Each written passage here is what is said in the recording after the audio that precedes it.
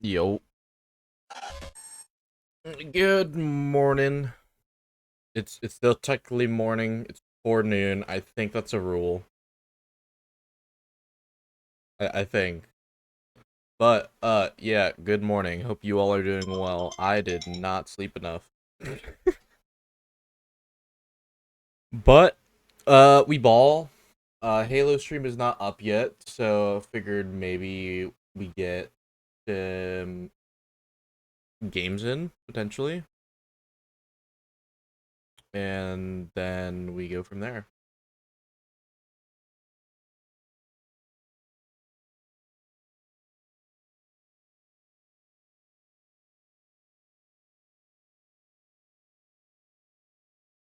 Just loading up the video again.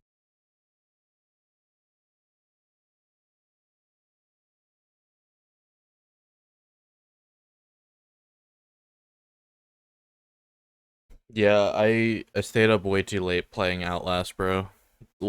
Outlast Trials is actually surprisingly fun, bro. Like, I didn't think I would enjoy it as much as I did. Like, um, I've seen gameplay of it. It didn't look that entertaining. When you're playing it, pretty damn good.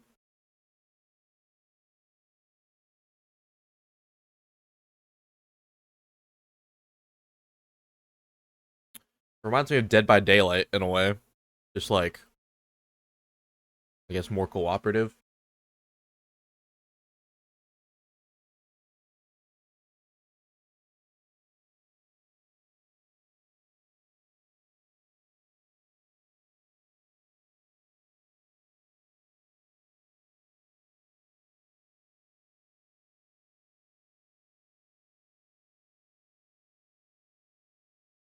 I am a sleepy boy. So LVT streaming the open bracket.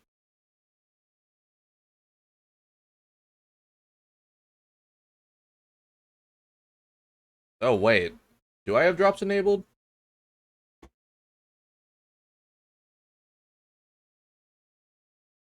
That's for something else.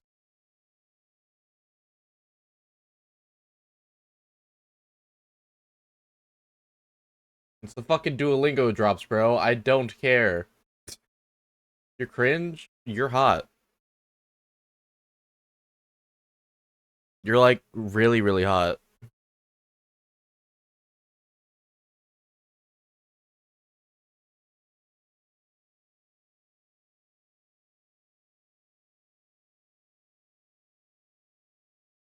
What the fuck did you link me? Well, okay.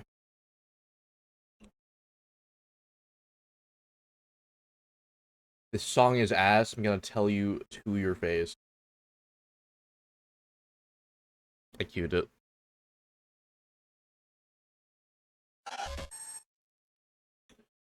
Fuck around my game capture. There we go. You're on early? Yeah, bro. The mainstream starts in like now. Well, it's supposed to. Supposed to start like right now. But then they have like pre-show, so I'm just like, fuck it. Bro, I wanted to be on like even earlier, bro. I wanted to be up like an hour before, but like my body just fucking died.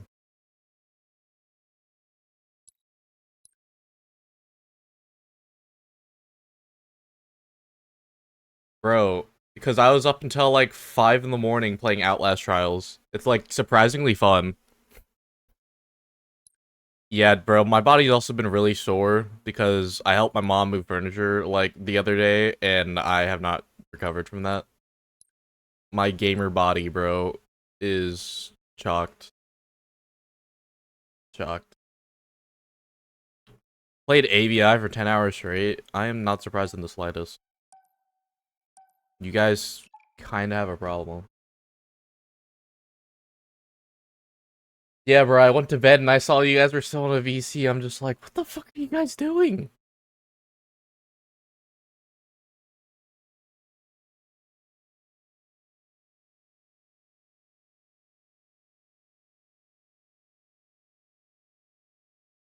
Might have been a crash out. Oh, mainstream's live.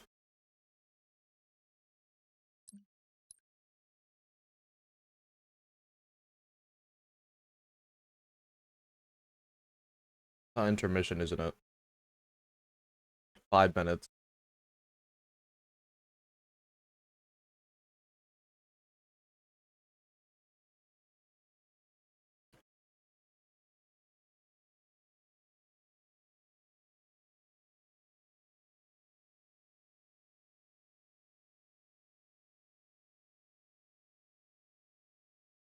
First thing I see when I enter the mainstream chat, enable drop. Enable the drop, man. I'm here for the drop.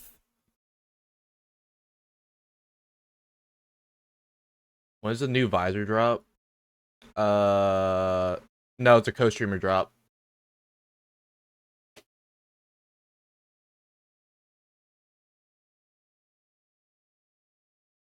Do the drop work here? Yeah, all I'm hearing is about drops, bro. I'm just sitting here like, bro, just watch some good ass Halo. What the fuck is your problem? Am I a co-streamer? They usually give me drops. It usually sometimes happens either late on day one or late day two. Because I think what happens is like the devs see like if anybody's like they know is co-streaming like later on during the event, and then they end up giving you shit eventually. As of right now, no, I do not think I have drops. I have the dumbass Duolingo drops, but no, I don't have the co-streamer drops yet.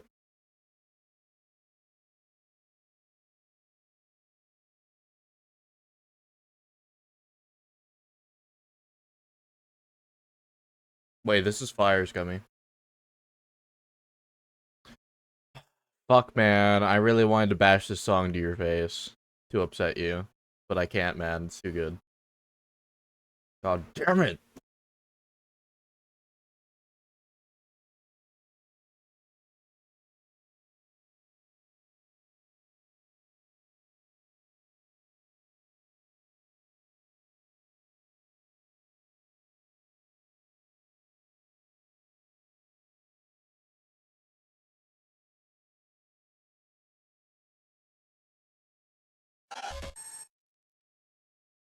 Oh god.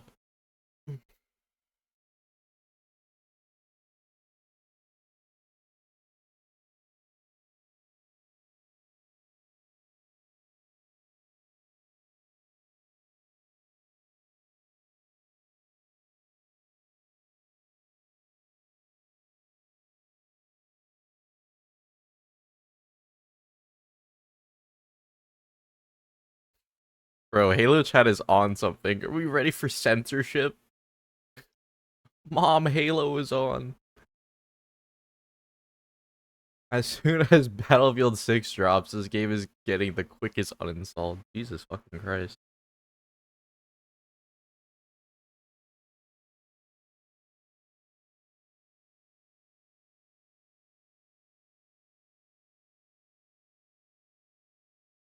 Report poll.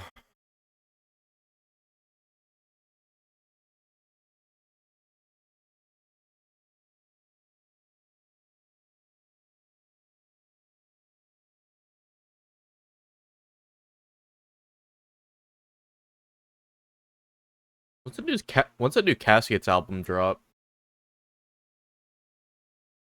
Nice, browser died.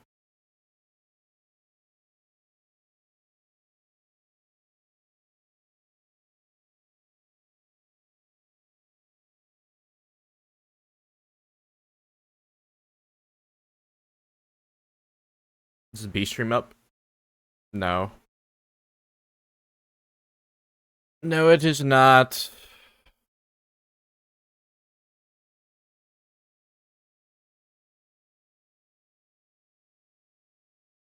They do have a new album coming up though.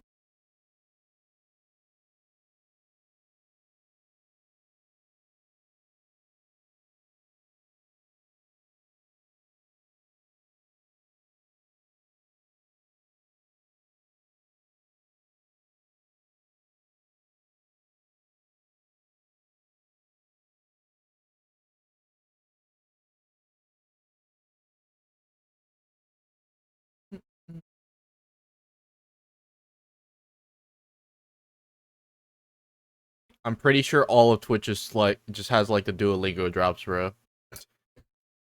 Shit, you not.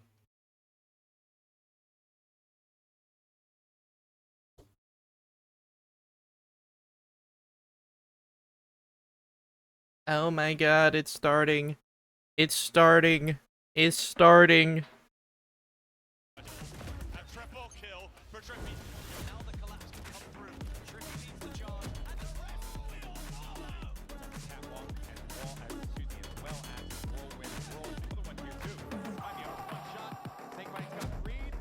The nade.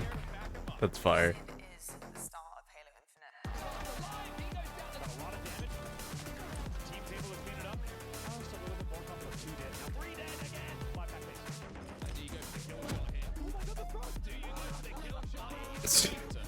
I forgot about the shrug. Bro, have they put Talik emoting in the montage? Welcome to the Charlotte HCS Major, hosted by yours truly, FaZe Clan.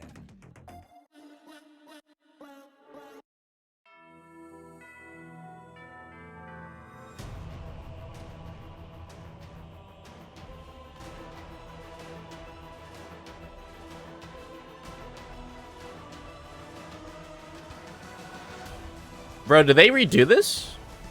Oh no, I'm tweaking. I'm tweaking. Hey, Mega. Good morning, Charlotte, North Carolina, and welcome to your It's too early. Hosted by FaZe Clan. We're nearing the finish line to our season. Someone needs to clean the camera. Final major of the roadmap. It's all about peaking at the right time, people, and seeing if the hard work and commitment to the craft pays off. We're watching all of the That elite costume costume's sick. now, getting ready for all the incredible main stage action, and of course, they're going to be screaming. They're going to be fearing for their. We're gonna have to get up and early on Friday in Seattle, along the way, but that is pool play day, folks, and that's exactly so we don't miss the on day announcement. one. Welcome. Yeah, we're usually pretty good about getting out I'll be early. hosting all weekend long. Oh my god, it's Eric Runa sniped down. Holy An shit! absolute legend in his own right, coming back not on the sticks But to talk all about it, Snipe Down Eric, so good to have you. How you feeling, bro? Being back in Halo, but a little bit of a different POV here. Yeah, a bit of a nostalgia blast. Excited to see some high-level games. Bro, you know he lost his luggage? They literally sent his luggage to, like, some random-ass fucking state. Get to be up here with you legends as well. Oh. Looking for a great weekend. Love that. Lovely to have you up here, of course. And you got your boy, why not, on the end here. Tony, welcome back for another Yeah, well, round I'm a on sober lad, Destiny this weekend. so... How you feeling about the competition? Sounds like a you problem. I thought when you said legend on the sticks, I thought you were pointing to me. I mean, could be. I'll let it slide this time. This time. All right, this time, okay, Tony, I mean, absolutely no disrespect because I have the utmost respect for you. And of course, we do have an incredible season that demands respect and attention because all of our pro players have been absolutely incredible thus far in the season. But it will roll on, and of course, we are here in Charlotte. And I've got a really good feeling about Charlotte in terms of the competition, stepping up the standard being ever so high, because we have teams who are battling for that top 3 position. We have teams battling for that grand final position. And I'm excited to see where we end up in the season. Now, of course, we're here in Charlotte on the roadmap, but coming up next, we also have the World Championships. That is where everybody comes together, tries to peak at the exactly right time, and $1 million on the line. As you can see, in the beginning part of the season, Optic were looking clean with it. The first 2 majors, well, excuse me, actually the first major, then the Open was theirs. Yeah, we might go out to eat, but, like, my group doesn't drink. They managed to take that last major at SLC. I can't drink, so... Here we got FaZe, who are into their hometown. They are the hometown heroes. Can they do it this time around? They're getting awfully close. But to talk all about all of our teams here that we are seeing this weekend, we have our wonderful analysts, and I want them to analyze all of the action because I just don't know what to make of it. I don't know what to make of some of these teams who, you know, you were expecting a lot out of, and they're just not producing the goods on the right time, on the right day. And there's so many questions that I hopefully will have answers for coming into things. But let's talk about the storylines. Rostermania wasn't much of one, to be perfectly honest with you. I think anyways, you're getting E-good. You're getting E-good for that. Me is, I think, the outlier here. What are you going to do about, I think, building blocks here, right? At this point in time in Charlotte, we got players like Lethal. I mean, Snipe Down, you were a part of a massive storyline. Too tired for your shit, Scummy. It is not even noon, and you want to start shit with me. How are you feeling about Omen and the changes that they've made? You piece of shit. Yeah, I actually got to hang out with Lethal a little bit yesterday. We were just watching a bit of the game, and it's just good to catch up with him. A lot of memories, a lot of good times, and you know, I think they're just coming into this event, just looking to show up in pool play. It really is where it all begins. You just get your footing here, and then take that into champ. So we'll see what happens. They are a new team, but sometimes you get that new team formation. You come out and you're better than you ever thought you were, and who knows? Maybe they can cause some upsets. Very much so. And Tony, obviously, we got Unreal Nightmare as well. We had quite a big change on that team. 3 coming out, Haynes, Morsley, Septify, and then we've got Breaking Shot and Envol coming in, some 2 notable team members there as well. How are you feeling about Unreal Nightmare? Yeah, I mean, you have some teammates that are coming together here, and then you have Breaking Shot. Oh, and Sirion. On board drop from that Omit roster, now on Unreal Nightmare. He's been actually looking really good. I'm excited to see what Omid have in store for them. It's a team that can only go up from here. It's been a few downs. It has been a few downs. And by the way, folks at home, excuse my voice. I know it's not as smooth as normal, but I have been shouting and raving at everything that's been happening in esports recently, so we're going to have to roll with it. I'm not sick, luckily, but what is sick is seeing 3 teams at the very top, duking it out on the main stage. And I think the biggest question is, do we have a big 3 yet again? We're seeing Optic and Shopify time and time again at the very tip top, but FaZe are just trailing slightly behind. I mean, you have to question the work that's being put in by these top 3. How are you feeling about these guys and the fact that they're rotating seemingly in and out of kind of success here this season? I think now that we're getting towards the end of the, end of the realm here, we have the top 2 teams in Optic and Shopify. FaZe has slowly worked their way in. Do me a favor, guys. If I end up getting drops, when they really should be you're probably going to find out sooner than me. So, just let me know. And so it really feels like, we do have that, and it's kind of weird leaving SSG out of this, but they have disappointed up to this point. So right now, I think getting into the top 3... Although it'll probably be obvious because viewership will just go... And FaZe, so it'll be interesting to see if we can finally get over that hurdle for that. 100%. Yeah, I mean, it's really tough. You have drops. We have an expectation for who's going to make top 3, but to say no, I don't have drops. 3 is really tough right now with the competition getting tighter and tighter. Look at the last TS7. You have the drops enabled tag. That's for Duolingo, I'm pretty sure. Get upset by a squad, who isn't even in pool play, so it's actually crazy. Gift to see subs something like to that anywhere unlock can these be on any given rewards. Friday, Saturday, or maybe even Sunday. 100%. Well, let's talk about our lock, right? Shopify. One of the last Yeah, things so, that you we know, do if is you we guys have want to a learn runner some into Italian online as well with them, or like and you see kind of Spanish back or and forth between Japanese, it. bro, You know, now's the it really time, is kind man. of testing the waters, especially when you're online. Send heading some into a subs to LAN. your But boy. seemingly, at Imagine. that major last time, looking really, really good for these guys. I think teamwork is at the core of what these guys are producing, and they do have firepower to match this. Do you think they're peaking at the right time, though, Eric? Yeah, I mean, this Shopify team is, I called it from the beginning. I think in terms of individual skill, if you put every team into one, unit, Shopify has the most individual skill, and we saw them dominate. Honestly, even at the first 2 events, they were doing very well. They got reversed by Optic twice, and I think that was just the inexperience showing. And now that they have that individual skill and the experience at these events, we saw them take the last major, and we'll see what happens, because if they win this one, we got 2-2 tie going into champs. We certainly do indeed. I think Shopify have just really started to elevate gameplay even more so because they really were there right at the beginning of the season. Even in the off season, they were completely rolling. The hat people. slam. The competition, it was unmatched. Obviously coming into things though, Optic Gaming, they bounced back, they fought back, and they were able to do things when it came to, I think, the biggest stage that we have here in Halo, which is the main one. Tony, looking at Rebellion here, I mean, they look so good objectively, but that Strongholds, that stat line is absolutely stunning. Yeah, I mean, only dropping 2 strongholds is really serious for a squad, especially at the level Shopify Rebellion play at. You know, they're oftentimes playing against this very Optic Gaming roster, oftentimes playing against the best in the world, and to look that strong is serious. Also, the Slayer, sneakily, 26 and 16 in Slayer, with how many Slayers you see in a series, that's an impressive stat as well. And of course, when I'm thinking Slayer, I'm thinking Cycle. Oh, My yeah. man is absolutely insane. And honestly, if I had to pick like just a super early MVP for this weekend, a way too early MVP, give me this man on screen right now. He steps it up in the biggest moments, especially on land. I mean, Snowdown, you're looking here, the damage difference is insane. He's second across everything in terms of Halo and HCS. It's absolutely amazing. The consistency is there. What is a big kind of outlier for you when you look at a play like Cycle? What does he bring to the table for a team? I mean, you look at these stats, I mean, he's not only getting the slays, he's also staying alive. I think the biggest thing about him is his ability to kind of fly under the radar on these maps, to do the damage, to stay alive. It kind of like that Pistola gameplay back in the day where he wiggles around, he gets no shields, he is able to maneuver and draw so much attention to himself. that makes his Pistola teammates' mentioned jobs that much everybody easier while Sedge. He's still putting in the damage, the kills, and the assists. 100%. He gets the work done, and the rest of the team follow suit. Shopify looking incredibly dangerous currently coming into Charlotte. Let's talk about Optic, though, because they're not far behind, let's be perfectly honest, and it really does go back and forth.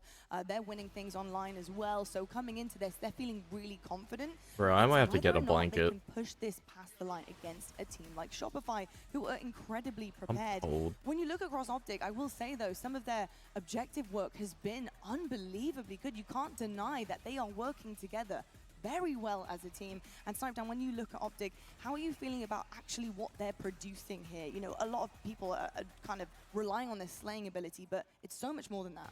Yeah, this Optic roster specifically, I think we saw it at the first 2 events. Their teamwork was just above and beyond any other teams at the tournament, regardless of how good their individual skill is. That's really what won them the event. And we see that with objective game types, specifically in Oddball. I mean, they don't lose that game type, and that is, in my opinion, the most teamwork-oriented game type of them all, setup-oriented. And honestly, when you look at the individual talent on that roster as well to pair with that, it's really hard for that team to lose when they are playing at all cylinders.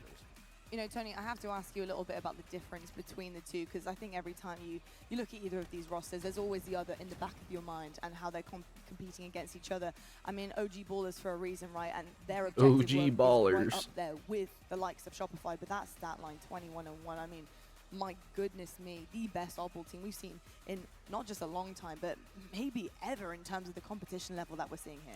Yeah, when I think of Optic Gaming, I think of just a very scrappy objective squad. And that's what I think just wins them game. And not even just in series. Think about the way that they won back. I think the dumbass Duolingo drop is overriding the Halo drop. What, for like the actual Halo I stream? expect to see that in King of the Hill. I expect to see that in Oddball. A lot of people Or thought for they were mine. a weaker assault team.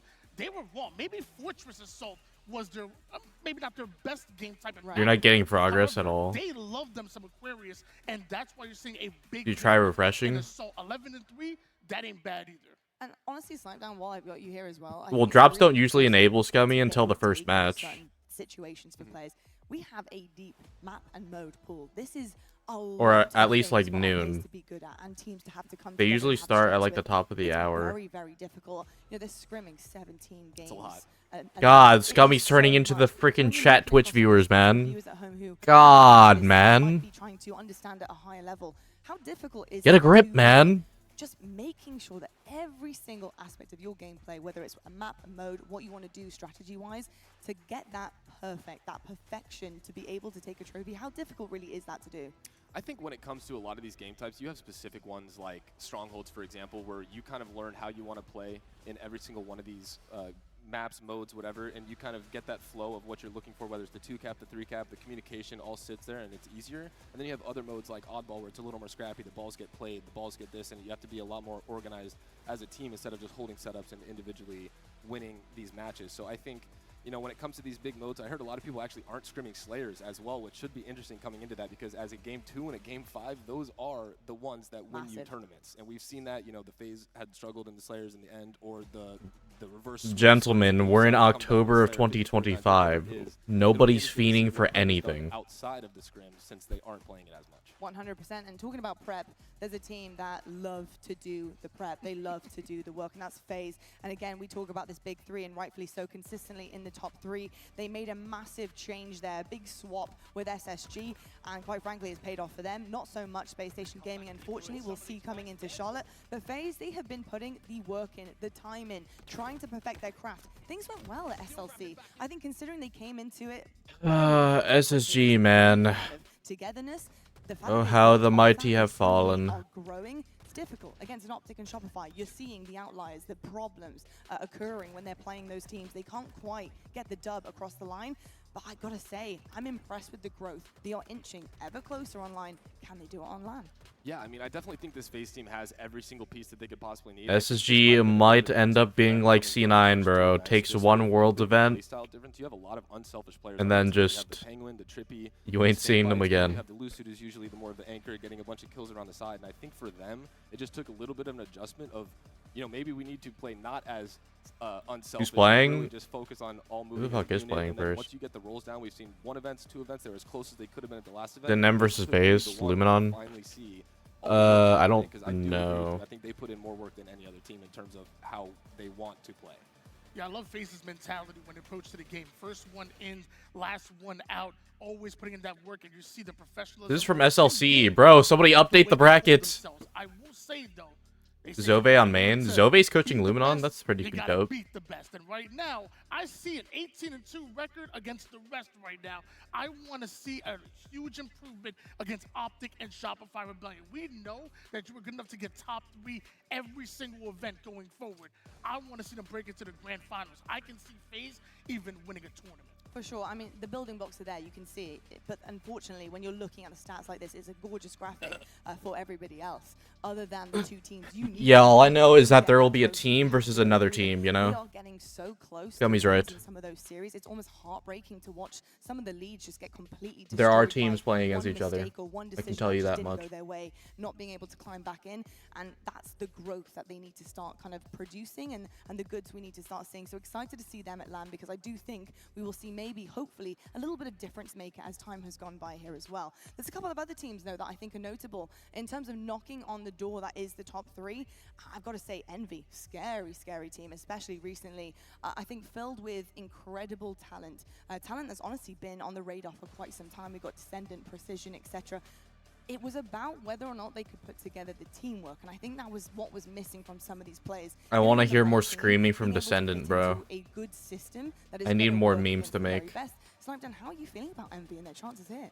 Very excited for this Envy squad. I've had a lot of people come to me before this in my chat just trying to say, you know, watch out for them. They're pumped. And then I saw Yak on Twitter before this talking about how blessed he was. He's living his dream. And it is one of those times where, you know, we're coming down to the end of HCS, and you have certain No, players that have Scummy. been trying so hard to get to this point, and now they're as close as they've ever been to the success that they've been dreaming of. You know, I'm building not your going team to in a Seattle career to do is shit just that I can motivation do for at yourself. literally It's always anywhere seen. else. And if there's ever time for them to put it all together, it's this weekend. to Plus, really I'm not get caught that up on forward Demon and then Slayer. Really see what they can do in the end. Eric, while I have you on this point, you know, when you are trying to break in and LAN, it is very different from the comfort of your own home online.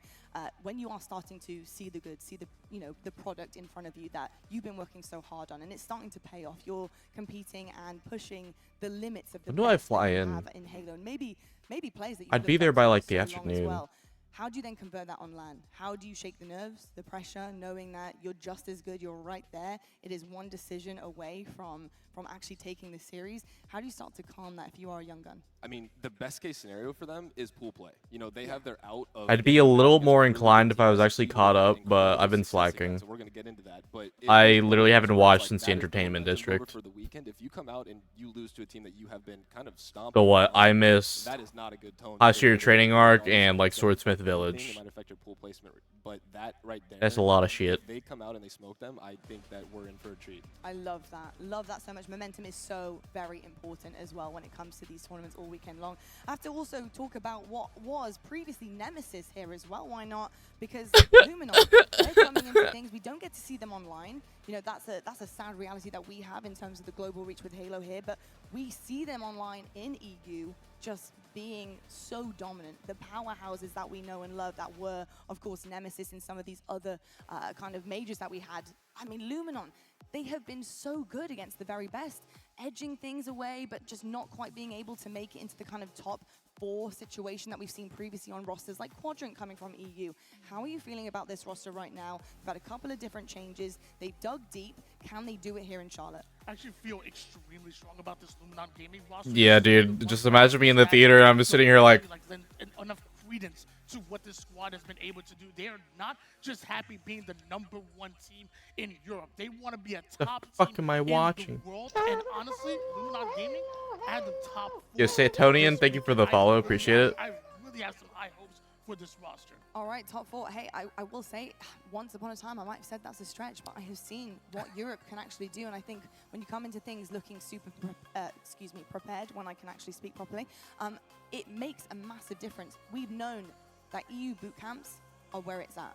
This is golden. This is the work you need to put in. It's very difficult for these guys, you know, having to come over. It's an expense to come over here and put that work and dedication in, but it makes all the difference for them because it's a different feeling coming over to North America, having a different level of competition to try and practice against. And I think when we talk about peaking, because it's going to be a full circle moment for us on the desk, we're going to be talking about this a lot, especially with Worlds around the corner. I think being able to come into a competition the week before, play the hardest level of scrims, prepares you so well. You know where you're at level wise. You can learn. Gummy, when are we gonna I think scrim? It's really important for Luminon, but especially in pool play because it's going to be massive that they cause some upsets. I think heading into this day #1 here in Charlotte, and of course, just to brush over things with TSM as well. We'll get into that a little bit later on because they're going to be on the main stage very shortly. The TSM. Slight little bit of disappointment there because when the band was back together, I had high hopes for them. Hasn't quite been converted yet. Eric, just very briefly, how are you feeling about TSM overall? This roster really kind of confuses me because it feels like, you know, they've had the same team. Oh my god, a Yembi. In the future, but it feels like this team's play style. Oh my god. Watching has not really changed much. It's just been kind of running. How you doing, Unc? How you after doing? that, it just, you know, I just. As Scummy has mentioned earlier, man, 20 more days, man. 20 more. We are under the 3-week mark. Just look like bugs flying around a lot. The schedule updated. You know, it really comes down to, and I will agree that I am a bit disappointed because I was pumped to see that roster back together because they are all very good. I know they have the schedule on It's very Twitter. reminiscent of what happens when you play a top team against a team that's just not quite there level-wise, and it's exactly like what you pictured there. Do they have it That's what here? happens, and you're able No. to do that, especially on Halo Infinite.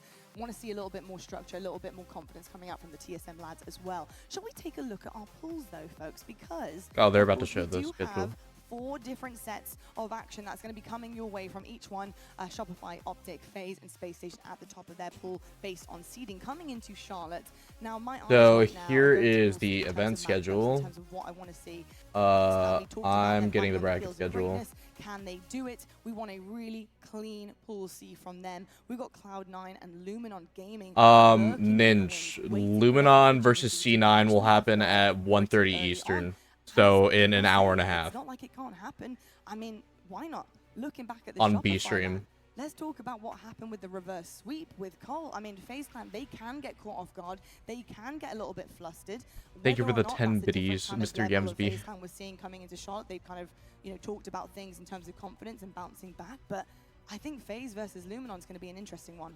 Yeah, I mean, I got the chance to cast that very matchup that you're referring to. FaZe won 3 games. Yeah, damn. Complexity then went back to back. And to back Mr. to Ninja back with the for prime reverse of sweep in 38 order to months. upset in Fuck that yeah, first man. round number 1. Appreciate ya. Cloud9 are also peaking. They've also looked extremely good in scrims, even against the like of like an SSG. And I told you, Road what to Luminon 4 Gaming years can do. I mean, they literally is on the way. used their qualifier God save to you. get in this pool in order to target FaZe. This right here is my pool of death, and it is the most unpredictable pool. Yeah, thank you for the that we prime, bro. I have. appreciate you. Let's talk about an unpredictable nature of a team that we saw with absolute dominance, and they're heading over to Pool D right now with a different roster, but Space Station Gaming, our previous world champions, and two, I think, players that I would never have expected to be right now kind of left to kind of fend for themselves in terms of their ability, because Space Station Gaming, they just haven't been producing the goods. In Pool D with Envy, who we just Baby talked Yams. about knocking on the door of greatness. I mean, this is a really tough situation. How are you feeling about SSG? You know, you kind of told us a little bit about them and how you're feeling and how disappointed you are, but really when you're looking at Pool D here, Envy, I'm excited for the games, they're bro. licking their chops. I'm They are excited rubbing for their good hands Halo. together. They're ready for this matchup. Yeah, this is absolutely Envy's pool to take in command, and this is honestly one of those events. These games are gonna where fuck. you either feel like you can gain the confidence as a team that you can compete, or you realize that you are just outclassed by the rest of the competition, and then that becomes a confidence issue. I looked at the scrim records of this SSG team, and it is very poor. Now, they always have had a bit of, you know, lack of effort online in scrim, so it'll be interesting to see, you know, the difference between LAN and online. But I think for them, you know, with the amount of team changes they've had, Stellar and Eco have really had a hard time finding. Right, it's 12, so I don't think. I think if you're not seeing drops on mainstream and you're like after you refresh, probably gonna start soon. It's probably gonna be that first game. Disconnect with that roster. So don't stress. SSG may be the top seed within that pool, and I believe that they can have a bounce back tournament here, but I don't have them as the favorites. If you've been paying attention to the Envy and SSG rosters, Envy have taken more against SSG than vice versa.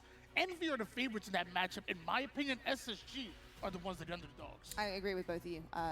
Absolutely, completely. I'm excited to see what happens, and if the work starts paying off for teams like Envy and SSG, I hope to see a bounce back from them. Folks, you're probably wondering what is coming your way today on Pool Play here at Charlotte. There we go. Starting things off on the main stage, we have Shopify Rebellion taking on TSM Optic shortly after, heading into things with Omit. Shopify Rebellion will make another appearance versus Cole. Luminon on mainstream at 4:30. Luminon Gaming. Oh my God. Want to see here SSG versus Envy, the very matchup we were just talking about, and rounding off your evening, it's FaZe versus Cloud9. Where can you watch? How long is that? That's in the next 4.5 hours. And on 2 different platforms, Twitch and YouTube, we have an A stream and a B stream, so you can make sure you catch all of the action, watch all of your favorite teams duke it out on the main stage and our side stations to see where they end up by the end of today. What do you get for watching, though? Keep all the tabs open. That is my one thing I will say to you, because you can get your hands on all these incredible Twitch drops. We have all sorts. Bro, of I need to skins, grind this we camo. have charms, we have weapon emblems, everything that you could possibly imagine. Make sure you're watching all weekend long. Tune in to catch all of the action, and you guys can get your hands on these goodies.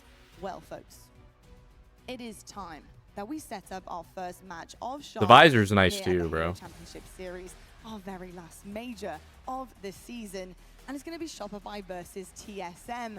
Shopify are looking to really make their move here at the end of this season, make a run. I'm glad they and gave the gun best for drop to the trophy. And co-streamers. not only the one here in True. Charlotte, but of course the one at Worlds. Let's meet your Shopify Rebellion team. Sheesh. Bro, these reveal trailers are gonna go nutty.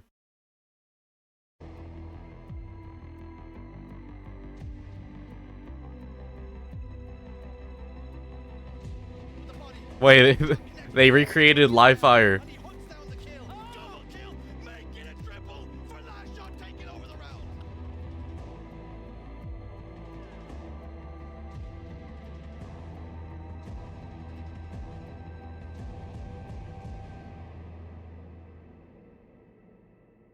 That's really cool, bro. I wonder how many of the other maps they recreated, or if they just did live fire. Because often we see some of our top teams have a little bit of a lull on a day one. They're kind of kicking their feet back, they're relaxing a little bit, just getting into the groove, and that is what catches some of our best teams off guard.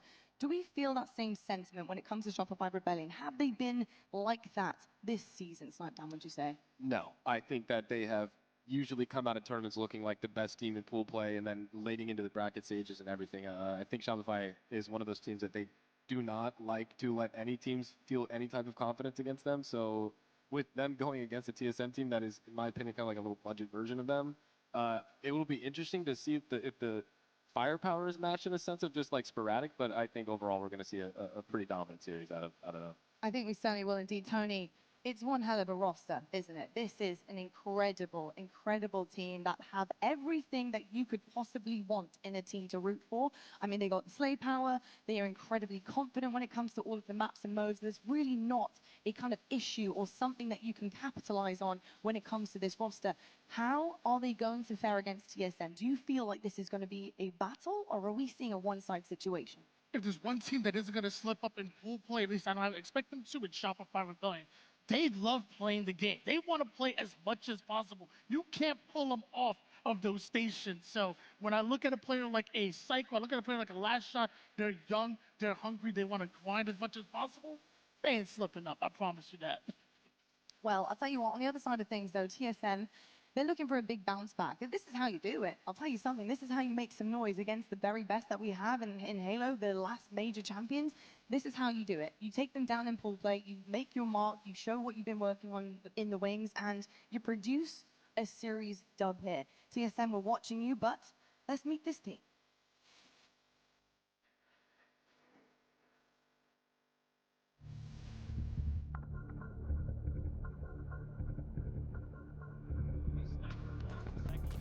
Down, oh my God! And it's a triple kill for Manny.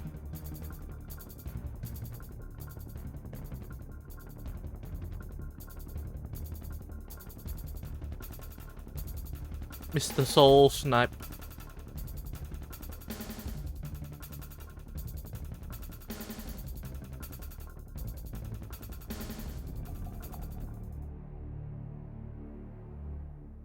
Where's Talik?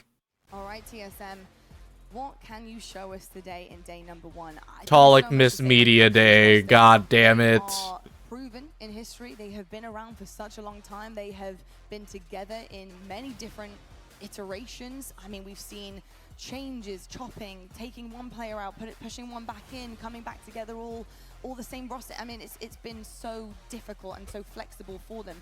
Have they finally found their footing? I mean, that was the big thing that we had to say when they came back together for the final time of Halo Infinite, and I don't know. I don't know how to feel about them. I think I'll understand a little bit more when we see this first matchup. What are you looking for in particular from them, Eric, in terms of gameplay here? Yeah, it all comes full circle with the roster, and I really think I think Aquarius capture the flag is game 1. So I mean, that is probably, although it's one of Shopify's very good game types, that is probably one of the better game types for them in terms of their run and gun type of playstyle, and they really just need to focus on you know, linking up, making sure they're watching each other's crosses, their angles at the same time, and then moving up when they need to and being objectively efficient. They don't want to just run out there and just be running around pulling flags and you know, you never know what's going to happen. But with this roster, they need to at least win one of these games against Shopify to carry some momentum forward. If they can win more than that, even better for them. But I think this first series, you know, it's the first match of the tournament, pool play. This is just going to set them up for the remainder of the pool and the rest of the weekend. So I'm just hoping that they gain some confidence from this. Certainly will. I think when I look at rosters, I lean on consistency. I'm hoping for any type of consistency. And my eyes go to Talik here, Tony. Yes. Talik has been consistently slaying so well, and I'm so impressed with what he's been doing performance-wise. Can they get it together as a team, though? That's my big question. It's all well and good being on the KD leaderboard. You want to be on the podium. You want to be on the first place position, holding a trophy. How are you feeling about this guy? I'm actually so happy that we're showing a light to Talik because it's not just at SLC, by the way. Since year 1, he's been the best player that nobody's talking about. It's 100%. Actually crazy to see what he's been able to consistently do from a slaying standpoint, and nobody's talking about being one of the better shots in the league, one of the best decision makers as well.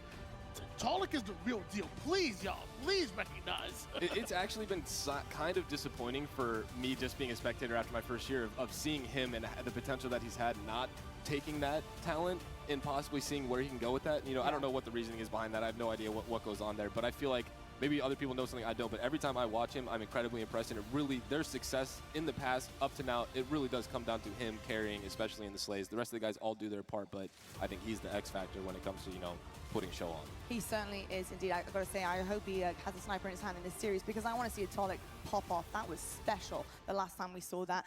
Speaking of seeing people, though, I want to see two of my absolute favorites. They're going to be on the mic for this matchup. Our casters are on set. Oh, shit. We're getting started.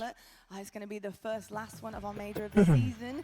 Shopify versus TSM. How you guys feeling? Feeling great, lot. Feeling amazing. Great to have Eric and, of course, Tony on the desk as well. And I've got to be honest, Andy, quite the series to start things off today in Pool A.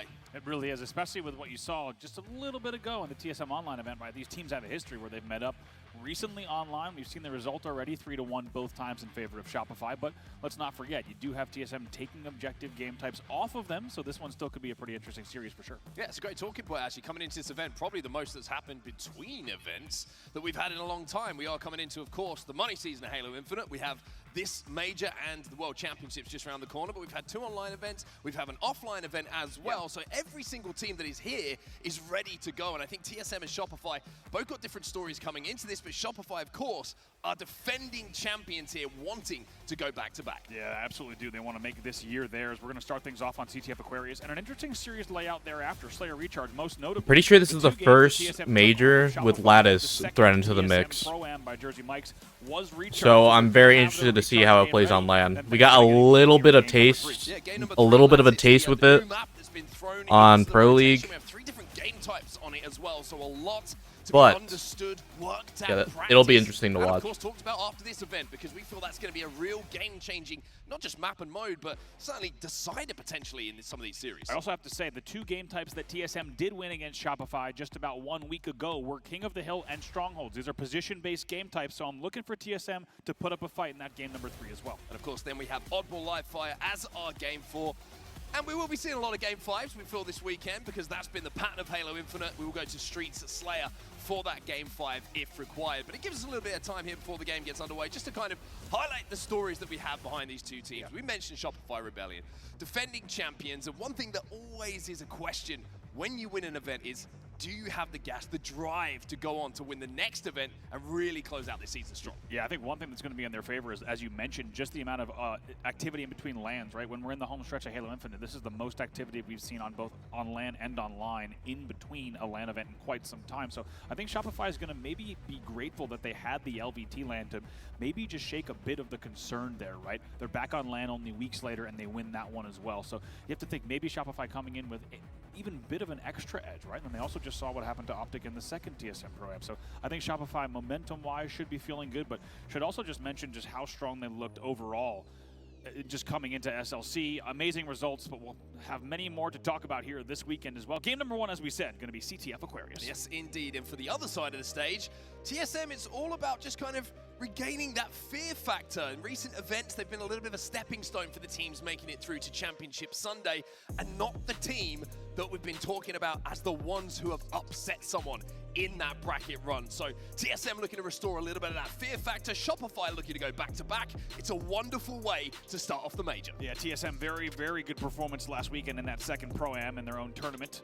And a lot of momentum undoubtedly coming from that. We'll go through those results as the series goes, but let's not forget a disappointing SLC for them, right? So they had a lot to learn there, and I think from that, they've taken the learnings, they've showed up online in big ways, and they're going to try to bring that into this series. I think if you're writing off TSM completely out of the series, I think you're making a mistake. They're going to come here with a fight. Yeah, of course, we've seen TSM upsetting the likes of Optic in pool play as well. So All this right. is the first game of the major. Welcome along wherever you are watching across the globe, or of course here in Charlotte, as one of the lucky people who's going to be experiencing the major. We're starting off with the POV of Frosty, but not for too long because he's already found himself in the death screen. Yeah, that was 3 dead for both sides, so a pretty even start, and will actually be Last Shot who's able to get that off of the 1v1 momentarily to grab that first camo of the game, and we'll see what kind of momentum they can build. When you talk about these 2 teams, Mark, it's of course, a different story, right? Shopify here wants to make a statement. They want to start this tournament off on the right foot as they start to build another championship run.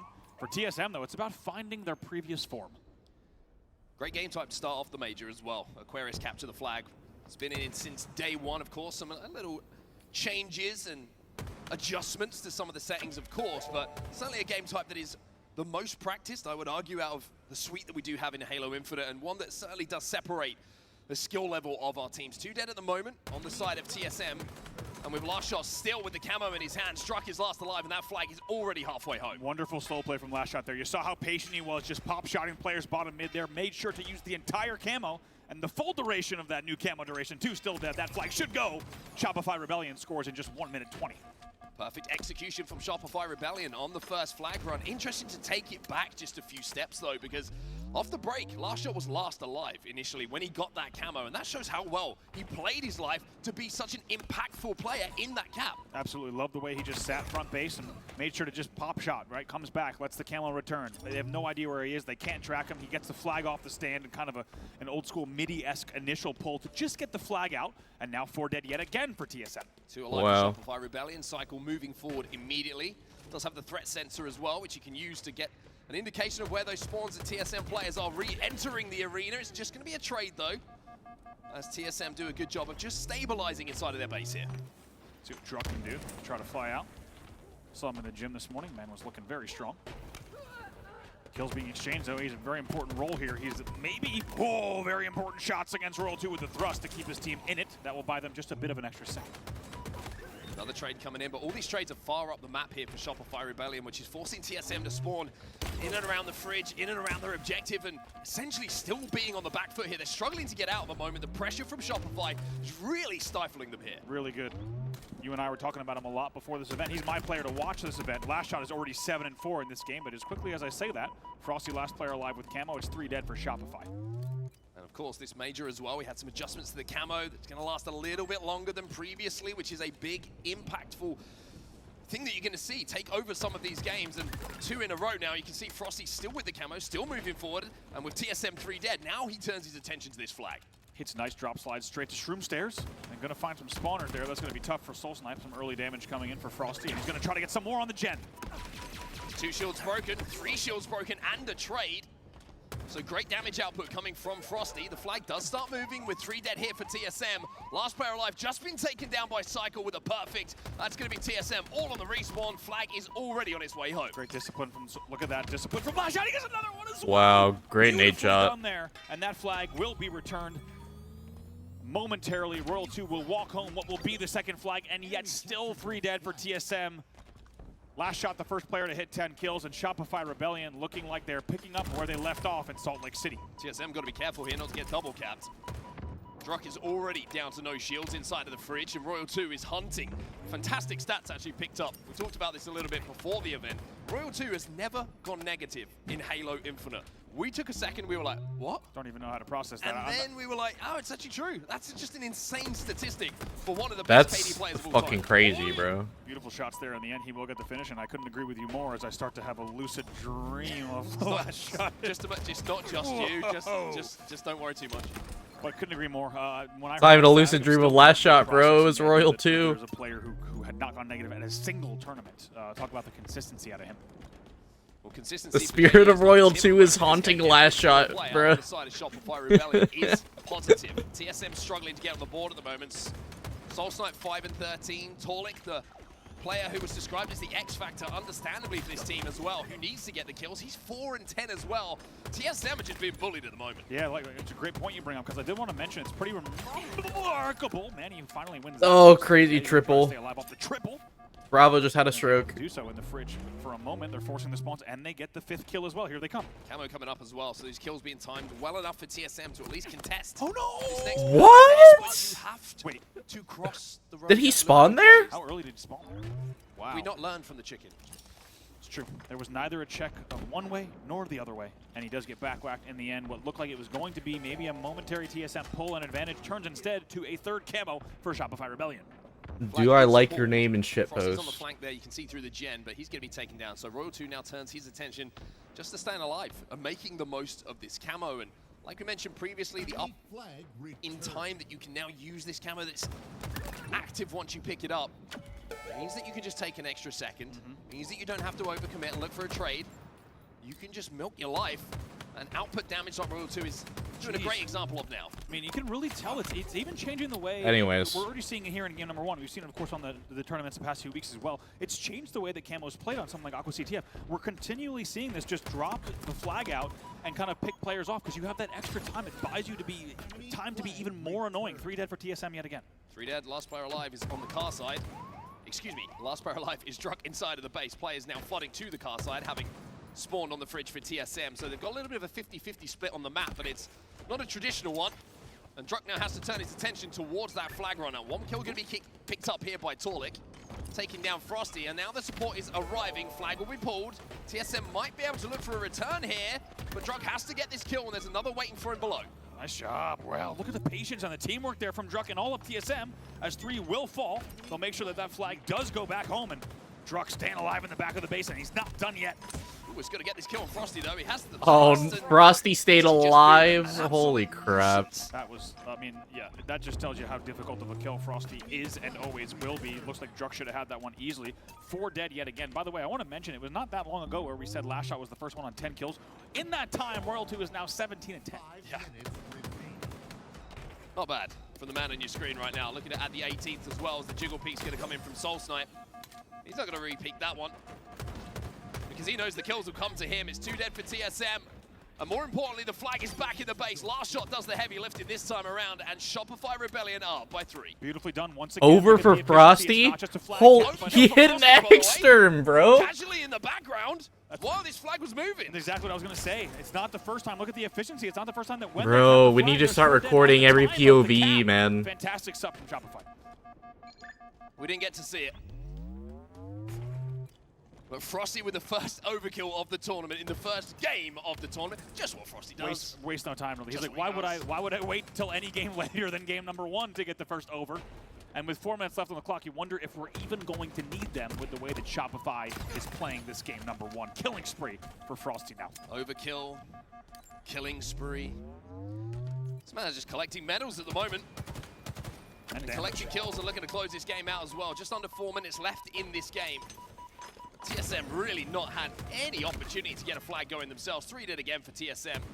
Even with Torlik starting to overextend in the base. Man, crispy. Sprint strafe Crispy. coming in from Last Shot is good enough for him to win it. 4 dead again for TSM. Beautifully done there once again from Last Shot.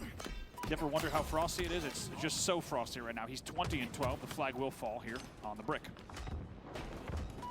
He's trying to overextend here. TSM have 2 alive on the car side. Druck jumps from base. We'll get the kill, but is he going to be able to get in a position to stop this flag? Frosty knows the pressure is coming. Does he have the timing Little bait. to try and get this flag in? He did. Let's Is see he if going he to have the still angle goes. for the slide? He's going to get it. And that's 4. He had so much time. I think he was. I think he was so surprised at how much time he had. Yeah, too much time. Exactly. He's kind of setting up perfect drop size and waiting and baiting on the shroom stairs as well as the gen, and then he realized I could just walk this thing in. He does. It was 3 dead. Can TSM get something on the board here? Torlik needs to pick up some kills here. As Frosty's already found 1 for Shopify Rebellion off of the respawn. Torlik will find the cleanup onto Frosty. You can just see the pressure that Torlik's under. You're so kind of guilty of over-peaking against these Shopify players. They make you pay. They will hit the 5 every time, but Torlik playing his life well enough to have those numbers on his side. Royal 2's going to take some damage, but Royal 2 wins the fight. Druck there for the trade. Crazy Biv, But this is actually. an uncomfortable and scrappy-looking run here for TSM. Druck now last alive. That's the type of things that Royal 2 could do. In that pretty much a 1v2 from bottom middle. He's going to fly out. He's going to get the kill. Beautifully done. Still 2 dead for TSM, and the flag will go back. First opportunity really for a flag run, and it falls on its face for TSM. You find 2 kills though. Last Shot's just trying to scarper away here. And make sure that he's not going to be the next. Joins Royal 2 on the car side, so now double up on Druck. It's wonderful movement towards a teammate. From no shields to being involved in a fight to now being the furthest player up on the map to look to get a flag moving. It's just great stuff from Last Shot. Just absolutely flying through. Also keeping an eye on top mid the whole time, making sure Camo was not grabbed just yet, as you see. Finally, that flag will be pulled. We'll see what Manny can do, but it's going to be a difficult angle here. Oh, it's going to be a difficult one. Doesn't get the triple here. No, the but team nade. certainly contributes heavily. As Royal 2 finds yet another camo here for Shopify Rebellion. Power-up control has been all for the side that's dressed in red for this game. Complete game control. Royal 2 still, as you say, camouflaged, and he's 25 and 15, make it 26. As 3 were dead, staggered 4 dead here. Druck is already up the P side. Royal 2 throwing that flag out. Those at the spawns are a little bit staggered for him to try and force this one. With Last Shot picking up that kill, you would imagine Royal 2 is going to, even with his allergies to objective at time, look to move that flag. He's got camo though, to be Severe fair. They're 4-0 up, he's got camo, there's a minute Severe left. I allergy understand at what he's times. doing here. No, this is, I mean, this is, like we said, the extended camo lets you do this. And when you're I'm ending the game if I'm host right now. Yeah, this has been a very dominant game, bro. The way that you play this scenario to ensure that you just close it out strong. 28 and 15. Rebellion is wasting no time. 9 and 16 now. TSM trying to force a flag, but Frosty's going to cut it down. 3 dead for TSM. Bro, these boys are about to have a few 30 bombs on their hands already. 4 dead for TSM. Not going to win many flag games if you're saying that a lot. Frosty and Royal 2, by the way, at this stage of the game, almost identical numbers from them here. He'll continue that run bottom middle, but as you said, it's really just a 26-second victory. They're going to get that one cap, but it might be too late. 2-2 as far as players on the map are concerned. Soulsnipe's trying to make sure they can secure that return. There's players overextending already from Shopify Rebellion. There's 2 of them in the fridge, and there's a player on the pink side who's 31 and 16 for Royal 2. And Frosty hits the 30 as well. Here. Holy Shopify crap, want to bro. keep the clean sheet. They do Cycle not has give 17 this assists, bro. That should be it here. Time going to tick down, and yes, Holy. indeed, what a game number 1 from Shopify Rebellion. They will take it very, very comfortably and in control with a score of 4-0. Bro does not stop shooting his gun. Tell by the intensity on these guys' faces, not just during game, but also after game as well. They came here with one job, and that game number 1, I think, is a good indication of where they are right now. I think it's a great indication. I think you've just learned a lot about the motivation, the mentality of Shopify coming into this event. That's a game number 1 on the main stage in pool play. A lot of teams, regardless of seeds, well, maybe that's a little bit closer than it should have been. That was ruthless. Even in the final moments, every flag run was converted. In the final moments, there's a scrappy flag, and Shopify are like, yeah, we're not going to let this one go. We're going to make sure that we end up with a 0 on our side of flags conceded. And 4-0 is about as good as you can get, really. And when you're looking at the stats, Frosty's dropping 30 and 17 in a game 1 on the main stage. I mean, wonderful numbers there, 31 and 16 from Royal 2 as well. And I think the numbers and the actual POVs that we saw just spelled out such a clear story for Shopify Rebellion. And look at Cycle stats. He's +1, but he has 17 assists. 17. Most in the game by a long, long way. That's teamwork. That's everyone fulfilling the role that you want them to. And all the numbers being in the right places.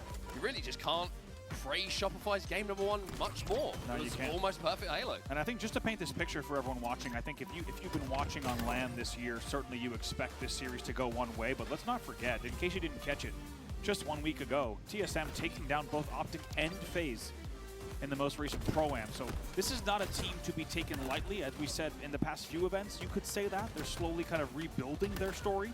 So Shopify has done so well to make sure they're coming into this series with the intensity, as you say, that you need. Because I've even been a part of rosters historically where we lost every game main stage, and then you have to kind of... They gotta rebuild that story quicker, bro. The chapter's about to end soon. I think Shopify, as we said, is coming in quite polished. Chapter ends this month, man. Any opponent, TSM included. So game number 2 is one to keep your eyes on, however, as we do move over from Objective to Slayer, of course, which is where we do see some of the teams who have struggled in that game number 1 maybe objectively have their opportunity to find a little bit of momentum in a series. But with Shopify's Slayer record, especially very recently in finals, it's tough to look past this as anything but a Shopify win. Yeah, absolutely. And also just looking at kind of the stats that we saw earlier in terms of the way that Shopify plays Slayers, it's also a treat, man. You and I talked about it before the event in a little bit of our pre-event coverage, but I tell you what, when you watch Shopify Slayer gameplay, you can kind of pinpoint when they find, especially if you have comms, you can pinpoint the exact moment where they find a break point where they can just break a setup wide open, and they never look back. I would say Shopify is the hardest team to steal a lead back from in the league in Slayers right now. We saw them do it against Optic. If you watched it at the LVT LAN, just their ability to, at a tie game, get 3 dead followed by a 4 dead, and you are never getting that game back if Shopify's playing their game. I think another thing that is very interesting point to talk about here as well is we always, when you talk about teams, you're always looking at the kills number, right? 2 of the teams, as we look at some of the Recharge Slayer stats between these 2 teams, and heavily in the favor of Shopify Rebellion, although a positive record for TSM, you don't talk about the hardest kills, least deaths. When you start to have that conversation, think about it in your head, Royal 2, always going to be one of the most difficult deaths. Cycle has made his name in recent events and over the last 12 months of Halo Infinite as being compared to Pistola in that difficult death kind of style that he is. And then you just saw what Frosty Are you going to outshoot last shot a lot of the time? Probably not. Yeah. And then you've just seen what Frosty does, and that guy's got a lot of chips. So it's tough. It's tough. It's not just the kills, it's how difficult they are to take down as individuals. Also the timing. You saw it in that capture the flag as well, but they are not afraid to slow the game down to a crawl for a split second, and they're not afraid to wait as long as they need to make sure that they're taking the exact kind of min-maxing a situation. They do it time and time again. It's been amazing to watch. As we said, the one thing to look out for here is TSM has historically looked good and most recently looked good on Recharge against Shopify specifically in their last 2 matchups. We'll have to see if they can bring some of that into this game, number 2. One of the most fascinating stats from what we just saw there was the margin of win for Shopify, 5, which is pretty big considering that Shopify getting to finals, have been in the finals of every event so far this year. So they've played, you know, Space Stations, Optics, Phases in those Slayer game types, and especially in finals as well, you're going to have multiple of them because we go to a best of 7. So that's a very, very telling stat about where some of their success has come. Certainly. Anytime you see a margin like that in Slayer at this level, that is significant for anyone who hasn't watched a ton of top-level Halo. First of all, welcome. Glad to have you joining us here for the HCS Charlotte Major, the last major before the World Championship in just a few weeks. But anytime you see a team that's winning a game by over 50-45, it's just a very comfortable and controlled win for sure. Yeah. For TSM, we've got to find something here. Like you mentioned, this maybe is the opportunity for them to do so with the record and how they've played very recently against Shopify on this particular map. But I think it's also important as well to just talk about this pool. You've got Complexity in this pool, who have put up some very, very notable performances in recent times. Very big series wins, very unpredictable series wins as well, and they're starting to find their form at this point. So for TSM, if they come off the end of this series with a little bit of a battering and don't show a little bit of life, going into a series against Complexity, who have shown that they've been growing and maturing a little bit as a team over the last couple of months, that's a scary looking series to try and get your heads right for. It really is, and one thing I want to look at, you just saw him on the screen, it's Talik, right? We didn't see the huge performance from him in game number 1 statistically, despite the fact that, as you saw, he was tied for number 1 spot on the KD leaderboard in Salt Lake City. Incredible, first of all, to have 4 of the 5 top KD leaderboard players in this series alone, and you had also mentioned, also kind of nuts to have 3 of them on one team. However, Talik showed up at that event. We have to see what he could do in game number 2, because as you just saw, we're going to need to see something huge from him to make sure this team is in fighting form. Yeah, it's interesting that Talik probably looking at this series, looking at the Slayer and going, don't worry, boys. 1.26 back at SLC. Don't worry about everyone else who's on this top 5 list. Don't worry about it. They're on the other team, but, you know, all good. Well, let's head into match number 2 then. Looks like we're ready to go here on the main stage. Shopify Rebellion 1 up after a 4-0 convincing win on Aquarius capture the flag. Let's see if they make it 2 or if TSM can tie up the series. Take a look at this well. Hot streak here. 5-map win streak in Slayers. Winning by 9.6 average margin in those last 5. Okay, so TSM. We'll see what TSM might be able to do here. It's quite a statement. And as we said, this is a team of a lot of raw gun skill, right? And you can really bring that into the fray in Slayer. I'm not going to lie, we didn't see much from them in that capture the flag. We saw one pull that really didn't get much across the board. We'll have to see if they can show up in game number 2. We're underway. Shopify leading 1-0. TSM with a chance to tie up the series. And of course, all eyes at the start of this game, bottom middle for that camouflage is going to be popping up. Manny went for it initially. He went down as the camo is going to still be available for both these teams. Pretty good cover fire coming in, but 2 shields going to be broken by Talik with this bandit rifle, but still pretty sure no one has been able to escape the clutches of each other to pick this camo up. Last shot wins his individual, and now on the back foot, Talik will grab the camo. Just got it. But will he be able to survive it? Wow, narrowly gets away. At first it looked like he didn't step far enough left, and he had to go back into the gun battle, but somehow he does. So just like that, they now have a 5-3 lead and the camo. So the man on your screen, the man we were talking about, Talik here, shotgun camo in his hand with a little bit of an early lead. What have you got for us, Talik? It's got to be headshots. It's got to be big damage. Well, the first one's going to be a whiff. Now his attention turns from killing to staying alive. Grabs the grapple. Teammate will collapse on a little bit of the damage. 2v2 on the map right now. 7-5, still the 2-kill advantage here for TSM. But like we mentioned, camo now. 45 seconds you get to play with this thing. And that is going to allow you just to back out of a few battles. Oh. But that's going to be one you look back on as TSM 4 dead. And Shopify would take the Too lead. ballsy there, bro. And also, Frosty doesn't even care. He flies in. Gets a little bit of damage. We'll see if the team can close out. They will. 3 dead. off of that aggressive damage forward. And again, that's what we're talking about. Frosty not afraid to be the first man in. He knew that that would be the first death conceded for his team. However, he knew the damage would be converted. And just like that, this is what I'm talking about. One opportunity, they will blow the game wide open. They were just trailing 7-5, and off of 2 exchanges, it's now 13-10. That's the layer of efficiency you are dealing with for Shopify, Rebellion, and Slayers. That's devastating. Now with some damage being put down, Royal 2 is going to go in and trade, but the trade battle here actually being won by TSM. Now within one, Cycle's trying to move in through the turbine to clean up the kill onto Manny, but Drock's going to keep his teammate alive. He's going to pick up that kill, and we have ourselves a tie game. Back and forth here. Unbelievable. Tied at 15 now, and amazing to see it. Just Tolik with an opportunity there. Camo and Shock, and they can't convert. Luckily, they've kept the game close, and they take the lead once again by 1. So all reset on the map at the moment as the camo comes up. Shroud screen will go down. Stick will get. Oh, the stick! That's Good crazy. onto last shot, Holy and Manny crap. will escape with the camo, so it's 2 in a row now for TSM. Can they make more of this one than they did the first? Man, was that ever pretty. Beautifully done. Cool, calm, and collected from Manny, and he'll pick up some more kills as well. They're once again in the lead by 2. Just starting to work a little bit better together here, TSM. The duo's linking up a little bit better. And now they're trying to trap Shopify, who are just trying to buy enough time to get 4 players back on the map. And he's going to be first in with this camo, just giving so much information to his teammates. Really nicely done. Good trigger discipline to get the first 2. Nice comfortable double kill.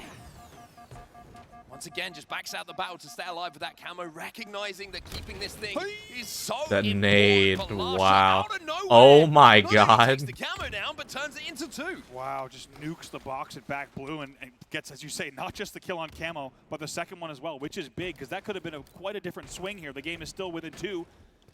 And we talked about Tolik in the pregame. Only registers his first kill just now. 1 and 3 with 7 assists, so not awful numbers, but as we said, we're going to need to see something big if they want to close this out comfortably.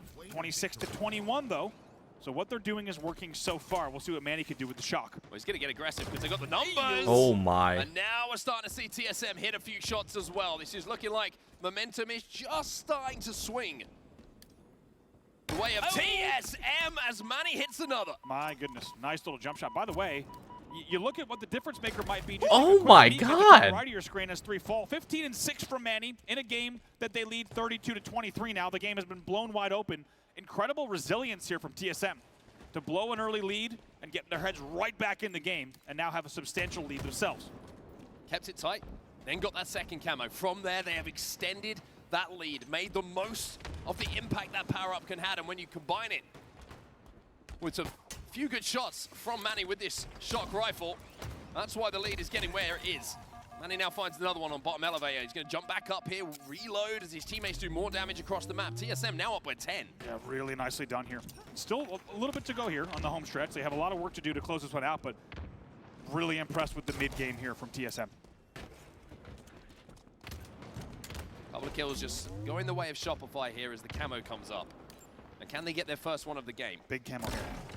Like you say, really big moment in this game. Manny can't connect with a shot. Only does he get taken down, lose the shock rifle, but it allows Cycle to move in and grab this camo. It's a 2v2 on the map right now. This is the opportunity. This lead could evaporate very quickly. Importantly there, TSM, even though they forfeit that shock and camo, they do get about 2 more kills. Otherwise, this game would be a lot closer. It's still within reason here, and Shopify could absolutely upset this party as they're only down by 6 now. Important stick coming in from Soul Snipe in that situation. Every trade from here on out feels very important. You will take a trade. Cycle gets spotted out here by Tolik. Cycle's just going to back up here. And finds himself a kill. Tolik was on the hunt, but he became the prey as Manny finds himself victim of the double kill. Cycle making the difference here for Shopify. Will they be the ultimate spoiler here? What was just a 10-kill lead has been reduced to 4. Make it 3, 38-35. Shopify looking for late game resilience themselves. They took a really sneaky angle bottom mid there. Cycle had no idea where he was. We'll stop that little run. Drak gets an important kill onto Frosty as well. That was the shock rifle down. And TSM have stabilized here. Yeah. Still have the lead. It's a 5-kill advantage as we go into the end game here. As you said, a very important kill. It feels like each of those trades that have been eked out have been so important and instrumental to keeping TSM's lead here. It's still comfortable at 41-36, a little less comfortable than it was a few moments ago, but still a lot of room to play with. Bit of a teammate coming on to Druck there from Manny. He's going to come back to help his teammate out. Frosty gets taken down, and now the pace starts to pick up here. Cycle with a big kill to keep the game close. It's still a 6-kill advantage here for TSM. Trades are fine, but giving away kills like that allows space to be gathered here by Shopify Rebellion. They can start to get aggressive. You get the feeling that both teams know that the series probably rides on this game. I think if Shopify win, TSM knows it'd be almost an impossible road back. Shopify similarly thinking if they take this, that could guarantee them the series. 5-kill game here. Frosty finds one, last shot finds one, 3 dead TSM. Uh-oh. Danger starting to probably rear its head for TSM. That lead is gone, bro. Last shot finds another. It's a 2-kill difference between the two teams. This camo's gonna be TSM deciding the struggling game. to find a foot in here. Important kill from Nani though, just to give him a little bit of space. Watch the kill feed. Camo coming up right now. This Camo will almost certainly decide the game here. Big damage taken by Cycle, has to stay alive. And Druck gets the camo. Last shot takes some damage as well, so 2 Shopify players have their shields broken. As Druck gets that camo for TSM. 4 kills is all they need. How does he play this? With a 2-kill lead, he can be patient here. They can wait for the opportunity to come to them, to get the pick, to get the damage. They don't have to force it. Let's see how he plays this. Royal 2 always spots the camo out. Some of the best camo eyes you've ever seen. As Druck now starts to make his move. Game is on his shoulders here as Torlik finds the stick. On to last shot. Oh. There's the back smack here from Druck as well. It's going to be 2 kills going the way of TSM. And if they do that again without any kills going to Shopify, Soul Snipe just needs to live, bro. They should be able to pinch here on Frosty as well. This should be a freebie in the back. Somehow Frosty sneaks that one out. It's not over yet. Huge trade. 46-49. 1 kill, all that is required for TSM. And Manny's going to find it. Manny finishes game 2. Wow. With 21 kills to his name. A monstrous performance from him. As TSM steal the Slayer. We are tied up 1-1 now on our main stage. And what do we say? TSM on recharge against Shopify. There's something special there. That game looked a lot better, bro. Kind of get the feeling in a final 50-46 score. You have to think when TSM saw that it was recharge, knowing the past few weeks of history between these two teams, once they saw that recharge game type, Yeah, 21-12 was a crazy stat line. Bigger opportunity than it normally is. We'll take a look at some of the stats here. As you said, Huge damage from Dalek. 21-12 in a game that they win by 4, putting the team on his back. Yeah, more than double positive. Even my maths will allow me to do that. Oh no, it's not. No, it's not. No, No. Oh, yeah. oh, You I went meant for it. almost. It's a high early. risk. It's a high risk. high risk, low reward. Whenever I talk about maths, I meant almost double positive. Watch the VOD. It's exactly what I said. Shameful. I enjoyed it. I won't criticize. I'll just say that I enjoyed it. I don't know why it's like the one thing that I just a waste of my time. and more importantly, everyone else. You're good at so many other things. And luckily, when the numbers are in front of us, we can just know what you're trying to say and what's actually going on. We'll let the numbers do the talking there.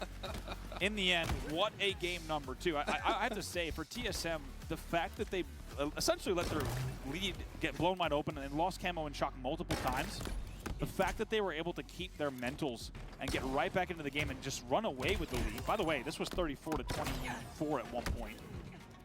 They had that lead challenged yet again, and I'm just impressed with what I saw from TSM in game number 2. First esports commentator in history to need a dedicated mathematician alongside him. Just standing right here, yeah. He's going to nod. No. I love the idea that we have a statistician that just, as you start to analyze any numbers, they start to just shake their head. No.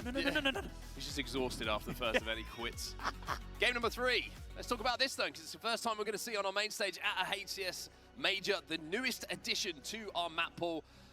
Vegan-friendly Lattice is going to be game number 3. The greenest map yet to come to the Halo Championship Series. Also gluten-free, by the way. King of the Hill Lattice, as we said. Now, I want to focus on specifically not just the map opportunity here. I think there's 2 pieces. You and I, before the event, were talking about how Lattice is going to provide an opportunity in a series exactly like this, right? A lower... I know you're still laughing about the numbers. Lattice presents an opportunity for a team just like TSM against a team like Shopify. If they've put in the work, right, it will pay off. You'll find it more fun than that. I'm devastated. It will pay off without a doubt. But there's a second piece here. As I said, TSM has looked very strong in the past few weeks. in King of the Hill and in Strongholds against Shopify. So they could steal this game number 3. They truly could. And if they had a 2-1 series lead, this series number 1 would just be completely turned on its head for sure. Yeah, it's interesting, isn't it? Whenever you throw a new map into the rotation, it's usually one game type, maybe a Slayer plus a objective. But the fact that we've got 3 game types on Lattice, it's a real test for players, especially this late into a season when you're starting to get comfortable with a map pool that is very deep, like Lot was saying on the desk. To have 3 thrown at you, and you're going to play 3 different ones throughout an event, even though they've had a lot of opportunity, like we're talking between events, to get some practice in, to find what that flow is going to be.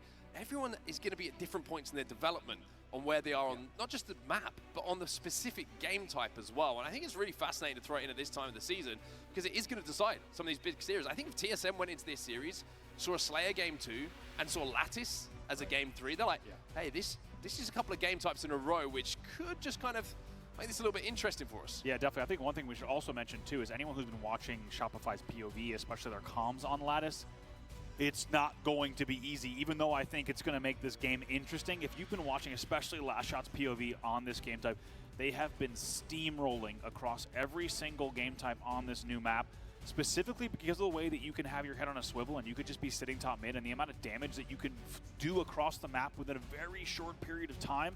It's remarkable to watch. These guys have been clinical on Lattice, and it's not good. Even though I think TSM has played well in terms of this type style of game type against Shopify, Lattice is Last Shot's got one of those Sure. If this was an oddball, maybe I'd be looking at TSM and raising an eyebrow, being like, hey, maybe the you power can bank get a that can bit split freaky into on this 2 one, and still be just used wanna as like hand that is a warmers. Control-based game type in King of the Hill, where you're going to have 4 of the best bandits looking at you, plus potentially a sniper rifle as well, dumb which is stuff such my a brain difference maker notices, on man. this map.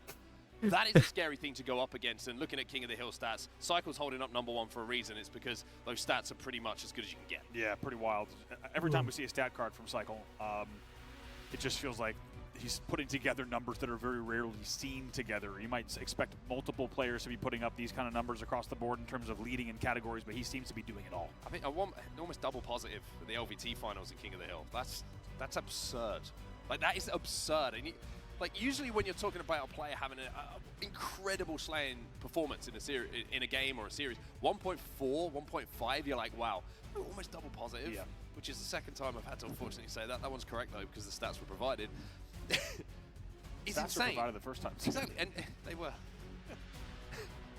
But for him to do that as a player as well, who I think has so many more strings to his bow than just the kills, it's just testament to what a talent he is. Honestly, we've talked about it a lot, but especially what these 4 and specifically Cycle and Last Shot have done, it feels like only 24 months ago they were the most talked about newest players on the scene. It's amazing how I think everyone has just, you've been forced to accept that these are 2 of the best players in the game, and you think of them differently because of how much they've accomplished in such a short period of time. I think as well, you throw a championship on top of that. That's the big one, right? That's now it's like these 2 are 2 of the best in the game. And you can't argue with it because like they've won a championship, like proven it. Yep. And I think you look back at like Legend had to go through that, Bound had to go through something similar last season as well. It's like these 2 players are great. Are you winning championships? Now you're in that conversation, and I think now that they've got over that hump, so to speak, and got that first championship on board, this is a scary looking and different looking Shopify Rebellion. Really isn't. It feels like they've unlocked. As the season has gone on, we already knew that they would be such a threat to the year, but as the season has gone on, they just seem more and more dialed, I think is the best way to put it. Other kind of teams, if you look at their last few weeks and months of play, there's just a little bit more volatility in their placings.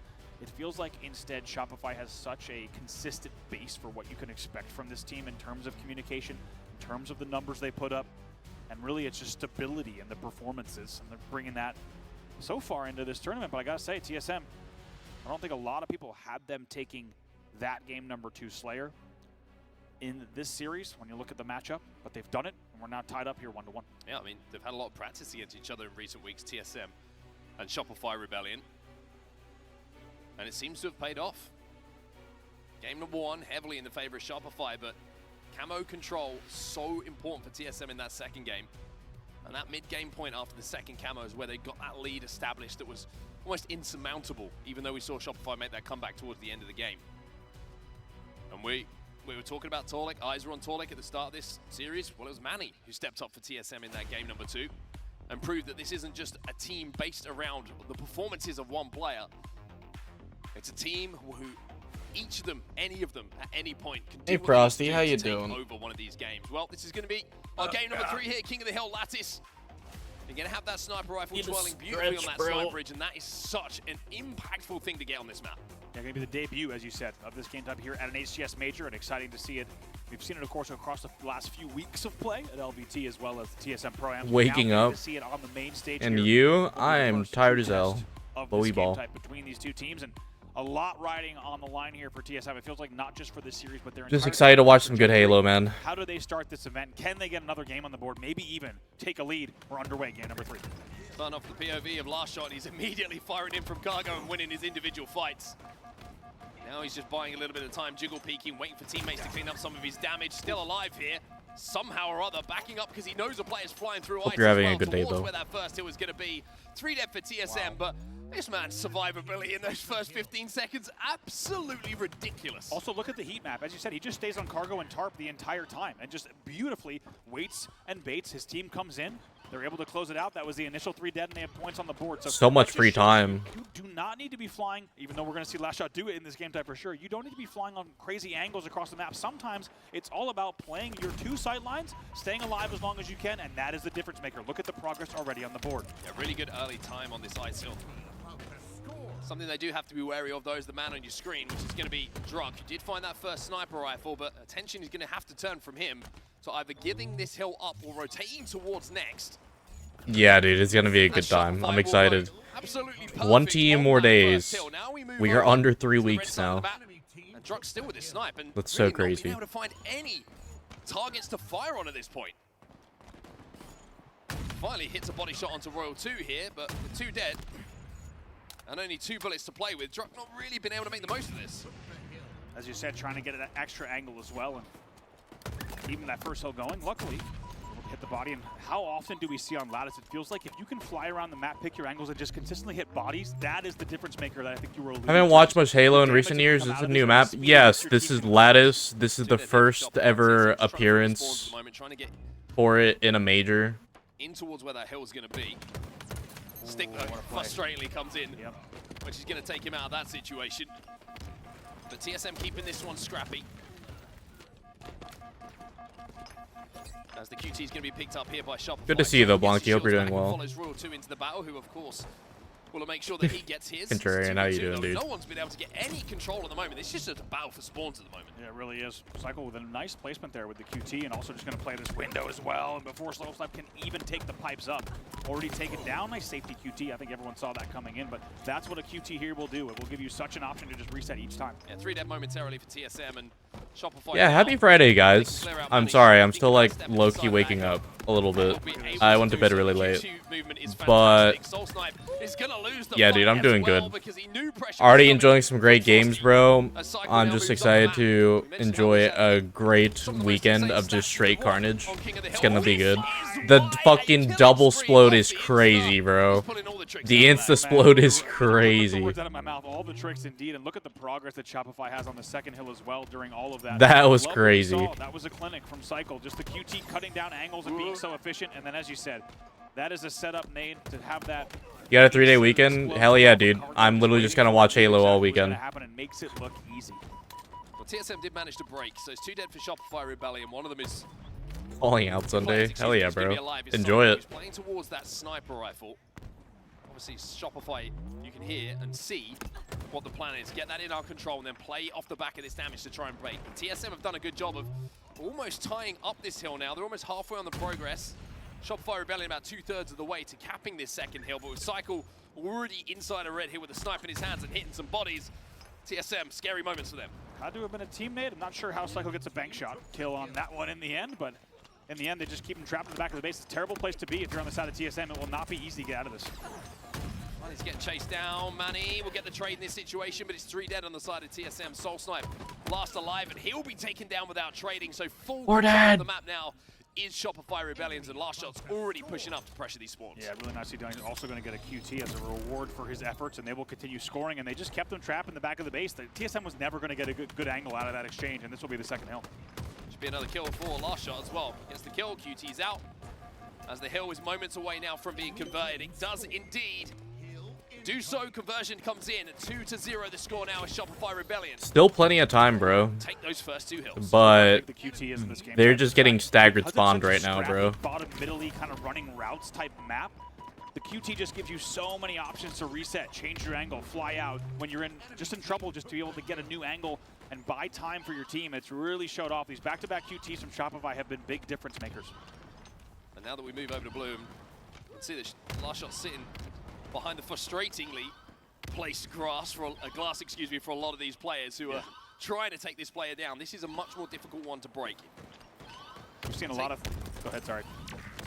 Taking this guy down is pretty annoying. Yeah. That's all I wanted to say. I was going to say, we've seen a lot of things that look like a kind of a high school dance around the green pillar there at Glass, where it's a little bit awkward and you don't know where to go, and if you wait too long, you're probably going to be on the receiving end of multiple guns and a team shot coming in if you're not able to get those kills in green fast enough. 4 dead for TSM. Royal 2 back behind Glass as well. Stepping inside of this hill. All right, 2 minutes who and do you 22 guys on have game taking one the at major, bro? Is going to be able to find a way through, but now you're going to see the prime example of what we're talking about. It's so My top frustrating 2 are probably sometimes going to be the same it's always to been see that player for like this year. not Probably being just able to do it Rebellion as and quickly and Optic. efficiently as My you wild want card to. is FaZe, bro. Might I would like to make see the push FaZe now. take a win. Towards Cargo to try and force their way in towards this hill. 2 dead for TSM again, and with the pinch coming in from Cycle on the other side, who has been taken down, we now should have a straight 2v2 gunfight for hill control. Oh, beautifully done. Look at this, just baiting and switching. Last shot should clean up this one. And as you said, equally annoying sometimes from both sides, but the hill will go. Beautifully done there from Frosty and Last Shot. They pick up more kills as well. Look at that yet again. It might be 4 dead in just a second. But still, once again, right after scoring, it doesn't matter if it's CTF or King. Shopify is not only in control of the scoreboard, but they're still in control of the map. Feels like at every different time. 2 dead yet again. Yeah, still in control of the QT as well. Last Shot is having fun at the moment. He leaves one battle after completing He it. loves the He'll move QT. somewhere else on the map to contribute to another. He is just flipping Oh, that's unfortunate. his position on a dime at the moment, using that QT to influence so Bro, many that sniper fights. model checks me out. And now they got the snipe as well. This is not looking good for TSM. It just feels like they go superhero mode because they're already 3 dead, by the way, still for TSM. It just feels like they're already everywhere on the map, especially with snipe control. But when you add a QT into the mix, Royal 2 might do it. Here he does! And he gets the help to make sure he doesn't get taken down. But it just feels like they can go superhero mode. The because they're already live. so annoying from every angle on the map. In the end, that'll be traded out. 3 dead again for TSM. The slaying dominance just continues and feels like it's even getting worse. Yeah, it feels like Shopify are making a little bit of a statement here. We are on the snipe side hill at the moment, which is one of the more exposed hills that we do have here on Lattice. And it looks like Shopify just want to pick up kills. They are pushing the spawns of TSM. They are not letting them anywhere. Even near the 50-yard line, it feels like at the moment. Love how my man's real dude never used the Shopify nameplate. On the map, onto the spawns. Bro's just gotta of establish TSM, he's and they're just Himothy, getting you know? absolutely Suffocated. Just a few ticks away, to be honest, 25% of the way from closing out this game. And it's once again, what a story from Shopify, the way they've been handling and playing this game type. How you doing, Grunt? Good to see you, homie. Last shot. Doesn't miss. Druck is going to be last alive. He is inside of that hill as well, so they're going to know his location.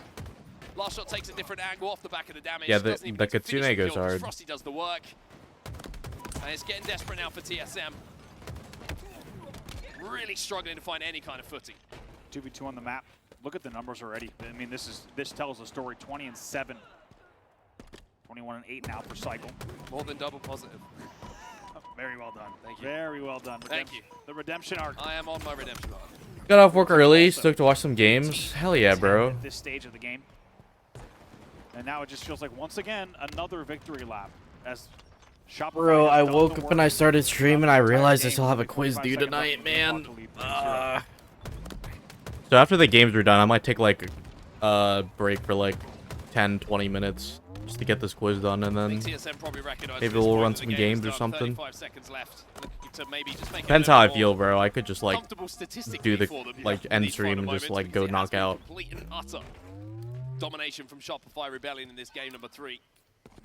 And now that Shopify step back into that hill, excuse me, TSM step back into that hill, Shopify might be forced to try and break and make this a little bit cleaner on their side as well.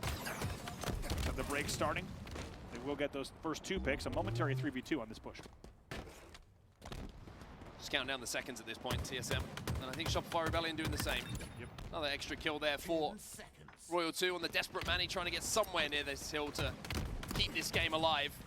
Royal 2 is going to slide in on Torlik. He's going to win that one as well, and even though he's traded Jeez. out, that'll be 22 kills for Royal 2, 22 for Cycle, and a clean victory on Lattice, King of the Hill for Shopify Rebellion. They take their lead back. They're up 2-1. Once again, the second time we've seen an objective game type in this series, and the second time that we've seen Shopify nearly flawless in that game. Really reminiscent, actually, of that game number 1, just of the way it ended, right?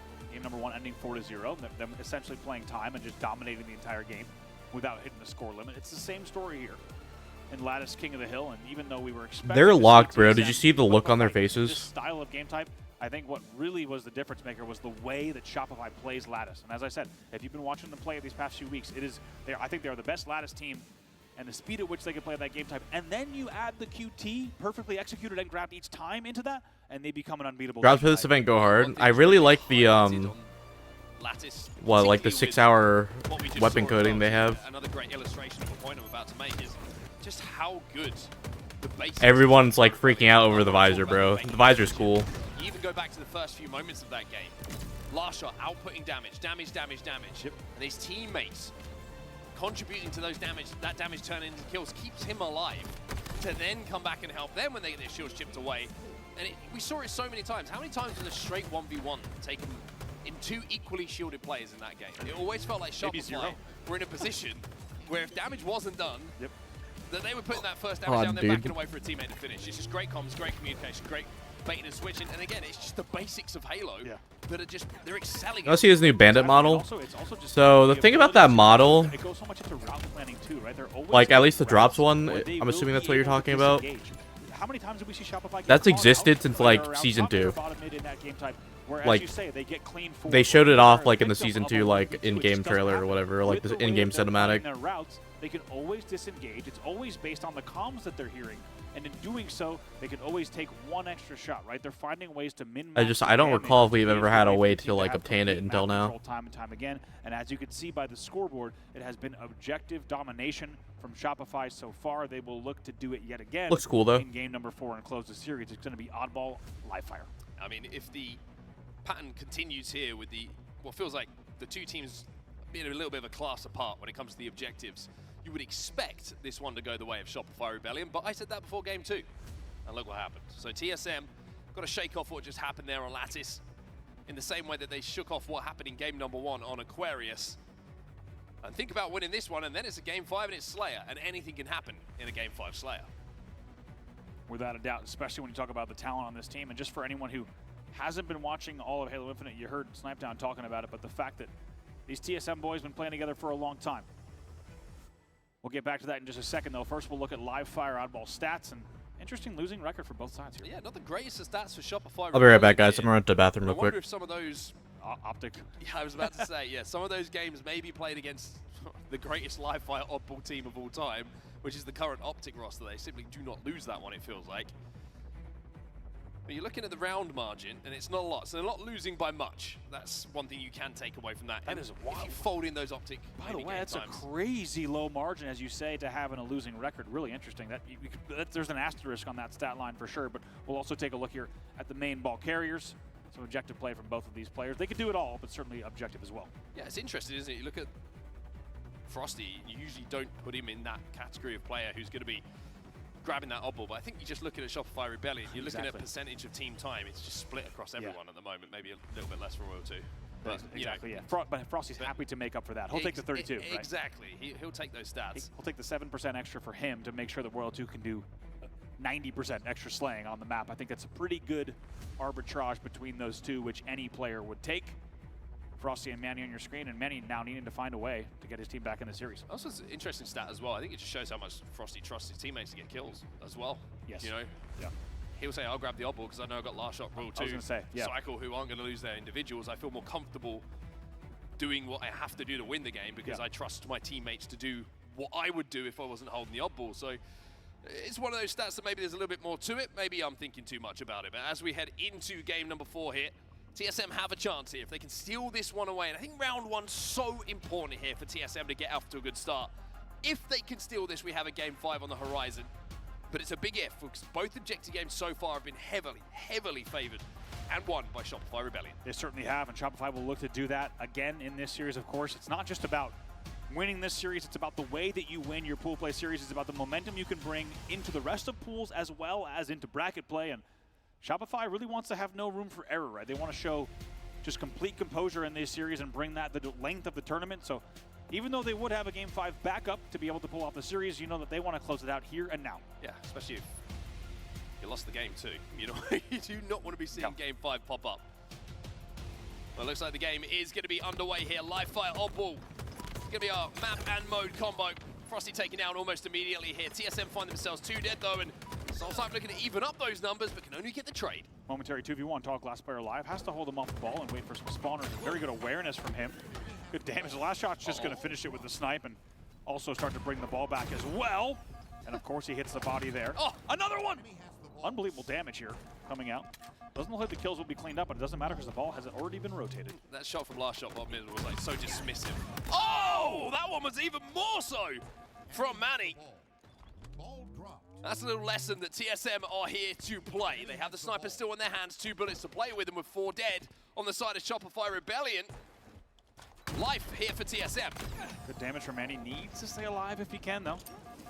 He's able to do so. They get the first pick as well, so they will continue scoring and they take the lead.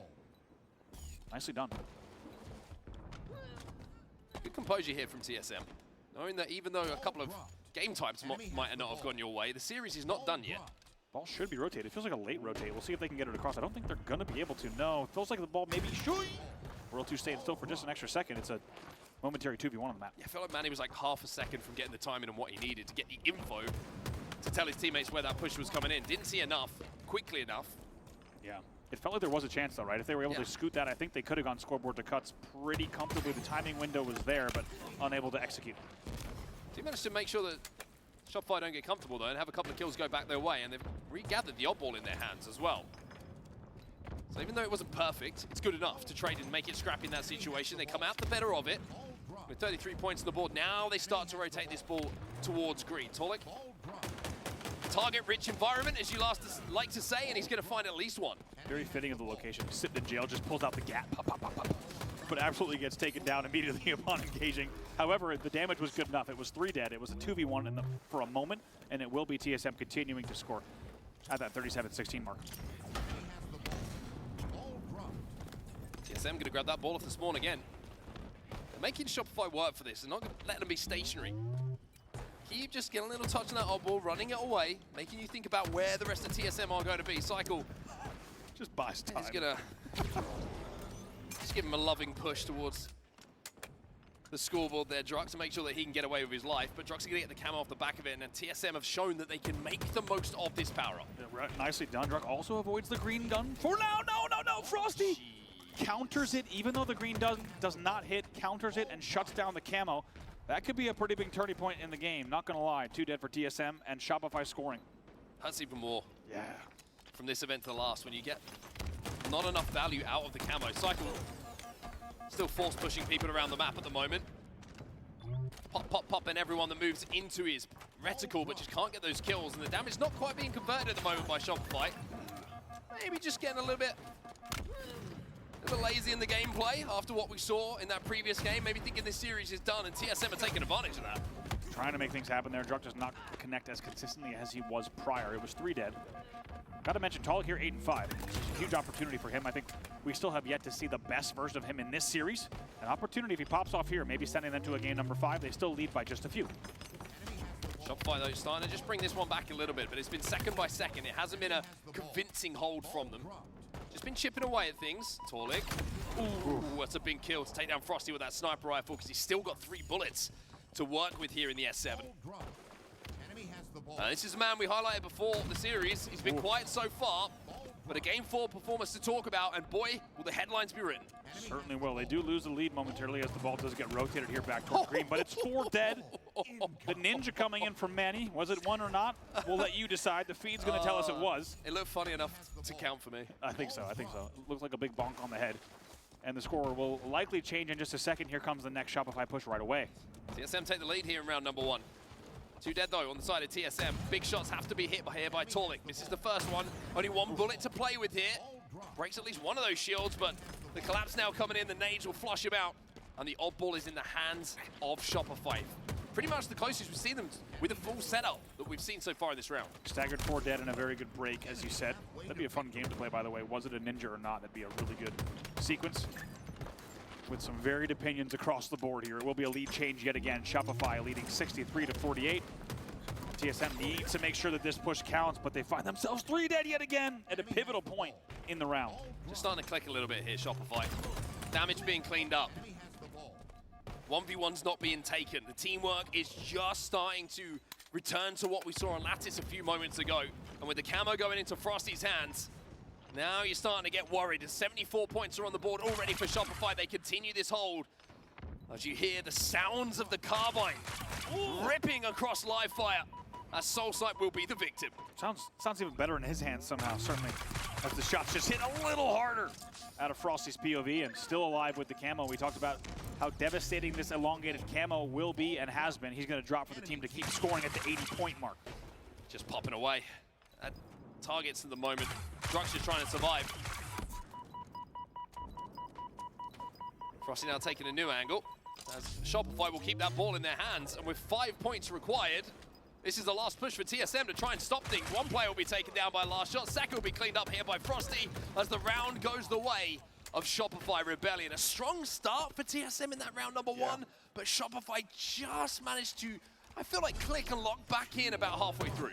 Honestly, it really was as we jump in here into round number, and we get a nice BOV. Shout out to the team in the back for letting us see the Ninja one more time as we get into round number 2, but need to see more, I agree, from TSM. Let's not forget, they were leading at the 38-point mark, and it feels like all they had to do in that scenario was just go ahead and get themselves a little bit of a 3 dead, staggered into a 4 dead, and like we talked about in the Slayer, it just feels like time and time again, if you let Shopify get away with a 4 dead, it's such a high risk. Oh my! A visceral sniper shot from Soulsight bottom middle. Forget what I was even saying. I feel like some bullets are made heavier than others. That one was hefty. He had his name written on it. And it takes him down, without a doubt, at the key door.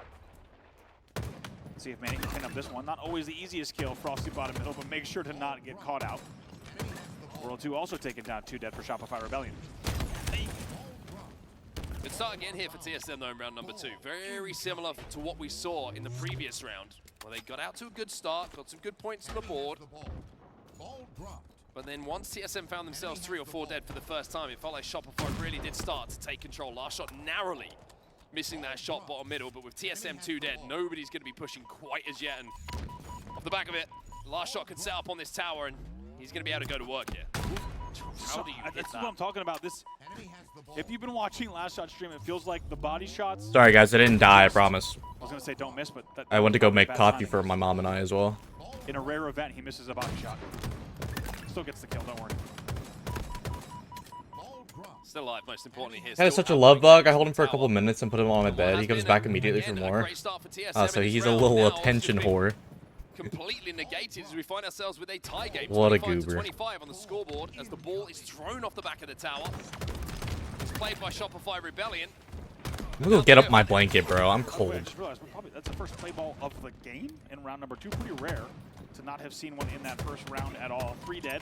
Frosty last player alive and doing well to get enough damage. It's a staggered 4 dead and maybe an opportunity for TSM to start to run away with this and good initial damage as well. They get the first pick. This is one of the rare opportunities that Shopify will find themselves 3 or 4 dead. You have to make the most of this, TSM. This is an opportunity that is rare, that is golden, and with an oddball in your hands and a full setup around the map as well. Ooh. You can't give away 3 deaths. They get the first kill, they're looking for the second, but Shopify are picking them off one by one here. They really wanted that camo. And even with the ball moved to green, the pressure is going to come on you, and imagine a play ball's happening pretty soon for TSM. Should. Actually, they're going to try a rotate. Yes, they do. They get away with the rotate. And right now they hold for a second. Cycle wants to waste no time. Here he comes. Jeez, are you kidding? That's the timing that I'm talking about with Shopify. Cycle knew what they were expecting. He knew the pre-nade was coming, and he knew he could fly underneath it and gets the double kill. Cycle's playing, if you're expecting Cycle to be flying at you at 100% speed, he's flying in at 100%. Okay, now we're cozy. And he's beating you at the timing game and getting away with breaking the setup. Think about where we first jumped on the POV of Cycle with this life, by the way.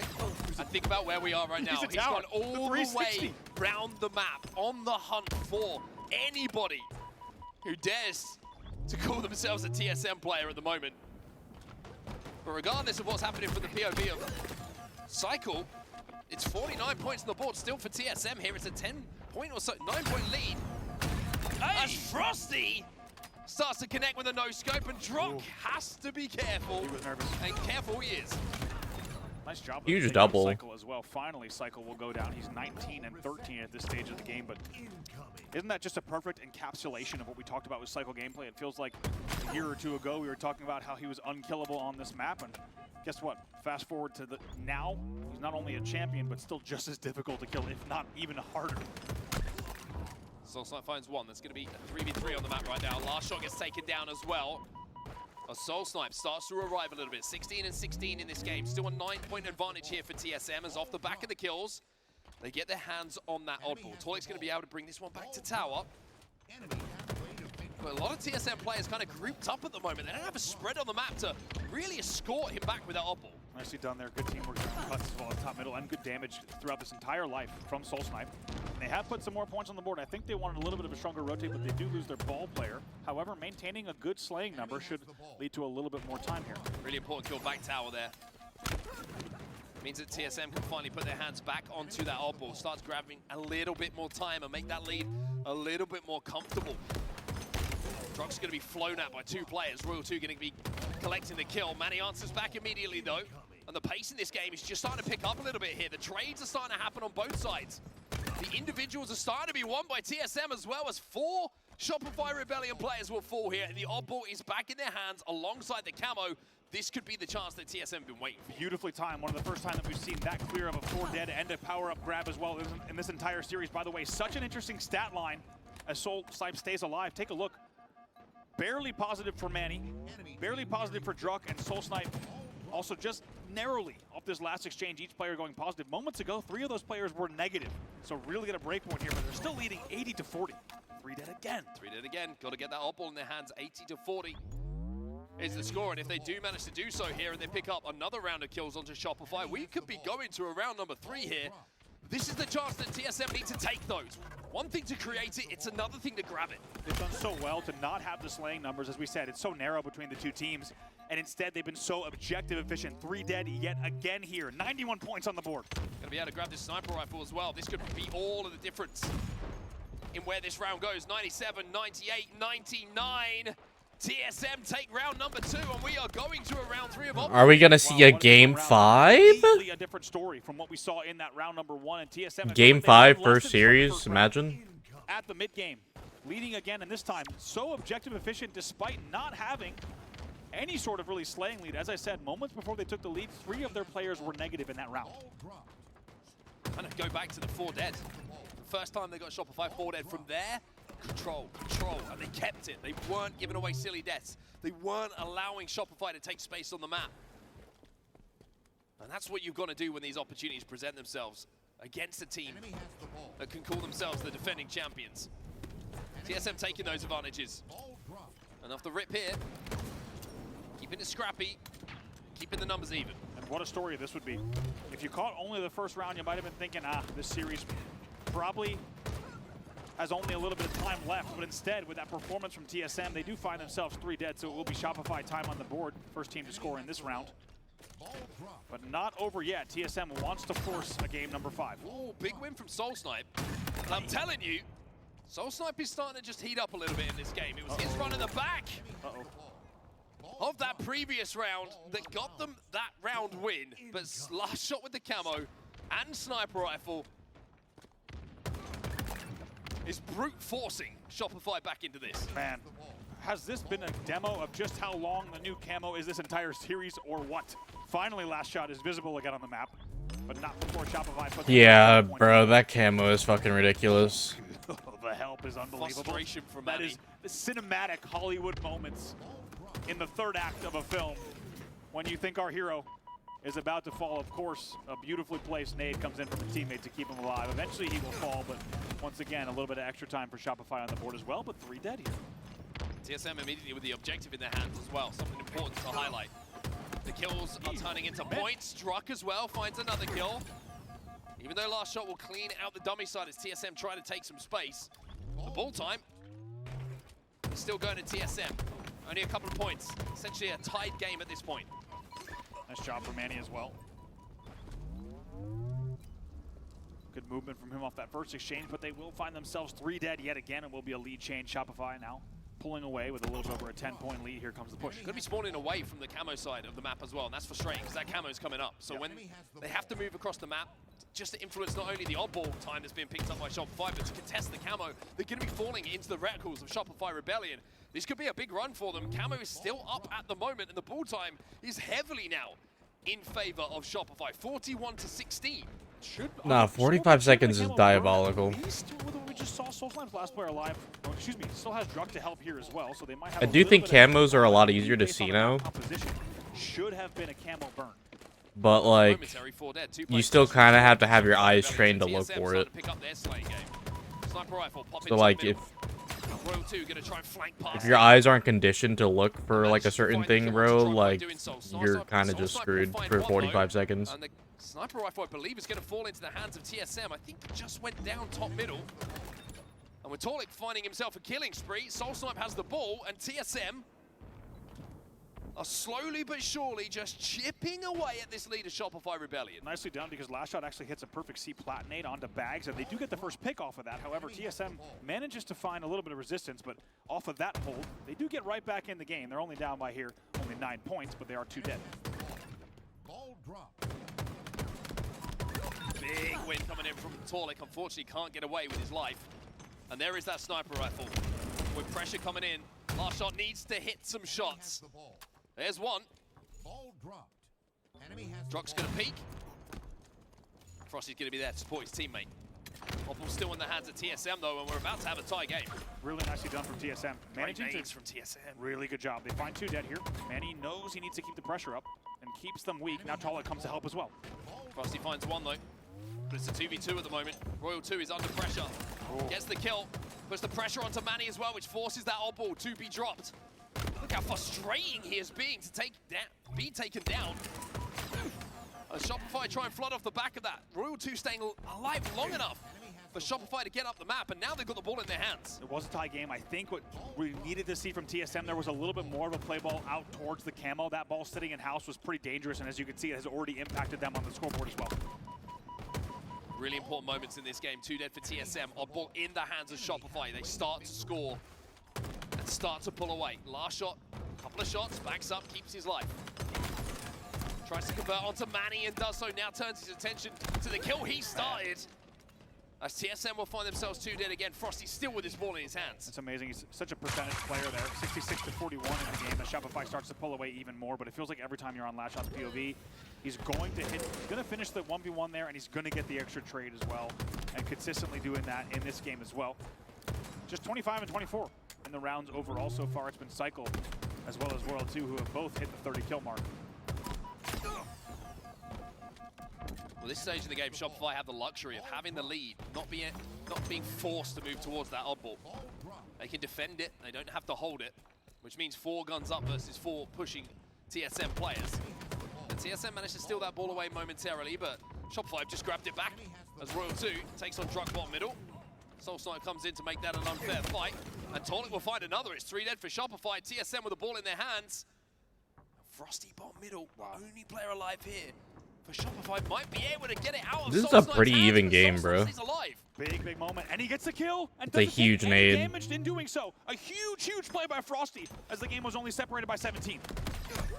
Oh Frosty finds a second. Because of that, he's able to get that Most second kill. importantly, now the oddball is in the hands of Shopify. Oh. Druck has a sniper rifle bottom middle, and TSM are starting to throw bodies towards this oddball, starting to win some fights, and Druck has a lot of responsibility now with this S7. What a play there from Frosty with only 53 seconds left on the game clock.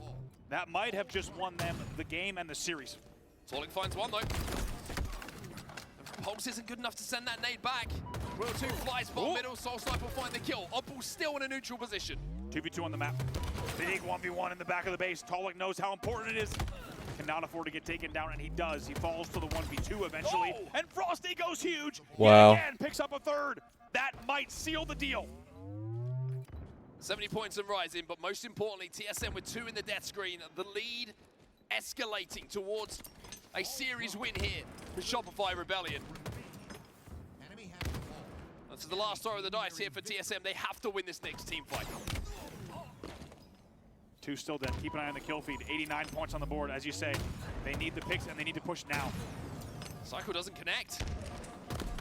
TSM flooding. Two players going to be killed by last shot. He finds the double kill. Druck is last alive, and he's nowhere near this oddball. This will be it. TSM 4 dead. Shopify Rebellion with a round 3 win here on Lightfire oddball, which will turn into Dude, I actually thought we were gonna get a game 5, low-key. That's crazy. And it feels like that third round really sums up our story of the series, doesn't it? It feels like even though we saw moments of greatness from TSM and a lot of back and forth throughout that entire series, when it came down to it, when Shopify was backs against the wall in an objective position, they found the way to keep composure and close out the game comfortably. Yeah, very, very good series from Shopify Rebellion. TSM showed signs of life, but just slow to get going in the objectives.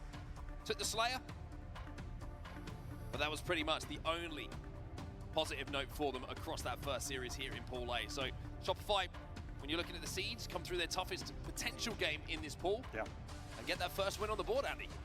Honestly, I think if you're a Shopify fan, you're very happy with what you just saw in that series, regardless of the fact that they might have dropped the Slayer and regardless of the fact that they dropped the round of ball. I think overall, if you're looking at Shopify and you're asking, is this team where they need to be this week? And I think the answer is like a resounding yes. Yeah, very, very impressive stuff. I mean, TSM, of course, now have to think about complexity and that big matchup that's going to be coming up in Pool A as well, because we mentioned actually looked pretty darn good in some of those events that we've had between the last major and this one we find ourselves at. And Shopify probably feel a little bit more comfortable having got the work done against TSM in such fashion. Certainly, yeah. I think TSM also needs to be proud of what they accomplished in this series. I think, likewise, if you're a TSM fan, I think there's a lot to be happy with that you saw in that series. Let's not forget they had, as we said, big results online against Optic and FaZe recently, and TSM has a long weekend ahead, and I think they should be proud of the moments they had there. A few things to work on, but certainly it could be a long road for them this weekend. I think for the chasing pack as well, they're probably looking at that game. Probably would have been watching with like one eye on it if you're like Optic, FaZe, Space Station, Envy, and you're hoping that there's going to be a few things you take away from a series where you're like, B-stream up? A little bit weak there, but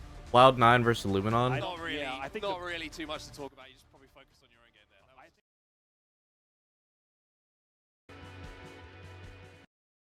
Oh, still on intermission. Envy versus Unreal Nightmare played already.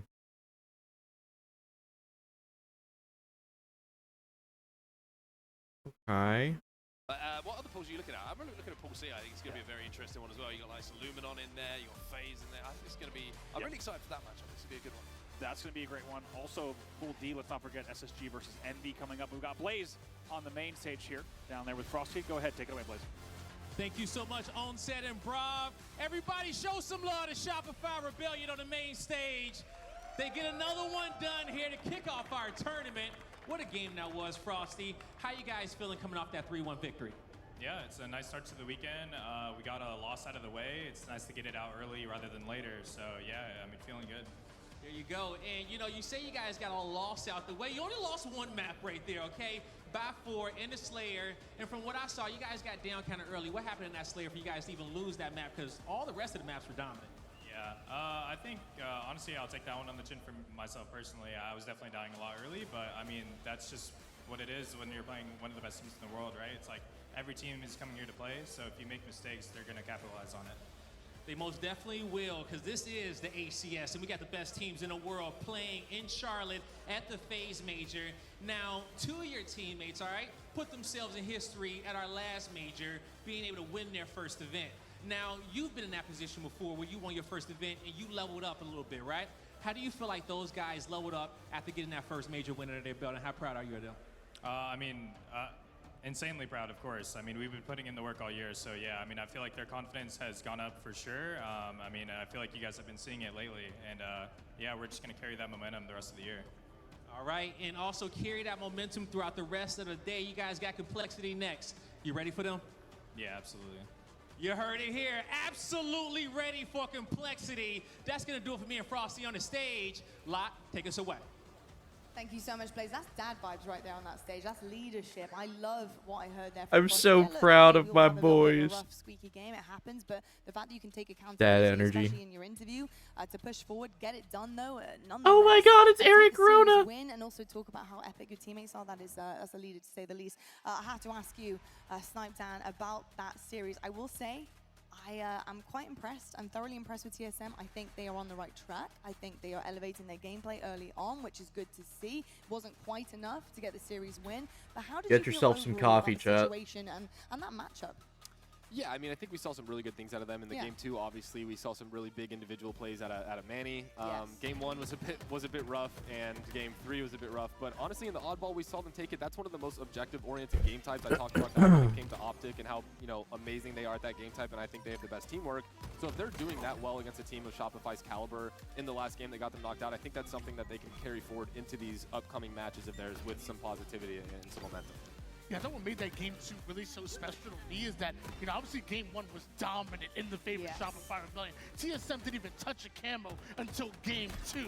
But to bounce back like that and to look at what Mandy's been able to do, normally on Slayer, he struggles. We're talking a 0.79 KD. He comes into that game 2, drops 21 kills in a Slayer. Dude, Mandy stepped it up big time for TSM. Certainly did indeed. We're going to be talking a lot about Shopify very shortly, I'm sure. So I want to kind of keep on this TSM train here. But Snipe Down, I mean, talking about that map number 2, which unfortunately we skipped here, but Manny, for me, was the win condition there. That was huge. Talking about a player stepping up, Camo being second very closely, but the Camo really is a dictator here. And it's so important to have a player who knows how to use it and knows how to push it into their advantage. And that's exactly what TSM did game 2. Yeah, if you guys were all here watching that series, you saw the play that Manny made. He grabbed the camo, and you can't really do anything when you're grabbing camo. He decided to throw a plasma grenade. He got the stick and was able to live with the camo. That turned into about a 6 to 8 kill swing. He got about 3 or 4 more, and that was real the momentum shift, and it helped them keep about a 4 to 6 kill lead for the remainder of that Slayer. And then honestly, we saw it a couple different times. Cycle kind of brought them back with a camo, and then again, another TSM camo. I think Talik might have had it, and it turned them into that 50-46 win. And honestly, you got to take some positives out of that. As far as I remember, that is Shopify's best Slayer, is that Recharge Slayer. So that's a huge win for them. A massive, massive one. I will say, in terms of TSM, really impressed with what I saw. I feel like there's some good things coming for them in Charlotte because Shopify are no joke. They are the hardest, arguably, right here, right now, especially in terms of teamwork. They are looking so, so strong. So TSM, keep pushing forward. I'm excited to see where you end up in pools, how you actually handle business against Col as well a bit later on. Folks, coming up next, though, we will see our first look at Optic Gaming. They're going on the main stage, going up against Omid. I am very excited to see what happens here next. Make sure you're tuning in all weekend long. Full play day number 1. Really exciting start, getting a little bit dicey here for Shopify, but no worries. They push through. Series win in their hands. We'll catch you guys for the next one right after the break.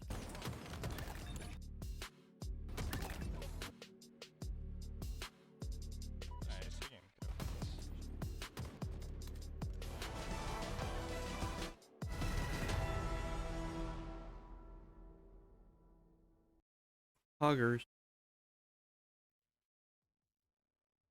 Plush convertible beanbags. Love sack. There's a bed inside, filled with our proprietary blend of hypoallergenic foam. Corduroys are American. That's not a love sack. Whoops. Since 1998.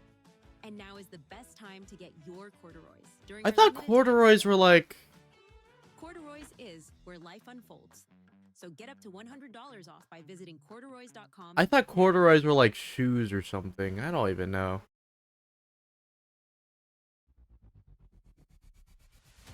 Want more Halo action? Subscribe to the Halo Esports channel for official HCS highlights, behind-the-scenes content, and player spotlights that take you closer to the pros. Stay in the loop with official updates, Halo Esports history, and our HCS and Community Top 10 series. Don't miss a second. Subscribe now. That Lucid Overkill, bro, is still probably, honestly, one of the best fucking clips that has ever, like, stemmed from Infinite. That shit was so crazy. We got 4 minutes until the next, series. Optic versus Omid. About right on schedule, actually.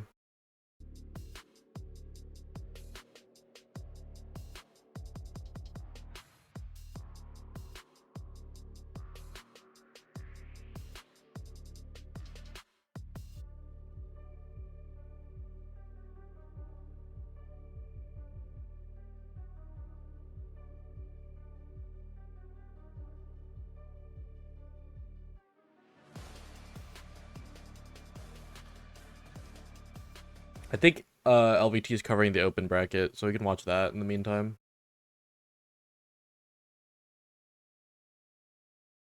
Trying to line up the back smack. It's a huge camo grab at the time they needed it most. Looks like they're aware of the positioning. Hopefully Miss Rogue is saying, wait for me, guys. I'm on the way.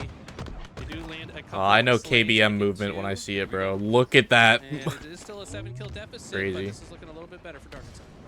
Very important right now with the situation, the lead growing for TLF to player life. And that's exactly what Miss Rogue does with just 1 HP of B's body length of health left. And Miss Rogue's still going to fly away with her life.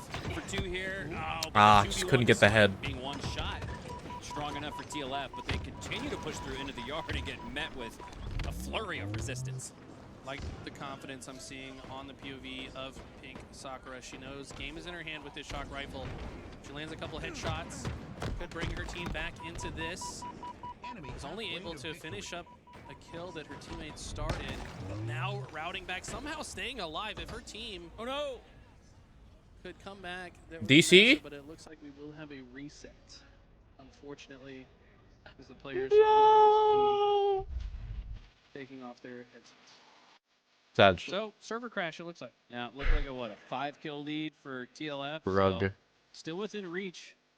Low key might be a good thing for I was Dark just Side. thinking the same thing. Because now, unless, well, it depends how the admins play this, right? Because they can just restart the score from what it was. Yep. But if it's based on differential and this starts all the way over, obviously that would be to the favor of Dark Side, so they could maybe replay the early game. I think to follow up on that point, maybe an even stronger point of contention here is I think it was far enough that we continue from what it's at. Dark Side moving to Halo was off the rip. And so down by 5, you could get that same start you afforded yourself before the reset. And we're looking at a tied up game going into the midway portion of the match as we'll reset and re-rack as both teams talking over their strategies, trying to see what they need to do to either get back up on top if you're Dark Side winning the Halo and continue with that strong showing we've seen from TLF. This is it's like an extra timeout. The way that I see it, and the way that you should see it as a player, instead of getting frustrated and check for the moment, to say, this is a timeout. Yep. And that means that you get another chance to talk through with your teammates what's been going right, what's been going wrong, maybe some adjustments that you want to take into the reset. And it feels like that's what both teams are doing right now. We see them all talking with one another, smiles across the board. And like I said, this is possibly the last series. Yeah, I mean, it will be the last series that one of these teams will have played in HCS sanctioned Halo Infinite tournaments. So this is like as far against the wall as your back can get. Glancing at the main stage, it's really hard to tell who's got the advantage in this series. Both teams look fairly positive. Despite a 1-0 lead. APG is the biggest hype man, bro. Lead in game number Love 2, it. but I think you're exactly right, Eli. I'm viewing this like if you had a chance to call a timeout before the 2-minute warning. Things are getting a little squirrely, but also things are starting to look pretty strong for Dark Side, so their conversation should be rallied around, hey guys, what were we doing in the very beginning and right before the reset? We can bring that back here as we start off after the reset. Pool to get into that championship bracket at the best position possible, primed, ready, hopefully, for a trophy lift. My name is Lottie. I'm a little bit out of breath. I was running around the venue because it is awesome in here. It is epic, and I want to see everything, all of our booths, etc. And of course, all of our epic guests that we have here as well, and one being Eric Rona. We have Sniped down on the desk, and of course, our wonderful, legendary analyst, Why Not Be Casting, always here with us. Great to see you guys. How are we feeling about this next matchup? Optic versus Omid. First time seeing the green wall. They're on a bounce back, hopefully, because the last major was taken by Shopify. So can they do it once again? They took the first 2, the first major, and then the open. How are you feeling about the green wall here, Eric? I mean, this is their moment to kind of solidify themselves at this tournament as the best team in this final year. You know, they can take their 3rd event, and I think for them right now, this is just one of those pool play series where they have kind of been a little slow at times, and we're just going to hope that they come out a little stronger. At the same time, hope that Omid put up a fight kind of like we just saw with TSM. All right, well, the green wall, they are out in full force today here in Charlotte, doing it for their fans and doing it for everybody at home. Folks, let's meet Optic Gaming.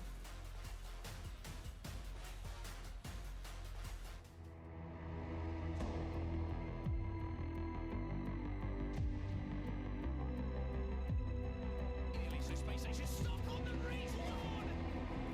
And find feels like to come up against Formal and Killtacular in the grand finals.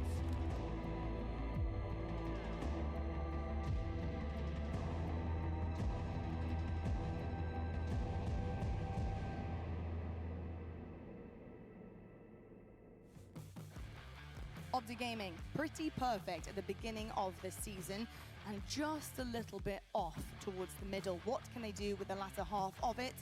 That's up for grabs from them. We'll have to find out what they've been working on. I think some of the biggest outliers for me have been some individual performances. Snipedown, it's hard not to recognize when maybe some of the players on the team are having a lackluster performance, and that's just purely because they're all so good and so skilled that it really does stick out like a sore thumb. What has been going on with Optic Gaming and some of the performances that just haven't managed to get them across the line in the biggest series that they have on a weekend?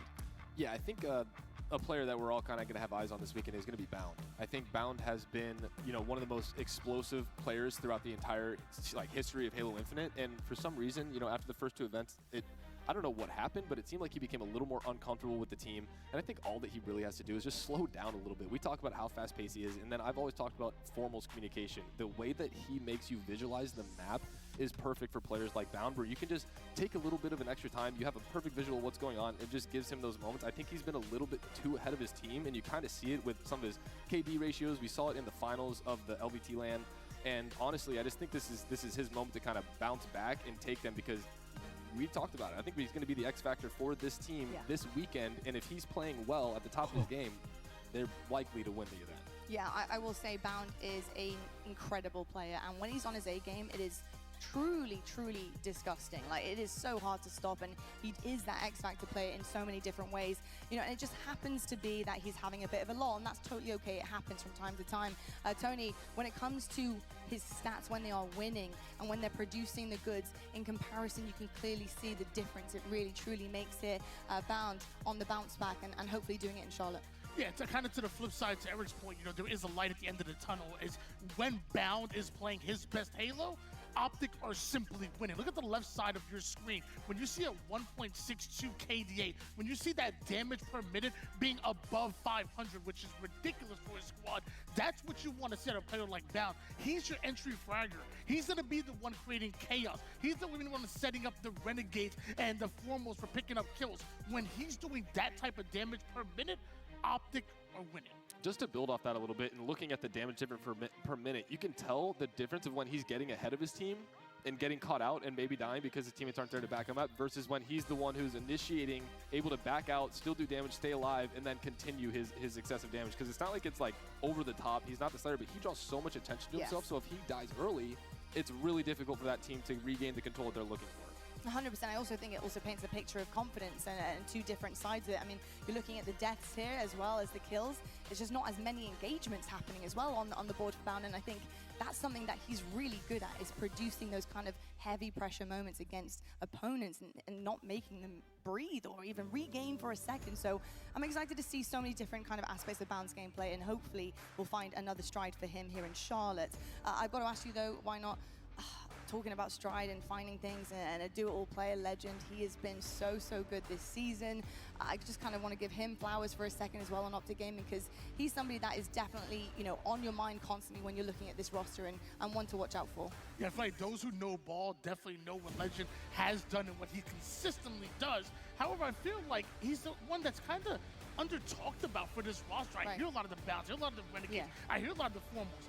Legend dropped a 1.76 KD for all of SLC. Now, mind you, let me put that in perspective. When you think of Legend, you think of one of the fastest capture the flag runners in the league. You think of that player that's first in the strongholds, first in the hill. He even does ball time as well. He does a main load of the objective. So for him to be dropping that level of KD and KDA is absolutely crazy.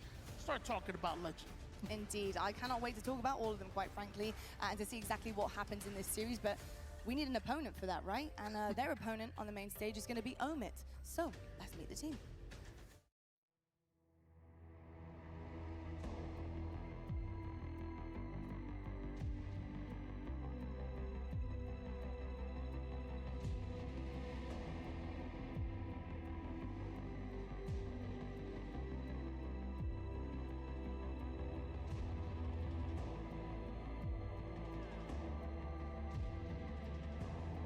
Not gonna lie, it tripped me the hell out when I saw.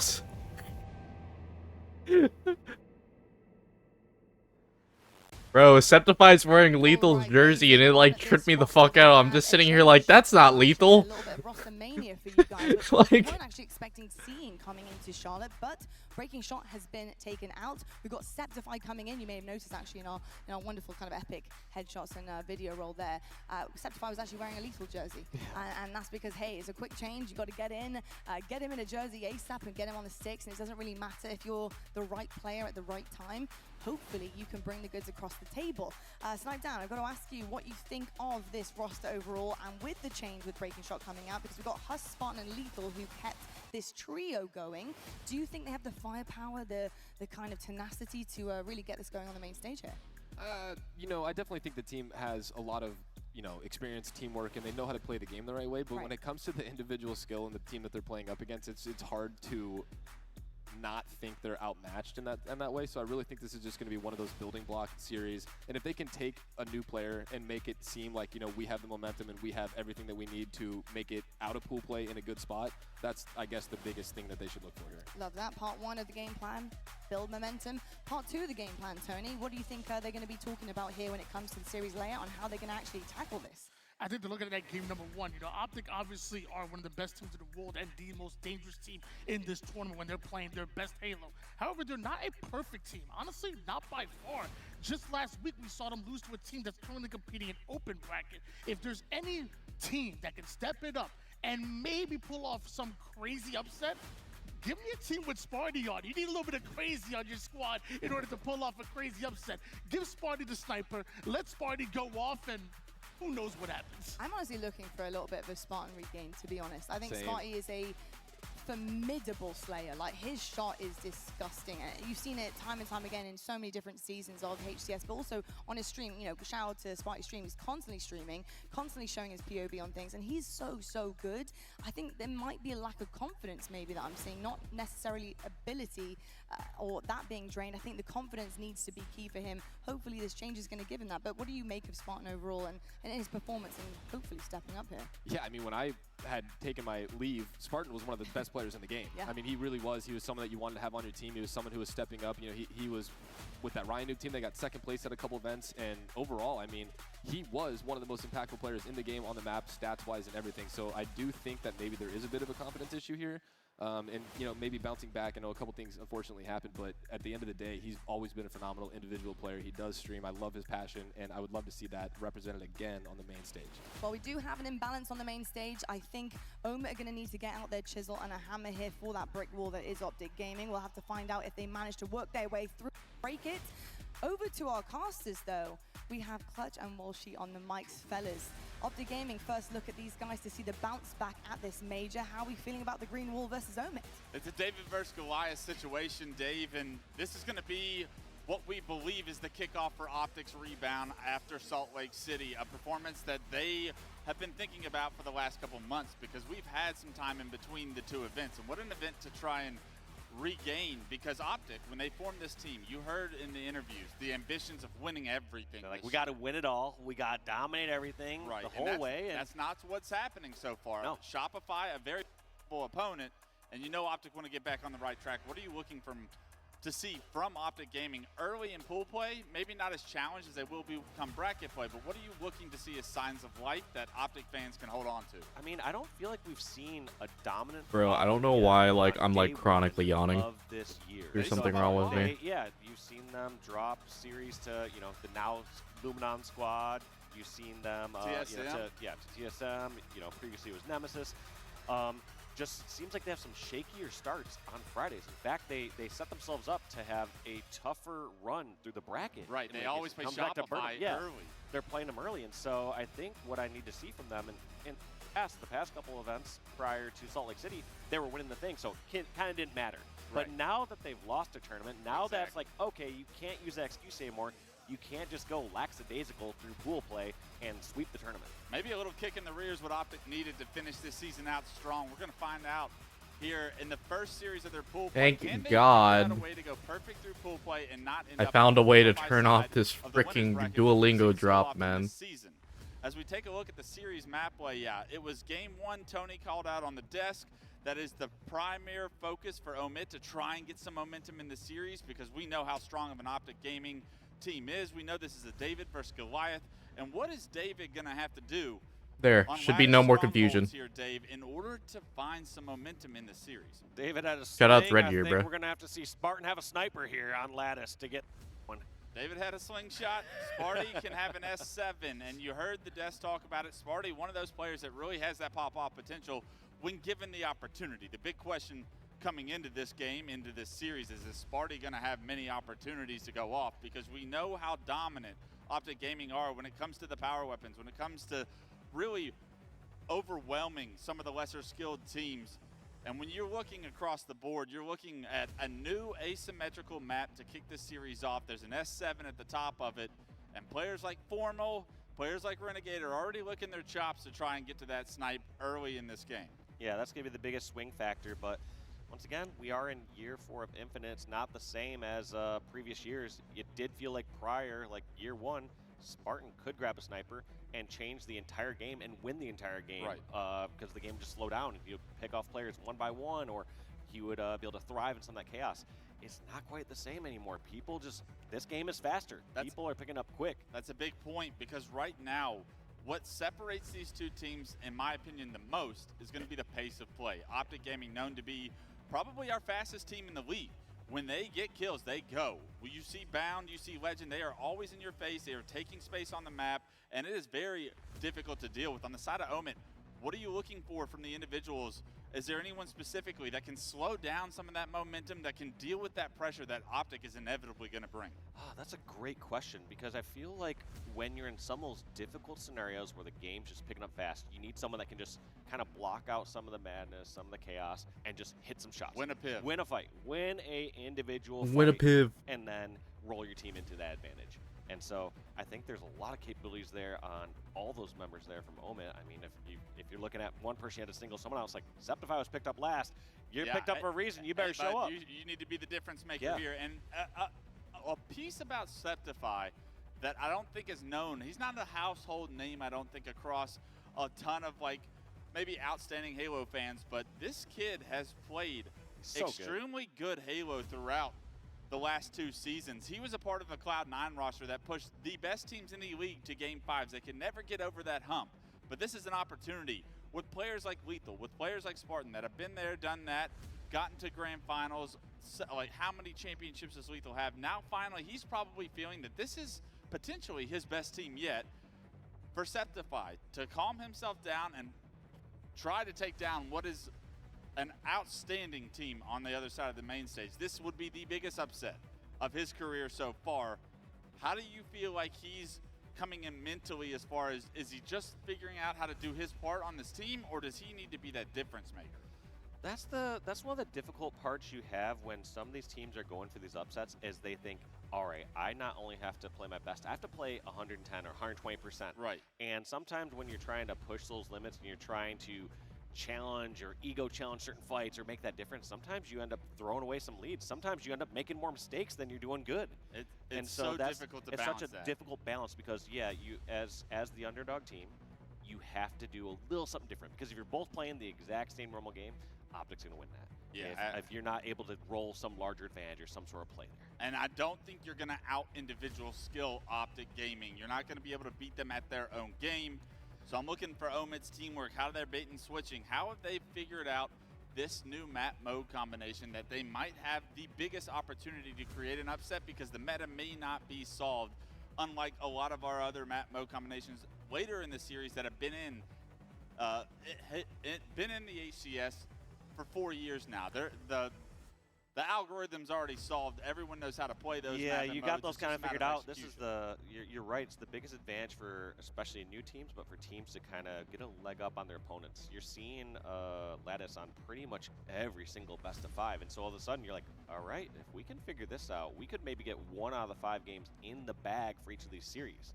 And then you kick off game 2 with the Slayer, and that's where underdogs tend to rise up and put up the biggest fight. We saw TSM win the Slayer earlier against Shopify Rebellion. Is that where momentum really goes in your favor? Can you insert some doubt into Optic Gaming on the side of Omit is really the big thing here coming into the series. Game 1 is a hell of a time to do it because you win a Slayer, all of a sudden you're up 2-0. Figure out a way to close the door, but easier said than done, especially with this young man on the other side. My MVP so far throughout Halo Infinite. Renegade, you can name every stat he's had. You can hold up all the trophies he's won. This man is the MVP so far of this video game, and there is a reason. His consistency is outmatched. Or it's not, there's no one that can touch the ceiling that I feel like Renegade has so far throughout his career. And you know he's coming out for blood this weekend because he's got to be a little ticked off that the Juggernaut squad in Optic Gaming fell short of what was their ambitious goal of winning every tournament this year. What does Renegade have to say about that on this rebound? Yeah, Renegade's been super impressive. I think you start to see throughout multiple years of the game, you say, hey, in year 1, so-and-so was good. We talked about Sparty. Sparty was one of the better players, one of the best players in year 1. Not so much here in year 4. Renegade, however, is the exact opposite. Every single year, I think he's in everyone's like top 3. He's been in the conversation. He's been in the conversation every single time. Year 1, I felt like it was like a Renegade, Frosty, Lucid kind of conversation for me. Those would be like my top 3 in year 1. Yeah, Stellar, fair point. It was pretty good. But every single year, it's like, yeah, if it's you can make a very fair argument for Renegade is a top 3 player individually every single year of Halo Infinite, and then also end of Halo 5. Let's be real. You're painting your face on Friday. That's crazy because you got H4F, baby, H4F. Saturday comes around, you got to repaint. You got to hope that guy showers in between. But we will see his face paint, I'm sure, all weekend long as the Green Wall inevitably will find themselves in the grand finals for the 4th time this year. But as we wait to kick this series off, we were talking about Renegade, and I actually want to take a step back, Dave. And throughout the history of Halo, has there ever been a player that was at the top of the game for the entire span? I mean, I'm thinking like Ogre 2, obviously, and probably Halo 2, Halo 1.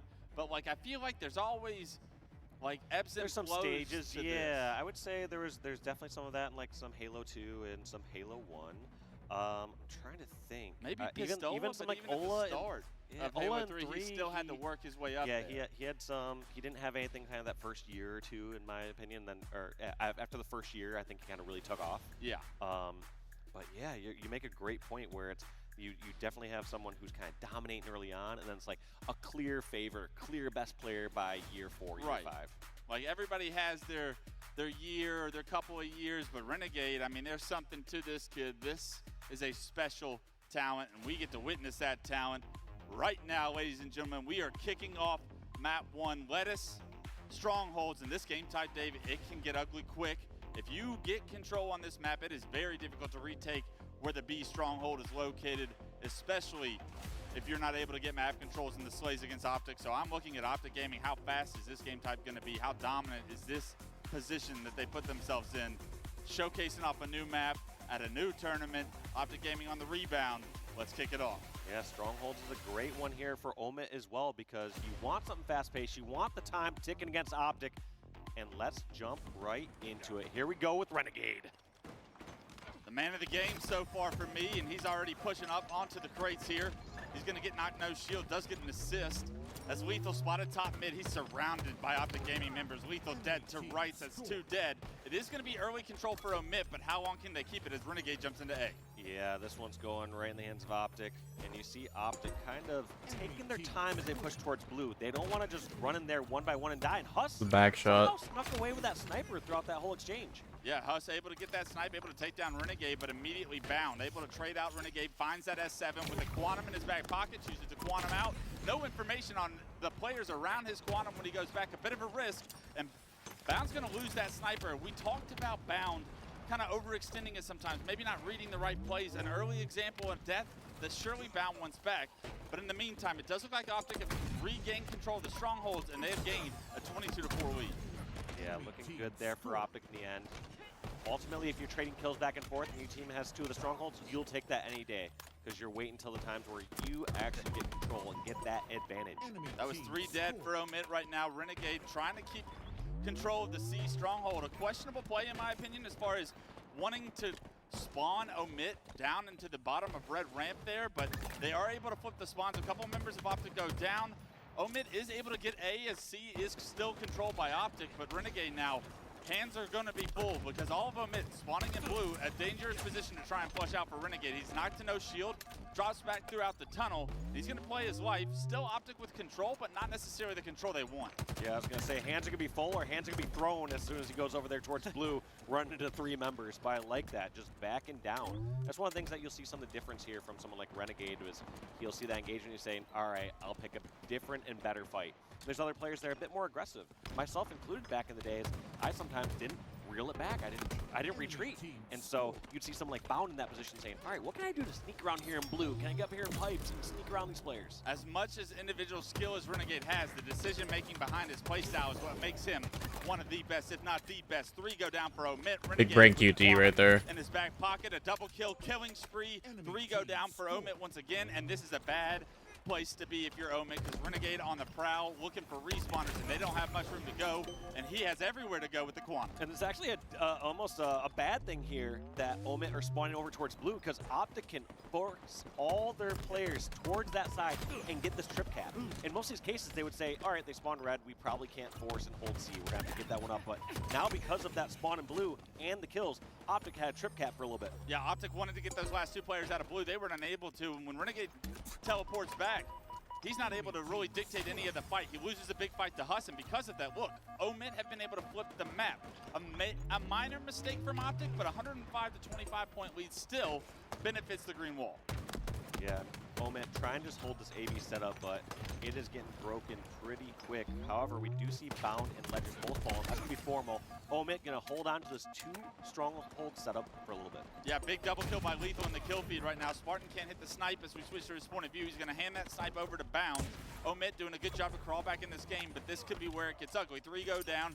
Septify your last player alive. They know where he is as the nades are coming through from Bound. He goes down, and this is looking like it could become a trip cap. All of Omid does spawn in blue.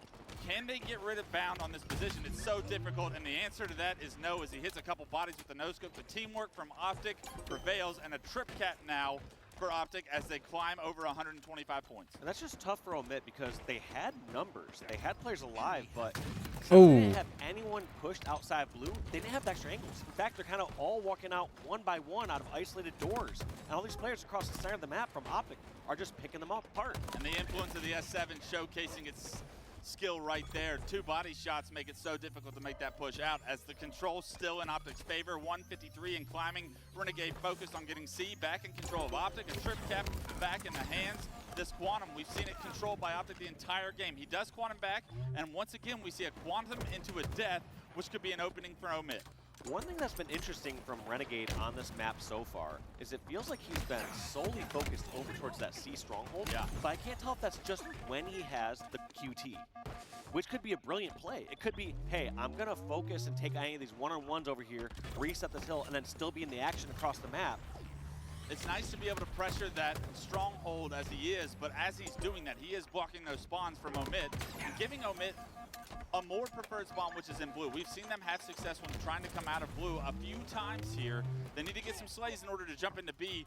Huss knows that, but as his teammate trades with the player top catwalk, he is able to jump into B. Unfortunately, a member of Optic has overextended into A, so they're not going to be able to score points here, but they do have that wanted B stronghold as Huss decides to overextend here. He needs slays before they ever think about trying to capture C, and I'm not sure he's going to get it now that he's knocked down to no shield. Yeah, and I can't tell if even C is the correct play there. I feel like after you have the B stronghold and you got blue, do you just want to revert and get towards A?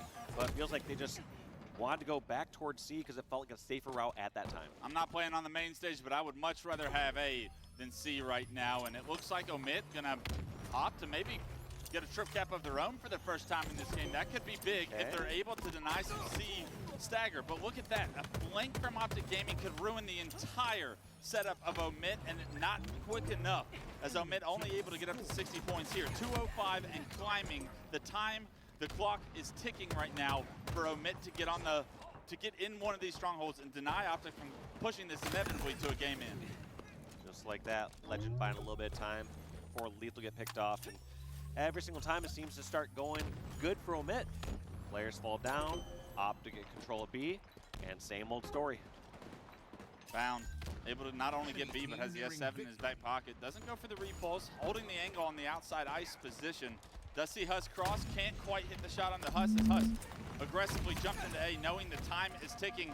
Right now, Optic only need 9 points to win. Bound trying to play his life, not able to hit the shots, and a costly death. 3 go down for Optic, but Renegade still alive. Renegade still a problem. Repulse is top mid, no shield, just being a difficult kill. That bought some time for Optic respawners here. Spartan does find that S7, but he's got to advance on this stronghold because there's not enough time for him to sit back with the snipe. It's got to get up close and personal, and can Sparty make a play? A body shot and a melee not going to cut it. Lethal is MB, but this is so difficult because Renegade from the skies, from the heavens, falls, takes him down, and is now starting to reconvert B in Optic's favor. And that B stronghold's just been in the hands of Optic this entire time. You even saw it there from Lethal. For Oh, every time Omit has gotten a setup, bro, they've been made sure to just like break it up immediately, or like Optic just breaks it down so quick. They can come from so many angles, and Renegade able to continue to make plays here. Formal trades into A. It is Omit's strongholds for the moment, but you nearly have to play perfect. 2 on 2 on the map right now. Bound finds that S7 back in his hands, knows someone is in this B stronghold. Can't quite spot Huss until Huss gets a couple shots onto him, and Bound wants to be aggressive here. Can't find the angle, and that's a big kill onto Bound to remove that S7 from his hand. Omit having AB control, an ideal 2 setup here. How far can Omit run with this? It's going to be tough. I mean, you saw Optic playing so well, and they were able to scrap up, 30 to 70 seconds at a time. You don't have that same sort of luxury. You don't get multiple setups. Right. You have one setup here for Omit. You don't get they get broken one time, pretty much game over. Can you be perfect is the question. Huss wins a body shot, but not able to finish the kill. And by the time he relocates, Renegade gets his shield back. Renegade puts Huss back in the death screen. They hop into A, and Dave, this is where the game could end. 3 went down for Omit. There's a player trying to play his life back here. He does a good job to stay alive. That was Lethal, I believe.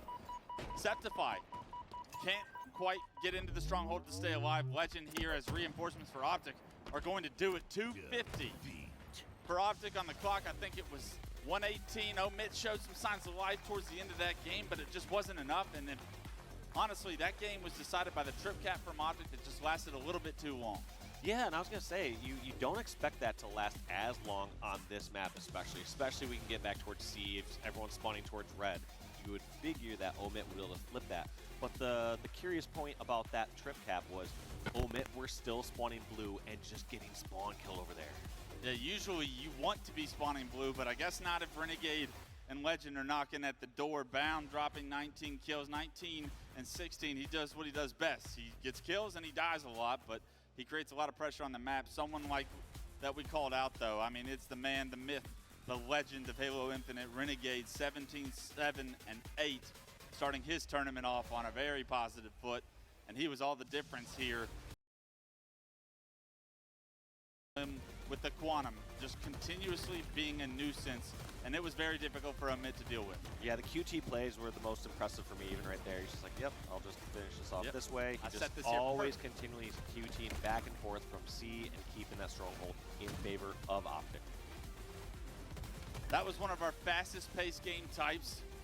And now that it's out the way, you saw how difficult it was for Omit to kind of deal with some of the pace change, but there were good signs of life here. Omit was winning some ones. There was a Huss win against Renegade, bottom ice, that was a big time kill. You saw Lethal with the double kill as Optic tried to push onto A once upon a time. So, I mean, there are these signs of life that show you that Omit can make at least some plays against Optic, which is good. This live fire Slayer is everything for me for Omit because you have to win the Slayers as an underdog, especially when game 1 doesn't go your way. What are you looking at? Who are you looking at as live fire Slayers next up to create more opportunity on the side of Omit?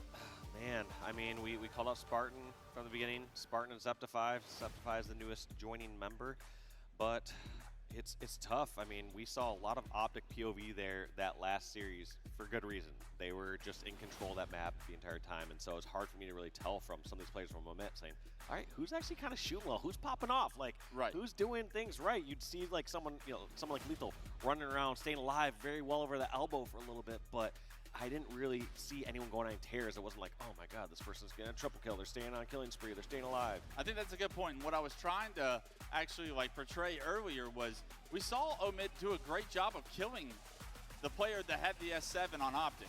They even got the S7 several times. They just didn't go off with it, right? And you have to take advantage of those opportunities when given, because if you don't, Optic are eventually going to find ways to make plays. If they can continue to get the S7 in their hands, it's a matter of, now that we have it, we have to put it to work in order to create to lessen the divide between what is Optic Gaming and Omit. You need individual pop-off moments. Livefire can honestly provide that for us with the S7 once again being featured in this series, and I am looking at Spartan the Dog to try and get. Uh-oh. Buffer? Why are we buffering? Buffering? Why are we buffering? Is chat panicking? His hands on that S. Not been the strongest Slayer team, and when they lose their Slayer. Good way to know if it's you. Just see if chat is like having a stroke. Later is how many of those game losses were like to Rebellion or something Shopify. like that? It was me. All of a sudden, yeah. Somehow. They probably lost about 4 of those Slayers. Turns out they play 5 of those Shopify a lot. Slayers. And when they have not won the tournament, aka SLC, it was because they did not win their Slayers. We did see TSM beat them in a Game 5 earlier this season. We have seen them drop big-time games, and it has been those Slayers. So I'm looking at Optic. How do you sharpen up? How do you improve your Slayers? Because that's got to be where your focus is as far as looking back at SLC and saying, where did we drop the ball? It was on these game types. What do you think they've done over the past couple months in order to improve their Slayer game? Knowing someone like Lunchbox, these games have always been so close, and he's got to be telling them, hey, we got to find the right moments that we're taking our risks, that we're making these plays, that we're rolling these advantages, because you'll see these players kind of go a little willy-nilly with their early lives. They'll say, oh, whatever, I'm just going to charge and challenge this one. It's whatever, 10 to 11 right now, it doesn't matter. But then all of a sudden, it gets 47 to 46, and people all cowered up. It's like, well, if you played that life a little bit earlier, it would be 48 to 46. That's why there's been this saying going on for a couple of years now. I feel like it's like Slayers don't start to the 30 kill mark. I'm like, oh. Yeah, you're like, hey, how about we don't get to the 30 kill mark a little bit later? Yeah, it's like my teammate has 10 deaths. I'm like, yeah, the Slayer hasn't started yet. I'm like, yeah, it is. Would you lock in? We'll see if Optic have improved their Slayers. I'm expecting Optic to really hyper-focus, especially in pool play on Friday. These are the important games to show and convince themselves that they've made up the difference that was between them and Shopify last tournament. I know they're not playing against the Shopify Rebellion team right now, but this is where you kind of are hyper-focused at being perfect. And if you're perfect here, you can translate that later on into bracket play where you inevitably will see that Shopify Rebellion matchup. We're getting started. Livefire Game 2, ladies and gentlemen. I hope you're enjoying the show. It's going to be a long weekend. Pool play always kicks off our HCS events, and I know you love to see formal with the snipe. So do I. I'm hoping we can see a little bit more formal point of view as this tournament kicks off because, I mean, we talk about Renegade and how long his dominant run has been. Feels like formal, no matter what game, no matter what era, he has been a player to watch. Right now, though, Huss has made his way top mid for the snipe. It's a bait from Optic Gaming. They're able to remove Huss from the map. Snipe is down. A couple kills going Optic's favor, and they may be able to get that S7 on top of it. Lethal trying to defend it from the cuts position. That's going to be formal, trying to put some more pressure there and dies with that snipe. PTV teammates be like, true. Gets away with it in the tunnel. Where can you set up, though? It's fine. A very underrated sniper, in my opinion. I'm going 2-13, but it's fine. Just slay harder, man. Get camo, but Septified choosing to push up the cuts there. A little bit of a difficult situation as there's so many places to try and zone out as he gets stuck right there. Gives the S7 right back. 18 deaths. And this is where it could start to pour on for Omit as Optic with full control and snipe in the hands of the deadliest sniper of all time form. Let's see what we can do with it. He knows these players over in Garage not getting any of the fights or angles they'd like to see. So this is actually a pretty good job I like from Omit because on one hand, they aren't giving the You got that clip bookmarked? I see vermin, man. They also aren't just holed up in an area. Sometimes I say, see okay, fucking they have a vermin. sniper, let's just completely hide and crouch for this long, and you don't have any map presence. So they're doing a good job of picking some of these fights or poking out a little bit.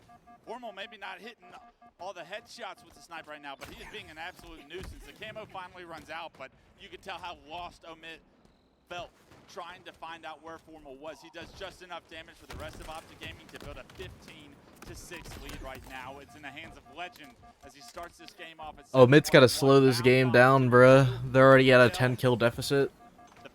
3 minutes into the game. Right now at the start of Live Fire Slayer. Yeah, they're loving this.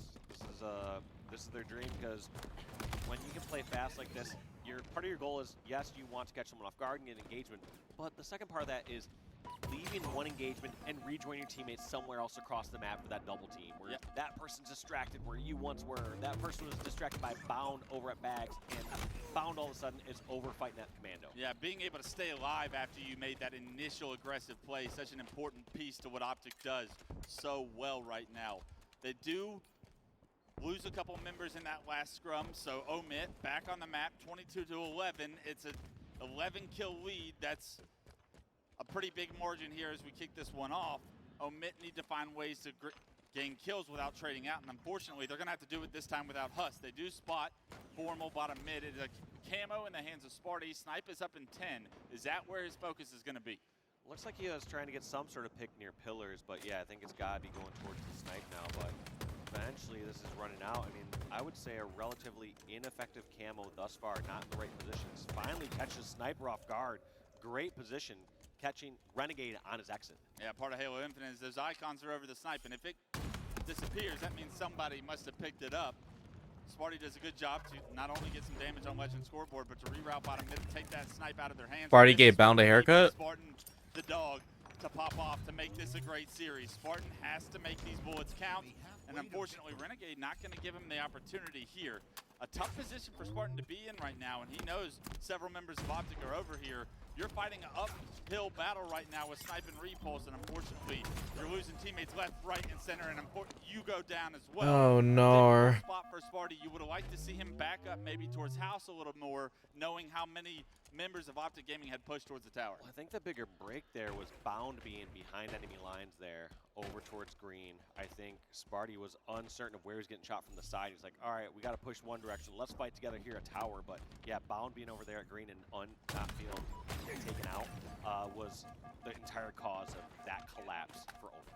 Bound doing Bound things at a high level. It is so difficult to deal with, and because he had the timing on the push, it is now given Legend the snipe. We've seen Legend hit a body shot already. Legend can't quite line up the quick scope. The challenge is a little bit egotistical there, but hey, you got the lead to do it. Nades are going to be flying. People are going to be flying at some point. You know, do you want to die now or do you want to die in a second and a half later? You have to take your shots. That is on me. I did tell him before the series, hey, could you do something cool for us? That would have been cool, but doesn't quite hit the shot. And as Legend was putting respawn, it looks like Optic's still favored in the kills. Throughout this combat loop, it's going to be a 12 kill lead, now 13, as it's 36-23 Optic in very comfortable position here as they cross over that 35 kill mark. Yeah, Lethal getting that pick across the top, but like you said, it's been around a 10 to 15 kill lead here for Optic almost the entire time after they got past that 15 kill lead when it was 22 to 11. They've just been kind of run away ever since, and it's such a comfortable spot to be in, especially when you got this next camo. Optic doing a good job of controlling just about all the power weapons outside of the camo snipe. We saw from Spartan. Bound now with the camouflage. He can be such a nuisance. And with the upgrades to camo, how long it lasts right now, Bound is going to have so much time. Takes his time, finds the back whack, finds two, and Bound will view that as a success as it's 43. Yeah, this game's already over. Why? Oh, no. Oh, no. Oh, no.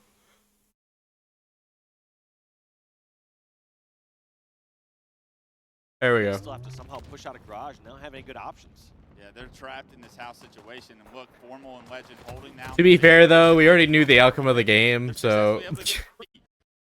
Oh, no.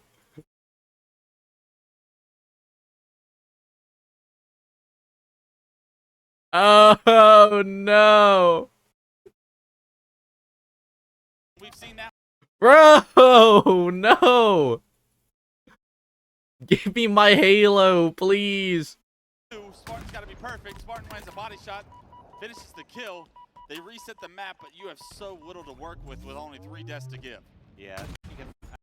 No, give me my Halo. Fuck.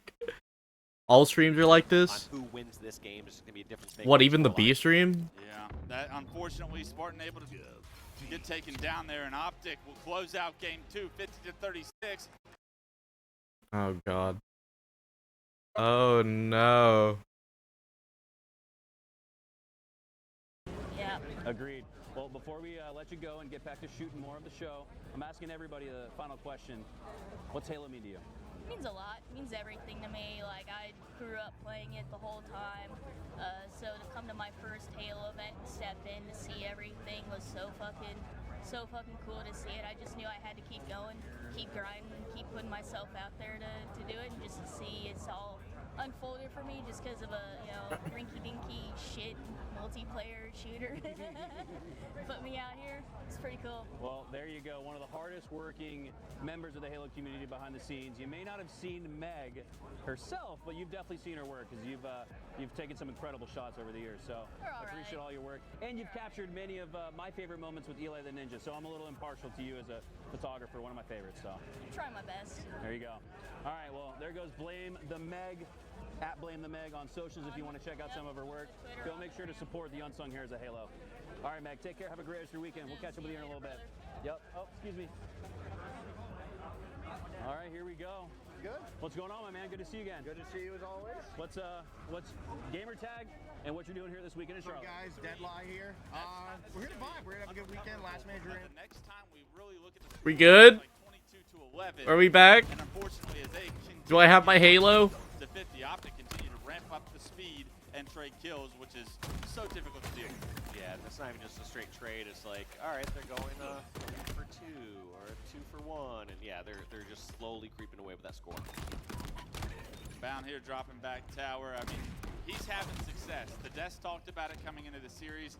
Salt Lake City wasn't Bound's statistically best event, but what you've seen from Bound so far, I know it's against Omit, a team not maybe the caliber of Shopify Rebellion, the team that Optic has their eyes set on later on this tournament, but as Bound showed you some promising things to make you believe that he can regain that top of the mountain skill that Bound has. I mean, there was no question from me ever. I don't feel like the guy ever lost it. Yeah. Always been sick. I think you having a are rough series fucking doesn't make you bad. garbage. Exactly. I think the superpower that from someone like Bound that I've always kind of. Are you trying to say that to me or the It's not stream? just him putting up big numbers. It's You not know? Bound needs to go positive. It's like Bound needs teammates that follow up the action that he creates, and so he needs to be creating openings when teammates are around. When they're ready for it. Yes, when they're ready for it. The times that things kind of go haywire for Bound's teammates is when he's trying to make something happen, nobody's nearby, and he's giving up. Both quote, and like Bound 3 on deaths, screen, right? true. But the moments that he's going in with his teammates, it doesn't matter if he gets a kill, gets a kill or 2 not. assists. Exactly. It's whatever like the difference he is. is buying time. He is doing damage. He is taking damage. He is doing everything he's doing. That's one of the toughest roles consistently, I feel like, in Halo or any kind of shooter, is being that The first entry guy. player. Yeah, that entry fragger, that person who's taking up space, creating that opportunity, because you are the difference between getting nothing. Yo, I want some Bojangles. The perfect opening for your teammates. Right.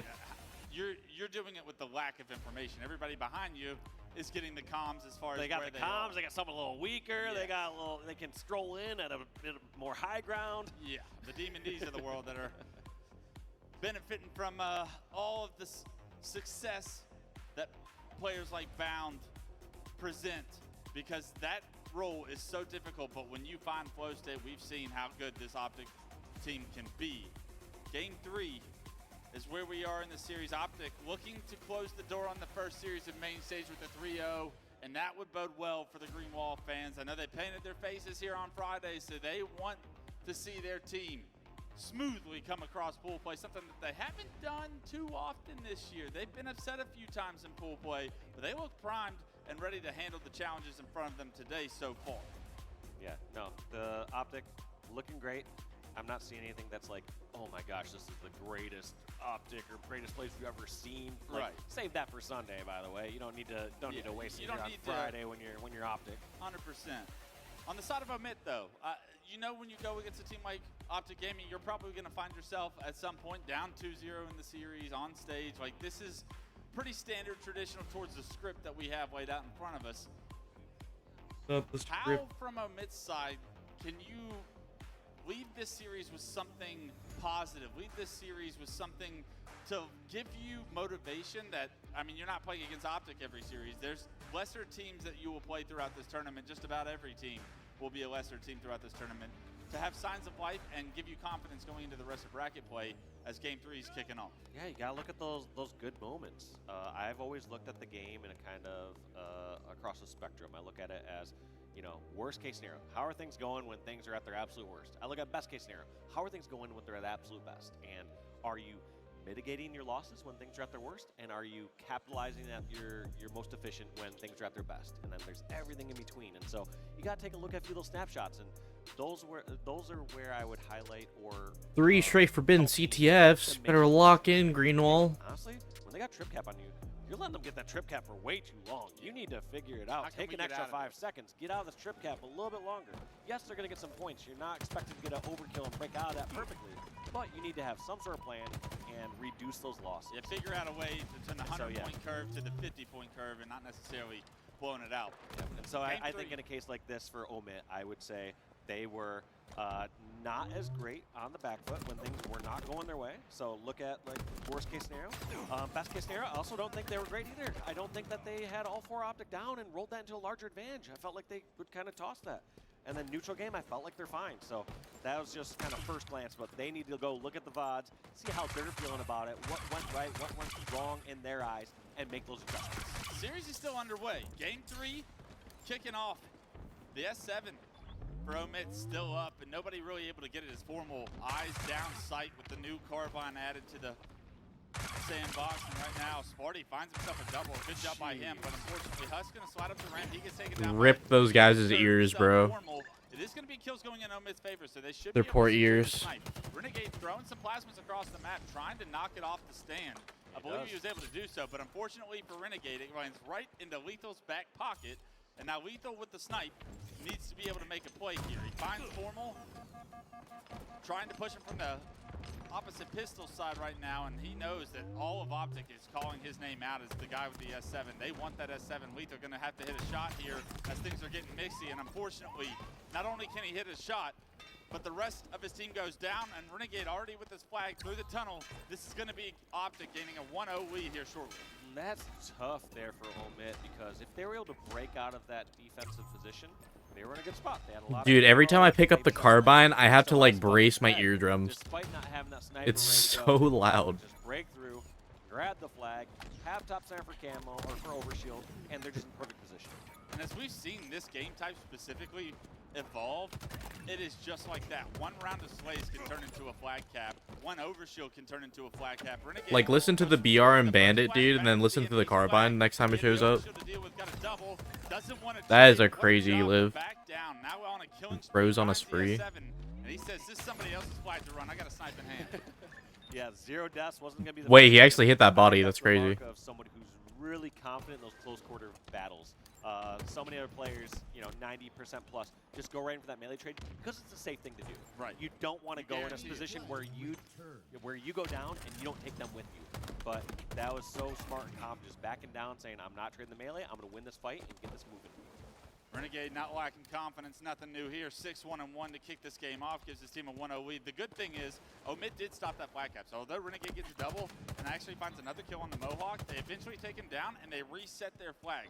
So just a 1-0 lead. Omit able to breathe a little bit here, but unfortunately, as you breathe, Renegade takes your breath out once again with a headshot onto Huss top mid, and we switch over to his point of view. S7 posted. And let's see what he can do now that he has all of Omit on one side of the map. He's going to know and have all the information to deliver his team. And let's see if they can hit some shots as he receptifies it. Optic just realizing how important that snipe side of the map is. He was just looking for players to cross over across Mohawk. He's not even caring about the attic or anything. He's just focused on players crossing towards the opposite snipe, getting body shots there or getting a pick there, and then his team pushing in on that queue. And just because of that pick, we have this flag so far across the map here for Optic. Lethal, a massive responsibility here with the S7 trying to deny the second cap going in for Optic. He is able to take down Legend. We saw that. Formal spotted and no shield. Are they able to watch the flag at the same time is the question. Lethal does get that kill before Bound can take it past the Mohawk, and he's able to take down Bound. A big double kill from Lethal could open up opportunity now that Spartan has the overshield. Now you gotta decide, is he going straight for the pull or is he going for the recode? I think you need to go for that pull. Yeah, you got to get that out before the recode. respawners are here, but unfortunately Spartan maybe doesn't have the timing, and now all of Optic Gaming alive. You're going to need a reslay before you can get that flag touch again. And you got to wonder if that one's a mistake, but at the same time, you cannot blame Omit right here. They've been on the back foot, getting outplayed this entire game. The one thing you don't want to do is as soon as you get control is just throw it away immediately. Yeah, that's a bad death from Spartan right there. He spots Formal landing onto that plasma. He wants to finish him, but because Formal turns that corner, Spartan forced to overextend there. Omit lose the control that they were earned, but Lethal keeps the control of the plat by himself. Wins a big fight on the Bound. Not able to finish the kill on the Legend at his snipe, but he's going to start sandwiching this player, and flushing out Legend from your snipe is a good step to getting map control back for Omit's favor. Yeah, I mean, I like that extra pressure over towards Legend, but it seems like he just wanted to make sure that they cleared out their base. Yeah. Just, you need to make sure that you get him out of there because they saw what happens. Even when they get one pick across the map from Renegade, Legend's pushing in for that grab. So I like that pressure, but also felt like a lot of resources. Come on, somebody pick up the carbine. I'm trying to prove a point. You hear Legends at your snipe. Send back up is what Omit are thinking. Somebody pick it up, please. They were able to trade out Formal, who dropped Understood. down. Send in all the squads. Yeah, send everyone. Septify, top middle. Optic kind of on their back feet for a little bit here, as Omit have had a bit of map control going on. Unfortunately, as I say that, I jinxed it. 3 go down right now, and Bound still alive, no shield. Oh, they're about to lose their snipe. Sniping that was once Legend that they had to flesh out. Now they got to flesh out Bound. You can tell Optic want snipe control before they get a touch on that flag to be able to run it. All of these members getting knocked down to no shield for Omit, need to play their life, and a big kill from Spartan on the Bound will release a lot of the pressure Optic once had. But any one of those kills obviously could be answered here. I like this play again from Optic. Feels like they are not being too aggressive with the sniper until they know they have the time to push across. 4 down. And there's the Q. That was all 4 down. They know where Omit are spawning.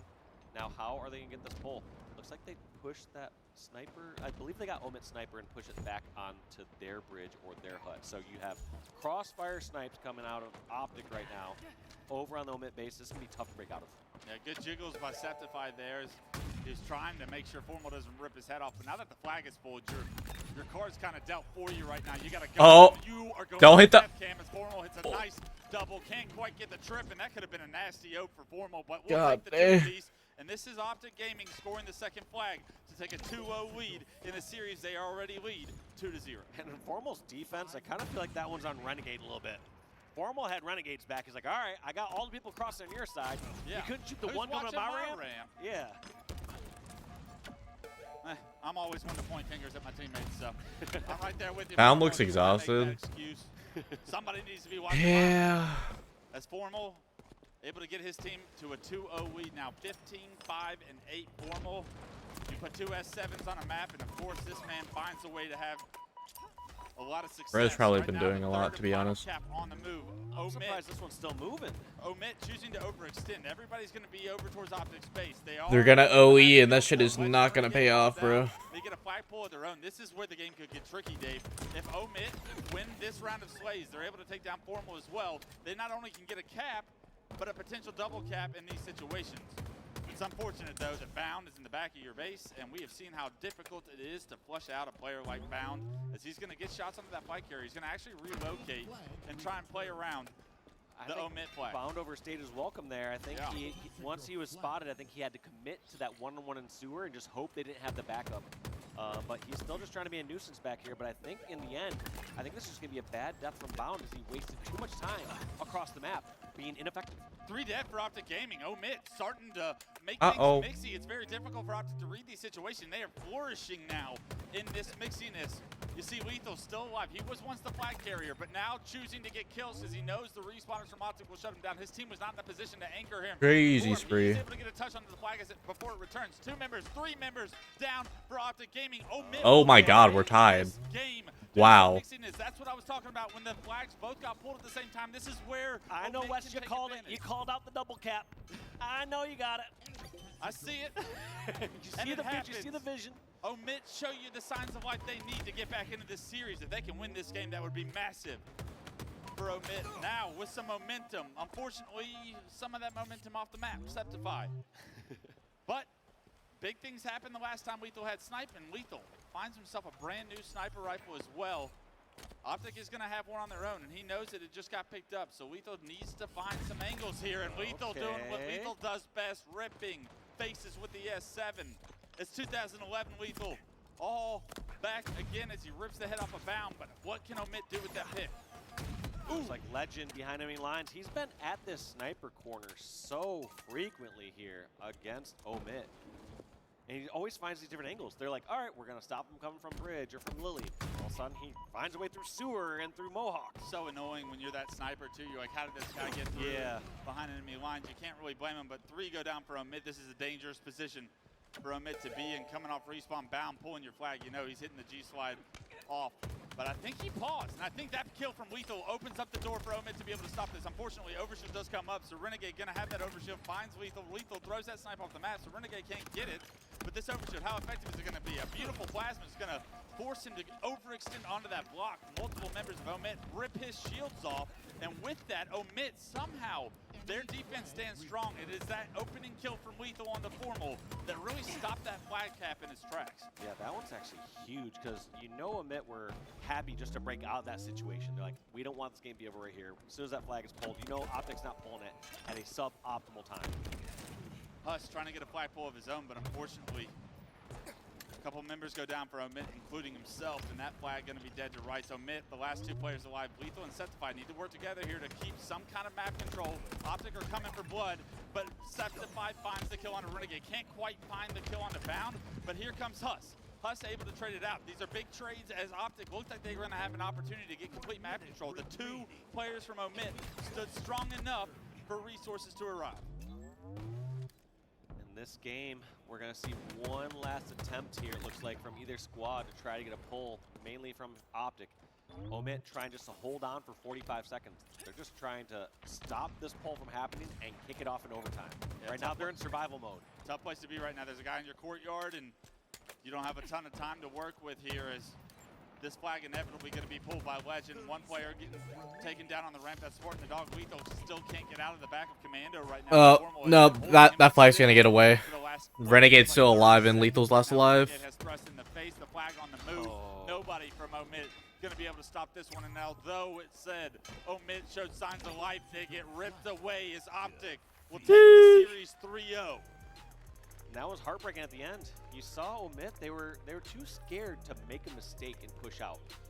At the end there, they felt, hey, we can hold on for about 45 to 60 seconds to stop this last pull and grab. But what they needed to do was push out towards their HUD. You only had Formal there, he didn't have a sniper. They needed to send some numbers over there and just get some sort of control outside of the back of their base. Yeah, it's always tough when you got that player in your snipe and you're waiting for a second player on your team to push so that you can trade it out and regain control of your HUD, but unfortunately, it was just players dropping towards the flag in that back ramp that kept Lethal kind of waiting so long that once the flag is pulled, you're in no man's land to get an angle on that, especially when a player like Formal is on the other side of your HUD. And you see the Optic fans, painted faces, 3-0s, enjoying their Friday to kick this one off, and Optic Gaming looking as strong as we've seen them in a clean fashion. No mistakes. No H for F, man. H for F. No mistake. You know, you had a moment where they gave up double cap.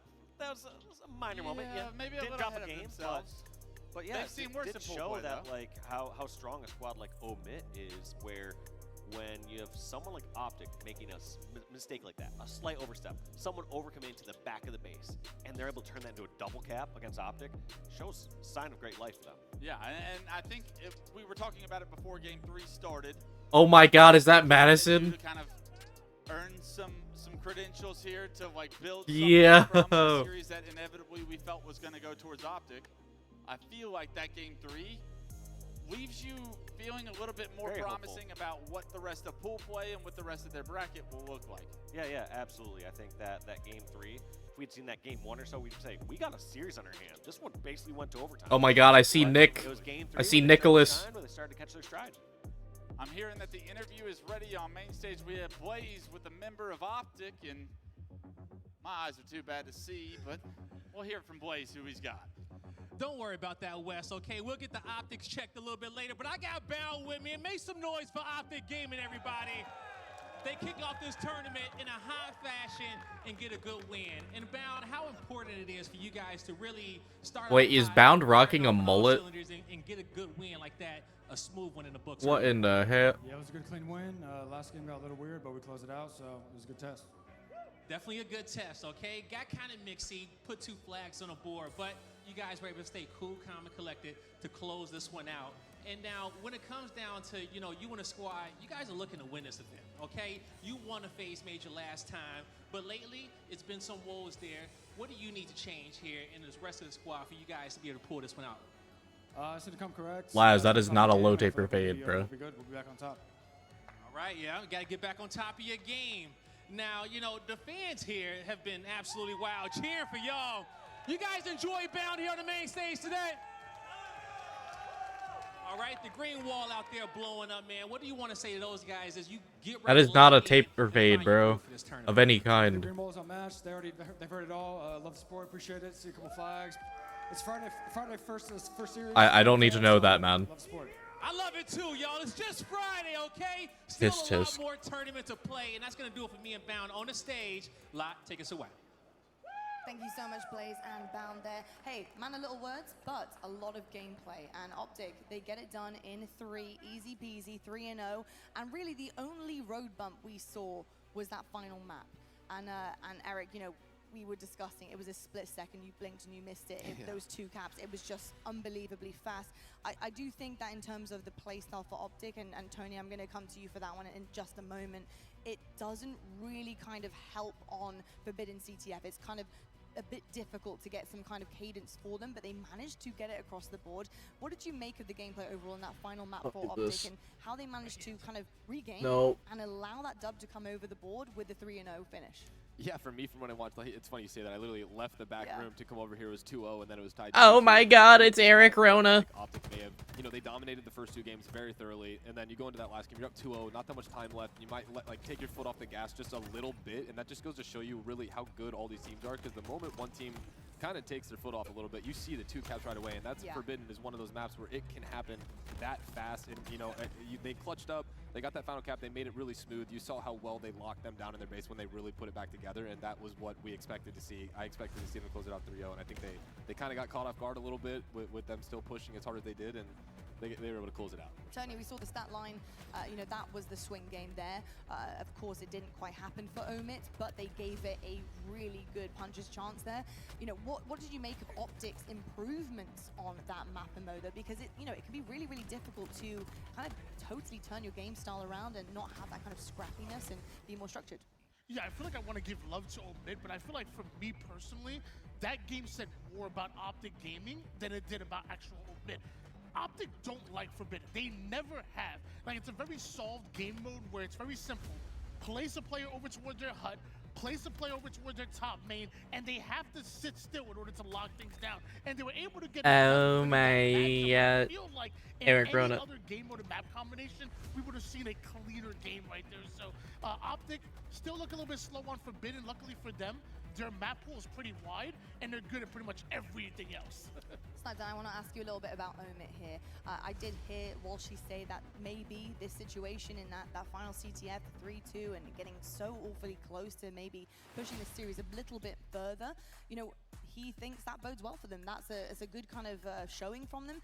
Would you agree based on the first 2 maps that we saw here in the series? Because I was feeling like Omit were quite lackluster, and I'm not sure if that CTF was more about Optic and their kind of difficulties on the map and managing to seal it no matter what, or if it was Omit. Yeah, no, it's definitely more about how you finish than how you start, and I think those first 2 games was Optic coming out strong, and Omit really had, you know, that short period of good showing, but that's what they should go back and start focusing on as a team, and don't focus. One of my biggest pet peeves is when you only focus on things that you do wrong as a team, and it's like, oh, we did this, and this, because it just puts you into a bad mindset. Take those 2 minutes of gameplay that you guys were phenomenal at, focus on that. What were the good things? Positive reinforcement. You know, you might expect to beat Optic, but at the same time, you kind of know where you're at. And just focus on the positives and take that into, because that's really all that matters. They can still come out of this pool with the 2nd place, and that's really what they're looking for now. Yeah, it's really tough. We look at the stats. Obviously, not many things did look to go Omid's way. It was a 3-0. It's Optic Gaming. The one really good thing for Omid right now is that look at the pool. We're in a pool with Majin, which although you may not be the strongest team in pools right now, neither is Majin, and that's a very... It looks like plays are being made by Cloud9. Let's check on Even though he gets the the conversion, EU boys. Swarms are going to be coming in here, and scoring will continue for Luminon Gaming. Good pressure coming in, and Glory's going to manage to get the camo as well, so continual pressure. As Glory will flush the last player out, and now they step into the stronghold. Wow, somehow that pre-nade doesn't connect. They don't get collision through that. Glory able to stay alive and still be a factor, as that will be traded out. Nicely done. 3 dead for Luminon. I was going to say, some of the good that Cloud9 were doing at the start of the game, picking up multiple kills, keeping 3-4 dead, only ever managed to get the double cap though. So the scoring never got out of hand, whereas the triple cap you've seen almost immediately, even though Cloud9 are back in control of the scoring with B and C, has given Luminon life in this game. Agree. What felt like a pretty short hold put 56 points on the board, so I agree. The trip cap can really be a difference maker, to say the very least. We'll see what Glory can do with Snipe as 4 have fallen. Got 5 bullets to play with here. Looking for information, does get the information. 2 players inside of A as well. It's going to be a flip of the ends of the map for the strongholds. Oh, wow. But it'll be Luminon who continue to score here. It looks like a little bit of an all-in play towards B. Coming in from Cloud9. Glory's looking for info, not going to find anything, but now the pings are viciously being delivered. We should have an indication of where Cloud9 are trying to push. Still 1 player alive. It's going to be Avuchi and Boo Boo alive on concrete. So Wutum now going to pinch with Glory. Let's see if they can do it. Ooh, didn't manage to get in just in time though, and the conversion will go through for Cloud9. They should be able my Glory to turn it back, but Glory, wow, punches a hole in the helmet.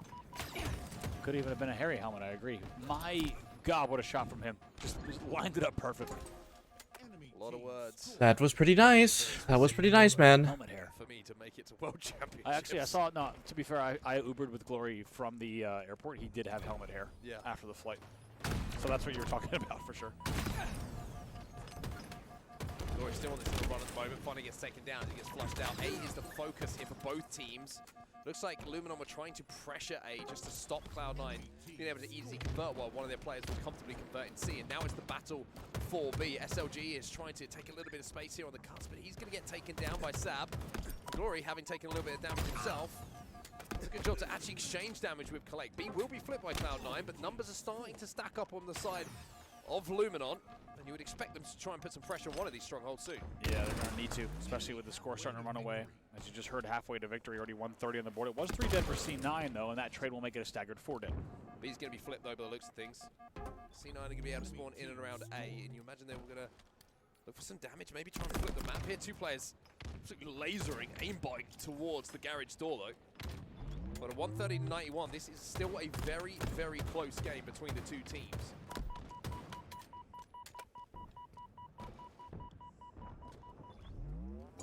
Seeing that scoring yet again now in the AC hold, and still, as you say, very much not only within reason, but even close in this game, depending on how these flips. And it looks like just traded back and forth, back and forth. B will finally flip. Oh, position for Collect, though. Oh, it's frustrating to watch if you're a Luminon fan, just not checking the corners, not checking some of the predictable spots you would expect a player to be in.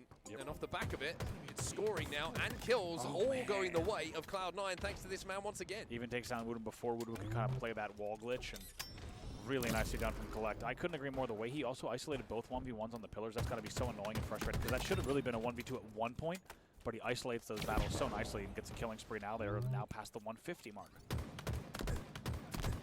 Glory manages to stay alive top middle at the moment, but now you can see the Cloud9 have managed to find himself a sniper rifle, so the problem is starting to escalate and start to stack up here for Luminon if they want to find their way back into this. No snipe, no scoring options for them at the moment, and only 2 players alive on the map. Really nicely done, the team shots there as well, to just make sure he's doing whatever he can to also just immediately focus Mud, continue to patrol around here, and they will just very comfortably once again continue scoring. No pressure on the trip cap just yet. Pretty content playing the 2. Yeah, quiet game from Wutum as well. Not been really able to talk too much about his POV throughout this game. 9-16 at the moment. Everyone else did a pretty good job on the side of Luminon, but we were just finding it a little bit difficult to get going, and Collect finding a sniper rifle that has some bullets in it. Yeah. It's going to make it even more difficult. Yeah, a lot of ammo in this thing for a sniper that's on the ground. Gonna be 2 shots left now. 201 to 99. Continued BC hold. Collect is not missing. Really impressive. He's 16 and 9 in this game. Essentially the opposite of Wootum's stat line. Got camo as well. Still a bullet to play with the sniper rifle as well. And you would expect with how he's shooting at the moment, this could be it. That he will find at least a body shot. And this, like you say, could well be the home stretch, not just for the game, but for the series here for Cloud9. Nice body shot, and they still don't know where he is. Snipe drone pre-nades, but it's not going to be enough, and now they're going to start to pinch. 3 dead yet again. Look at the patience from Collect. Just gave his team info. He's able to hit 1 player bags, but even more importantly, he's saying no one coming camo. 3 players going out big door. That leads to a 4 dead, and as I said, this really could be the end here. C will start to flip only off of the spawns now. 10 points to go. Yeah, if they don't get these kills here, Luminon Gaming, then this will be game, set, and series going to Cloud9. And with 2 already in the death screen, it's going to have to be desperation plays from the likes of Wootum. He's not going to get away with that. And Cloud9 will close out here in Pool C 3-1 and convincingly 3-1 as well.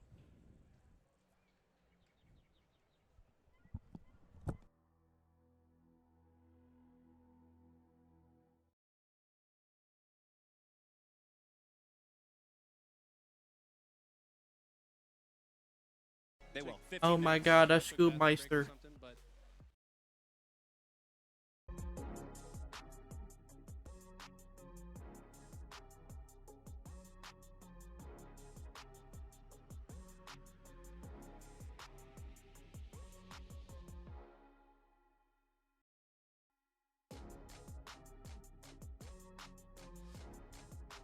Got FaZe versus C9 next. Oh no, we got Rebellion versus Complexity.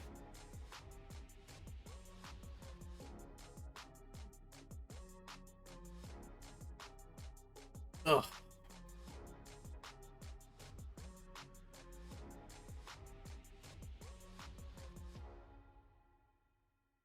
Trying to wake up, man.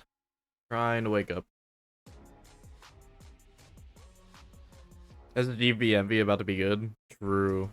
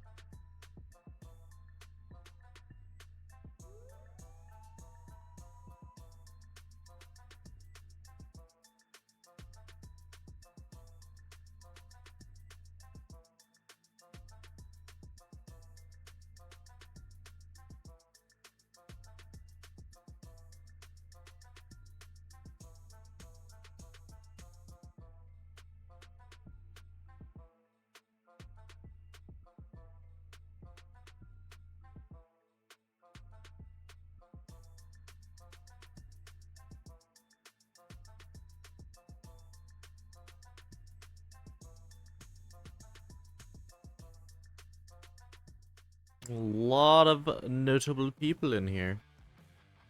Hello, Halo fans, and welcome back to Charlotte. See Shotzi in here? Okay. Can I even speak? No, I can't, because I'm honestly tongue-tied over what we're seeing on the main stage. And all the action we're having, that was a smooth save. Well done. Folks, welcome back to the desk here at Charlotte, our last major of the season. Beyond excited to be here, talking all Halo Infinite with you guys, and of course with my wonderful... Oh my god, it's Eric Rona! Eric Rona, the absolute legend of Halo. And of course we do have another legend of Halo, and it's why not be casting Tony? Give him his flowers, people. Come on, let's see it. Folks, we have another series on the case with Shopify here, going up against Complexity on the main stage this time around. Shopify Rebellion, they look really, really good so far. I mean, that first map, it wasn't really anything to kind of write home about in terms of. She's sounding a little bit better. Just really right on track. Shopify Rebellion, do you think they're going to make quick work of Complexity here, or do you think there might be a brawl? She's been like doing events like back to back, bro. Probably her voice is probably like dead. Firepower in a sense of just how active they are on the map. I think that this Complexity roster might be on their back foot a little more than they need to be, and Shopify is just going to be too fast. I think it's going to be a tough series for them. It could be a tough series indeed. Well, folks, Shopify Rebellion, they are your last major winners. They won the championship. They actually lifted the trophy high up in the air. Now, I know you know their names, but let's just see them one more time. So Shopify Rebellion, let's meet your team.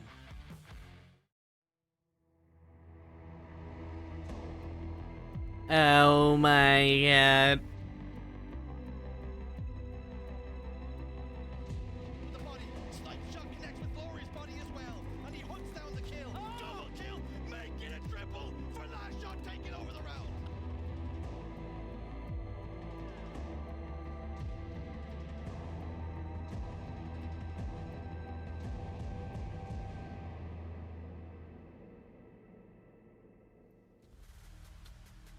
All right, Shopify Rebellion once again looking to continue this really epic, pristine push through pool play and finish out on top, and of course go into that championship bracket position, primed and ready to go for the taking. I mean, I've got to say it's really difficult to even talk about Shopify Rebellion at certain points in time in the weekend, and honestly, especially in pool play as well, because it's not a lot you can pick apart from them. Their teamwork is so good. Everything seems to lean in the kind of winning situation in every single series that they enter here. I mean, Eric, if there was anything that you could really pick apart from Shopify, how are you feeling about them? And is there any improvements you're kind of gaining and noticing here that you want them to push forward with? Yeah, I mean, I think that first series they had against I'll have to set up my printer, bro. Well done, but we even heard from after the match that, you know, he feels like he underperformed in that series, and we saw it with the game that they lost. I mean, that was on him. He admitted it, and I think that was a huge thing for them. So I'm expecting Complexity to get, honestly, not, unfortunately for them, I think they're going to get a really fired up Shopify right here that's going to be tough to slow down. 100%, I couldn't agree more with you there. Tony, you know, when it comes to some of the game types that Shopify really tend to lean on and are very difficult to take down with, it's got to be strongholds. You know, how are you feeling about their series layout, especially when we do see a strongholds in there in the mix? Yeah, this map and mode combination does not favor Complexity, literally not one bit. Complexity are actually sneakily the #1 team in King of the Hill in the entire HCS right now. There's no King of the Hill in this series. Meanwhile, Strongholds, they've only dropped one game so far, have Shopify Rebellion, and guess what game #1? Strongholds on Lattice. So this series layout is not fair to Complexity. Honestly, if I'm Complexity, I'm filing a complaint. I need to speak with somebody. We need a daggone game type. We're literally looking right now at a graphic here, and it's yeah, it's incredibly one-sided, as you can see. 12-2 record is absolutely stunning. First, of course, rank in the HCS comparatively, excuse me, to 14th. This is a pretty difficult one, and yeah, this is going to be massive for Shopify Rebellion. Complexity, I don't know what they've been working on in the off-season in particular. You know, coming into this major, I think I would just be working more on teamwork and trying to get like ahead of the game right in the beginning of a series. We saw a reverse sweep against FaZe. That was pretty epic. You know, I was kind of wondering your thoughts on Shopify Rebellion and how that they can maybe falter against Complexity. Is there anything that Cole can really do here to slow them down? I personally think that the #1 thing that Complexity can do here is just try to use their speed against them. They can hold their setups. That's one of Ryan's biggest things, is he likes to hold setups, likes to hold 2 caps, and then after that, he kind of, they're too slow to then go for the 3 cap to then push up, because Strongholds favors the fast. It really does. I think it favors the fastest teams, and for them, they need to capitalize on the situations where they're holding a setup, they get a couple dead, and then pushing to try and get those extra 3 caps, because we know for a fact Shopify's not going to be fine holding a 2 cap. They want to literally 250 to OU, and they're going to push for that, so I think they need to match that energy a little bit more. They certainly do. Build confidence, keep pushing forward, and kind of believe in yourselves. That's exactly what Complexity need to do. Talking of that team, though, Complexity, let's meet them right now.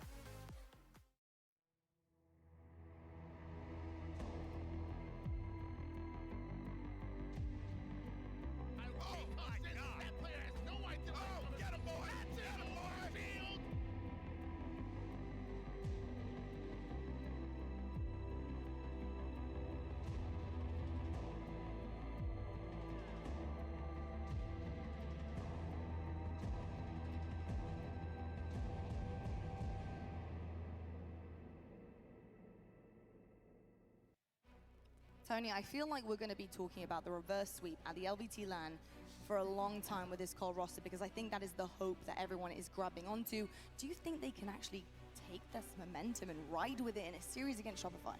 I mean, to be honest with you, coming into year 4 of the HCS, I'm not counting literally anybody out. And that includes Complexity. I mean, Complexity have pulled off some major upsets against some great teams. We talk about that reverse sweep against FaZe. Last time we saw them on LAN, they've upset teams like the SSGs, even the Optics of the world. And when Cherish gets momentum under his belt, he gets loud. He energizes his team, and his team feeds on that. As this Complexity roster, they take one game, it turns to 2, and you don't have to be the better. Yeah, the team level or everyone's series. performing at You now have is to be better for so 3 games. crazy. That's it. 3 games. Indeed, you do have to be better for 3 games. They are the clear underdogs, though, Complexity and Snipedown. What is a realistic goal here, gameplays-wise? You know, like, how are you going to even start to kind of strategize against a team like this?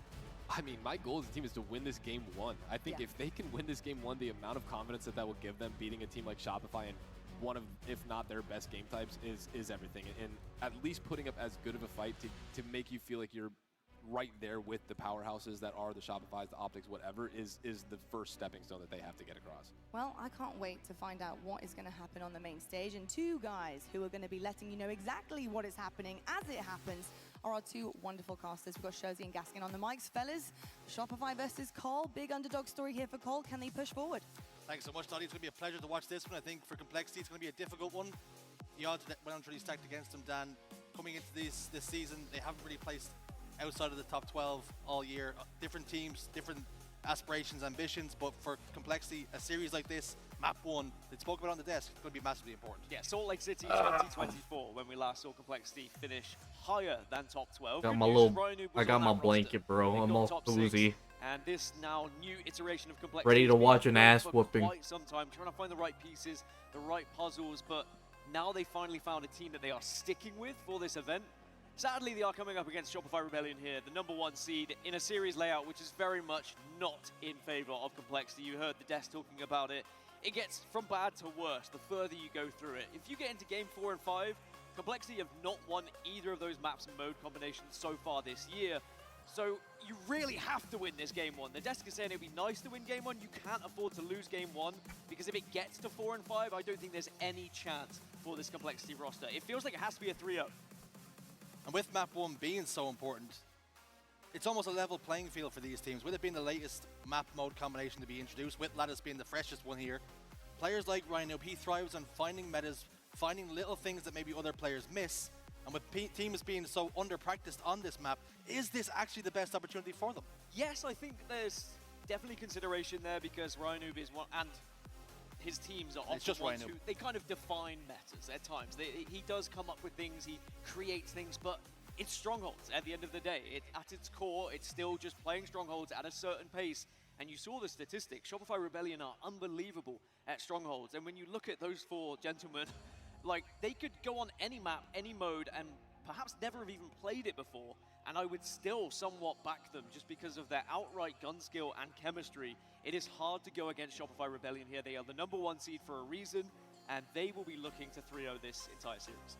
And something Snipedown talked about on the desk is how Ryan Noob's teams typically are rigid, sometimes too rigid, and don't capitalize on space and pace, particularly in some game modes. And with Strongholds being one of our fastest modes, Shopify Rebellion, they can pick up the pace whenever they want. They can change gears. Do Complexity struggle with that? There is something to be said that in Strongholds you can capture just the 2 and you can kind of hold off, and it is a long and grindy game, but it is possible. That being said, if then Shopify Rebellion gain the lead a little bit and start to create the pace and Complexity, will they get lost in the source and maybe won't be able to regain control?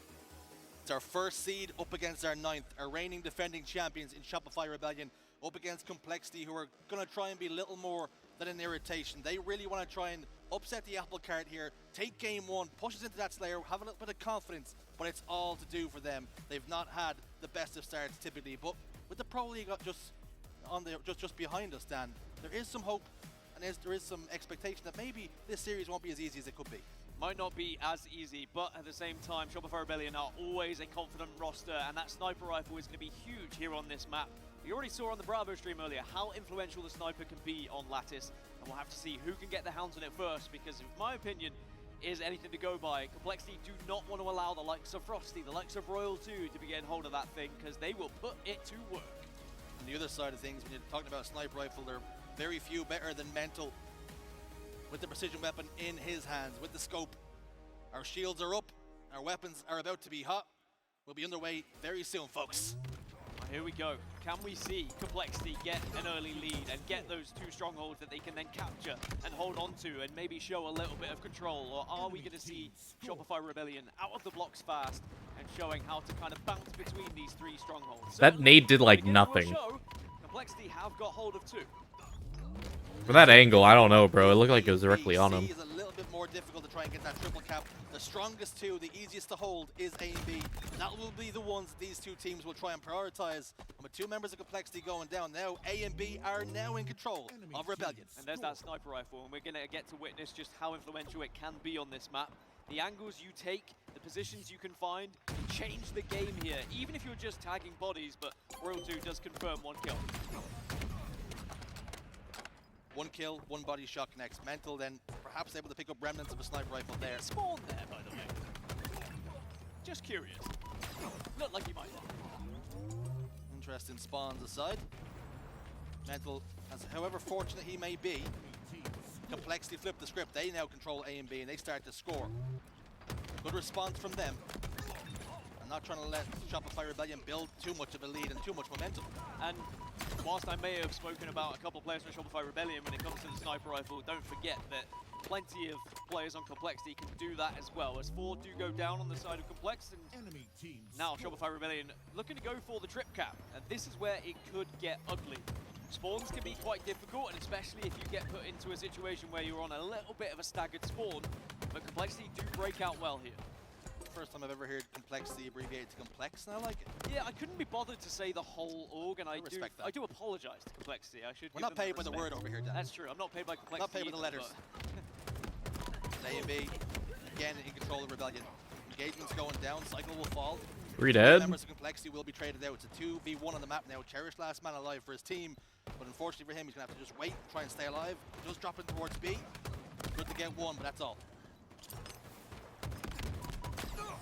What? Wow. Crazy live for mental. Too long to make a decision about which stronghold they want to go for. When you speak about a team being rigid or potentially being rigid, there's always that worry that they might be slow with their decision making, but that's absolutely not the case. Although Complexity do find themselves over 50 points behind here, they are at least trying to take the game to Shopify Rebellion and not allowing Rebellion to set up easily.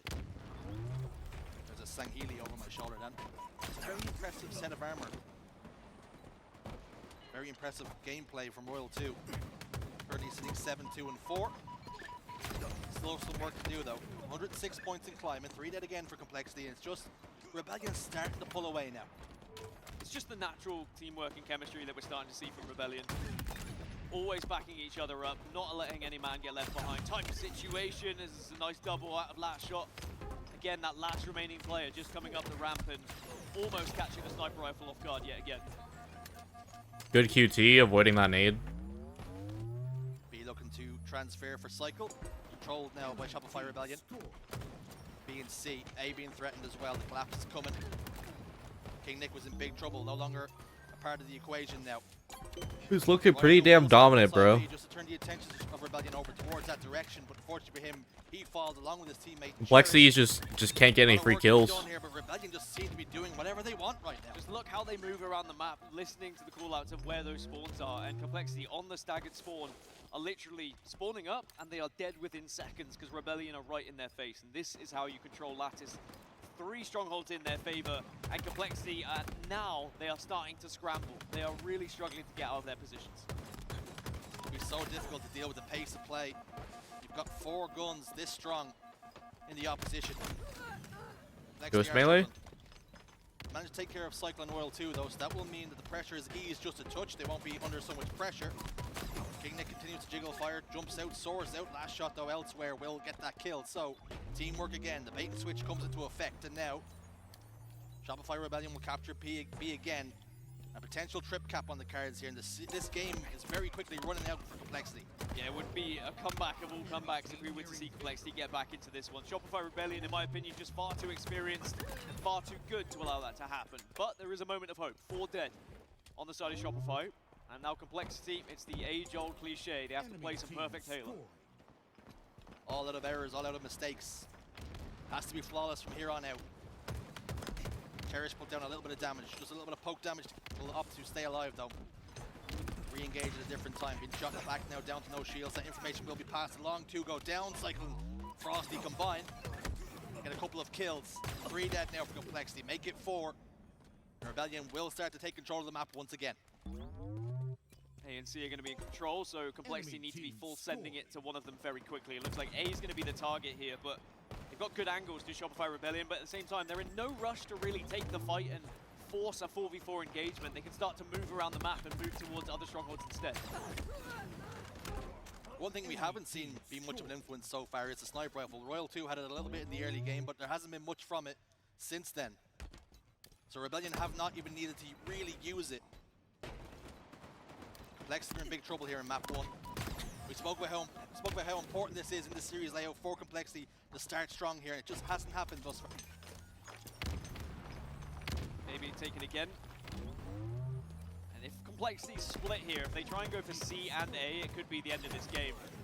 We really need to be working together to ensure they get 1 back. Cycle gets 1, disappears. 2 members of Complexity inside A. They will plant their feet, they will score. 3 members of Shopify Rebellion close in now. I knew good for 1, but that's all again. Cherish tries to stay alive, but A and C now in control. They're running out of time, they're running out of points. Shopify Rebellion closing in on a game 1 victory, and they do secure it. Different class, different gravy. Yeah, that's a brilliant display from Shopify Rebellion on a new mapping mode in the HCS. Of course, while we may have seen it in other tournaments, it's the first time here. An official HCS LAN, we get to witness it, and yeah, that looked quite simple for them. A late comeback, I'd say, a little bit of fight back towards the end of Complexity, but just far too late in the game. They needed to have a bit of an earlier start. But it was just the trip cap and the aggression. You saw even briefly at the end there where they took A, Cycle pushed ahead and he pushed into the spawners because he just knew. You have to keep them out, you have to keep them away. Sometimes that's just about going head on against them. Taking a look at the statistics, speaking about going head on against them, it was Cycle 21-7 with 11 assists with a 17.7 KDA. Let me say that again, 17.7. Cycle, very impressive performance. Say it one more time. 17.7.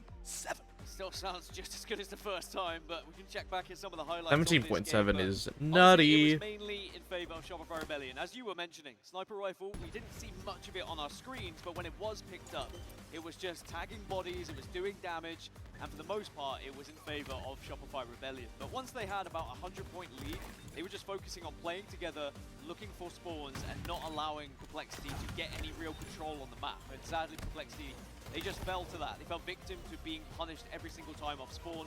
They were outpaced, and they were outclassed, they were outgunned in game 1. And sometimes you think about what are the advantages you can gain. You put these 8 players in the lobby. Shopify Rebellion have the players who are a little bit more precise, a little bit better with their gun skill. How do you find the advantages elsewhere? It's picking up the sniper rifle. It's finding, maybe picking up the QT so you can bounce from place to place, and we just didn't see that from Complexity. Shopify Rebellion made that look easy at times. I don't think Complexity had the chance, if I'm honest. Shopify Rebellion were almost bullying them at times. But game 2 is going to be Slayer Live Fire. Now this is an okay mapping mode for Shopify Rebellion, 5 and 3 across the season. As for Complexity, it's 1 and 2 through their different iterations of whatever. But again, this is a must win. I think if I personally think maybe the series could already be over just by what we have coming up in the series layout, but at the same time, practice is something that can change. You know, yes, you might be 0 and 3 across the season so far, but it could be a game type you've worked on very heavily throughout scrimmage. So we'll have to see if we get that far. But this Slayer, you know, you feel like if Shopify Rebellion playing the way they are, they go 2-0 up, it's hard to come back from. And it is something we see in the downtime between tournaments where teams will work on the game modes and the maps that they were struggling the most on. So if you're 0 and 3, you know you're looking at that more. It's under more scrutiny than maybe others. So some of your weaker maps get a little bit stronger, and your stronger maps can maybe get neglected just a touch. And maybe that's something Complexity have been working on. But is a stronger mapping mode good enough to take down even just an okay mapping mode on the side of Shopify Rebellion? The reason why Shopify Rebellion of the #1 seed is how consistent they are across every single map and mode. It's very difficult to find a bad game type, really, for Shopify Rebellion because they are so well practiced and so well versed on everything they come up on. I always have that quote in my head, our best is better than your worst, from Nick where he says, wait, he's flipped it. But Slayer Live Fire on the horizon. Rebellion hold that one map advantage, 2 away from a clean sweep. Complexity still have a lot of fight left in them, but the series layout, the desk spoke about it, Dan spoke about it, statistically it's not looking good. Not looking great, but you can turn it all in favor for yourselves here on game 2. If you can maybe get an early lead and assert some dominance here. Because you look at the Complexity team and like all 4 players, incredible in their individual fights. I mean, I wouldn't be worried about it, but that's the difference that is made here in Halo Infinite, is we know everyone can shoot a gun. We know everyone is going to hit their shots. They're going to hit their 5s, but it's about where's your teammate? Who's got an off angle? Who's supporting you? Is there a sniper to watch over you? Are you fighting over an overshield? Fighting over a camouflage? It's all the different decisions that are being made elsewhere rather than just pure gun skill. Sometimes it's about gun skill, but there's nuances to it, there's levels to the game. Dan mentions it, positioning, pace, speed, and sometimes just having that clutch factor. Cycle, Royal 2 will open this up, but will be answered back by Cherished and King Nick. So Good stick. For just a moment. Wow. As King Nick had a little furry grenade hanging out of him, fizzling and sizzling, and he gets taken care of. Interesting, but it's not as quick of a start as maybe we've seen from Shopify Rebellion. Sometimes their starting strategy absolutely annihilates other teams. Speaking of annihilation, Frosty has been unbelievable this year, and after the team changes that came through, we didn't really know where Frosty was going to end up. But then as soon as this team was formed, you just looked at it on paper and you're like, you know what? I think it could work. And it just breathed new life into Frosty, and it's been incredible to see what he's done this year. Adapting to life as an IGL as well. Finally getting his hands on that elusive trophy in Salt Lake City. You know they wanted it, they came so close time and time again to finally secure it and lift it, a weight off your shoulders, because the issue that these top teams have, Dan, is winning is an expectation. So when you win, it's like, okay, well that's what we planned for. But when you lose, it's just nothing but sadness and depression. Yeah, it's been very up and down, really, for Shopify Rebellion. You think back to Arlington, 2nd place, then Dallas, 4th place, and I think that would have been their worry. When they hit the 4th spot, you think, all right, are they going to be able to bounce back? But then they finished 1st, and it does just change everything. And of course, we had the Pro League as well, the OBT Pro League, where they were able to go on and win that. So technically, back-to-back now. And they won the KSAT, like, to start off. So it has been a real roller coaster season. They have seen success, but the issue is the prestigious tournaments had eluded them. They'd won the online stuff, they'd won the Pro League stuff, and when the major finally gets secured, now all of a sudden you know what it takes to get the job done. You're always going to want one more. It's the World Championship. That's what they're going to be looking at in Seattle when it comes to the end of this month. Shopify Rebellion will want their names on that trophy, embedded in history in the HCS. But of course, they're going to have Optic Gaming breathing down their necks. But speaking of breathing down necks, Complexity are doing just that to Shopify Rebellion right now. 18-17. It is still a close one here as Camo's about to spawn. Keeping it nervy, keeping it tense, keeping it tight. That's exactly what Complexity need to do. Little bait and switch. Rebellion trying to secure that camouflage. They've done so, but Frosty's in a bit of a precarious position now. Isolated, goes for the melee. Unfortunately for him, he didn't really need to and almost reveal his location. But the Slays have gone in their favor, and now Frosty can look to have an influence elsewhere. Cherished and Mental combined to get a couple of kills before one fell. So a 3-kill difference between the two teams, and it's Rebellion in the ascendancy. You can't allow Frosty to get away with that. You have to be honest. When you've got him down to no shield, and you know he's been picking up that camo, I feel like the team has to be working hard just to make sure that he doesn't get away, because otherwise you get the sniper rifle, and even though in this instance it hasn't really punished them too much, you could see Frosty go on a killing spree, for example, and it changes the game. And it has still ended up that Royal 2 has the sniper rifle, so all these things add up. The whole time you were saying that after Frosty died, I watched Royal 2 crouch down, wait for his shields to come back, and I just knew the sniper rifle was exactly what he wanted. He just needed to wait until he was healthy enough to go pick it up. It's like a relay race in the moment with a sniper rifle, and everyone on Shopify Rebellion can hit their shots, but now it's the chance for Cherished. Another player I'm a big fan of, and kind of waiting for his big moment, I'd say, on the main stage, whilst he's had some incredible ones over the years. I think taking this Complexity roster and getting out of that rut of top 12 would be big for all 4 of these players. And it wasn't long ago before he was dropped from that TSM roster. And they went on to see a little bit more success, so you know he wants to push this team further.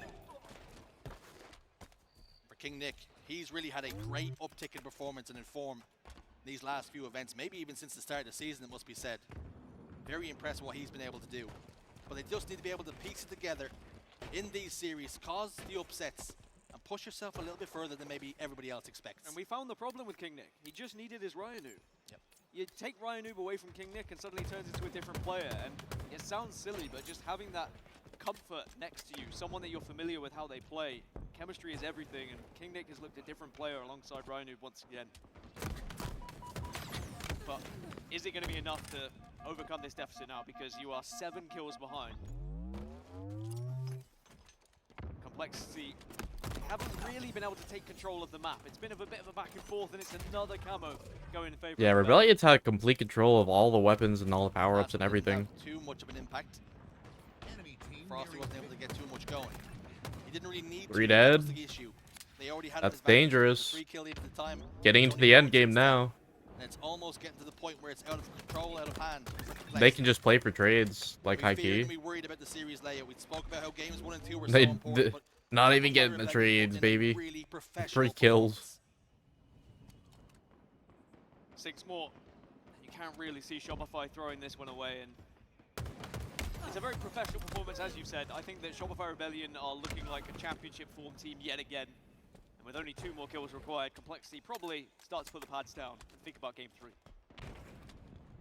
Not literally, but they'll think about it. This one's beyond them. They know that. It's when, not if. The 50 kill will be locked in, and it's going to be by Frosty. Shopify Rebellion now 2 games up against Complexity. And perhaps the series is going exactly as we expected and exactly how Shopify Rebellion intended. Complexity just have not shown enough to really be a threat here. But this isn't the target for Complexity. Let's be honest. We know it. They know it. You know it. Their sights will be firmly set on TSM. And you mentioned it. There's a little bit of bad blood there. There's a little bit of history with some of these players. And it's 8th versus 9th seed, which in theory should be the tightest game, one of the tightest games we have in pool play. And maybe Shopify Rebellion is just that one step too far at the moment. Now, Complexity would have come into the tournament thinking, you know, we want to win it, as everyone always does. But when games start to happen like this, you just have to respect what you're going up against. And I think they know full well that Shopify Rebellion roster is the real deal. You know, you speak about bad blood, and I think it only depends. I can't believe B-Man is coming to Worlds, bro. It depends on how far you look back. There's been people dropped, there's been people... We're getting the Canadian, dude. You're watching other teams lift the trophies, you're envious of that, you're green, you want to be the one doing it. There's always motivation to beat the player sitting across from you. You know Terrorist has plenty of it if it's going to be up against TSM. You are right. I mean, outside of the top 3, there's been so many team changes across the years. Everyone's tried some sort of formula, some sort of I feel like everyone's teamed with Ryonoob at some point. It's almost just a rite of passage that you have to play with Ryonoob to get to the top. Because Ryonoob was there once. Once upon a time, we did see Ryonoob win the LAN. You either have to play with Ryonoob or beat Ryonoob. Yep. Otherwise, you get buried. And that was something that did happen, sadly, in Game 2. Complexity got a little bit buried by Shopify Rebellion. Same could be said for Game 1. Just overwhelmed them with the sheer amount of presence on the map. Great map control, good use of ensuring they got the sniper rifle, ensuring they got the camouflage, and it does bode well for CTF Forbidden. Now, this is one of Shopify Rebellion's better maps when it comes to CTF as well. They are 5-1 across the season. Just seen the 1-1 for Complexity, so hard to really take anything apart away from that. The way you spin that is both teams have lost 1 game. Both teams have lost 1 game. We have more data on Shopify Rebellion. We know Rebellion are good at this. For Complexity, it's more of a question mark. It's can they beat Shopify Rebellion on one of their better games after they've struggled against some of Shopify Rebellion's okay games? My answer would probably be no, but I'm always optimistic, and I always want to see more games of Halo, so you know what? Screw it. We're going to a game 4. And I think if it's Shopify Rebellion, you spoke about how games 1 and 2 were a bit of a burial. I think those 4 players will be handing over 4 shovels to Complexity and saying start digging, because we're not looking to push this series any further. I think CTF Forbidden is very unforgiving as well as a map and mode. If you do go 1-0 down and the other team has control, it's very easy to get deflated. You struggle to get back into the game. You try and push, you try and grab a flag, then you find yourself out of position, you lose map control, and then suddenly the overshield's in their hands. Oh no, they've got 2 snipers, and it's 3-0 and you've lost. So it does very quickly snowball out of control if you're not careful. So you really need a solid strategy here if you're Complexity, and that goes right from the start. From starting strat, you need to ensure you're getting that sniper rifle, putting it in the hands of someone who you trust, that can hit the shots to watch over either A, overshield, or go and take that fight head on with the opposition sniper. The name of the game is Capture the Flag Forgiven, not Capture the Flag Forbidden. That's exactly what Complexity we're hoping for here. Can they get themselves back into this one? 9-0 versus Complexity. The more stats we show, the worse it looks for Complexity, I think. Trying to work out how that works. If you've won 3-0, 3-0, 3-0. Oh, that's prior to this series. So technically they would be 11. Yeah. Well, there was a second there where you paused and your eyebrows went up when you were counting the extra 2. Carry the 1. Yeah, 9 plus, yes, 11 works. Well, here we go, game 3. Can we see any sort of fight back from Complexity? Or is this just going to be a dominant, one-sided affair from the side of Shopify Rebellion? That's certainly been the expectation, but there is always the unknown element here in the HCS of anything could happen. We did see a memorable reverse comeback, a reverse sweep from Complexity in Pro League. But can they do it on the big stage? I was going to suggest this is going to be the final nail in the coffin, but we've already mentioned burials, and I feel like we're being too morbid. That's just how it feels sometimes when you're watching Complexity up against some of these top teams. Cycle rips a face. But it's Complexity with hands on the flag, and they're starting to move it. Cycle's been an irritation in the base, but he's been finally cleared out. Gonna have a little bit of a flag standoff, it would seem, for a moment, but the return's gonna come in pretty quickly. They're happy to let this one deteriorate by itself. Flag's gonna try and send itself home. Still down in no man's land. Flag goes home then. And it's Shopify Rebellion threatening to push in the first and opening flag here. 2 go down for Complexity, and that means Rebellion open us up here, 1-0. Such good patience as well from last shot, not over peaking, not taking too much of a fight, happy to sit back, keep that flag safe, and wait, bide his time, wait for that moment, and then delivers the first one in favor of Shopify Rebellion. It never felt like that flag was in jeopardy. He was far too comfortable sitting there as long as he was. And I think ever since that first snipe shot was hit by Cycle, Shopify Rebellion knew they had the advantage. It was just a matter of time. They just had to wait it out, but they didn't try and force anything. They made Complexity make the mistakes instead, and I think that's something that Shopify Rebellion do very well over and over again, is sometimes they find the weaknesses in their opponent and they say, look, we know that they're going to push here and maybe do something a little bit silly, and also, we have the advantage, we don't need to force it. Let's just watch them make the mistake and capitalize. Sometimes doing nothing is the optimal play, waiting for your teammates, if your opponents to come close distance. Frosty shooting everything and anything, but just didn't seem to get a kill. Hurt my ears a little bit. I'm still getting used to it. New gun being different carbine sound. Definitely hurting my ears, man. That shit hurt as well, I will say. But last shot is going to make another attempt at running this flag. King Nick's going to be the first target for Cycle. And he may have just done enough there. It's a distraction to allow last shot to get around the corner. That's one of those deaths that show up in the feed and you don't think much of it, but actually it's a very, very good death because it's meant a second flag capture for Shopify Rebellion. Rhino was just about there, but not quite quick enough. And again, it was Cycle just taking a little bit of the attention away from the Complexity roster. Last shot says, thank you very much. I'll just whip round this corner. And it was pretty smooth sailing from that point. Now, with 9 minutes remaining, Shopify Rebellion only need one flag. And this is the situation I said you don't want to be in if you are Complexity. Because Shopify Rebellion now, if they wanted to, they could just control this map, play it out for 8 minutes. But I think we know full well that's not what they're going to do. You said Rhino was not quite quick enough to get the stop. Do you think it's because of age that his knees just haven't got what they used to? I don't know, I saw him playing some pickleball and that boy can still move. He's got the movements. Speaking of movements, he's just taking that same position as Cycle did earlier as well. You're just a real nuisance in this kind of spot. But it's about picking when you get aggressive. As soon as you, again, notice a little bit of weakness, you've done a little bit of damage, it sometimes is... Hey Lars, how you doing, homie? It's 2 dead for Complexity. And a lot of players in position. What's poppin', brother? Fire and escort this flag all the way home. A little bit of poke damage being done to Frosty, who's down to half shields, but last shot gets a kill elsewhere. This one has been plain sailing from get-go. Frosty GG. the final flag. It's a clean sweep for Rebellion. Yeah, that was a quick game. Performance from Shopify Rebellion and is a statement of intent. As they look Just put a cheesecake in the oven and now we're chilling. People bake cheesecakes? Bracket where I'm sure they will be happy to face anyone. And do remember, we've had quite some odd championship brackets across I feel like this year where when most people make cheesecakes, they just tend to refrigerate it. and then Shopify Rebellion have had to play optic gaming That's in round interesting. 1 and all sorts. So Shopify Cheesecake Rebellion sounds really good though. prepared to play I can't lie. in round 1 because who knows who might be their opponent and who knows what might happen elsewhere. But one thing we do know, Shopify Rebellion, all smiles and all joy.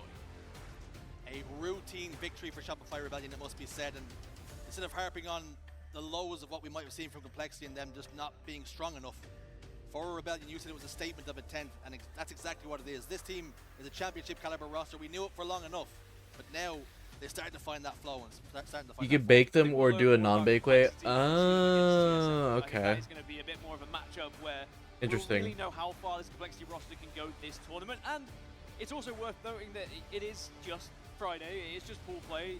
There is a world where How does the like result differ? I guess. have a better series layout. Like if you were to bake it or like just refrigerate it. Terrible series layout for Complexity. The thing that does separate the best teams from the OK teams is just being good across the board at every map and mode. But there's some times where you just hit that sweet spot. You get the good 5 and you can cause an upset. More velvety texture. Oh, okay. Lattice was one of the first, Okay. the latest edition, and maybe That's some teams cute. go under practice, it's an opportunity for Complexity. But as a matter of fact, because Shopify Rebellion, Either way, I'm sure you toss it in the fridge like afterwards. they learn the game quicker than almost anybody. Like I said, you could put them on any map. You could make a brand new Forge map they've never Because played you know, before. ain't And nobody 9 want to times eat, out of 10, I would still trust Shopify eat Rebellion warm to win that one cheesecake. because they are just unbelievable as a team, as a roster, just great chemistry. And performance-wise, was there any players you looked at there that impressed you? You thought they look like they're trying to cause a little bit of an upset this event, or even just trying to impress some people? I mean, who didn't impress me from Shopify Rebellion, to be completely Doing a honest? key lime one? Key lime cheesecake, that's interesting. They're dialed in. There's no worries that it's Friday. Doesn't look like they take it slow. They're not a team who overlooks their opponent. God. They don't come into it a Friday under. Glad to know it's not like microwaving a salad. That's what I was thinking. I'm just like, They just say, look, we are going to beat the teams that are in front of us, and people bake cheesecake? I didn't know that was a thing. Sounds to me like It's we're interesting. going straight back to the desk. No interview for the moment, but I don't mind listening to Snipe Down and Lottie and Tony break some things down. I don't know about me, but certainly these two, for sure. Bro, I those would say display what's posters an are exceptional fire. Series from Shopify Rebellion, and thank you so much to our wonderful Cassis jersey and Gaskin. Shopify, business as per usual. Something I do love about them on a Friday, it really is just grinding it down, making sure they get it done. They do not have really any slip-ups whatsoever, and it's really something you can't say about every single other team, and especially some of our best teams that we have in the HCS. So really, really impressive stuff. The fact that they're holding strong on Friday, I think bodes really, really well for the rest of the weekend. Snipe Down, I've got to ask you, obviously in terms of their competition and who they're facing currently, you're expecting them to step it up a notch, I'm sure, going into Saturday and Sunday, but if you had to put a percentage on it, what would you say we're at right now with Shopify Rebellion and how they're performing and playing? I mean, that series, I'd say after that was a completely different version of them than we saw in the first series, I think, in terms of what they were willing to give up. So, I mean, I'd say they're probably at about 85% right now. Okay. I think they're still, warming up, getting heated, but that was a pretty good Finally beat the showing. Desert Temple, Twilight Princess. I Been think the only procrastinating for the past couple hours watching YouTube. You could have finished this in the next temple by now. Yeah, which again, Those temples be rough, bro. choice there with the breakdown for sure. It certainly was indeed. Tony, Fucking water temple from lackluster, to say the least. Ocarina of Time still traumatizes me. Wasn't quite the momentum we were looking for to pick up off that reverse sweep, which we talk about often here. It's tough to pick out some really positive things for Cole here, but if there were any, what would you kind of say moving forward?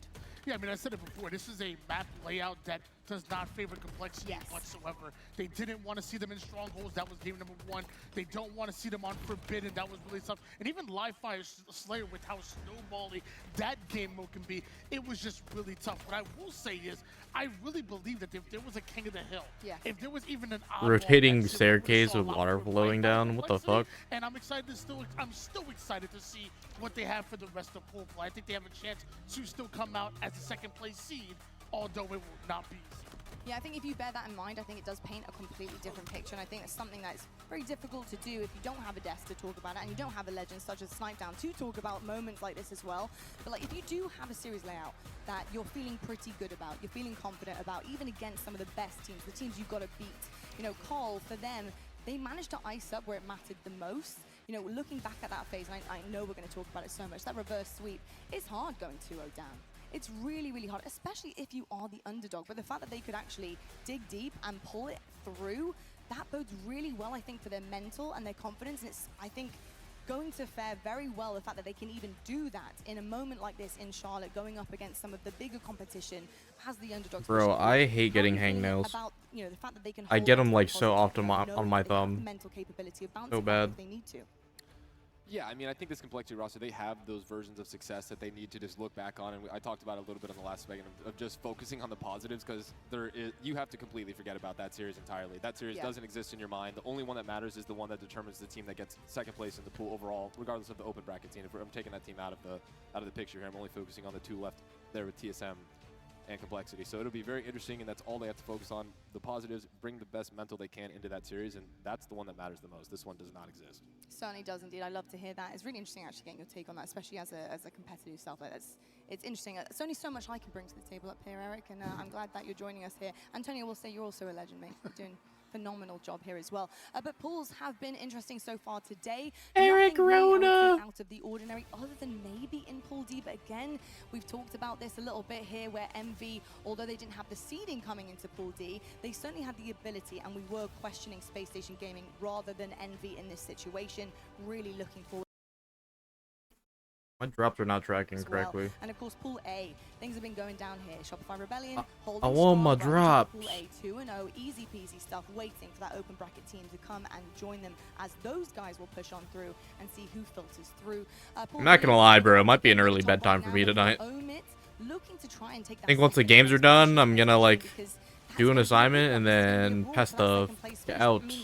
You're looking at the championship bracket here. You don't want to be starting out in the safety net of the HCS. You don't want to be being able to make one mistake in the championship bracket where it gets really heated and have to go out and call it quits. You want to make sure that you solidify things in pool play, and that's why day one is so awfully important.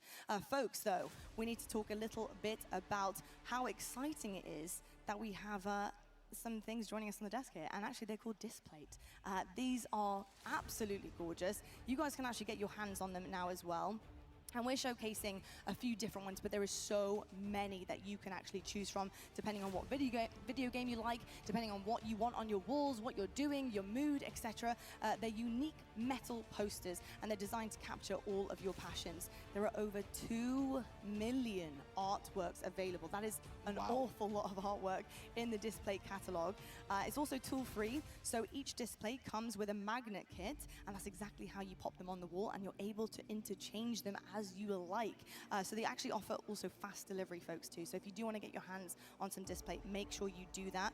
Your new metal poster can arrive in 4 to 5 days. So that's really, really exciting stuff to know that you can have a brand new look in your gaming room or your living room or wherever you would like it in a matter of days and less than a week as well. You guys can actually get your hands on a code as well. So make sure you're writing this down. It's Phase Halo for 38% off. You guys use that discount code. Make sure you're going to grab your favorite Displate. These incredible metal posters that, again, like I said, interchangeable for whatever mood, whatever may come your way. Tony's gaming, HCS sticker is bothering me, bro. to get my hands on that. I certainly will be buying some Displate for my brand new game room that's going to be coming my way very soon. Would you be maybe putting some Apex up in yours? Maybe a little bit of everything. I mean, they got 2 million, you said? It sounds like they got a little bit of everything I could ever need in there. So, I mean, these up here on the desk are looking pretty good. Yeah, they are looking very good. I know, actually, we might have to swipe these right after the segment. There is 3. it's already done. There is 3 up here. Let's There is just, 3. there's The 3 of question us. is, who's getting the massive chief, though? I got dibs on that one right there, that dark gray. This That's 117 right That's or, mine. Yeah, Yeah, I'm not gonna lie, that's kind of cold. I'm not gonna lie, yeah, that I one, like that one the most too. that one is kind of cold. I will say, I do like the big chief helmet though. I will say, folks. So for watching, of course, you guys can also get your hand on Twitch drops, and I know how important these are to you. So make sure the tabs are open. You're watching all weekend long. Watch all of the incredible Halo action you can get your eyes on, while also picking up these incredible Twitch drops too. You won't want to miss it. We're gonna head to a quick break, but when we come back, these displays will be disappeared. They'll be in my living room, and we'll have another main stage action ready to go for you. It's gonna be FaZe, your hometown heroes, the major team, going up against Luminon Gaming, the European powerhouse looking to make their mark here in Charlotte. Who will come out on top? We'll find out right after this. Your gaming space with metal posters from Displates. Hang your Displates in seconds. Swap them whenever you like.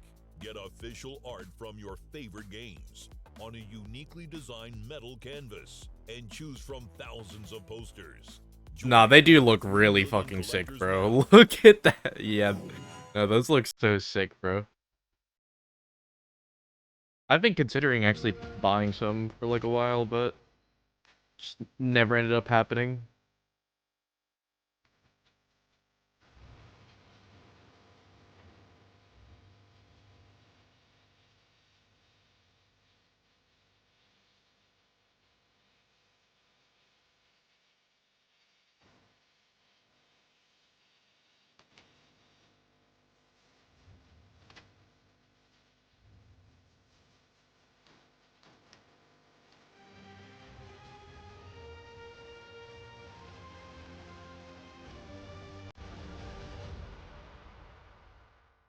This plate is so cool but expensive. Yeah, but you're getting that quality, bro. You're getting a metal poster.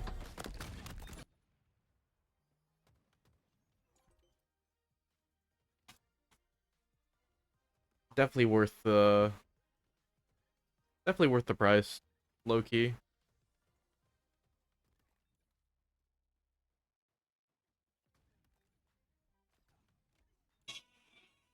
Stop calling me.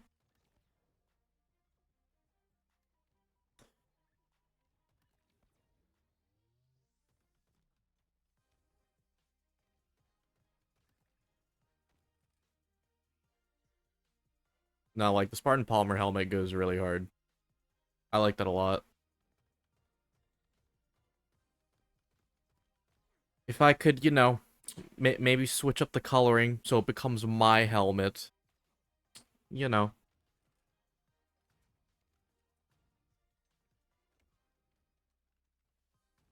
Yeah, but 50 bucks for a medium. I guess it's not like the worst thing in the world. Or if they have Persona.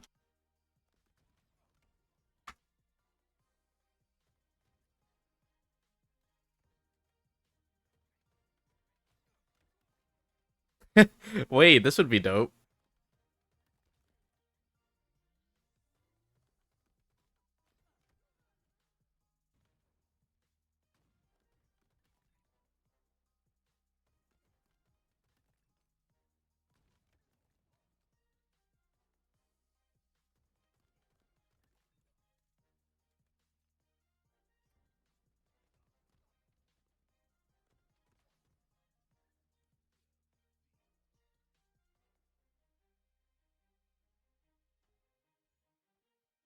Yeah, they don't really have much in the way of Persona, bro. I would love to see more Persona posters.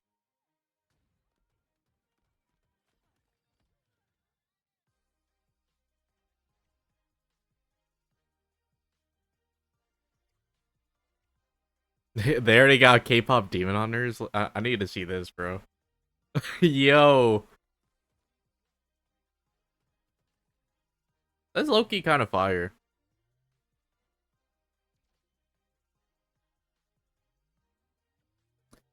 Got fucking K-pop Demon Hunters, man, but don't got shit for Persona, man. God. They definitely have a lot of Pokemon. There's no way they don't. What?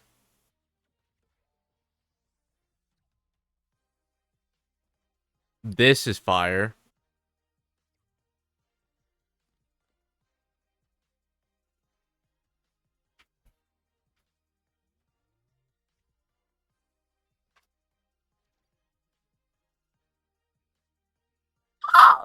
Yo, wait, these look sick. Yeah. Bro, I guessed on a whim. This is fucking awesome. Yo.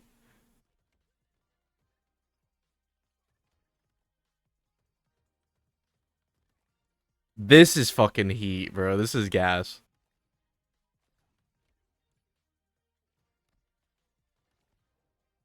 Bro, these are all so cool.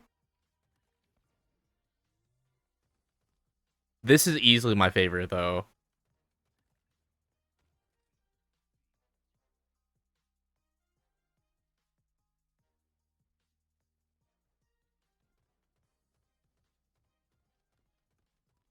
That's so cool.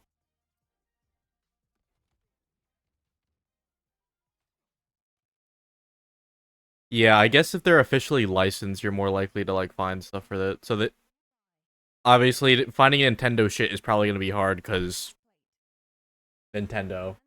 But yeah, that's really cool though.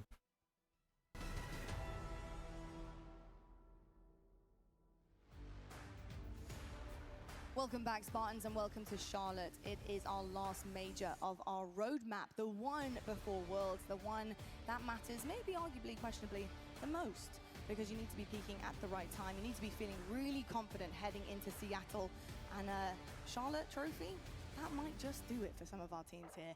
My name is Lottie. I'll be desk hosting all weekend long. I'm joined by the wonderful Snipedown and Why Not Be Casting. Lads, getting into this next one, we're seeing our hometown team for the Oh my god, it's Eric Rona! We have FaZe going up against Luminon Gaming, the EU powerhouse.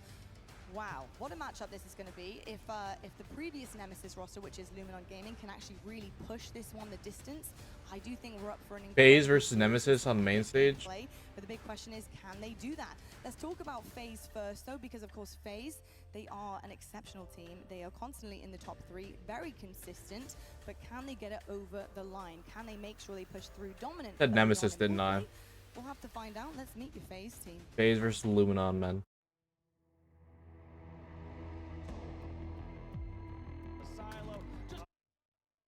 The triple kill. Wait, can he do it all? Hey, Lucid! You madman! An overkill!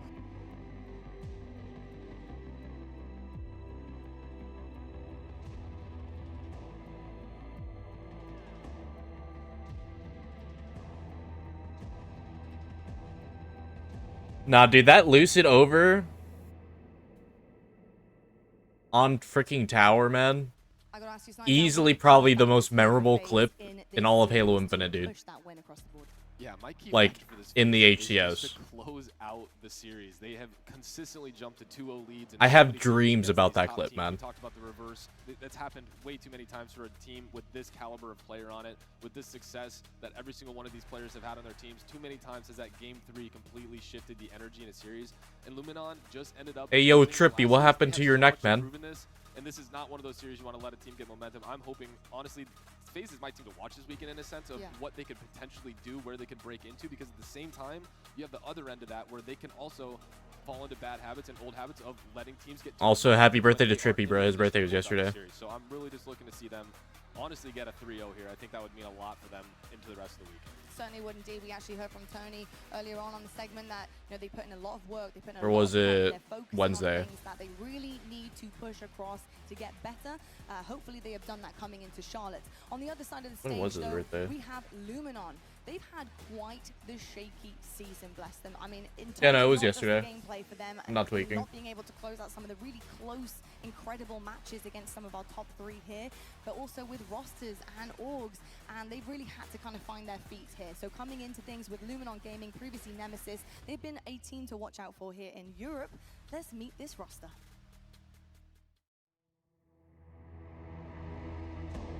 SLG. Just about time to get his shields back. It's a huge 1v1. A huge 1v1.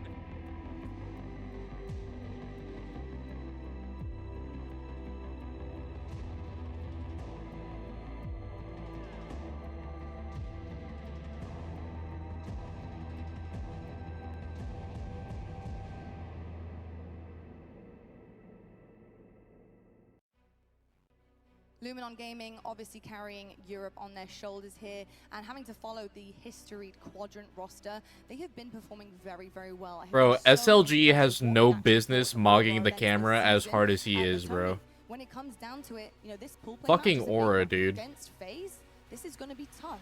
How are you feeling about Luminon? What do they need to do to actually lock down this series? Well, it really is going to be huge for them. And I talked about often how FaZe prepare like champions. Well, Luminon, they're going to be prepared and locked in for the rest of the season. They're actually not even going back to Europe after this event. They're staying here and boot camping going into World. They're going to be prepped. They're going to be ready. And let me tell you something, man.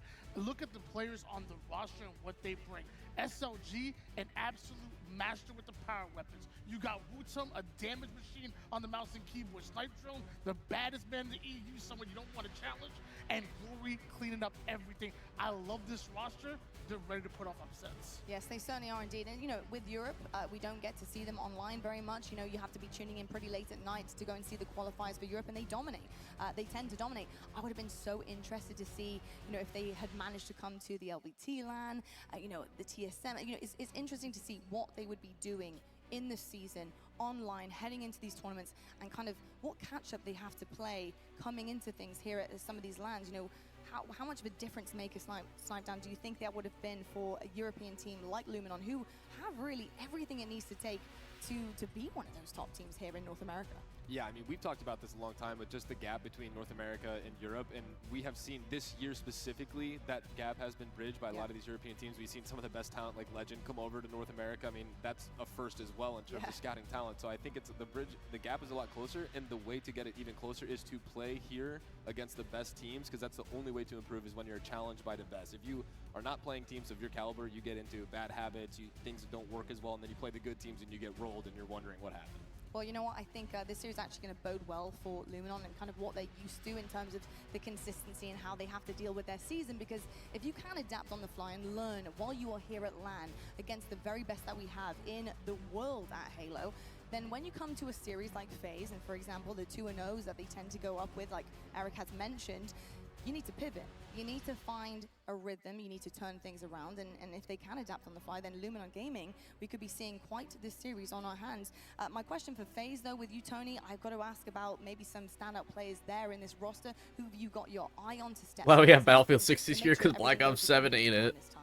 Bro, I'm very sad to say, but I'm also, excuse me, I'm also not surprised in the slightest, bro. After I saw that fucking gameplay, like, multiplayer trailer, I knew it was just gonna be the same kind of bullshit. And that includes doing the objective work most of the time and have him slaying the way he was. I was really impressed. Having a little look across these stats here, folks. We're looking right now at the LAN results for both of these teams and the overview of the season.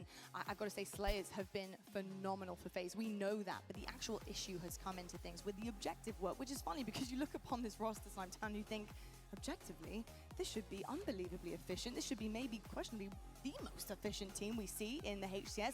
It hasn't quite converted. What do you make of that, considering how bizarre that, honestly, that feat is? I think the biggest thing for me is just the play style similarities between a lot of these players. I think, you know, Trippy, Snakebite, Penguin have all been very unselfish players, especially, you know, Trippy and Snakebite are two of the most power weapon oriented players that I've seen. They're always on the weapons, always on the camos, always on these things. And so when you have a lot of play styles that are similar, we've seen a lot of different teams with 2 Slayers, 2 objective players, all this.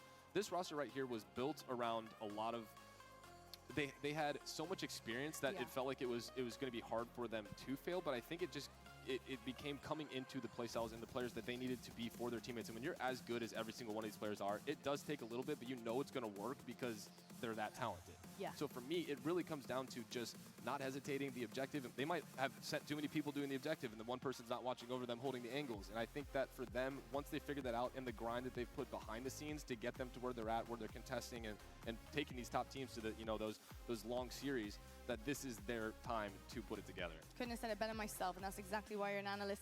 I will say, you know, I think in terms of team chemistry, it's so important to learn each other, and like you're saying, you just need a little bit of time just to understand how each other want to play and to be. I'm not gonna lie though, seeing competitive part of the game, playing off one another. When somebody's making a See, play, whether seeing it's this right or roster not wrong, on or Nemesis goes is up, like as low-key long as you throwing me have through a the loop. I'm fair not gonna outside lie. backup, that It hurts my precision, brain a little bit. lot of the time you can get away with maybe the squeakiest of maybe not the greatest I'm player so in the used to world, Snipe Drone doing convert something that stupid with the often freaking because Nem you trust your plushie. teammates. That takes time to build. Hopefully they've had enough time across the board. We've got Luminon Gaming on the other side of things though, looking pretty good in that CTF from what I just saw in the stats there, Tony. How are you feeling about CTF for these guys? I don't know if we're going to be seeing this in the series layout, but there are a couple things to take away there in terms of how they're doing and their dominant performances. I can see the CTF going two different ways because of the map it's on. It's on Forbidden. So when you think about FaZe, when you think of a squad that really wants to get into a half-court offense, they want to slow the game down. They want to play a very structured game where what Luminon need to do in order to succeed, they need Wutum and SLG to throw off their timing big time. Be unpredictable. Make the game mixy. And if you're able to do that, that's where you can really kind of blow a hole within FaZe's offense. So I can see it going one of two ways, and it really, really depends on who's able to kind of figure out the other team's strats. I will say Wutum is the one to watch for me on Luminon Gaming, without question. I mean, he is such a phenomenal player. He's young. You can tell how much he wants it. I love his pop-off moments that we've seen across the couple of seasons we've had with him in it as well. But honestly, majority-wise, the fact that he plays keyboard and mouse, and he's pretty much the only one to do it here, is incredible.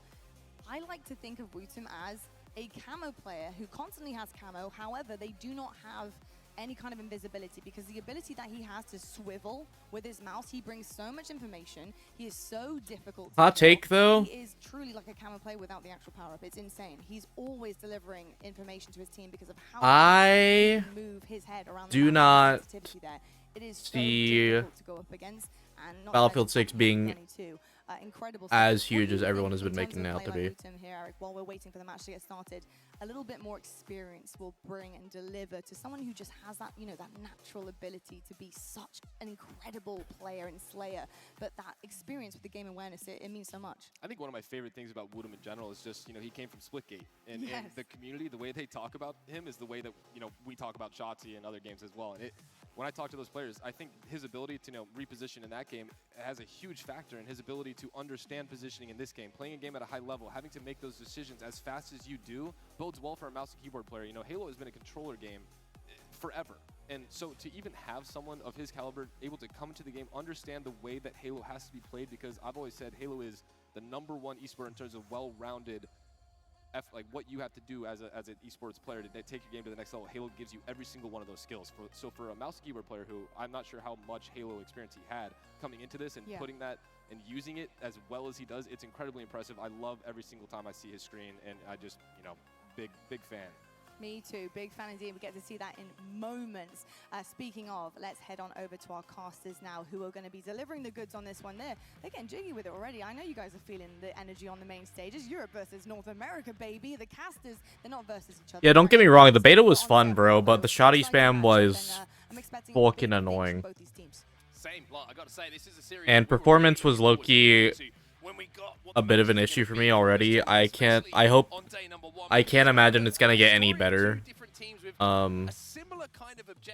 with the full release. Through a ceiling at the moment for Luminon, it's always been about making it to Sunday, getting past the top 6 this season. And for FaZe, it's been about getting to the grand final. So very similar story for different teams with slightly different objectives. Yeah, exactly. Similar stories, different ceilings, I would agree indeed. Stronghold Lattice going to be your game #1, starting things off with the new hotness, and Luminon, of course, going to look at that as maybe an opportunity. It's unfortunate with a lot of these newer games that performance is becoming like a struggling issue. True game types: Live Fire, Slayer, CTF Forbidden, if we need them, Neutral Bomb Aquarius, and Slayer Solitude. But I tell you what, that game #1, Strongholds Lattice, definitely an opportunity for Luminon. Yeah, just looking at the pace of this series in general, very quick. Might just be time for me to upgrade some shit. Do have, and for Luminon, we have to kind of caveat this series with what's happened so far, because we casted over them against Cloud9 a little bit ago on the B stream, and it looked a bit rusty. We have to say they haven't had the greatest of practice coming into this event.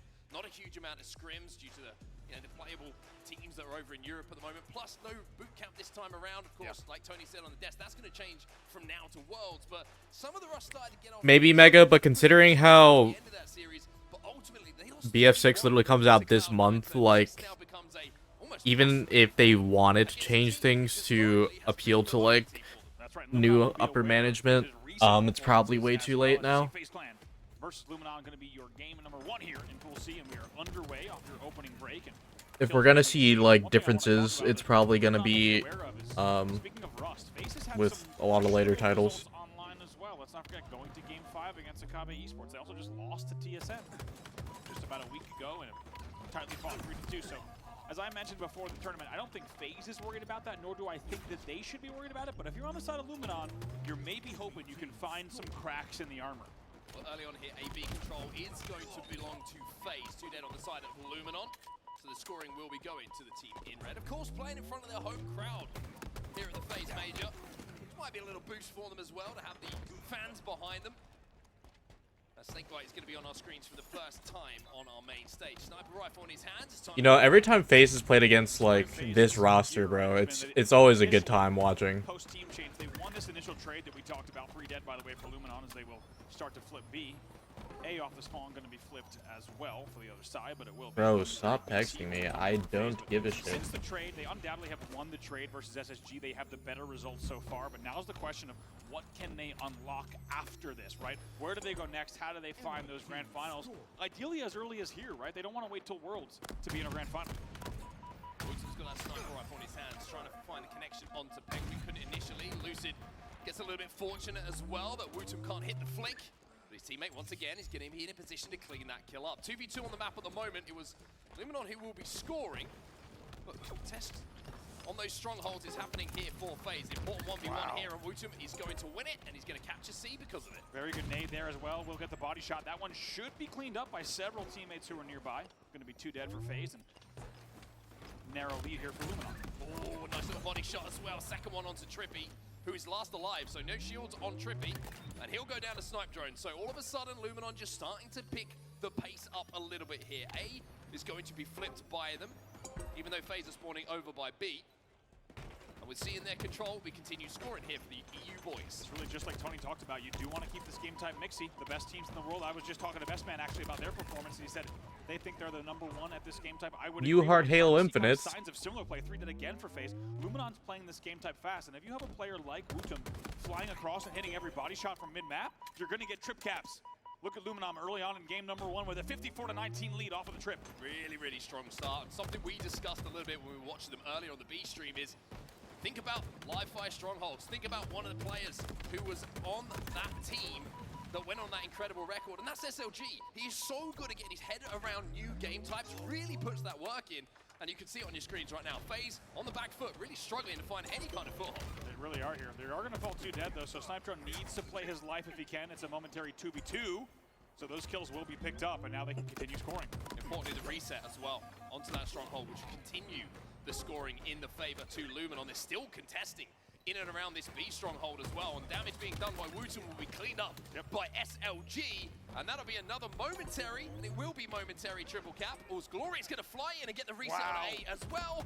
Luminon are starting to flow here, and the rust we were talking about in the series against Cloud9, looks a bit like they're starting to shed that. Yeah, huge reset there. Will be 3 dead for Luminon. So Battlefield 4 is fun, but it's not something I can play on the regular. And the fact that like some of the most popular servers are ran by admins, and like you have to have chat on in case like, you know, you fucking pop off and it just looks extra sus and you don't respond and you get booted, but then said admin will also be saying slurs. You know, it's a good time. Deadass, that's probably why I have not streamed Battlefield 4 since, bro. They will flip C, they're scoring it again. Snipedrone last alive though. Interesting to see if he plays for these kills. Or instead he's going to listen to the comms of his teammates, find himself a sniper rifle. Hit a couple of shots here, and a stronghold should go your way. Good morning to you, Snipedrone. It's good to see you, buddy. One of the most talked about players in Europe for a long time for good reason. What a shot there. Not easy to do against a player like Lucid. 2v2 on the map. Important fight in and around C here. Gets the Can't wait for Battlefield next week. I hope you enjoy it. I will not be buying it. Now he's going to reach out and hit the headshot almost. Here's the second. Yeah, I really did Mega. Controlling ice. And this circle side of the map. Then the admin just had to say something stupid. To try and keep this scoring going. 137 to 48. Finally, FaZe will get a momentary second to breathe here. back and forth here over the last few minutes of play, and it was a big lead for Luminon, but as you said, FaZe is right back in this game, and they've made sure to stop the bleeding. However, there's still a long way to climb to get back in the lead. How come I'm not playing? Because I don't care enough. And he's got that thrust as well, so fires one of the bullets, only one left in the chamber for FaZe to put to use, but they're picking up kills elsewhere. QT in the hands of Trippy, and also the opportunity to challenge Glory, stop this stronghold conversion, and keep the Triple I liked the beta, but like Luminon do manage to the shoddy spam was fucking cringe. The beta was already performing questionably. I cannot even imagine a full release. I like what I'm seeing there from Trip. And it feels like if you're on the side of Luminon, And I'm not paying 70 smackaroos, bro. I'm not doing it. the more likely it is they'll get right back in it, but it is Very rarely will you ever catch me buying a game at full price now. Who is a player historically who has always raised his game against the bigger teams in the Halo Championship Series. You're seeing it in this game here. 14 and 8 for the Englishman. good damage from Wutum on Snakebite. Snakebite's forced to bottom middle there. We'll see if that one gets cleaned up. Trippy's going to make it a little bit easier for the team to push out.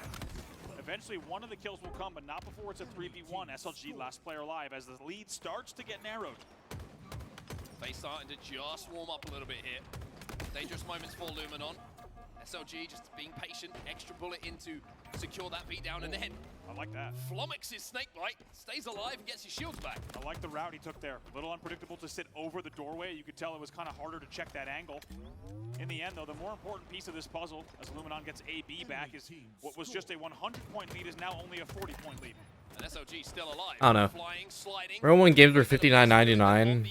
And even then, like, I still didn't want to buy them at full price. Triple cap. Luminon really starting to ramp up the pressure again now. Impressed from Luminon, right? It felt like I don't know, you can counter and say, oh, shoddy spam was just as bad at Battlefield 4, but like, I don't know, when I played it, I didn't find shoddy spam to be as much of an issue. Scoring at AC and maintain now a 70-point lead. Like, going from 6 to where it was basically constant to 4, where it happened like maybe once, like every couple games. Yeah, I don't know, man. I'm not sold. Turn his attention to the power weapon. 2 dead on the side of Luminon. FaZe need to make the most of this. Yeah, let's see how he plays it. This is a big moment in the game, without a doubt. He's probably going to have to play this snipe. He does. Makes the safe, conservative play once again, and now going to try to fight this 1v1. Very well done to get the trade, however, it's 3 dead. SLG, last player alive. He makes sure to trade 1v1 for a second here. Yeah, important to keep control of B. Wutum versus Snakebite. Snakebite, great shots! Coming in from PJ in that situation. As Lucy will come to join him now, putting some pressure on a B. We might be seeing the first triple cap here from FaZe. I won the Infinite campaign in a giveaway. Oh, they picked quite a time to do it here in the late game as well. As you say, ABC holds 4 dead. Trippy is the last player alive, but Wutum takes him down, so it will be 4 dead. First player is up. We'll see if Luminon can flip. It looks like they will go for the trip as well. Sunjoy going to get the cap, but Lucid getting a really creative angle there to flush him out as quickly as possible. B being worked upon by both teams at the moment, but FaZe has stepped inside of it. Glory just hunting kills at the moment. Cannot find anyone because they're all dead. FaZe are 3 dead once again. Lucid was last alive momentarily, and B will be flipped and Luminon will continue scoring. A lot of shots happening, but Lucid's still alive on the map somehow. They're going to try to push here. It's going to be an Not that I recall. 194 on the board for Luminon. Really important shots there from Snakebite. Had to be perfect and were perfect. The little star in the kill feed will tell you that every day of the week. A and B get reset by Luminon. They will continue to score, and now they cross 200 points. FaZe need to make something happen, and with 4 dead, it's looking like another triple cap here for the European boys. Wow, once again, what looked like it was going to be a big comeback from FaZe has been shut down yet again. It's another triple Not cap the from trip Luminon, cap. as they will pick up that last kill. Finally, all 4 players up. Sniper up as well. Could be a case of next team fight wins it here for Luminon. Penguin really struggling in this game, number 1 at the moment. 9 and 19 for Zane. But FaZe do get control of Stronghold. Snipe trying to find some kills though. FaZe 2 dead. Luminon should be able to flip B here. Amazing baiting and switching coming in. Take a look at the kills as well. Let's not forget, Trippy and Lucid are positive and in the 20s. Yet look at the scoreline. 233 to 142. Only 15 points to go for Luminon. With how quick this game type moves and how closely these strongholds are in proximity to each other, so easy just to have a good 30 seconds, and FaZe can completely turn this game on its head.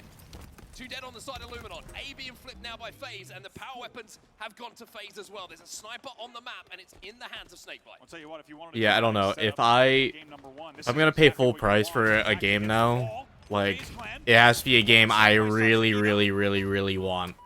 We could see a different story here. They will Otherwise, I'm but not there is touching it. no room for Or error I'm not on the buying side it. of FaZe Clan. 6 points to go for Luminon, and a huge road to go yet for FaZe. Lucid spotted out these spawns. Glory misses his shot, and with 2 shields broken. That's why BF6 is not one of those Glory hits the games. body shot. A and B still being held onto by FaZe, but it is wafer thin, this hold. It's a team name, by the way, on Lucid. Glory's sitting on window. There's no way he gets that angle. Pressure onto B, 3 dead for FaZe. And with B being flipped, Glory's going to put some pressure onto A as well. And even though FaZe get the reset, now Glory's going to have to hold off FaZe almost single-handedly. ANC in their control, but is the help arriving to close this one out? Trippy steps in. Trippy can't die. Last second. Big finish there. The repulse doesn't even get as much damage as they wanted. Does A convert all the way? It does. But now 4 dead. That will be it. No time here as Luminon will flip. A, C, and B all going to be worked on and held by Luminon Gaming in the final moments. 250 to 170 line. Luminon have turned up here in Charlotte. And after that first series we watched a little bit earlier, that's a bit more. If I recall, GameStop doesn't even really have that many good deals on Switch games. And even then, bro, I don't give GameStop any money anymore. The only time I shop at GameStop is if I have gift cards. There was a lot of chips in favor of that being a potential upset, and it was more than that. Luminon wins it 250 to 179 comfortably off of very convincing. I severely dislike GameStop. Looking at the stats here, you can see, like we mentioned, statistically, 12 and 23 doesn't sound great, but Penguin's still involved in a huge amount of damage on the map. 17 assists being cleaned up by his teammates. But if you look at the comparative player on the other side, SLG goes -4, and he puts up 16 assists. So a little bit of a difference there in just having a player alive a little bit longer on the map. Look how close the slays really does were. help. It really does. Look how close the slays were. You have Lucid, by the way, popping off 26 and 18. But look at everyone here on the side of Luminon, right? +1, +2, even, -4. This was not an outslaying match. This was an outplaying, objective efficiency, out-rotating Luminon Gaming. Like I said, these new game types provide ample and sweet, sweet opportunities for underdogs to take out some of the big three. That's what we just saw in game number 1. We'll take a look at some of the highlights. I'm going to talk about it again because SLG, I genuinely think one of his favorite things in Halo is when something new arrives and he can sit down and he can theory craft about how he believes this game type is going to play out. Play a couple of times, we'll see what's going right, what's going wrong, and he's very good to just quickly kind of scope out what the most efficient way to play it is. I'll use that live fire strongholds example from right back at the start of Halo Infinite as a great kind of marker in the sand as to why that, why we would believe that. And I feel like Lattice is going to be a strong game type for them. It was the one in the series against Cloud9 that they took as well. And now as we move towards the Slayer after these highlights, FaZe have got to find something here. Because it looks like Luminon are here to play. It also really lends itself. Yeah, I don't know, bro. I don't enjoy playing games where they don't know how to balance the sandbox, bro. That's why you've literally only seen me in Shoddy Snipes for like the last couple months. I hopped on BTB for like the first time in months, like the other night, dude, and I just hated every game. It was all about out-rotating, timing, getting the first pick, getting cross-map damage, making sure that they're collapsing. 250 to 179, it's a convincing win on Stronghold's Lattice, and just like that, FaZe find themselves down 1-0. So we move on to Slayer as our next. You're not gonna find All-Stars, Mega. By the way, shout out to the All-Stars is really rare. putting together the model live fire. That was awesome. I wonder if I can take that home. Also, shout out to the HCS social team with the "Is this a live fire for ants?" That was awesome. Reference, great tweet.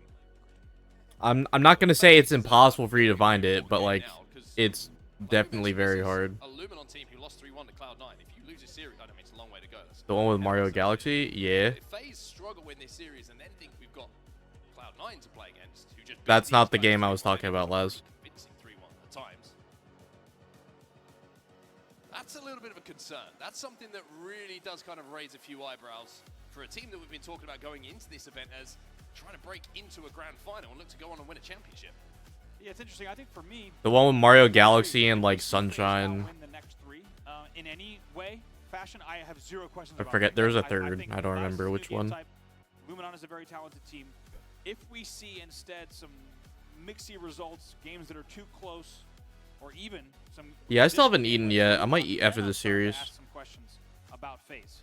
We'll have to see what this is. I think it's once again a tournament for FaZe where they have the ceiling, of course, is so high for them, and I think they know it. And it's a question of what tone do they set? What do they accomplish here? And how do they set the right tone going into Worlds? Because look at the pedigree of the players on FaZe. Look at what they've accomplished. Look at this trophy. Bro, yeah, Contrarian. The night I was playing with you too, dude, that was also fucking tragic. I think everyone's talking about Shopify. I forgot about that. But FaZe Clan quietly lurking in the background. But except it's not a late night issue, it's a constant issue. With a surprise upset World Championship win, and they are certainly capable of it. But that road starts here, and they find themselves down 1-0. I played with Contrarian the other night. We both dropped like 50 kills and we still lost. We've talked about the camo and how the extended period of time that it's If Sandbox isn't fucking us, bro, it's skill-based matchmaking. That is. Making sure that they're making the most of every life that they have with it, not overcommitting, making sure that you get the full 45 seconds of camo. And if you can control both, you're going to put yourself in a very, very good spot. This really feels like an important game. It really does. Really big game. I was going to say the same exact thing. They're underway here in game number 2. If you're just joining us, that's right. Ah, my ears. 1-0 over FaZe Clan off of a very, very strong Lattice King of the Hill win. Excuse me, Lattice Stronghold to win to take the series lead 1-0. Well, off the break, it's going to be a slender lead here for Luminon Gaming. Yeah, I might go make some food after this series, Loki. Away with a sniper rifle. And I feel like you're looking at a player contributing. No, I don't have networking problems. Glory's been fantastic in some of the bracket runs, but the big matches, the big games. I'm very fortunate enough to literally live near like one of the main servers, so. Camo will go over to Luminon. They have a 1-kill advantage, but that should extend if Snipe Drone can play this well. I was going to say, Snipe Drone surely grabs his repulse. He does. He goes back for the repulse. I was like, there's no way he leaves 3 of those with camo on the ground. He goes back for the repulse, now tied 6-6. Got to wait for a little bit of help from teammates here, Snipe Drone. You can see just, like we were talking about, making the most of this camo. Every single second that you can stay alive could be a difference maker. Penguin will escape here. Lucy's going to reach out with that commando. Woodsum's there to try and clean up some of this damage, and he does exactly that. Gets 2, and with 3 dead, FaZe Clan find out that Snipe Drone isn't missing many shots. It didn't look like it was going to be easy, but excellent baiting and switching. It's an eventual 4 dead. They only lead by 2 here, but they maintain a little bit extra camo. Finally, it will dissipate, but that was not easily navigated in cuts and top mid. That could easily have been completely blown. Instead, they do manage the right baiting and switches to at least get the upside in the end of the trade. They lead 10-8. Snipe Drone going to peek bottom middle here. Felt a little bit uncomfortable for him, and now he's going to back out. Lucid going to look to take the 1v1 at the back of green. FaZe a little bit split on the map at the moment. But an important death grenade there just keeps those. Bro's a server maintenance person, free Wi-Fi. SLG, I think that's his second perfect to the game. Yeah, bro, that's my side hustle. Wow, perfect reversal as well. Also has the QT to get a dodge if he needs, but the help comes. I'm so impressed by Luminon. Don't fuck with me, bro. I'll unplug your server. Of the help. Constant baiting and switching, and specifically watching. Pretty difficult to watch sightlines over these opening engagements. Now up 15-11. Attention turns towards Camo once again. Snakebite gets away with barely any shields, and finally he'll be taken down. SLG is out of there. He wants to pop this camo, and he wants to make the most of it. That's 2 in a row here for Luminon. Some might have said a risky pop there because he already took so much nade damage. Could have maybe made sure a teammate got it, but instead he comes away with it. Needs to stay alive here. He's tiptoeing. He's holding on to that back rail, and it's a scary, precarious position to find yourself, but That railing probably just saved him from that nade, bro. That nade was hurling straight for his face. gets picked up, and all of a sudden it's 19-14 with the S7 pop in. And an SLG with his hands on the snipe. Wow, and this has gotten dicey and dangerous for FaZe Clan. Now down by 5 in a game 2, where they already trail in the series 1-0. They know what's on the line here, and they slow the game down for this camo. That is the definition of checking your corner. That is checking your corners. That is a 360 vision. I've heard about BattleBit. Used perfectly by SLG, not giving anything away. You can't really blame Penguin for the play. He's not done anything wrong. He's trying to slow the game down, get information, and fortunately SLG just wise to it. It's the body as well. That'll buy an extra second where FaZe cannot push. 2 players bottom middle, though. He's going to call that out. Really like the pre-nade as well there from SLG. Doesn't re-poke without pushing those two players back with a nade. Laz, I don't think anyone's getting that one, bro. Escape is going to be locked in. Lucid going to be challenging. Two players from FaZe actually just aggressively flanking on his position at the moment, and the timing of that push put together from FaZe really, really impressive. Penguin wants to hold tower. He knows it's a little bit risky to try to over-challenge here in these moments. So just trying to hold down map position, trying to get really a foothold back in this game. Numbers though, going to Lumen on again. Penguin, no shields once more. She's trying to survive, trying to weave and nod and just be a nuisance, and somehow he's doing exactly that. Still alive in this situation, finds himself a snipe, helps Trippy out, and Penguin now starting to heat up a little bit. Sniper needs to get this kill. He does. It's a big one to make sure the snipe could slow down just a second. And now just like that, only a 3. Oh god. Now this is where we need to see Luminon take a little bit of a page out of what we just saw from FaZe.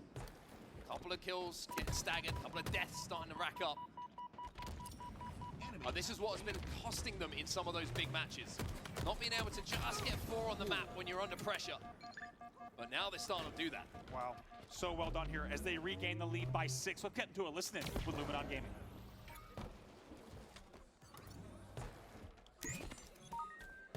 Let's say we're up to B. Yeah, ready to time it, okay? I'm gonna activate it soon. Okay. Wanna play B? Yeah, I'm gonna B. I'm watching left side right now. I'm activating now. 2 top mid, 2 top mid. They won't see, they won't see. I got one. Nice, nice, nice. 2 red Oh, 2 red plant. Yeah, big door. Another one. First one. No, big pillars, big pillars, big pillars. Nice. Did you kill back B? Did you kill back B? Yeah. Okay. I'm going back to C, I'm going back to C. Yeah, come back. A plat top mid. One's top mid right now, guys. I'm looking C. Yeah, I'm coming back next. Yeah, You're on B. pick with me. I'm with you. It's two, and the left front car. Kill me. I die from A plat. I die from A plat. We're losing C, guys. We're losing C. Yes, A plat, 2 top in. Laz, I feel like 90% of your jokes, you have to explain them. Bro, the whole point of a good reference or joke is you don't have to explain it. I'm blocking you for snipe. Nice, get snipe. I'm blocking you. Go back to C. Rip numbers. It's on me. Yo, air snipe. It's one shot, bottom mid. I hear bottom mid. I'm motion kilo. Tis. Oh no, the animation just cucked him. Where is he? Rip. Dummy door. I can play dummy door. Yeah, dummy door. Which? Cuts in, top cuts. Go top cuts. Top cut should be weak, guys. Yeah, take your long. You're long cut. One A plant kill me. I got one. A plant is shopping score. And yeah, another one cuts. Cuts the dummies. Dummy door, yeah. Well then, lads, you can't get disappointed when nobody else fucking understands them. Very interesting listening there for Lumen. A lot to talk about, but most importantly, still have that lead. It's only 4. FaZe is starting to come back into this one as Penguin has a snipe. Yeah, we'll stick with the action for now. As you say, lots to break down, but right now, even more importantly, it's still just a 4-kill game. Make it 3, 37-34. Late game run here from FaZe. A little bit of pressure on the shoulders of this man. 4 and 8 in this game, but has that snipe. Oh my god. One way with a couple of big shots here. Hop, Zane. Oh god. As Luminon find themselves 2 dead and just 2 kills, make it 1, back to 2. In a lead here. What was just an 8+ kill lead for the side of Luminon has been reduced to only 3, and it feels like really even bigger. The momentum has just been sucked out of Luminon. FaZe is right back in this, and it feels like even though they trail by 3, they've got the momentum on their side without a doubt. Still bullets to work with here. Camo popping. 2 dead for Luminon though. It's going to make it very difficult to contest this camo. SLG is going to challenge. The flank from Snipe Drone though catches them off guard. Snipe Drone gets a double out of nowhere. Trippy has to run, has to scarper with this camo. SLG taken down, 3 dead for That's a Luminon. huge kill. Huge play from Trippy to get the camo and get the kill. Gonna go ahead and bring it back to the team, and they toss Snipe 3 shots as well on the sniper handoff. Hit all 3, you're in the lead.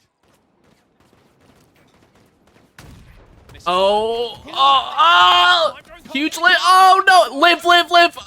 2 dead on the side of Luminon. Still have 1 game, making a Oh tie game here. my. The snipe and the camo making the difference. Ultim was last player alive. Trippy's gonna hunt him. Oh my god, huge fucking live. Face clan goes up by 1, make it 2. SLG. Oh my. FaZe rise from the ashes in the late game here in game number 2. 49 on the board, 1 to go here for FaZe to complete the comeback. Oh my. But it's not going to be enough. FaZe. Wow, what a clutch play from Trippy, dude. Holy crap, man. He played his life so well there. Being able to live like that is actually amazing. Trailing by 8 or more kills Oh man. in the 3rd act. This is going to game 5. It usually does, bro. Every time FaZe has played this roster, bro, It's usually a very close series. And out of nowhere, what should be a 2-0 Holy crap. is completely stolen by FaZe Clan.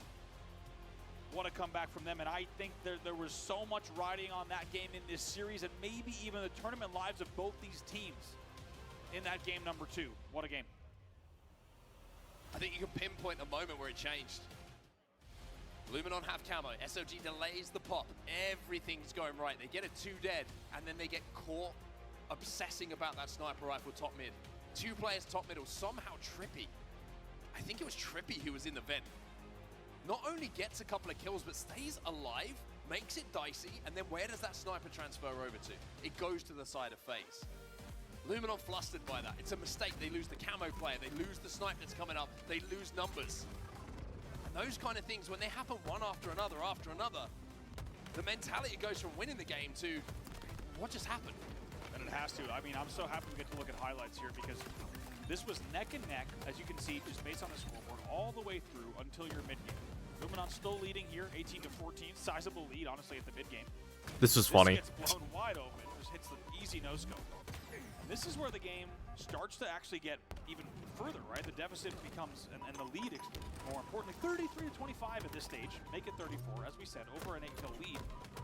This should have been Luminon's game, and really, they let it fall apart. Let's see if we can catch that moment that was top middle. This is Penguin with that sniper rifle we were talking about. It was just before this that the wheels fell off for Luminon. As well. But Trippy hitting these perfect shots here, staying alive in that situation. And also this snipe drone. This was crazy. Trippy stays alive, hits the body. Just all these things stacking up.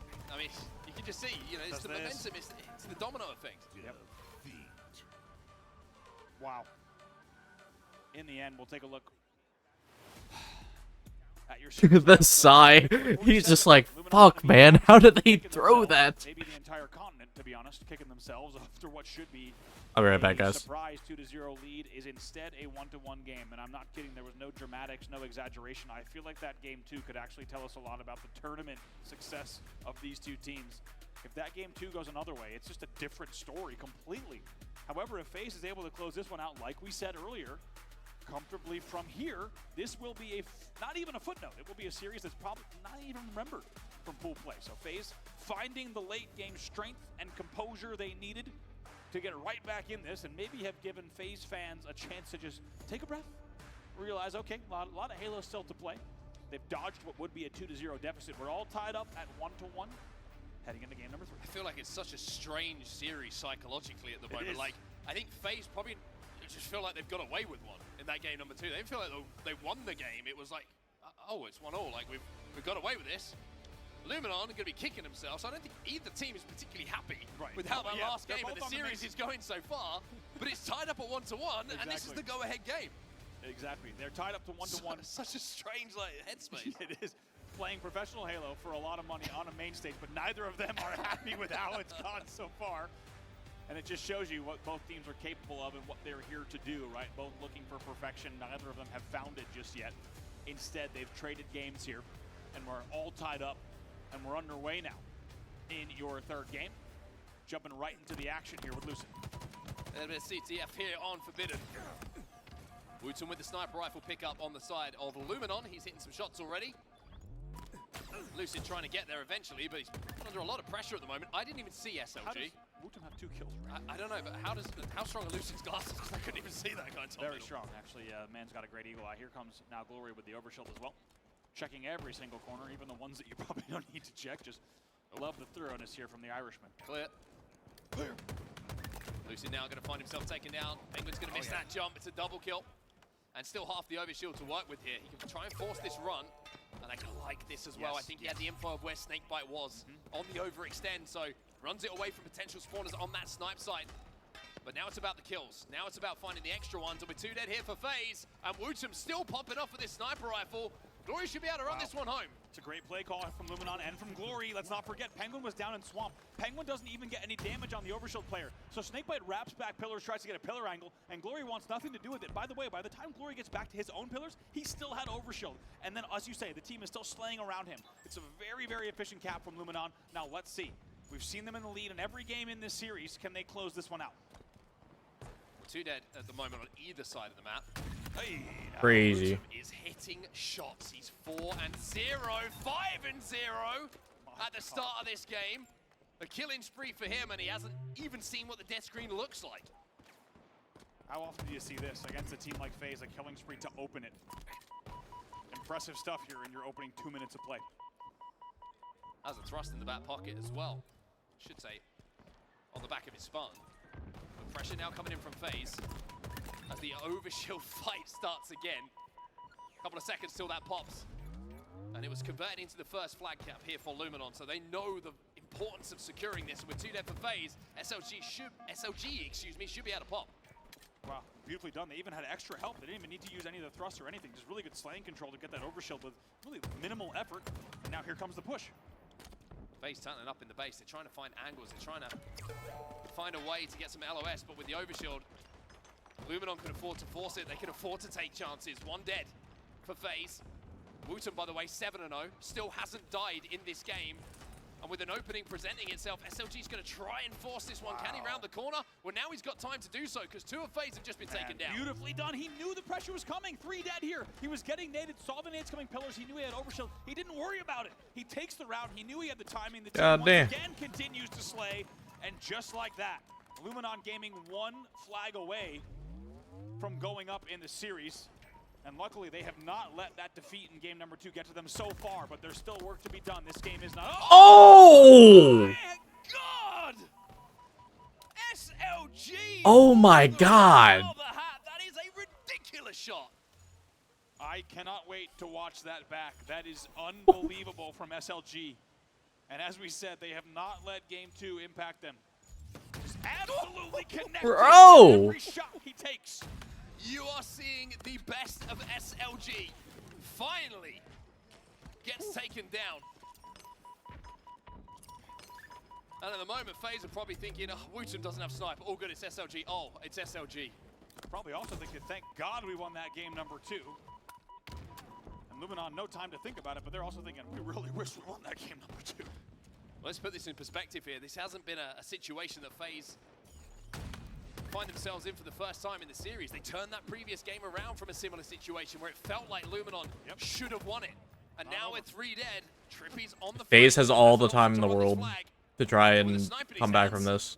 Probably still make this work. Overshield for FaZe as well. Like we said, not over yet. And even though Luminon looks good, we've said those words before, actually not too long ago, about 10 minutes ago, as FaZe runs what could be their first flag of the game. Game of Halo was never won before the final objective went in. And there's still plenty of time to work with here. 7 minutes and 30 seconds left on that game clock. And with the flag going in here for FaZe, all of a sudden this game looks completely different. It's a 1 flag game. See if we can find SLG. Here he finds the FaZe. Trippy knew exactly where to put that reticle. 3 dead yet again for Luminon. And it feels like a little bit of deja vu to say the very least. Wutum having a little peek. Trippy not able to connect this time around, just playing these lanes as the rest of FaZe Clan start to move up on the map a little bit. I think we'll find one to SLG. No, something's up. No, Glory just fell to his death. Somewhere. Glory just fell off the map though, which gives a free number here to FaZe. Unfortunate there. And you're right, a really interesting mental game there between between Wutum and Trippy there. Trippy knew something was afoot. And he also knew the Glory had just spawned in the back of the base, takes him down. And now that's 2 dead.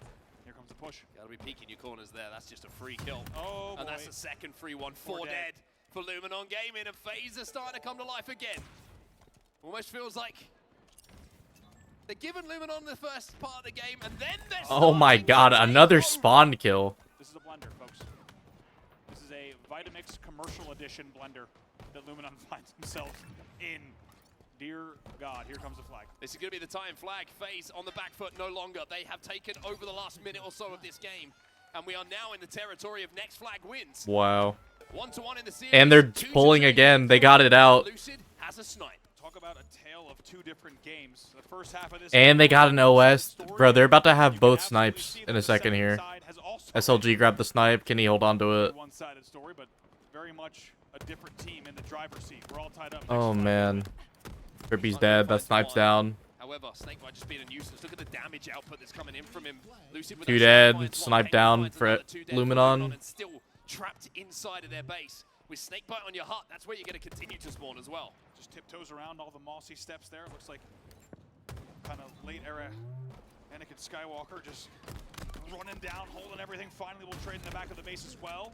3 dead. Penguin last player alive here for FaZe. And man, Luminon thinking, how did we let this happen yet again? But the game is not over. Oh my, the crazy angle. Finally, Luminon do get a little bit of space on the map. 5 minutes left in this game. Next flag will win it. 5 minutes remaining. Snakebite being a nuisance in the back of the Luminon base. He's been alive for so long. 10-7 in this game at the moment. Glory will find the beatdown, but the Death Nade will take him down. It's amazing how this game is just slowed down. That now that the snipers have gone out of play. Brief 2v1 there, and also, yeah, you can just really feel how the game has changed. And what an amazing opening to see it just completely full speed ahead from both teams. SLG gonna try to win this one in the Magnum, not gonna be easy, but just full speed ahead, just pedal to the metal from both teams. And instead, what we've ended up now with this really slow, careful, methodical play, because both teams know that if you happen to forfeit a pick you shouldn't have, that's probably gonna be the game. Also think snipers coming up soon, Overshield coming up soon. That has been where the caps have happened. So everybody is just so aware of not giving away free deaths at the moment, because that is the win condition. With one flag between the teams, or should I say next flag winning this game, getting one of those is going to be massive as that Overshield pops right now. It's going to the side of Luminon. The European team have the Overshield. Here comes Wooten. He needs to push. His Overshield melted off, but they do have the numbers on the push. It's going to be 2 dead, and they don't forfeit any deaths. Penguin's taking a little bit of damage as well.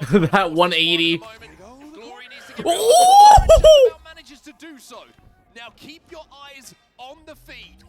Every kill that goes down in the favor of Luminon could mean this game is over, but if they're phases, this run will slow, and that looks like what is happening. They knew they had to drop and shoot. They're going to let everyone come back on the map, and they're going to focus here on this battle. Big 1v1 from Lucid. Big from Lucid. He loses that. Luminon have the advantage, but he wins it. And now FaZe are thinking about a counter cap, not just this return. Should be an easy return. He does get it, and leave it to Lucid to come down, right? 1v1 rad tunnel.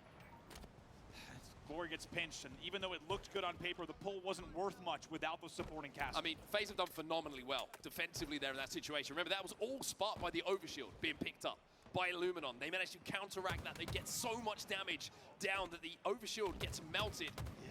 And even though the flag got moving, yeah, I agree with you. I completely agree. Yeah, I think Luminon rushed that because you heard the Overshield pop. We were on SLG's POV top mid. You hear them pop the Overshield, and they just held forward into the swamp. They could have maybe waited just an extra second. Even though they get the first 2 dead, they rushed the pull. Speaking of 2 dead, here's another pull, but on the other side. Not again. Ooh. Not like this, Luminon. Oh, FaZe man. Again, leaving it late. Making it interesting. Lucid has a snipe, and he's starting to hit bodies as well. Luminon are trapped in the base, and Snakebite's finding kills. Zane's got to get it around that corner. Glory, last player. Glory. Has to go massive here. He's dead. Penguin, Oh, that's probably game. exactly where it needs to be. That's SLG game. alive. Trippy's getting the kills. Lucid takes down SLG. Wow. 2-0 Crazy fucking comeback, bro. Game number 3 and go up 2-1 in the Wow. series. I don't know how they're doing it, but they're getting it done. The home team leaving it late, but getting it done. Games 2 and 3 playing out almost identical. That was a really good game, bro. Huge leads for Luminon off of very impressive play and convincing early and mid-game. However, they let both of them slip out of their hands. This easily could have been a Luminon 3-0 if we only watched the first half of these last 2 games. Instead, it's a FaZe 2-1 lead. What a series so far. What a series. And I thought the psychology of the teams was weird after game number 1. Well, it's got a little bit more simple now. FaZe very happy with the comeback in that game. Luminon kicking themselves again, even more violently than before, because that is a game where you can't let that happen. It's simple as that. Like, FaZe brilliant. When they went 2 down, they took over the game. The snipers started to go their way. But you look back on the Overshield run for Luminon, that's the chance to win the game, right? And it goes wrong. They force it. They try and make it happen too quickly. And FaZe only need one chance to be brilliant. Remember, Wooten was 7-0, by the way. Yep. to start this game. Glory also pulls off this run while the team just continues to slay. And inside of, by the way, 1 minute and 2 seconds, the first cap goes in. Wutumden did all of this. Just unable to be taken down. They keep winning the overshield battles as well. Oftentimes it looks like making it look easy. They wait and bait on this run. It's perfectly executed. But hopefully you didn't place any bets at this stage. Bro. Even though you might have been tempted. You feel like... Look at this. It's just... Through the leaves, man. I feel like Luminon have won 90% of Game 2 and Game 3, but lost the last 10, which has cost them. It's been such a strange... And then Trippy just went off. Couple of games. FaZe's resilience is incredible. Through the leaves is crazy. Unbelievable late games from them, just to stay in it, just mentally to stay in it, to pull this off. And that's what it takes, right? You talk about, this was the, I mean, Rush in so many ways, and yes, Glory might round the corner, but I think everyone knew that it was going to be a tough road home, and this 1v1 as well. Was huge from Lucid. Man, if Lucid loses that, and of course, equally, if Glory wins that, it's a completely different fight. Completely different game, potentially, as well. And then Penguin. Look at the patience. You've got to say, yeah, great patience. That's, when we talk about knowing how to play an objective, that's a great example of it. You can touch that flag, but then you've got to make yourself difficult, wait for the help, and wait until those shields come back before you can start running it again. FaZe sounding pretty calm, pretty composed. Listen to the comms there once again. These are guys who have been here before, and even though on screen it looks dramatic, and it has been, for these guys, this is just another day at the office, and I think we are rightfully freaking out here as we're watching this series, but for them, it's just been about late game composure, and my God, have they ever done it? This has been an amazing series, and just when you thought you knew where results were going to go in the HCS, and maybe things had settled down after Salt Lake, Pool C showing us that there's a lot of exciting Halo yet to be played with upset potential, but so far, only one of the 3 games has had an upset delivered. It's FaZe Clan that bounces back late game. 2 enormous comebacks in games 2 and 3, and they will look to close it out here on Nutribomb Aquarius. Will we see a Game 5, or will FaZe use the momentum of those 2 comeback wins in Game 2 and 3 to close out here on Aquarius Assault?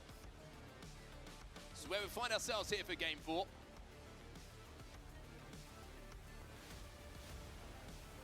And I gotta say, map-wise, what we've been playing has been the smallest arena maps for the entirety of this. The action has been non-stop. You called it when we first... It's been a great series. It's been amazing. You called it when we first saw the series layout. This is going to be an absolute kind of just non-stop pedal-down series speed-wise, and it's delivered. It's been amazing. The opening rush, majority of the fights are won here by Luminon. But honestly, for them, it's not really about how the game starts or the middle goes. It's about how it ends. As we've learned very harshly, and they would have learned very harshly in that Game 2 and 3. Wutum has the camo. Bomb is moving here.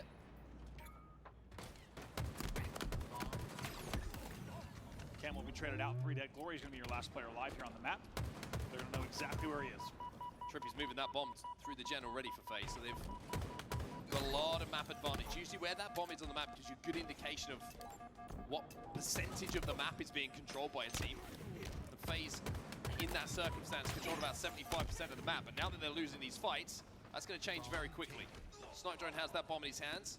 Lucid will find one just to make it a little bit more awkward for him, and even more so because Lucid, he's a difficult kill, this chap.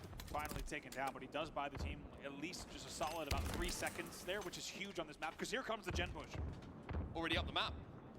Like you say, it's a great example of just staying alive 3 seconds. The rest of your teammates are now in the gen, putting pressure on that bomb. And right, and even though they lost it again, let's not forget, guess what? Lucid's already up now. Now he stops the gen push, and they have to reset entirely. So really, it is a domino effect, like you alluded to earlier. Just staying alive a few extra seconds, especially on Assault specifically, is going to buy you a lot of time and a lot of options off of the spawn. Bomb starting to progress towards the FaZe side of the map now with 3 dead. FaZe has got to be careful here. Bomb is in the base. Spawners are putting pressure on though. But the arm is going down. It's 2 dead on the side of FaZe. That's an arm. And Luminon get out to a great start again here. Hopefully they can keep that momentum. The first point is on the board. I've never been equally so excited about a team playing so well and then so worried by taking about what's happening an next. early lead. It's almost, how do you win these, right? What do you need to do? That's the question ahead of Luminon Gaming. But jokes aside, 4 dead. They're playing very well. They're going to look to get a second arm here. But that also makes me worried because of the last game. We're going to just have to see how this plays out. Never have I been more terrified about the team winning games of Halo than what we're seeing right now, but they are doing a great job of slaying and putting the pressure onto FaZe. But the Gen Spawn comes in, which gives a line of sight. 2 dead for FaZe once more, though. Last 2 players are in the back of the base. That's such an important toss of the bomb out, though. If that doesn't happen, Snipedrone's probably planted this one. Big toss. Snipedrone's in trouble. He gets 2v1 eagle-eyed. He was like, oh, come on. You can just, you know, you've been in that situation before. You know how it feels, and it's not This series, bro. To get that bomb out, it looked like we were going to see a double plant coming in. So speaking psychologically, I think Luminon has had now kind of 2 games where they've let it go, and they have enough experience where I think they're going to realize the opportunity ahead of them here, right? They cannot allow this to happen a 3rd time in this series. They've got a 1-bomb lead. They need to continue to play their game through the entirety of this game, whether we go to time or not. Well, let me tell you this. If they go 2-1 up and FaZe score next, their mental game is going to be the equivalent of throwing a brick in a washing machine. It's going to be an absolute mess. A brick into a washing machine. FaZe do have that bomb halfway up the map now, so that's a new one. Finally being gathered. Have you thrown a brick in a washing machine? Have you seen it before? Search it on YouTube. It's awesome. I believe it. I've known you long enough to not doubt know that that's the kind of thing that's in my search history. and also that you would absolutely do.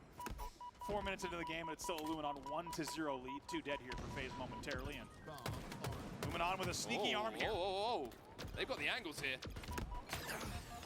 Wootum! Holy crap. Luminon are up 2 again.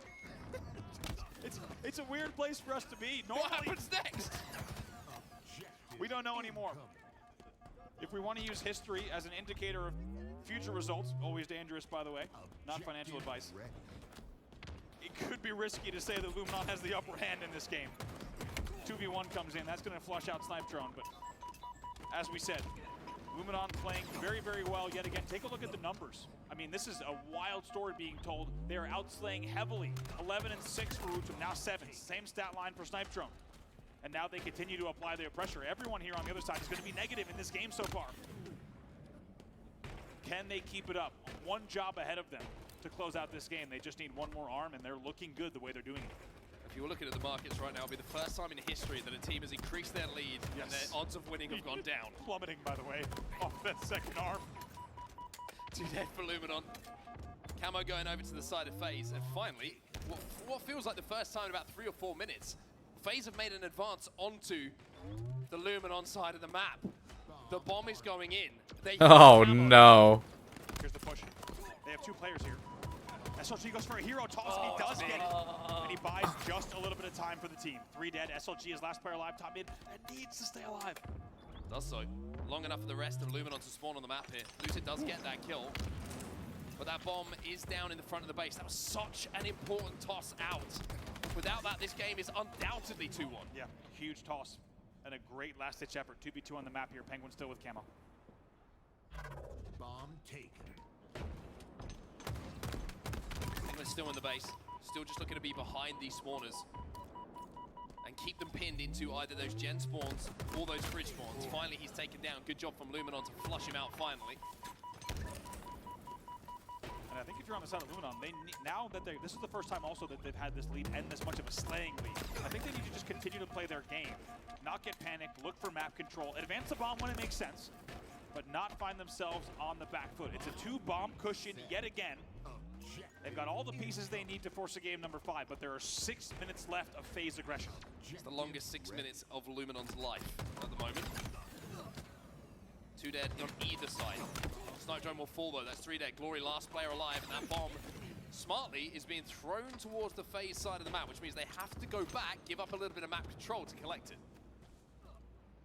3 dead here, Snipedrone going to be your last player alive. He's in the back base. He will be shot right away, so Glory's going to spawn as well. Might even be fridge spawns coming off of this pressure. Has to be fridge spawns at this point. Glory's now wrapping back in. You can see the fridge spawns happening in front of Penguin. He's just waiting for these nades to come in from top middle. Glory has to extend. Penguin will find one. In the back of the base, he'll find two. And even though he's taking damage, Trippy is there trying to arm this bomb. SLG trying to be the hero. He finds one, and elsewhere he actually found two. Huge. As Snakebite finds himself last alive, SLG was the hero for Luminon. He was the hero, and I'm surprised to get away with it because Glorious That was crazy. a free first death by poking stairs without the appropriate support. They didn't have the angles they needed to watch him. He gets taken down, and somehow from a 3v4, they fight out. And that buys them 1 minute of time. There is approximately minimum 5 phase pushes left that they will need shut down, and they do it for the second as well. That's 3 dead for phase. Camo's coming up as well. Wootum stays alive, Penguin no shields, Wootum no shields. And Glory gets that kill. Trippy and Lucid overextended on the P side to try and battle for this power up, but Wootum doing a great job at the moment, just putting down so much suppressive fire, but the rest of his team just not in position at the moment, it feels like, to clean up this damage. Bomb is down on the gen. Luminon do have the opportunity to progress this towards the phase base as they overextend. Nicely done. You will at least get the touch there, though. That is you're asking for quite a melee lunge. I've seen a few of those. I've seen some lunges. I've seen a few of those swings. But I don't know. Local establishments. Oh no! Lucid shuts him down. What a kill. Snipe will fall in a battle where he certainly should have won it and had the upper hand. I shouldn't say things like that. I don't want to jinx it. 3:58 left on the clock. They've fought off another minute of phase pushes. We're taking this 1 minute at a time, Mark. Taking it 1 second at a time. Bomb is down around the mid-bay mark. Snakebite scarpering away from... Oh, please kill him. Oh, finally gets that kill. They're looking for big lunges here. Sniper progresses forward towards the gen. Bomb is resetting down bottom middle, so completely at the halfway mark. Sniper flying forward, trying to capitalize on damage. We're going to a game 5, it might look like. Damage inside of the phase base is fine because it means that bomb is no. Unless Luminon just starts getting absolutely slammed. It's a good trade coming in there. Wootum will be taken down, but Trippy really wins that in the trade column. By the way, SLG 21 and 13 trying to drag this team into game number 5. He knows how much is on the line. Here comes Snakebite with 3 minutes left. It's 2 dead momentarily for Luminon. SLG on the overextend is trying to drag attention away. He does it, and he does it. Those are the kind of plays that you don't see in stats, but it's just allowed his team to get up the map. And now Snipe Drone can wrap back, knowing that the numbers and the damage is on his side. Finds one. That bomb's moving again for Luminon towards that phase gen. Really nicely done. Good composure. As you said, SLG shooting just long enough to make sure the player wrapping bottom middle would be able to get that back whack, and off of that, they're able to stack even a few more kills and a very good gen presence here. Still 2 dead, maybe even 3. Cannot clean up Lucid just yet. There will be 3 dead, excuse me, not 4 dead. Lucid will stay alive, and spawners will be back base. Luckily, also now going to be fridge spawners as well. Penguin's one in the back of the base initially, just to give him a little bit of extra protection. That's why you saw Lucid being happier to challenge. Yeah. But the camo's just been picked up by Luminon. I heard it. But where it's gone and to who it's gone is a different question altogether. Still 2 dead, still a man advantage here. Now going to be 2v2 on the map. 2 minutes left, checking in each minute at a time. It's another minute fended off, and now the 2-minute warning. Luminon looking good, but we're not going to jinx it here, folks. Still 2 minutes to play. Big win from Wootum onto Penguin. Bomb is still in a neutral position around the 50-yard line. Wootum outputting damage, helps his teammate out, continuing to output damage onto numerous members of FaZe. As FaZe now start to be forced to move that bomb. Penguin gets a touch. Snipe Drone collapses on the damage in from Glory. 2 dead for FaZe, numbers for Luminon.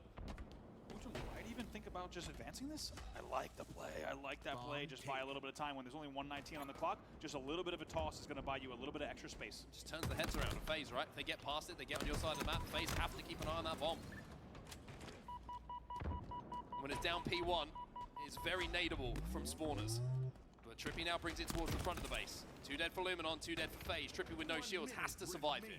And he knows that he has to be bringing this fast, and that's why it has to take high-risk plays going front base, and takes a lot of damage in doing so. Wootum finds one.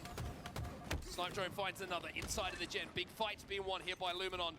And with less than 1 minute to go, we will now start taking it from minutes to seconds for Luminon to survive. Good damage from SLG, not just damage, but picks. We'll see what the Oh, might go for a plant. Snakebite Let's get them shields back. Takes 1 bullet, and he's taken down. And now that Ah, that's gonna get tossed. So Another couple of seconds trickle past. Yeah, that's GG's. We're going to game 5, baby. Hey, Rand, what's good? And another kill inside of his base. And with SLG last alive, even if this bomb does get armed, I think we can call it here. We're going towards a game 5. I'm going to let you make the call. 3 seconds here on the clock. Bomb's going to be thrown out by Luminon. Time does elapse. The markets collapse. Nice. And Luminon will hold on and take game number 4 here. We are going to game 5 in one of the most obscure feeling series that we've ever casted. Truly, what a game, and it's a very different story. Luckily, Why am I not excited for Black Friday? Because it's still like a month and a half away. It's not a story of a third Deja Vu. Instead, it is a very strong opening and mid-game and late game, we can now say. From Luminon, I wasn't dare going to utter those words. I don't give enough fuck. But they will force us now into a game number 5, and I'm not going to lie, it feels like this series deserves it. I think it was the only resolution, to be honest with you. It was always going to go this way. Somewhere or other, we were going to get to a game 5 as we take a look at these statistics from the players on your screen. And yeah, SLG, 27 and 17 from him. And we have always said, whatever team SLG has been on throughout Halo Infinite, if he has a big game, or he even has a game where he's +5 or 6, usually his team will win. Amazing stuff, and it feels like SLG. You could just look at the way he played that game and the stat line. It feels like games 2 and 3, right? The energy that would have come out of that, and the psychology that would have come out of that. He brought that into game number 4, which is special to see from a player like SLG, a player who wants it so bad, and who's been doing this for so long, and who's been up against the big 3 on the main stage for so many matches of his career. You could tell he wanted to force this to a game 5 without a doubt, and he did everything he could to make sure they got there. Yeah, I want to give a little bit of a highlight as well. I think it was Snakebite and Glory, respectively, on their teams. A huge amount of assists compared to the other 6 players in the lobby. So even though you look at the KD, might not look great, the damage output's still there for other teammates to work upon. I gotta say, I love the aggression. It's really interesting to see the aggression, and I would say... What's my drops progress looking like? Am I even getting drops progress? Which has been so weird today. I am getting drops progress. Yay. First couple of fights, the bomb goes against you. Bro, I want that camo, bro. I want that weapon coding. It's so difficult to get your head back into it. But to come out, show some resilience, show some steel, and show that this series isn't going to be the story of Luminon throwing away games, and they want to still prove that they can take down FaZe. You've got to give them credit for how they came out at the start of this game, and the start was pretty much what saw them through. I agree. And look at this series layout you have ahead of you. I mean, it's been an unbelievable series so far. It's like we haven't been able to exactly figure out how we should feel following each game or how either team. I don't know how I feel, just emotional. Yeah, exactly. Don't know how, but like. Emotional damage. With the resilience we just saw, you can hope they're going to bring that into a clean slate and a blank canvas for game 5. But you know there Bro, I'm telling you, they've been paying attention to me. With this HCS season, bro, C9's coding literally is made for me. This new drops coding, literally made for me. I feel so loved. Imagine. However, that is not how this played out.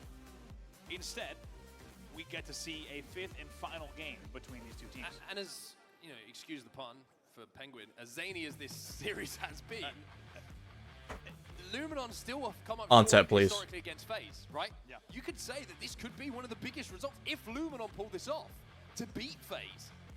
And remember, Cloud9 just beat Luminon, so FaZe got to worry. What do you mean, childhood? About that series coming up and progressing through I'm pools in the ways confusion. that they would want to, with the seed that they have coming into this event.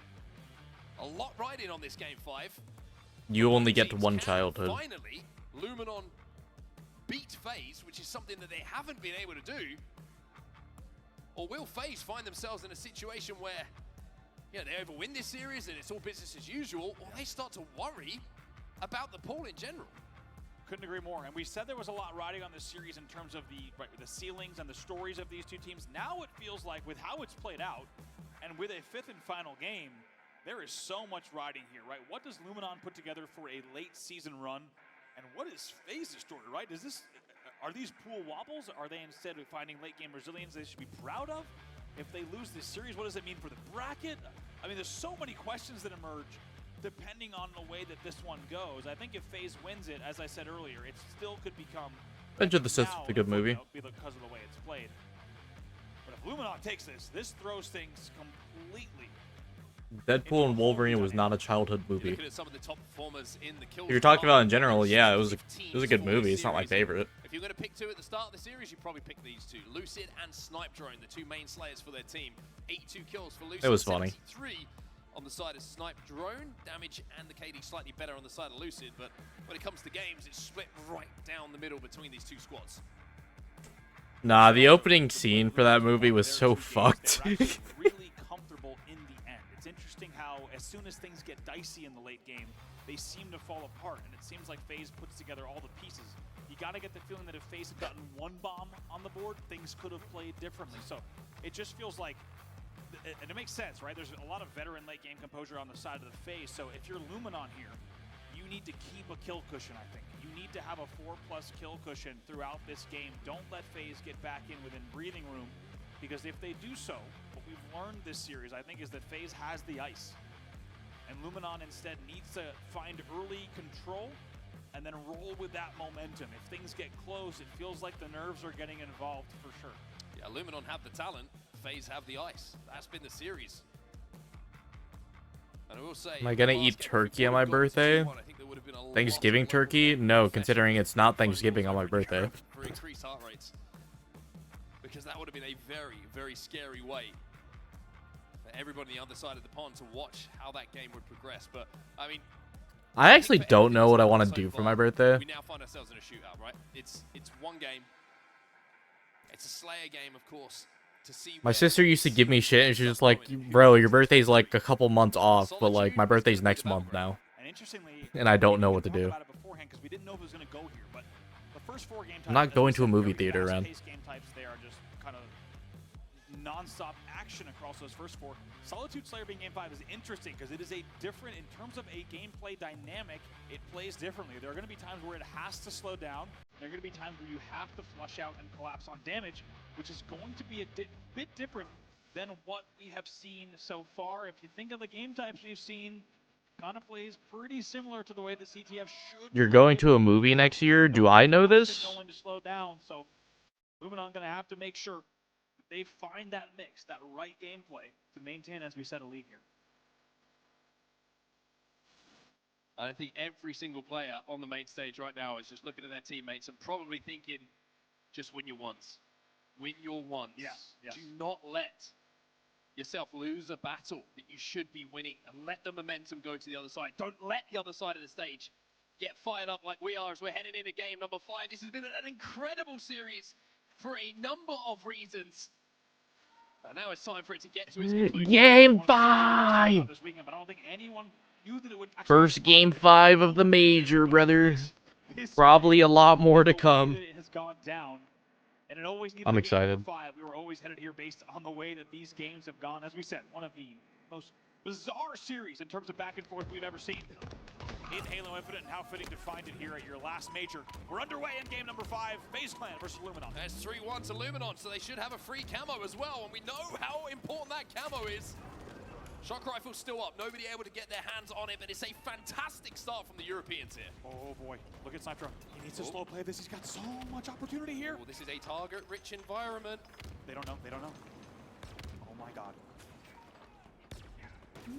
Trippy's spotted him. Trippy's spotted him. It's a brilliant play from Trippy. I looked away for 2 seconds. And now it's 4-4 and Shock Rifle in the hands of FaZe. You thought you saw it all in this series. Well, you haven't. I was going to say I'm going to need a minute, but I don't have that luxury. My job is to keep talking about what you're seeing on screen here. 6-4 off a 4-1 break. And what could have been a very easy collapse with 2 or 3 dead minimum. Instead, no trades come in. Trippy, Eagle Eyes, or maybe even probably gets a footstep audio there. The camo, and shuts it down. And there must have been amazing comms coming in from the FaZe side as well to be aware that camo was going to be around. And the question was, is the camo in the room with us right now? It was coming from inside the house. And now we're tied 7-7. Unbelievable. I think of all of the Is the camo in the room with us? Right, you can see by the way he sort of was just moving his reticle a little bit. Moving that Is the smart movie in the room with us? And what was a huge opportunity for Luminon is squandered in that moment. But once again, now they're showing some resilience. Snipe Drone has got himself the shock rifle, and Luminon have themselves a 3-kill advantage. What a way to open. A wild series of events here. As you said, Luminon once again finding resilience to make sure they are still leading here at 10-7, 4v4 on the map. 15 seconds till camo coming up as well. That's why you're seeing the game slow down to a snail's pace. And Snakebite's going to get that first pick. Sandro wants to finish this kill off. They want to keep the pressure on. They want to make sure that they get their trades when they have to. Lucid's bottom middle, taking down no shields. Glory should get that kill. SLG will find one. It's 3 dead here. 4 FaZe. Lucid down to no shields, and SLG says, my turn with the camo. It's 2 in a row now for Luminon. I like this play from SLG. He doesn't go to finish Lucid. Instead, he just gets camo. He's happy to just come away with camo and now try to extend this lead. They're still up by 3.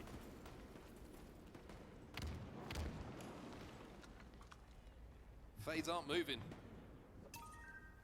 And SLG's anxiety will be going through the roof right now, not being able to find targets, knowing the FaZe are trying to hunt him down. He's trying to get FaZe to move, to turn their attention. And by doing so, now can make himself a little bit more of a difficult target. Snakebite takes damage, does have some support, but that's going to be the shock rifle here. Penguin challenges as well. SLG being active with this camo. 14-12 the score. Yeah, really nicely done. 2 dead. Connects as well for additional damage in blue, and now they lead by 4. Huge play with that camo. Patient play and very specific strategy there, and it works. And it required a lot of bravery as well to fire those shots in. To know that you can be a target and give back yourself in your ability to escape from that situation. SLG, the vocal leader for this team. Making the biggest play of the game we've seen so far. Player who put his team on his back in game number 4, as we said, unbelievable numbers to make sure that they sent this to a game 5, and they convert again. 18-13 now. SLG wants to move in and collapse on this damage, but now he's going to have to try and stay alive. Snakebite with a brilliant prediction grenade. And even though FaZe were trapped, even though FaZe felt like they were being squashed inside a blue, they managed to survive long enough to at least get these trades. 19-16 here, 20-16. It's a perfect point at the mid-game. It's Luminon in the lead. Let's get into a listen in here with Luminon Gaming. Yeah, LR still, and Jan. You gotta play for 2, we need a... I go on. Nice. It's 2 LR. He's gonna have 3 shot of shock. I spawn. I'm gonna go sit up for this. Yeah, shock going LR, there's 2 LR. LR weak, Penguin. They might play for me, I'm gonna go S2. One shot drive away, Penguin. And once... Yeah, loop weak. And 2 guys weak. They're all trapped. They're more intense. Yeah, we need to spawn. Yeah. One shot, weak, left. Absolute top gold. Loop. Dead. I'm a loop. Look dead. Nice. Watch your yard. Come on. Help me for come on. Okay, I'm looking at LR. I have come on. Thank you. I have come with it. Watch LR. dead. Top goal, Rico. S2 kill me. Watch the buckets. S2 as well. Watch the buckets. Dead. Posters. Shots. Posters weak. I spawn yard. I'm trying to kill LR. I'm looking at LR. All good. Cindy. LR. One switch. Cindy 2 shot. Traded. One was the tail. Okay, I have no shock. I spawn yard. There could be a loop on me. Ross chop Cindy. I circle. Once the ulti approaching. I can walk benches. S2 twice, take fight. 2 S2. One's bottom mid, one's point wall. One's stone. 2 weak benches, guys. Why do we kill me? 2 weak benches. He's posters, 2 shots. I'm on blue chalk. Cindy pushing loop. Okay. I'm going LR right now. What's our loop? I'm 2 loop. 2 loop. Okay, Yo, shocking. I'm out gold. Shocking 5. Watch your driveway, Penguin. 2 there, 3 there. Okay, I'm top gold. One's in yard. Let's face loop. In blue. I'm looking blue. Let's look blue. Chip in blue. Yeah, they saw me. And twice. I'm facing kill soda. Watch it up goal. Soda for you. Big top goal. I'm gonna die. Alarm, Mike. Watch it up goal. I'm gonna die. Hello, weak. Penguin. And blue, I'm losing snipe. Weak. Watch out, blue check. Watch a blue check. I'm going blue. And check by X. 2 blue check. One shot. He's one shot stone with shock. He should all be there. He's going blue and blue shock. Yeah, blue ramp. And 2 S2. He's big. Okay, he's weak and blue. Absolute blue ramp. Deep. Nice. Wow. I'm leading it. I'm not pushing. Yeah. I'm backing out. Yeah, 2 on me. One shot, Cindy. 2 1-shots. I'm on posters. 3 weak Cindy. I'm on. I'm in blue. Bro, 3 in posters. Holy fuck. Oh my word, the nerves you can feel, the aggression. on the side of FaZe to try and get out of these spawns. They've taken so much damage. And Penguin is the last alive on the team. Lucid's off the respawn. Penguin's still alive momentarily, but he will go down. And we are seeing now one of the biggest leads of the game, and it's Luminon who have it. And it's just like we talked about, Luminon needed to maintain the 3 to 4 kill cushion throughout the game. That was always going to be their key to success as we've seen through this series, and they have That nade is bad.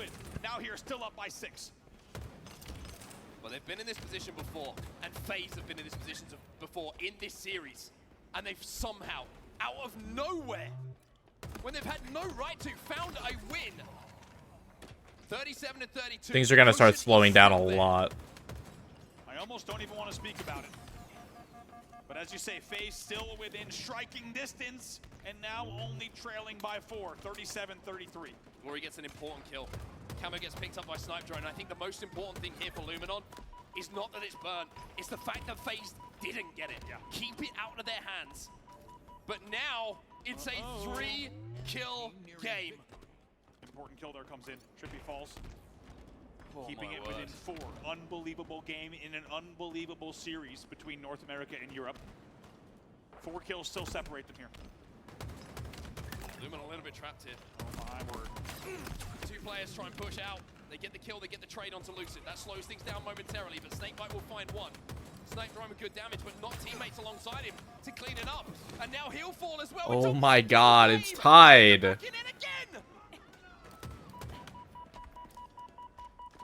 It's basically tied. Holy crap, bro. Unbelievable series of events. Luminon forfeits what was just a 7-kill lead. They have the lead. FaZe goes into the lead in the late game. 3 dead for Luminon. Wootum's gonna lift up. Penguin knows where he is, but where are the rest of the spawners? Snakebite's found one. Glory gets the trade. It's a 1-kill game still between these two.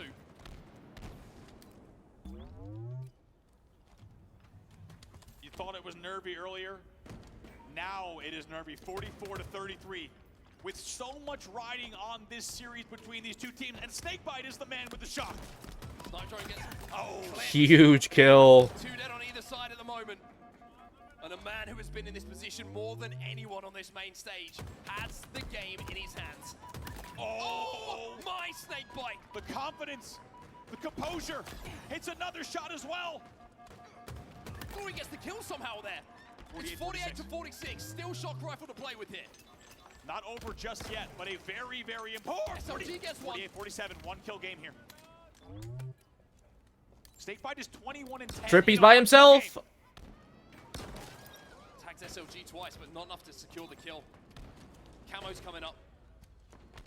You've got to be brave to go for that one. Here he comes. Snakebite repositioning smartly here, trying to take a different angle. Camo pops. Trippy anchors, make sure Blue's clear. Challenges. Glory gets a kill. He's not getting that camo. It's 48 to 48. And the shock rifle has just 1 shot. Wootum stays alive. Here comes the push. Oh, Frenzy! For Snakebite, but is it going to be enough? 1 kill is all that FaZe need. Here he comes. Oh my god, Snakebite.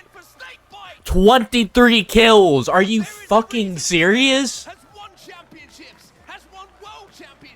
23 kills, bro. He has composure that many dream they had. You've got to be kidding me. I can't believe that series. 23 and 10 in a 50 to 48.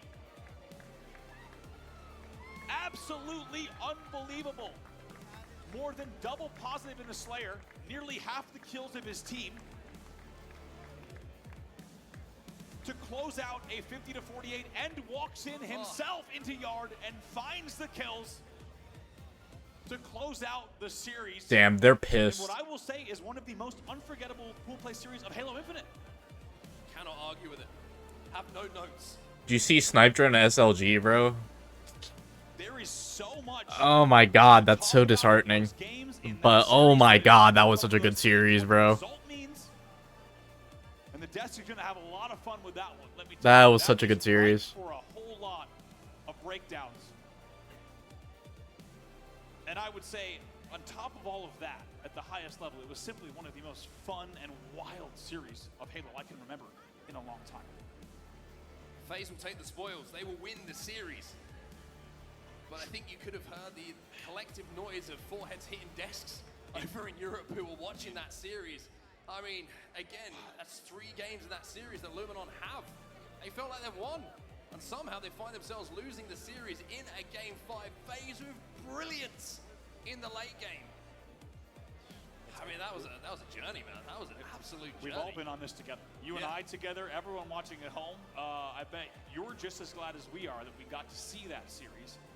And it was the same story, Mark. You called it perfectly. It is a team with ice versus a team that didn't have the late game ice. And for FaZe to be down by 7 in that Slayer as well, and then bring it back, I mean, that is wild. I think it shouldn't require this from FaZe, but it is so special that they're able to pull that out. And I think a lot of momentum for them. There's a lot to look at, but they're going to be able to move on in pool play, realizing, okay, we got by this series. Let's refocus for the weekend, but most importantly, they get the job done, they get the win. Yeah, I think when you're looking at teams, you're looking at championship potential, there's certain things that you call intangibles, right? You can't really summarize. Snakebite interview. It's things like what we just saw from FaZe.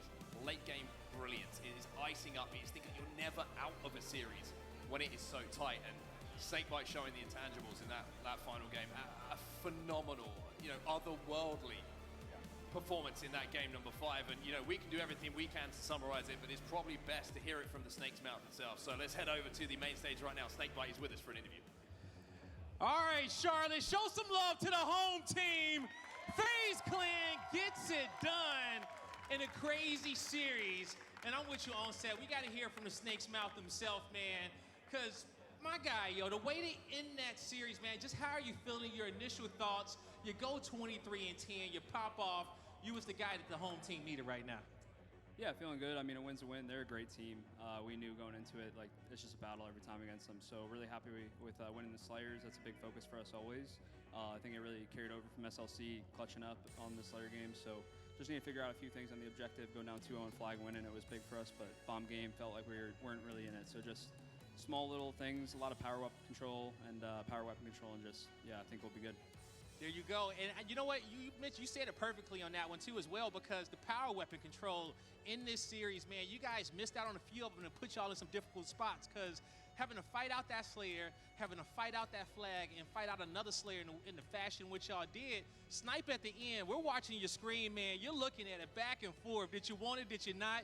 You picked it up and you went off. What was going on through your head in that moment?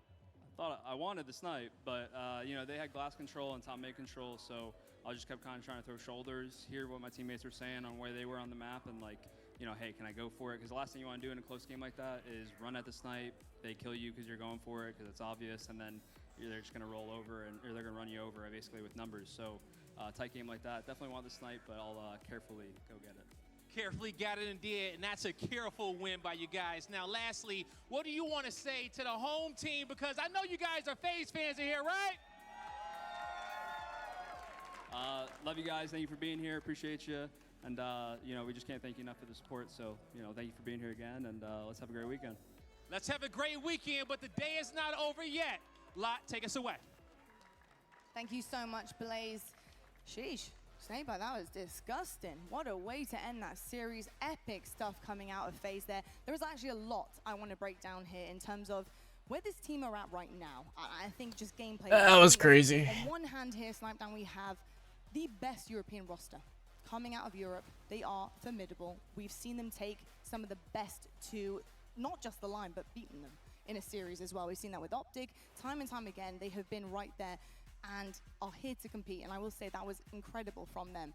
FaZe often have been going up in series and then a little bit lackluster towards the middle, and sometimes with Cole, especially at the LVT LAN, weren't able to pull that one out of the bag and get it done and finish in that Slayer. So a big reverse sweep coming in from Cole there. I think what this series in particular told me is that they're able to now push everything aside, every emotion. The mental game is now really strong. It's looking pretty good considering how difficult that series was. It was incredibly close the entire way through. How are you feeling about FaZe Clan and how they... Alright guys, I will be right back. I'm gonna go make some food. I have not eaten anything today, and I've already been up for like 8 hours, so I'll be right back. They could have put forward, but at the same time, FaZe, I was expecting a little more heat coming out of it. And we talked a lot about how, you know, they usually start the series strong and then end up kind of tapering off. Well, they did the polar opposite this time around, where, like before, like I said, they usually start off games, whether it's games and they're winning, and then other teams come back and then they kind of like let other teams creep in and then take the game over. While this time, they were behind in every single one of these games and came back to win in both Slayers and in the objective game that they won. So for them, I think that there's a lot of positive to take out of those moments specifically of what, you know, their kryptonite was with other teams doing to them. They did, but I think they need to be a little cleaner in some of these other game types, like, you know, Bomb specifically. Without question, I think cleaning up is going to be crucial for them. But what I will say is I think on the other side of it and the flip side is, hey, if you're managing to keep up, because it's not dominant by any means at all with FaZe whatsoever, they are really just trailing behind and managing to squeak past when it matters most. And hey, great, that's great. A dub is a dub, right? But being able to take a lead in games against Optic and Shopify, that is massive, and it's going to bode so well for them this weekend. If they can't do that early doors, use the tools that are there for you. The camos, they're just not getting camos, Tony. They're not getting their hands on the power weapons. The only time we really saw any kind of dominance from them in these maps was when they did have the tools and they were putting them to use, because they make things awfully hard for themselves. Yeah, I mean, on the FaZe side of things, really proud of the way that they played that. I mean, just showing mental resilience and being able to bounce back is huge. On the other side of things, though, if I'm looking at it from Luminon's perspective, you got to be kicking yourself. I mean, game number one, fantastic. You got outslayed and won against the strongholds against FaZe. Yeah. That's huge right then and there. But to go into that game number 2 and be up 42-39 and not close it out, to go into that game number 3 and be up 2-0 and not close it out, when this was a must-win series for you, think about if Luminon win this. We could be looking at a 3-way tie in this pool, and then who knows what happens going out of pool play. Luminon needed this series, and it's really tough. It's very, very tough indeed. I will say, just in terms of the stats here, just painting a little picture, looking at FaZe, Luminon, FaZe, you know, again, very even kind of statistics when you're looking at both teams here. So they were both really in it this series to win it, and it really did come down to that final kind of dominant performance from Snakebite to finish things out and squeak them through into that one. But when you're looking at the damage column, just to let you know, I love to see this. This is huge because you got Penguin with dropping a 0.7. Characteristically, that's not great. But the damage is definitely there as well. It's not lacking totally behind everyone else. He is putting in the work. I saw some epic decision-making coming out of Penguin, even though he wasn't having the craziest kind of performance and gameplay-wise. That really is what kind of sealed the deal for that CTF, to be perfectly honest. The kind of heads-up gameplay that Zane managed to get across the board, the patience, resilience, it's everything that you need in a teammate, especially if, like, they're not statting as much as you would want them to. Yeah, Zane, Penguin definitely had, you know, some tough games, but that flag game specifically, you know, they came back, they were down 0-2, I'm pretty sure, and then they that last flag run, Penguin was running it, he ended up staying alive. I was thinking, you know, maybe he should continue. He ended up drawing so much attention towards himself that they ended up getting 3 of those picks. He ended up running the flag back into the base and getting that flag cap, and that just goes to show you the types of plays that you're still able to make regardless of the stats that you're dropping, and a lot of those things go unnoticed. A lot of people only look at that scoreboard there, but it's those plays like that that can secure you the win and really make the difference for your team. One thing I saw in the graphic that I loved the KD, loved the damage as well, but I feel like there's one part of the story that didn't get told. It's my favorite stat, the assist. Yes. What Penguin was able to do, maxing out with 57 assists, what Snakebite was able to do with his kills and assists combined at 56 assists, there's a reason why Snakebite had the most damage, but not quite anywhere near his kills as Lucid. Yeah. It's because his assists were out of this world. That's what you want to see, though. It's a team effort at the end of the day. It's not a solo on that main stage. Everybody needs to pull their weight in whatever kind of facet that comes across in, and that's what makes a really good team. That's what makes Optic and Shopify so fierce when you get on that main stage against them. I want to see more of that from FaZe, but I think, you know, kind of going back to some of the sentiments you mentioned there, Snipe Jam, I want to see a little bit more cleaner gameplay from them. I think having the leg up at the beginning is going to be crucial. Trailing behind, having to milk as much as possible, just not going to do it against the very best here. Hey, it's day 1. It was match 1 for them. Let them get a bit warm, and warming up is certainly what happened towards the end of that Slayer. So GG's FaZe, incredible stuff. Should we take a look at the pools, though, because I want to see exactly what is happening. I'm hearing screams in the background, so things must be going down. I don't know if it's the open bracket or what, but I'll tell you what, the open bracket, it will be turning up because they will be joining us in pool play not so far from now. Shopify Rebellion, right at the head of their pool, they're going to be staying there looking really good. Pool B, Optic Gaming waiting to play Majin. Let's see see exactly what happens there. We've got Cole actually in TSM back in Pool A, by the way, who have to duke it out yet as well. So excited to see how those two fare and where they end up and who's going to be coming second here. We actually saw TSM earlier on. We also saw Cole. Eric, how are you feeling about Pool A and maybe that second position? Yeah, I mean, we watched Shopify play both those teams, and TSM definitely looked stronger than the complexity roster that we saw. But we did talk about the game type differential and how big of a difference it was for complexity and TSM in the series that they had in the game types. Complexity definitely played Shopify in like the toughest of their game types. I think that series is going to be a battle. We could see a game 5 pretty easily there, just like I think the Cloud9 FaZe clan is going to be just as interesting too. Yeah, I think FaZe are going to have to really work on adjusting everything that was happening at the beginning of that series and honestly in the beginning of every single map because Cloud9 are no joke. They're coming out to play. They really pushed Luminon Gaming to the very best of their ability and they came out on top. So they're looking for that top spot in that Pool C against FaZe Clan here. And then over on Pool D. Now, this is one we have been highly anticipating, and I am so excited to say that it's going to be coming up next. We've got Envy, Space Station Gaming, the battle for the top. Who is going to come out victorious? I mean, Envy right now, for me, I got to say they have to be the outlier. They have to be the guys that are going to be doing this because Space Station Gaming, despite going against Unreal Nightmare, they were really struggling in their gameplay. I was actually talking to some of the boys in the green room, and Tony, they really found it difficult to get that one across the board. How are you feeling about our next matchup with Envy and SSG? I'm really excited about that. As somebody who knows a thing or two about birthdays, Precision's birthday's today. He's been coming out looking clean, so want to give a quick happy birthday to Ethan and just talk about this match. This match is going to be absolutely fantastic. Mind you, didn't Unreal Nightmare take a game off of SSG? So SSG already tested. It was close games too. Earlier. Everything was close. So you know what, Pool D, it's looking exciting. It's looking awfully exciting. Well, folks, we're going to head to a break. But when we come back, we have plenty more action coming your way. It's going to be phenomenal on that main stage. We're going to be lighting things up gold and blue. We'll see who comes out on top, and what an incredible birthday gift it would be for Envy to produce the goods for Precision. Happy birthday, sir, and get that dub on the main stage. We'll have to find out what happens in the action coming right up after this. Nice job, boys. My God, nice job. Shit, good living.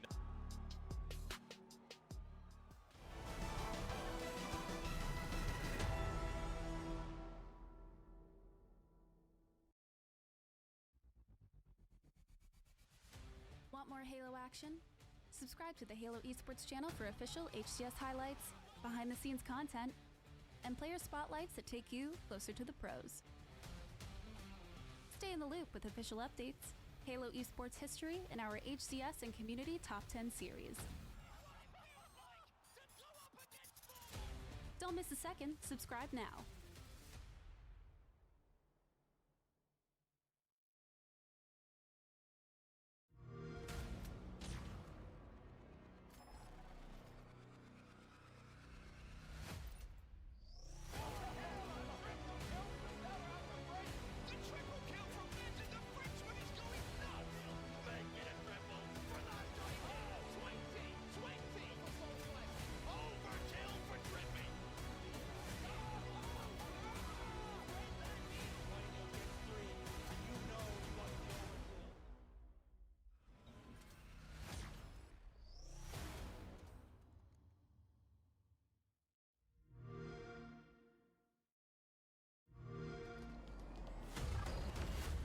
Invasion.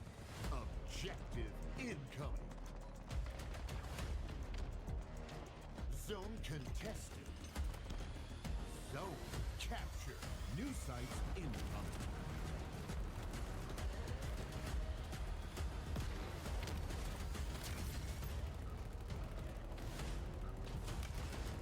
Objective nearly complete. Capture the flag.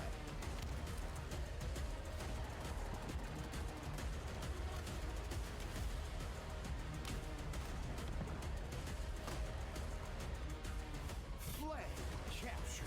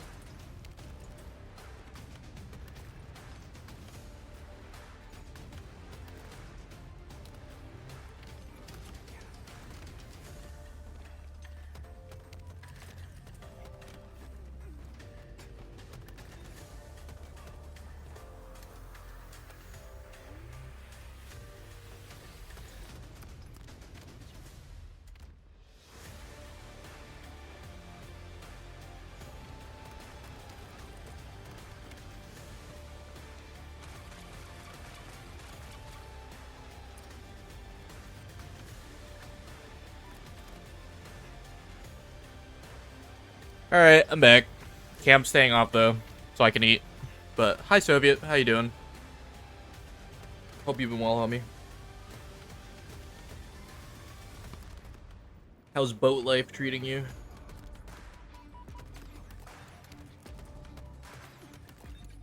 Chad, if you don't know, Soviet is a pirate.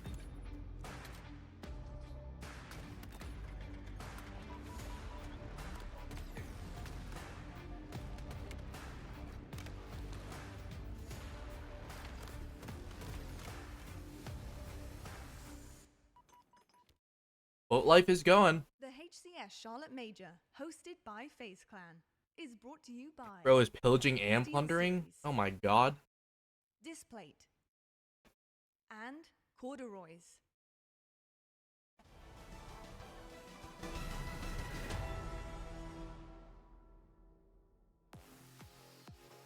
Hello, folks, and welcome back good to see you, though, Charlotte, homie. North Carolina. We got some fans in the building right now working on their own series.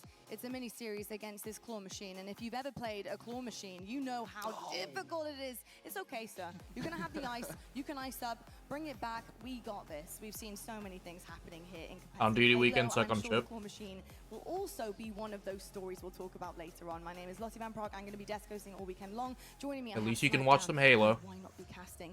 Fellas, interesting stuff honestly happening in pool play. It's not the 3-0 sweeps I think that used to be a long time ago in previous seasons of Halo Infinite. The competition has grown as the years have gone by, and teams have formed and they're finding their footing.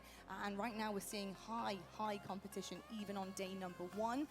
I've got to ask you a little bit about our next matchup though, because it's Yeah, do your chores, young man. when we Do were your doing our chores. homework, we all really wanted to talk about this one a lot. Space Station versus MB. This is a true test, I think, to both teams on where they are at currently and their level of gameplay. And I think, on one hand, SSG versus NB is going to be a good series, Gaming is too. going to be the team to beat in this situation. But quite frankly, after looking at I'm very excited for this series. SSC, excuse me, going up against MB now, I just think it's a little bit of a different level. I think we're seeing a slight imbalance here to where you would have put SSG as favorites. How are you feeling about the matchup this series, and maybe what we're going to witness today?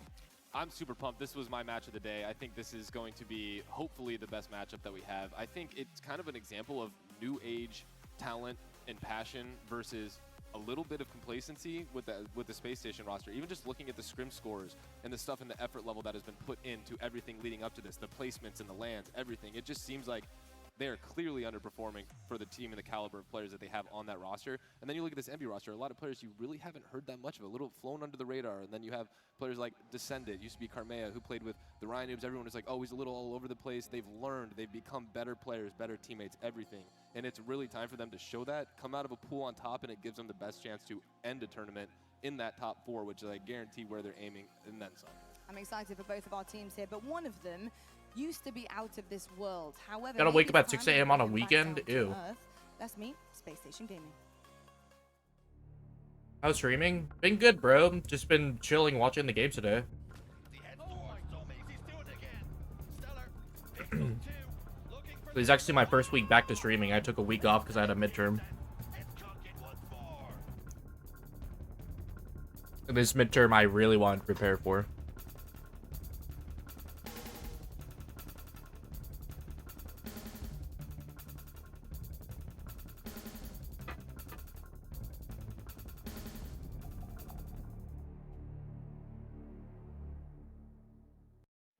But yeah, bro, it's been good since I've been back. Space Station Gaming, they got a lot to prove here on this main stage. Tony, I have to ask you, where has that magic gone? What does this roster need to do here to get it back? Yeah, I already took it. I'm like 70% sure I passed it. Same timing, get that teamwork in order, and I promise you, this Space Station Gaming team can do wonders. It's land time, we all know. Just trying to take everything one day at a LAN time. is certainly king. I think there's been a lot of questions about, you know, how they've been preparing for this LAN event. You know, questions on scrims and how they've been showing up to produce dedication and motivate themselves for a win here. We'll have to find out how they will do on that main stage against their opponent, which of course is Envy. And this team is the one to watch out for. They're knocking on that top 3 door. Can they do it? Let's meet this team.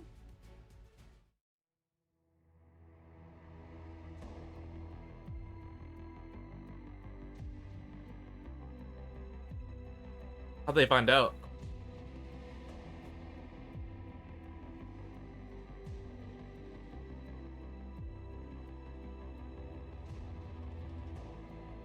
You had to sign the mesh shirts. That's funny.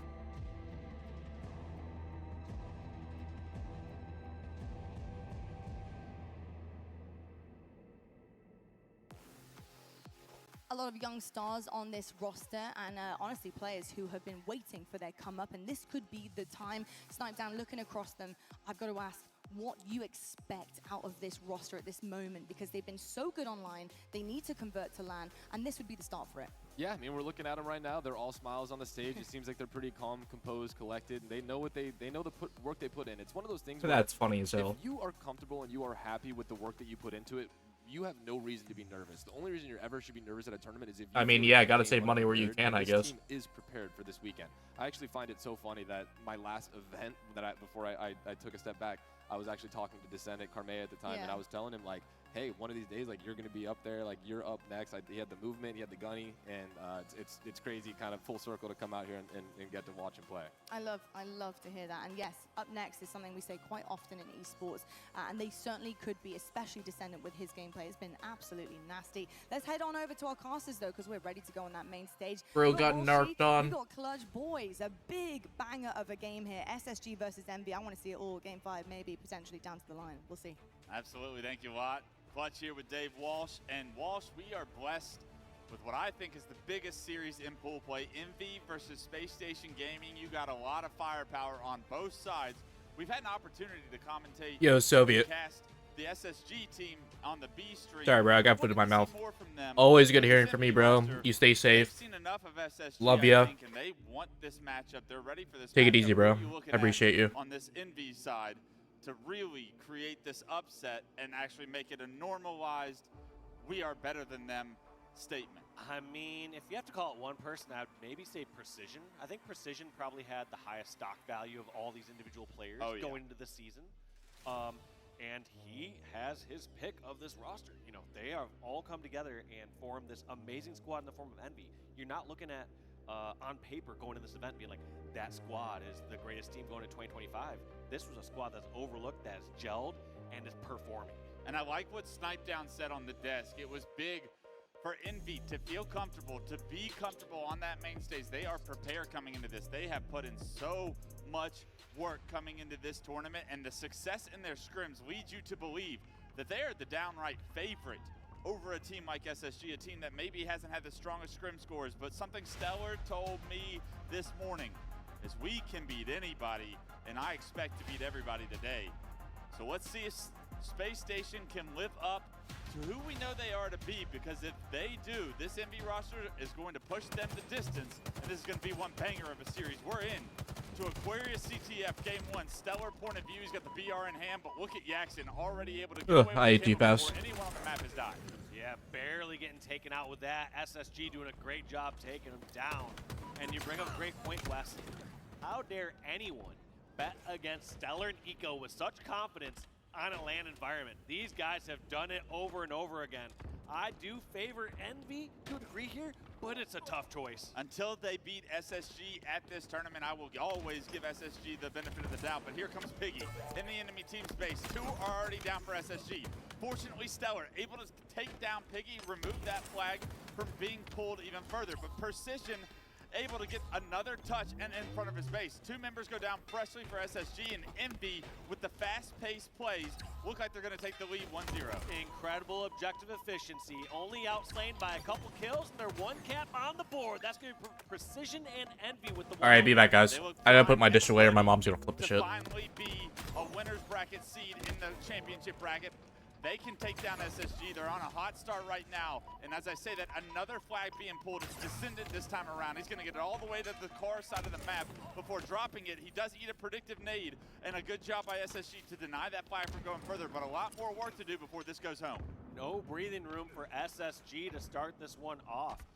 Any single slip up, any death, and it looks like Envy are eager to move that objective across the map. Now this is the man of the series right here for me, Precision. Can you live up to the firepower that Stellar and Suppress bring? It's your responsibility on this Envy roster to be that main slayer. He gets taken down with a trade. That's a win for SSG, but the flag is on the move. 3 down now for Envy. SSG running the flag, Falcated in your base, in your face with a double kill, and that flag will tie this series up shortly. You have to think Envy actually able to stop that flag carrier as Falcated's getting those kills, so it's not even past far side of the map yet. I misspoke. How? Somehow, Where? some way, that flag got denied. SSG still not able to continue this flag run, even with the work that we saw Suppress doing Car 2. He gets taken down, 4 down for SSG. The flag return comes in, and maybe a little objective inefficiency from SSG side there, as that surely was a cap. Seems to be the name of the game here today for SSG. Uncharacteristic by them, where they have faltered a few times earlier against Unreal Nightmare, and once again here against Envy. Those are situations that seem so routine for them historically. They get the kills, they're moving across the map, and they're capping and killing along the way. But there seems to be a couple snags as of late, or at least as of today. What a frustrating moment as a counter cap actually came in and camouflage was up. So as SSG overextend, they're not able to get that flag. They actually get another flag scored on 2-0 lead. Descendant gets camo, and he has shut down what was once a counter cap for SSG. Now the flag still at Envy's base. You like to push it into the base, you give up that camo, but more importantly, the flag being returned keeps us at a 2-0 lead for Envy. And just like that, though, they still have pressure over towards the Envy base for SSG, but kind of gets picked off. Like, Eco was in such a good spot, but there goes Eco, there goes Stellar. And you know, Envy, they don't play this slow. They're going to be flying out after those kills. No, perfect point for Piggy, but unfortunately... Bro, I left for 2 minutes and they're up 2-0? Was on the menu for Piggy, but he gets removed with a nice trade. Here comes What in the hell? Still into the base of Envy, but multiple members overextending towards Pink. Precision stays alive somehow. Falcated not able to finish that kill until just now. That little bit of time, did it matter is the question. Another player knocked down to no shield. Yeah, I inhaled my food way too fast, bro. He's out in front of the base, but who's going to run it? It's going to be Stellar. Whoops. Eco now, top middle, knows that overextending players are coming from Envy, but this player, Yaxon, actually goes up to Pink 2, gets a couple of shots, but Eco with the kill should help SSG secure their first flag and make it a one-cap game. You know, they got the job done in the end. That's where what we were saying during last series against Unreal Nightmare. It feels like SSG, no matter the circumstance, find ways to ice it up. So even though it was a little sloppy off the start, they come out in the end. Something about this SSG team, they have individual firepower that can compete with anyone. Individual plays are going to be great to keep you in this game, but it will be teamwork that allows you to beat a team as strong as Envy. We need to see more of that from SSG, but right now, keeping it a one-cap game is so important for the mindset of SSG, the confidence. Scrims have not gone well, but you can turn it all around here in this series. A battle towards the pink as the flag is pulled is pure chaos as multiple members of SSG go down. Only Yaxon goes down for Envy. The flag gets touched, but here comes Eco. Big shots from Eco, a touch on the flag, but Piggy already on the other side of Pink, able to take him down and stall that flag run in its tracks. Yeah, great extension there by Piggy to get all the way across Nice, this Piggy. map, help them secure 2, make that 3 kills, killing the camo, and now Envy on the offensive. 3 big kills for Piggy. He not only Nice and full, though. removes camo from the map, which surely was SSG's to run away with. Piggy does push into the base and lose his life, but he's done his job that life to keep his game in his team's favor. But now it's going to be slugged back and forth. So even though Piggy made that great play, it's going to be just Descendant, the only one alive, as Space Station secured the rest of the map control. Suppressed. Can he use the Loke sensor? Finds Descendant on the tracks. Can he win the one-on-one against Descendant? Descendant doesn't choose to ghost jump there, and for a second that you thought Suppress was predicting it, but he still wins the fight, and that's going to give them numbers. Piggy also goes down. Last 2 players spotted on the shroom stairs. They're going to back up. They're both weak, but nobody from SSG really able to capitalize until Eco gets an angle from top middle, and that kill opens the floodgates for what will be this gen push here. It's all on Stellar to open up the enemy base and get a pull. But unfortunately, a couple of these members of SSG kind of get picked off one by one as they're trying to seclude in space. These members of Envy are finding unique angles, like over towards that fridge ramp. You're usually not expecting somebody right there watching bottom center. Yeah, Stellar actually got behind enemy lines there and expected somebody to be in front of him before the time that they were, and because of it, they bought just enough time to have another angle, like you said, on the Stellar, removing all of SSG from their base. They're able to reset the map, and these slays now for battle map control. As Eco tries to push it to the gen, he's able to trade. 2 go down for Envy here, 2 go down for SSG. It's Stellar and Falcated. Let's see what they can do. I like this, trying to push up towards the hill. Does not get the pick. That's going to be Descendant giving crucial help to Piggy at last second. And I like this play, pushing all the way across car to take up more ground. Yeah, leading the lobby at 16, 5, and 12 right now. The most slays for his team. Descendant showing you he can match precision slaying skill, and when he does, this Envy roster becomes even more scary. Right now, just playing it slow with the combo, does get flanked, and that's unfortunate as he's going to lose his life. Camo does come up here very shortly. You have to think that that's an advantage for SSG to potentially get this next camo. Piggy, however, is playing his life pretty well up here on top car. Let's see if he can stay alive. He's able to, and now a double gym pushes the call for Envy. Like this play, there's so many times these members of Envy just group up and fly across. Right there, they'll get spotted, and that's going to be huge. Suppress moving the flag, all 4 down. This one should be the routine flag cap that we're used to seeing from SSG. You don't want that death from Stellar, but I don't think it's going to matter on this cap. What it will matter on is the map control after this cap. Look at how 3 members now go down for SSG. It is now Envy's map to play. Can they get an opportunity at a counter cap? And if they do, it is all because Stellar goes down early. You can't have those staggered deaths, not at this level of play, not when teams are this closely contested. Stellar still just coming off respawn for the 2nd time after that challenge. Top middle, Falcon and Suppress both find kills. 3 go down for Envy. That flag at the doorsteps of Envy gets eliminated. Can anyone get there? Falcated is in the base, blocking spawns. Players running up the pink stairs into Falcated's predicted nades. Falcated doing everything, but can't finish the one shot. Is the touch coming through? More members. They got the re. Wow. Get the return, and what a stop.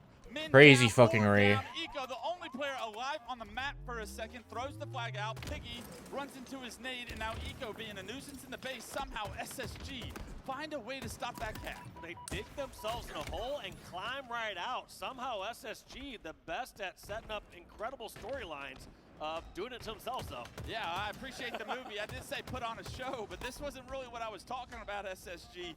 This is unbelievable. Flag now on the move from Eco's original throw out here. Remember, all of Envy still trying to gather themselves from coming off the respawn. It's going to be an overextension on the pink side. Suppress is going to get this flag into his base, but he knows they need kills before he can punch this in. Precision and Piggy dead. Eye on that flag right now. He gets taken down, but here comes the big dog. Stellar from top mid. Do they get the returns? The question. They do, and unfortunately nobody can get a touch, and now multiple members are stuck in the back of the base. They're not going to be able to get a touch. Stellar on the prowl. Stellar trying to hunt this player down. Finally does it, flushes his base out, but the damage has been done, Dave. Envy got the return. Yeah, damage done, but also, like you said, Stellar having to push all the way back to the very back of his base. You have to wonder, that's just such a long route. You almost have to argue, okay, would you rather have a 5-second spawn and a couple grenades as you spawn and be unpredictable where you're at, or be in Stellar's shoes where, yeah, you got the kill, but now he has to run all the way back. It just feels like they're playing Envy's game. It feels like they're trying to hunt them down and going wherever they're at instead of driving their own style of play. And the big issue there was where the flag was left, where it was able to be returned outside the sightlines of Stellar. But right now, let's hop on board with what's happening in the live action. That's Descendant picking up a camo, picking up a kill onto Stellar. Multiple members spotted back of the base. Envy on the prowl right now in full control. Descendant with this camouflage top middle is getting so much information that there's players back at the base. There's going to be 3. One's going to spawn out, and that's his priority focus. He's going to spawn kill Stellar in the fridge. Doesn't get the kill, but just leaves him no shield. Great discipline on his end to help his team get this flag on the move. Falcated needs to make a play. Stellar got taken down in the fridge. Falcated was the last player alive, but he dies to the plasma grenade, and he gets a touch thrown across the side of the map. Barely misses that the first time, but still gets the rally going along. This flag is not dead just yet. In fact, Jackson rotated all the way back towards his base, and I feel like you're right. SSG got to let this one go. Instead, they have to cap one flag in the next minute to bring it to overtime. And that's got to be a shout-out to Descendant, leaving Stellar in their fridge, no shield, focusing on the players, their window, able to get that kill while he gets a touch, and although he goes down, he gets it across their side of the map, which is all they needed for better reinforcement opportunity on that cap. They take the lead with less than a minute left. Let's see if SSG can respond. Yeah, suppressed Stellar. Bolt pushing into the back of the Envy base. Do they have the damage? I don't know. Descendant full shield gonna take that out. Now, normally, I am very against turtling. I don't want to see a team when they're ahead by 1 cap just sitting back in their base, but it feels like they're playing this just fine. Envy going for kills, trying to push towards util, take up a little more ground when they can. Dave doesn't like turtles. I like turtles. as unfortunately not going Fuck's to work out. The sakes. fight does get into bottom middle right now. Suppressed now on screen. 2 members of his team are down. Needs to find a Drake. Can't even do that. With that fight being bottom middle, here comes Eco. Touches the flag, so gets a nice reset on the counter, but all of Envy still up. Piggy the first one to drop. You got more work to do though. Members in your face, and on the return, you got to look at the flag. Falcated, the game win condition is bottom middle right now. 2 members from Envy. Triple from With Precision. a triple kill to put a punctuation on Envy, taking game 1 against Wow. SSG. You gotta wonder there, just more of that objective efficiency from SSG, just things we aren't exactly used to from them in the past. Feels like I'm so used to the SSG of earlier this year or even end of last year, where if there's someone in the back of their base, SSG saying, sweet, we'll take the 4-on-3 across the map, Yeah. we'll kill them and bring the flag back. Yeah, it really did come down to that one flag return where multiple members of Envy got to the back of SSG base. That flag was a little bit too far for Stellar to see, and because of it, they were able to get that return without going down. So Stellar not only has to go back and flush those players out, but how much time did that take? As we take a look at the stats, Dave, it was neck and neck. We saw resilience from SSG, but it was one more play being made, in my opinion, on the side of Envy. And Precision and Descendant, we talk about the slaying power of this duo, and why wouldn't they be matched up at 26 all? 9.3 KDA for both of those two, putting up a 26 bomb apiece. God, I love and hate Piggy's service tag.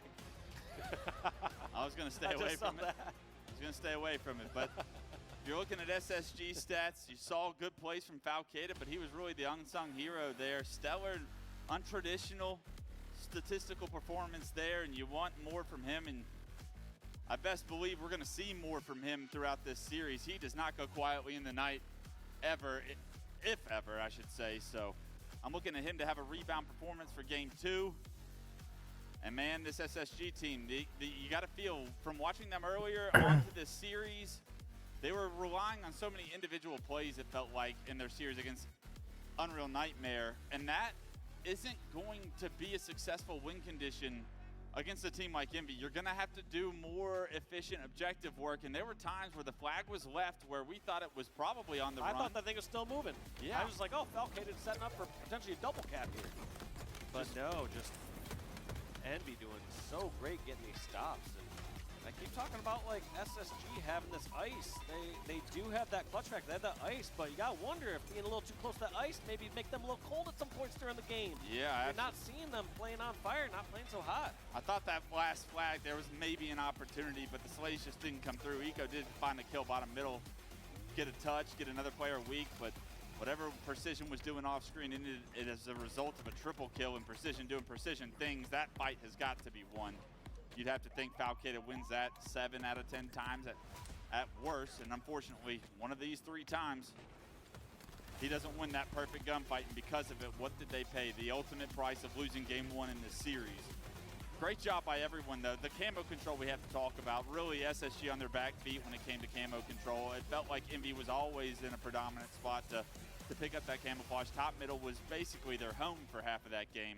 And as we reshift focus, as we get an opportunity to look at the rest of the series layout, Recharge Slayer's the game, the name of the game here for game 2 in this. And if you're SSG, is this a must win?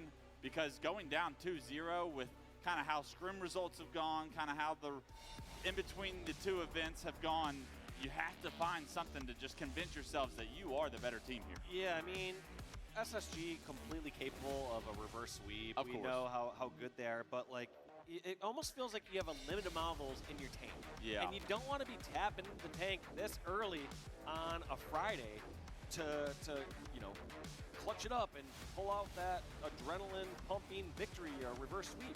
Like, you want Friday to be a pretty routine thing here for someone like SSG. So I think, yes, they want to win this. They want to bring it back to a tie and be like, all right, now it's a flat best of 3. Right, absolutely. In order to do so, they're going to have to pick it up, and I'm looking at one player specifically to pick it up. I'm looking at Stellar to find a way to change the outcome of this game. And if we can hop on board with him as a perfect overkill for Suppress to kick off the game, is going to kick SSG's comeback here in this series off. Just a 1-0 lead here as Envy finds themselves all taken down, removed, Ooh. and now you have Stellar with the shock rifle, camo in hands, and this is where it could get ugly and where we could see the best from SSG. Okay, we wondered what kind of start they're going to get this game. Suppress giving literally the perfect start. I just saw grenade after grenade blowing up over at Camo, and kill after kill falling for Suppress. I thought that only happened in matchmaking when I have teammates, but no, it happens in the pro league It's here either too. all 4 or all 0 going to Camo.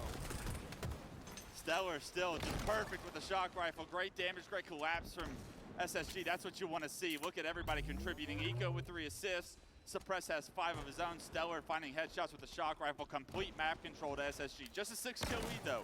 Don't get over exalted here. SSG probably want to slow this down now that they know all of Envy are stuck in bottom white and over at blue. Yeah, and we have to see how the score changes over time. Because, yes, you're going to see SSG keep a lead for a while, but if that starts to shrink to only a 3-kill lead, 4-kill lead, you have to think SSG basically had a 4-0 start. Perfect They start. had the perfect Camo, start. shock. And to not be able to ride that into a larger lead, or if that whittles down to even, tells me that Envy are winning that neutral game with even fights. Honestly, a big kill by Suppress. I thought he was dead to rights after losing a player in the pipes, but still, Dave, like you said, this is scary. It's a 3-kill game, and SSG had everything that they could imagine. They don't even get a trade in pipes there. That's tough, but they do find a kill from across the map. Great job by Suppress to listen up and capitalize on Eco's damage there, keeping the game at 3. The next camouflage coming up here shortly, and I think that's where we'll see the next big swing of kills, is if someone can secure this camouflage. However, Falcated going down is going to make it even more difficult for SSG to compete for this. Yeah, this is going to be tough. I mean, you're having someone like Suppress going 8-3. That's a lot of damage. 3-kill lead off this game. But there goes 3 down for Envy. That's got to be Camo going in the hands of SSG. Big time kills, even with the pressure coming from across the map. They're able to trade out and actually all stay alive. They get the second camo of the game, and guess who? Stellar with his second camo of the game, and he has his eyes set on that shock rifle that's respawning here. He's going to know multiple players are in pipes. He's going to be able to take down one, but a trade's not really what you want, but he was forced into a tough position there. Still a 5-kill lead for SSG. The important battles, at least SSG are winning. Yeah. It comes down to when He just- power-ups or power... I knew I wasn't tweaking, bro. I swear I thought he just looked straight as suppressed. But still worried for SSG during these neutral scenarios, because it feels like SSG starts to get a lead, starts to get power-ups, and then that lead just disappears over that next minute and a half. Suppressed and Stellar really starting this game off strong.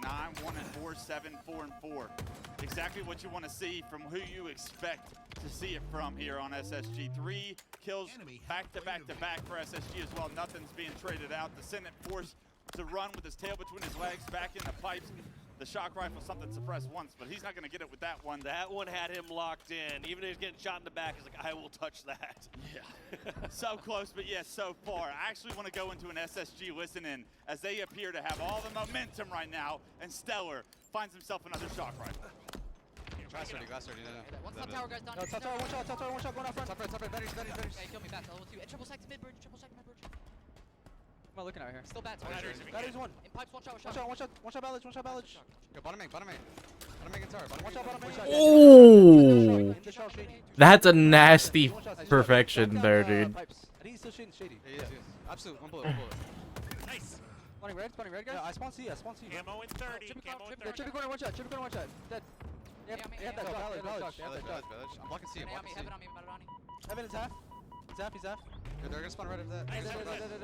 Camo 20. They're spawning red. All right, I'm gonna go bats, guys. They have Cypher still. Going back. Yo, top red. Glass precision. Weak. Yeah, ballage weak. Ballage, one shot. Precision's one shot glass. I'm here, Mike.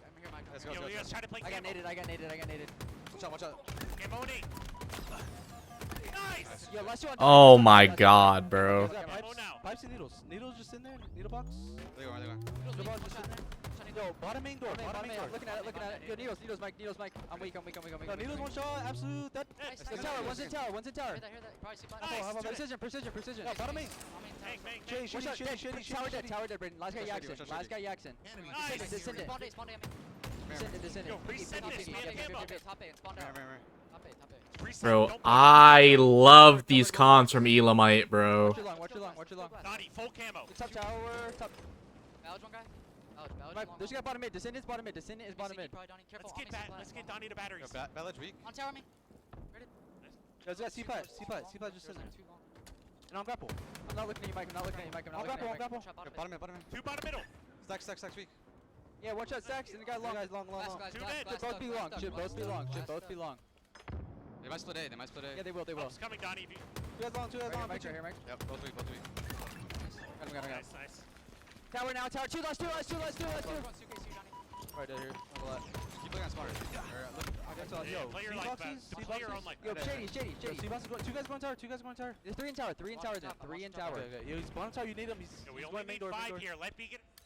Ooh, I love that from SSG. Feel the energy. Wow, I love those comms. You hear Ellen like, everybody don't push, wait for Donnie, keep him alive. That's suppressed, and suppressed firing at 12, 9, and 8, and just about playing perfect Halo from the mid-game on. 46 to 34 now in view. Crazy ass shots, bro. I love the fact that Elamite is just getting a bit more involved, I would say, during these comms. There's times where he's stepped back a little bit, make sure that they can just coordinate amongst themselves, and reminds them of camo or power-ups. But this time he's just saying, hey, I need to step in a little bit more because there's some disorganization taking place right now. You need to remember, we're getting picked across the map. They still have snipe, all those sort of things. So he is stepping in just right there for his squad. And Elamite, a former national champion, you know he knows ball. You know he can provide that level of information comfortably and confidently to this team that it's well received. Right now, SSG looking to tie this series up. 2 more kills to go. We are seeing a little bit of a run from Envy, but is it too little too late as it's 48 to 40? One more. And SSG just waiting to close this one out where they can find somebody, and that's Precision Jeez. down at the boxes, getting taken out. And that's going to be game number Yeah, no, 2. those comps from Elamite were awesome. And I asked Stellar to pick it up from his statistical performance in game 1, and what does he give me? 15, 5, and 9. Asking you shall receive, SSG says, Jesus says, as he ties this series up. And that's the SSG I want to see this weekend. I want to see that level of dominance from power up and power weapon control, and then putting it to use. Feels like it's the easy part when you're watching these guys shoot. That one looked good. I mean, there's nothing else I can really say. I felt like Envy were playing great, but SSG were just playing better. You could maybe critique a little bit early on where they were losing some in the neutral game in between there, but at the end of the day, to win the major fights that were important, getting the camos, making use of the camos, and just walking away with that victory. Yeah. And towards the end, too, I felt like they weren't just playing too conservative. They're like, all right, we're just going to march this one down. Like, they didn't feel like they had to win by a 15 or 20 margin. Like, they're like, you know, they went for trades, they got the kills, and they got the job done. On the Envy side, I mean, it went from bad to worse at the start because you give up a perfect set of kills. You give an overkill to suppress it to kick the game off. You give camo shock in the hands of Stellars. That's worst case scenario in my book, and my book's deep.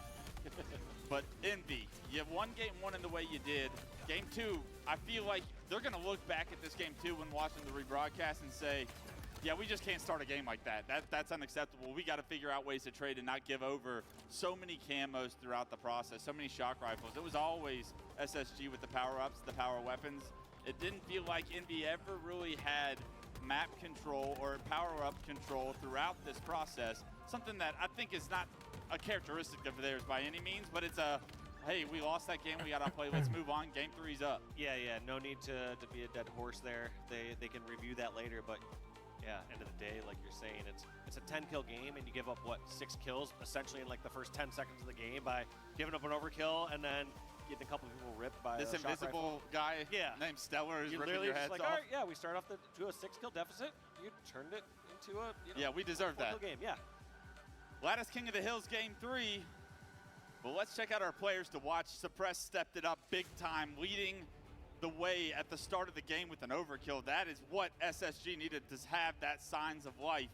On the side of Descendant, maybe a quieter game 2, but he has showed us, especially in game 1, that he is here to play, and these two are going to be battling throughout this series. These are 2 of your entry fraggers and 2 of your best shots in this series.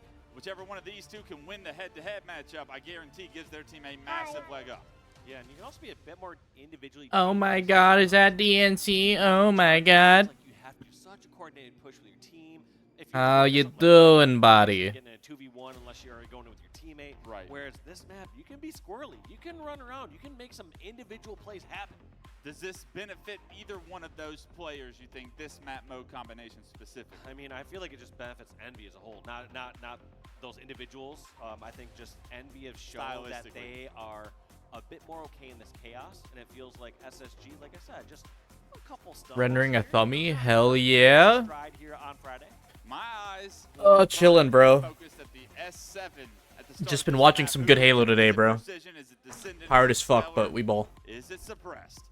But if it falls into one of their hands, look for this game to go. You want very my lopsided thoughts? early on, and as you know, I already know you it's hit, dog especially shit. No, I'm in Halo kidding. Infinite, where you're awarded points and not individual numbers as far as the clock is concerned. Those points, when they get up to 2 to 3 and teams all of a sudden have the opportunity to play time, especially as the hill on a map like Lattice moves to the catwalk position, it can be very difficult and daunting to come back in. Yeah, absolutely. These teams will know how to play that clock when they can. And we are going to have to see how this one kicks off.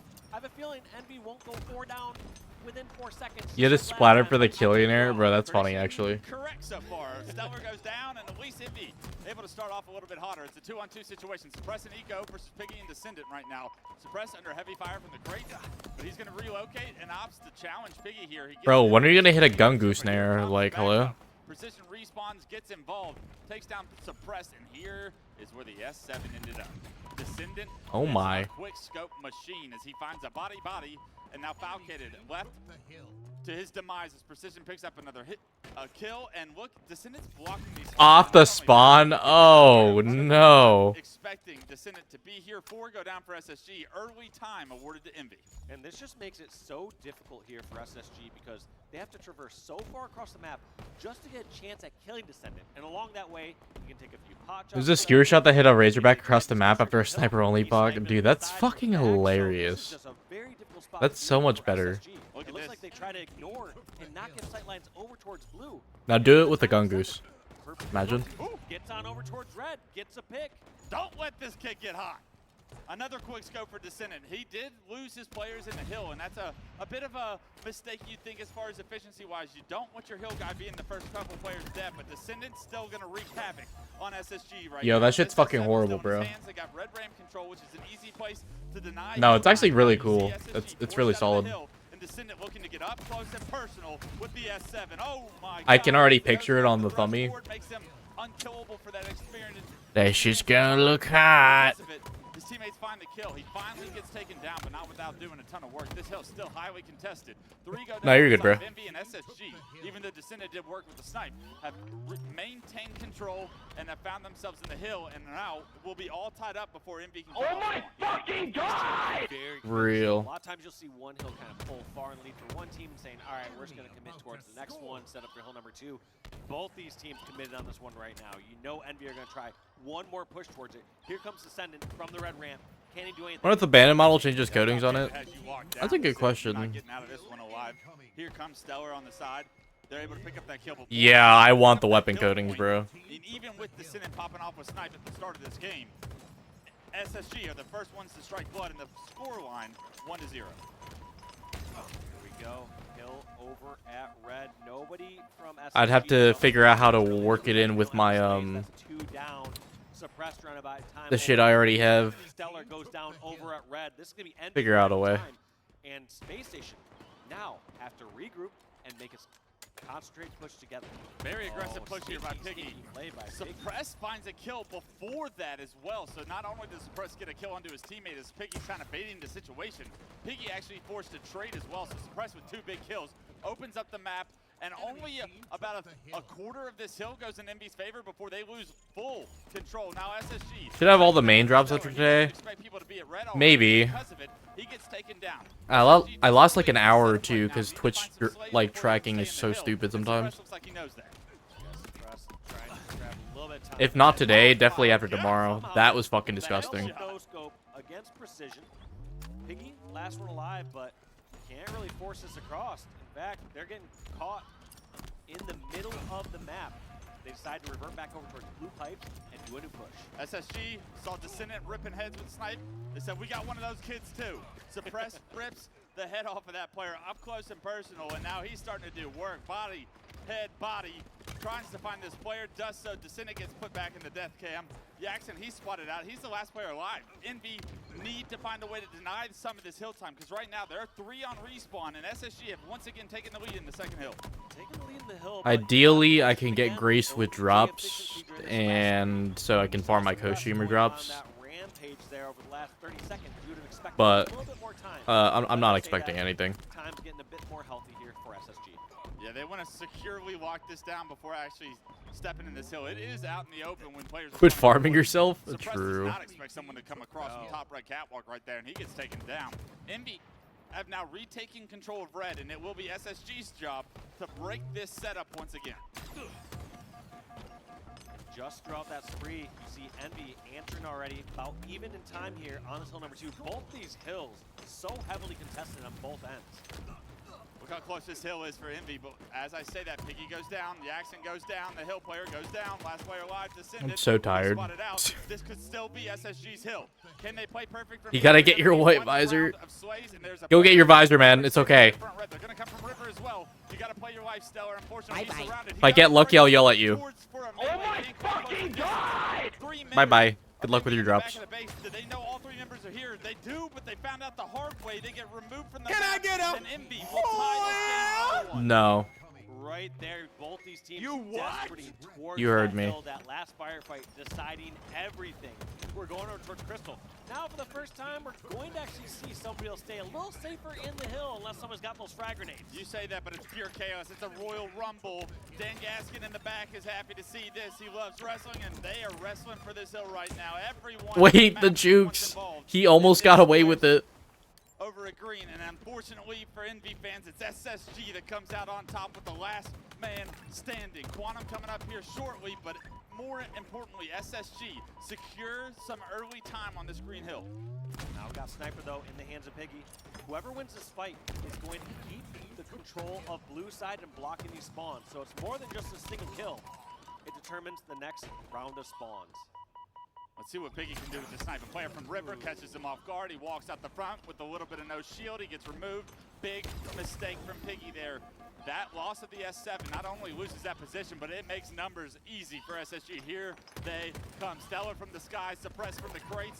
Both in precision space. Neither one of them can touch precision, though, because he finessed both. Did so much damage. Still alive. Look at the hill time progression as well. He is making this so difficult, even with numbers in the favor of SSG to break. Now Falcated in the most important one-on-one potentially of the series with this player in Jackson in the hill. Jackson run around and finish him off. Has not gotten Jackson just yet. Oh, the whole team is on the hill, bro. I don't think they're getting that. Oh my god. Enough bullets in the chamber to kill Suppress, and Suppress still bobbing, weaving, hugging the corner for his life, and because of it, SSG rob Envy of hill number 3. They take the lead 2-1. 2 minutes on the clock. This catwalk hill can take that long if SSG choose to play time from here. Yeah, you got to question Envy there, getting a little panicky over on the Crystal Hill. They had that snipe set up over at blue, overextended a little bit. I mean, Halo is a game of greed, don't get me wrong, but a couple trickle deaths led to SSG grabbing the hill. You give them a little error, you make a mistake, they will take advantage of that every single time. SSG opting to try and cap this hill.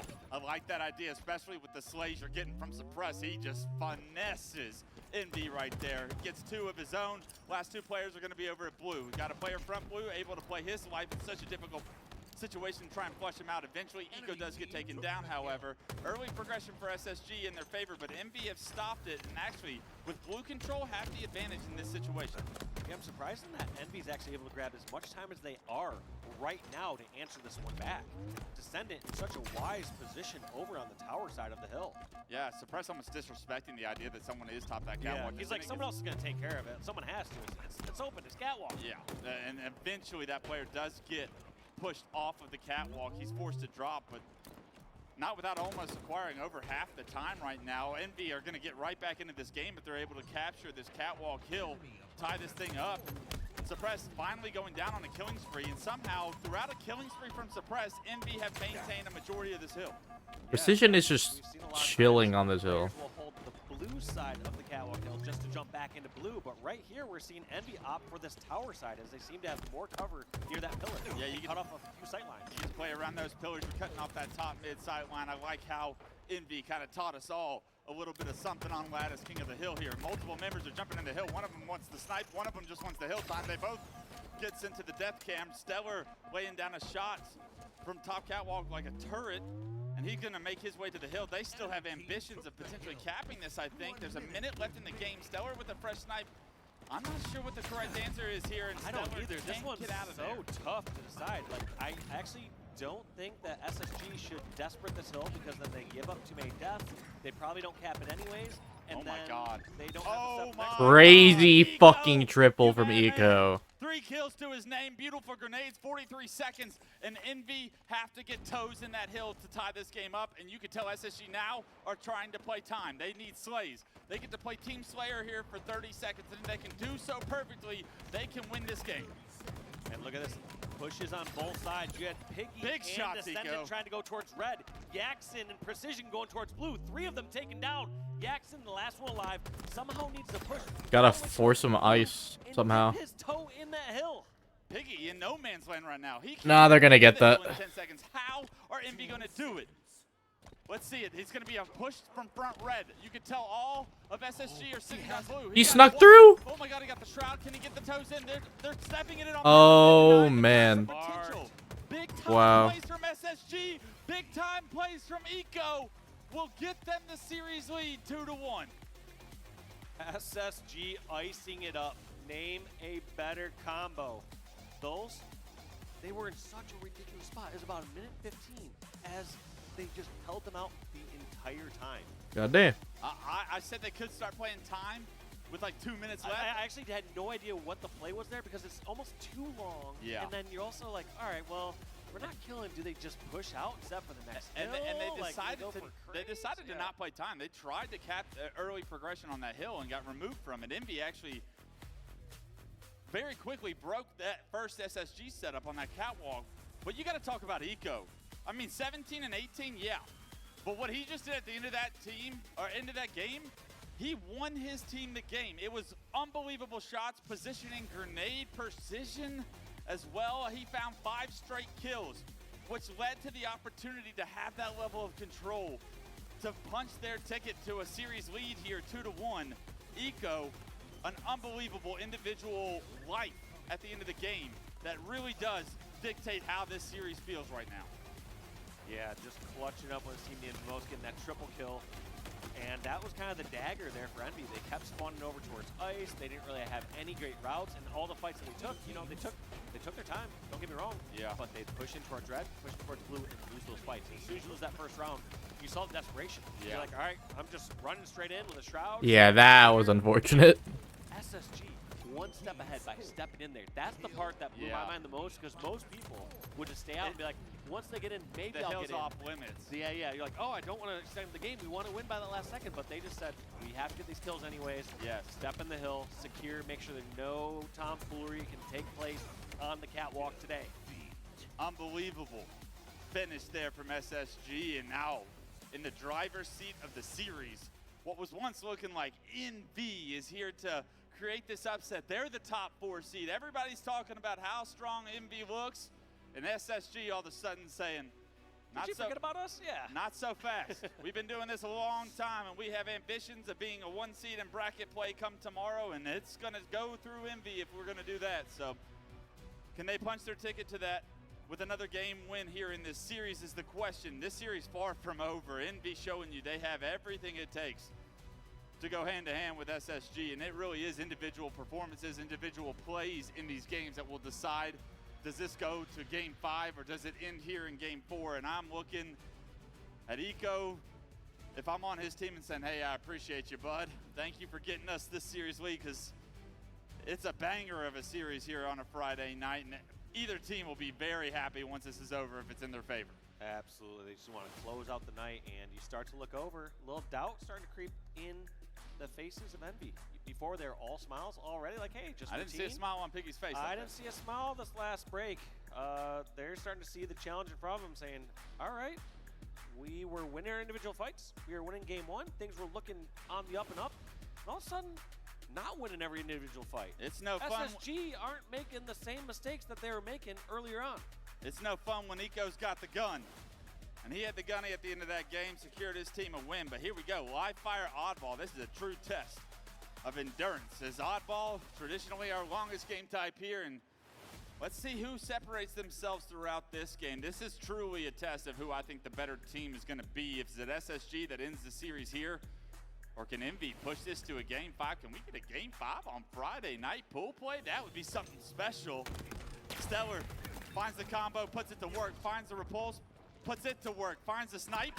Ooh, doesn't put it to work just yet, but you know, Stellar, we'll give you another chance here. He did enough work. He can take a little break, and that'd be cool all commentary. 4 down there for Envy. So a great start. This time Falcated scooping up 3 of the 4 kills. But there go 2 members from SSG. No, he missed. Spawn. So they Untraditional. rotated the ball away, but a couple staggered deaths here, and Envy, they're going to be flying across the map. In fact, I'm surprised that Piggy's not just sprinting at this point. Untraditional miss. by Oh! Stellar. Oh my God.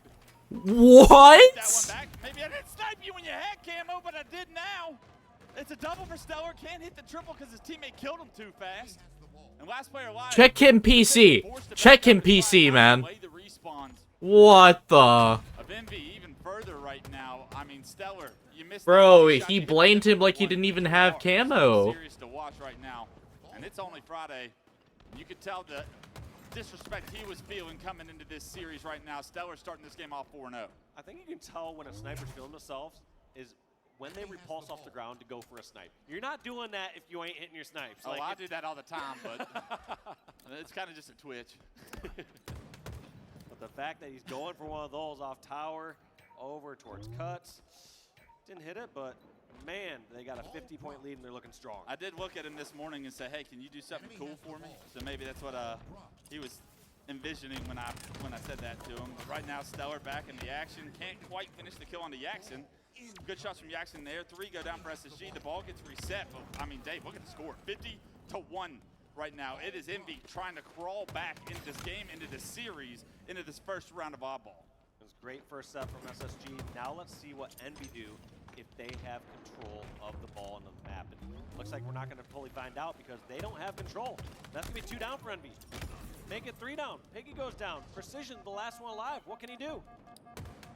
Great job by SSG to deny that ball from getting any further. Because they do that, they remove any chance of a setup. Camo is coming up. Envy all coming off respawn, and it's going to be SSG with not only the ball, but a fresh camouflage. Descendant goes down. He's going to stagger the respawns and the opportunity that Envy have to break this setup. Untraditional to hold the ball towards this cuts area, but Eco doing a phenomenal job, head on a swivel, finds a player with his back turn. He's like, in there supposed to be a ball guy? No, he relocated. Eco 1 step ahead of Envy right now as the 58-point lead surely starts to climb with these kills coming in. We're going to have to see now what Stellar can do with his second camo. Actually, I believe, okay, he got the first one, but either way, Stellar's got this camo, and it goes down real quick, so not going to be this time.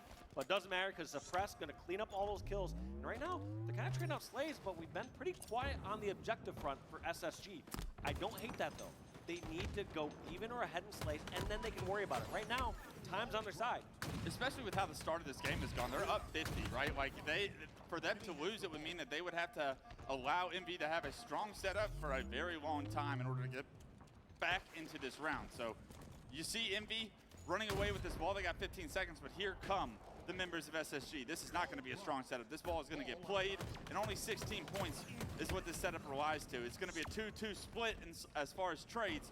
SSG are going to try and get to the ball, but Precision is too quick. He gets it in the house towards respawners, and this is where, if they get a couple of kills, they can get right back in this round. Yeah, a couple scrappy moments in time like this where they grab 10 or 20 seconds, but seems like SSG were 1 step ahead there. Precision rotated the ball straight to SSG over in the garage.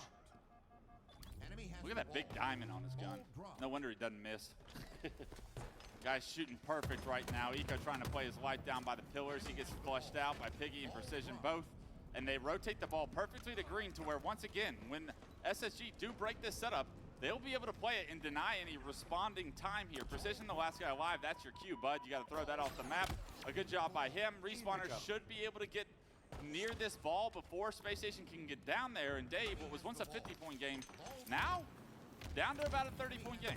Yeah, and I think it's showing that Envy can play a little scrappier here. They're fine to grab a little bit of time, even if they don't have a full setup. They have to be careful, though, because if you give SSG a full set, you've seen what they can do. They can scrap up 30 to 50 seconds. I like that route Eco took with the ball. He went pillars to back mud and got this lead back up to about 50 right now. A great job by Eco to also play the ball as soon as he watches his teammate go down in combat.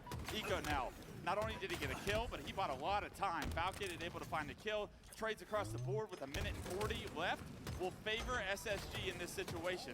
The ball is something that Descendant wants, but is he going to be able to hold on to it? He's got his teammate Piggy with him bottom middle, but grenades are coming left, right, and center. It's Normandy in bottom middle right now. Everything blowing up, so Descendant decides to back out, leave that ball, and he knows he needs kills before they get some more time. There's the picks. They got 2 down, but that's going to be Descendant going out. Precision's 1 shot. Is he going to be able to pull this off? No. Falcon finishes off, but he took a lot of damage in that engagement. 3 players coming off respawn, make it all 4 as Figgy goes down. The ball being rotated to green, 75 points and climbing 100 will win the round for SSG, and they are in a perfect spot, even if they don't get to 100, to play this ball and be able to compete for the reset once again. Yeah, and just SSG looking so much more comfortable. As Suppressed, moving across the map, actually catching players off guard. Feels like things are just clicking a bit more. It feels like a switch was flipped for this team. Yeah, you can tell the flow is starting to make a little bit more sense. They're not getting caught out in no man's land, and also they're hitting some shots that they were not hitting earlier today, and that's what you expect from SSG. You expect these shots to be hit. These players are exactly who we know them to be, and Suppress right now gonna try and rock down this tunnel.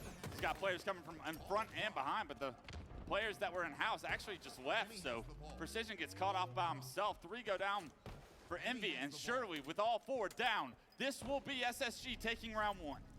A very comfortable round 1 as well. Just out slaying, doing everything right. I was super impressed with Suppressed. The fact that he's comfortably moving around. They don't need to play this timid style of play where they're forced into just going up in top tower towards these predictable routes. He's playing a very comfortable style, and I like to see that. I feel like everybody on SSG's picked it up, but if you're looking at anybody from round 1, the stats from Eco, 10, 7, and 8, 77 seconds of ball time. I mean, that is everything you could ever ask of a teammate. Eco doing it all and really leading by example through gunplay, through the win conditions, and honestly, you know he's vocal in the comms, so you gotta love what you're getting out of him this series, a series that they needed him to have a big one. He's having that big one. Can they finish this game off? The round 2 has started. The battle for camo is what's going to be the priority focus here. What drop progress Stellar at? trying to play his life, knowing that camo's coming up, but here comes Envy. Yep, Envy making their push all the way across. Only 6 points going for SSG there, so... I just got the 3-hour drop acquired on like that 2 end. minutes ago. And we have yet really to see Envy get kind of a full setup. Even during round 1, there'd be a few times where they get 2 or 3 from SSG down, but 1 or 2 from Envy would continually get picked off. To be fair, drops didn't start until like an hour into the actual stream, and then my progress got fucked because I was like switching between like HCS and like LVT and whatnot. Because Precision was dead to rights. Multiple members of SSG closed in on him. What can he do with this camo? It's very close. Yeah, drops be goopy though. Round here, the ball is going to be back tower, and Piggy, you need to get involved before your ball guy goes down. Unfortunately, you're already too late.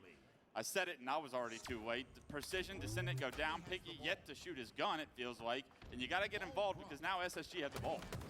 Yeah, Doing good like though, Kimbo. trying to find the perfect fight. Sometimes you just need to take the first fight you can get. I feel like you had the perfect fight front tower. But yeah, I just got my 3-hour drop.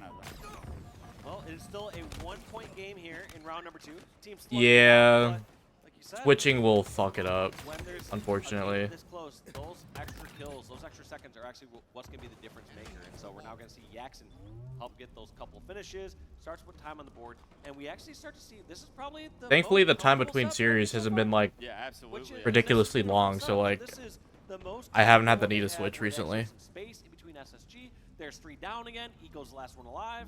Precision and Descendant both find perfect stars in the kill feed. That's going to allow Envy to be able to play from the lead here for the first time in Game 4. 35 and climbing with the setup. It was SSG that broke off to a very early head start of round 1, but looks like Envy are going to take their turn here in round 2, and that's exactly what the doctor ordered for this to go the distance. Precision with Quantum, able to catch Suppressed off guard, and that's a beautiful Quantum to exact reticle placement. You could tell Precision was very thoughtful with that decision. Descendant with the camo trying to run for his life. He needs some help, though. He will be hunted He's down. fine. Players looking for him, Oh. and they find him. Eco able to take He's him not down. fine. Precision finds the ball, and it's a 50-11 lead. Precision's going to play this ball as soon as he gets under too much fire. And now finally, Envy have woken up here in game 4, and they look like they're going to push this at least to a round 3. Yeah, they got a strong start here, and now we're starting to see them kind of hit their flow. They are the ones actually getting the flanks on SSG, getting them on their own spawn traps. They're the ones that are actually outslaying in this round number 2. Piggy with Snipe. Let's see what he can do with it. Nobody coming across top middle right now. How long does he give this angle before he knows? He does assume a player's going to be pushing from white wall there, but unfortunately not able to line up the shot, and because of it, I think SSG are going to be the beneficiaries. That's the word I was looking for. Benefactor, beneficiary. You know, Bro. English was not my strongest side. My eyes. More of a gym class kid. Falcated though. Now with Snipe in hand, Space Station get that Too benefit sleepy. of the oddball being in-house. They're going to be able to have an opportunity here to make this a contestable round. Still down 40, but a couple of kills will go a long way here from Falcated. I don't think there's any more games after the next series, at least for the mainstream.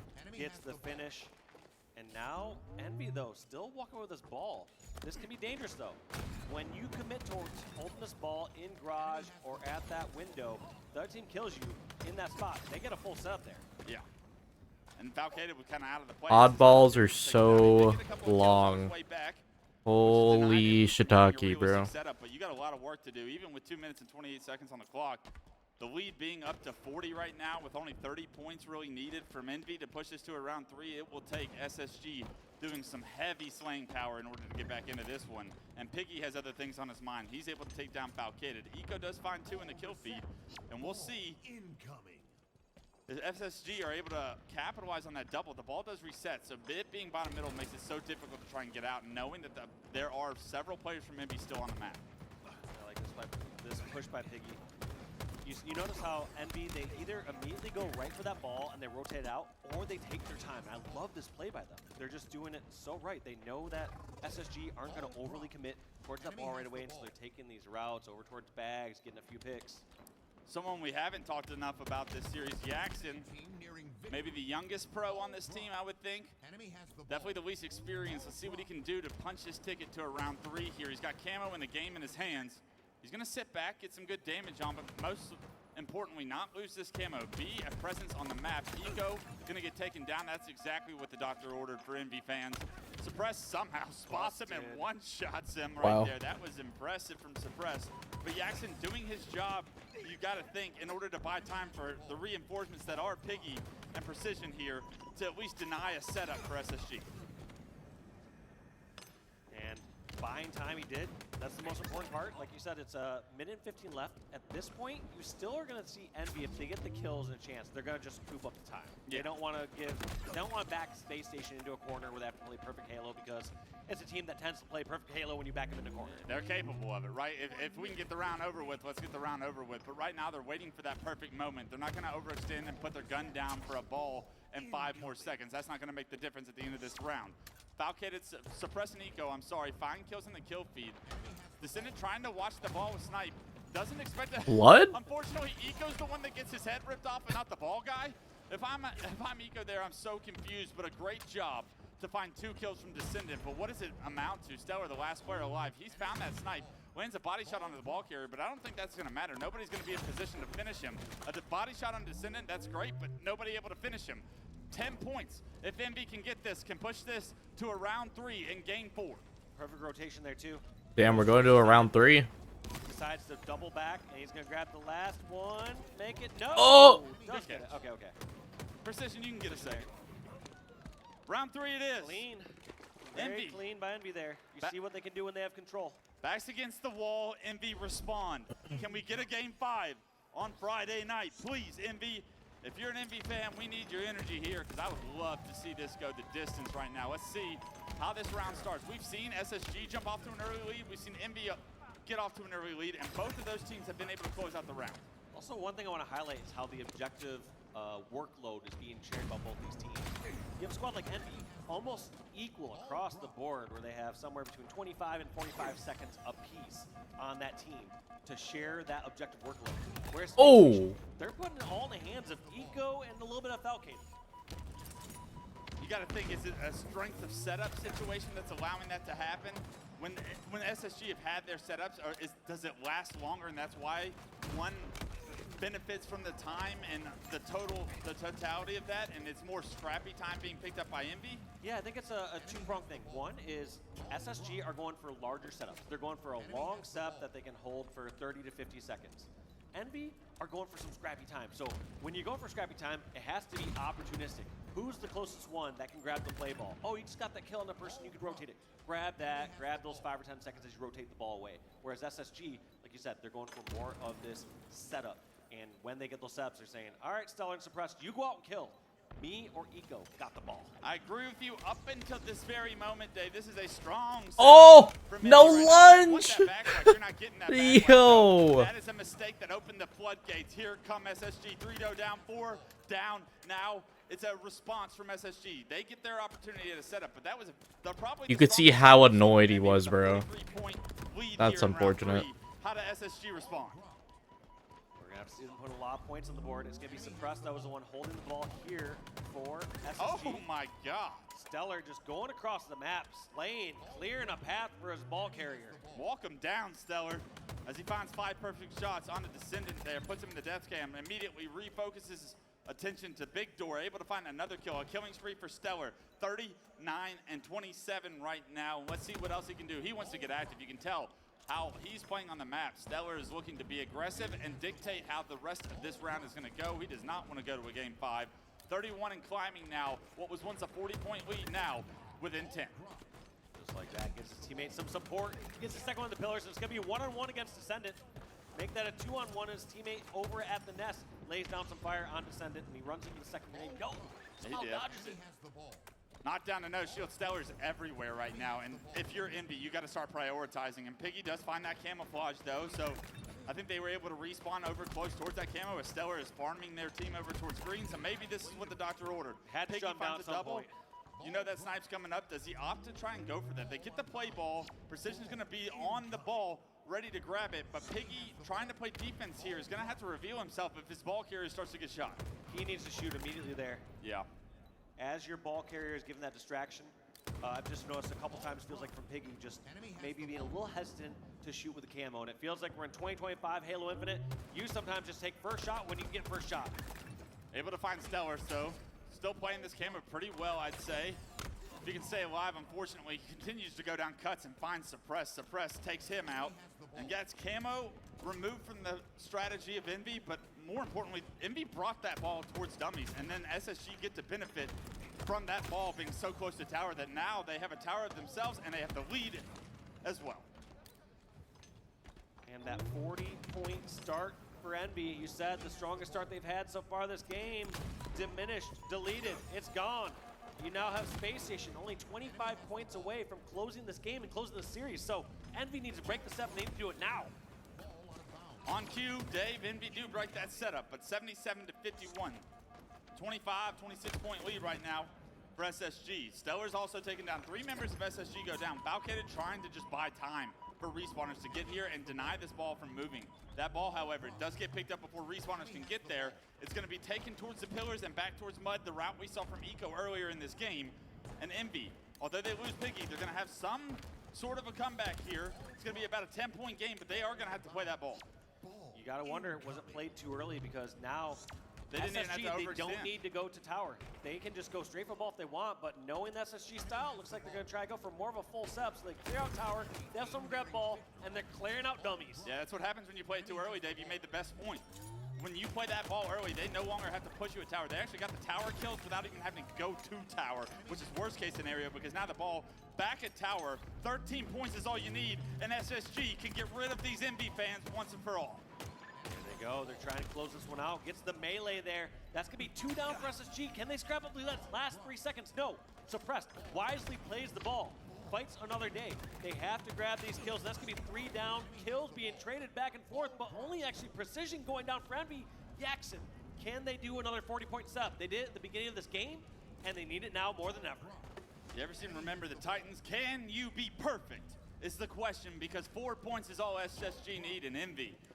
Right on their trails. This is a round of slays to dictate who's going to win this game 4. Suppress, hot on the ball's trail. He's able to take down that ball carrier. He is going to have a player in his face. Precision able to get the kill. 2 go down on each side. Precision and Piggy, massive responsibility right now to try and compete for this ball. Eco's caught out by the box. He's not down to no shield. Big kill for Precision. He's bobbing, weaving, playing his life, but more importantly, making sure that ball doesn't reset, because that would be a big mistake. 2 go down for SSG. And now all of a sudden, 15 points away in VR. You get one quick push if you're SSG, or you're looking at a game 5. I like this play. He has to decide where he's going to rotate. He now knows a massive push from SSG over at green. 5 points away, and it's up to Precision. Is coming. Precision right needs to stay him. alive. 2-1. Make Wow. that a round 3 victory for Envy at the last moment. I thought SSG had that, like, low-key. Oh, man, Falcated right hot on his trails, but as he turns the corner, he cuts the sight line off. And Envy fans can take a deep breath. We're going to a game 5.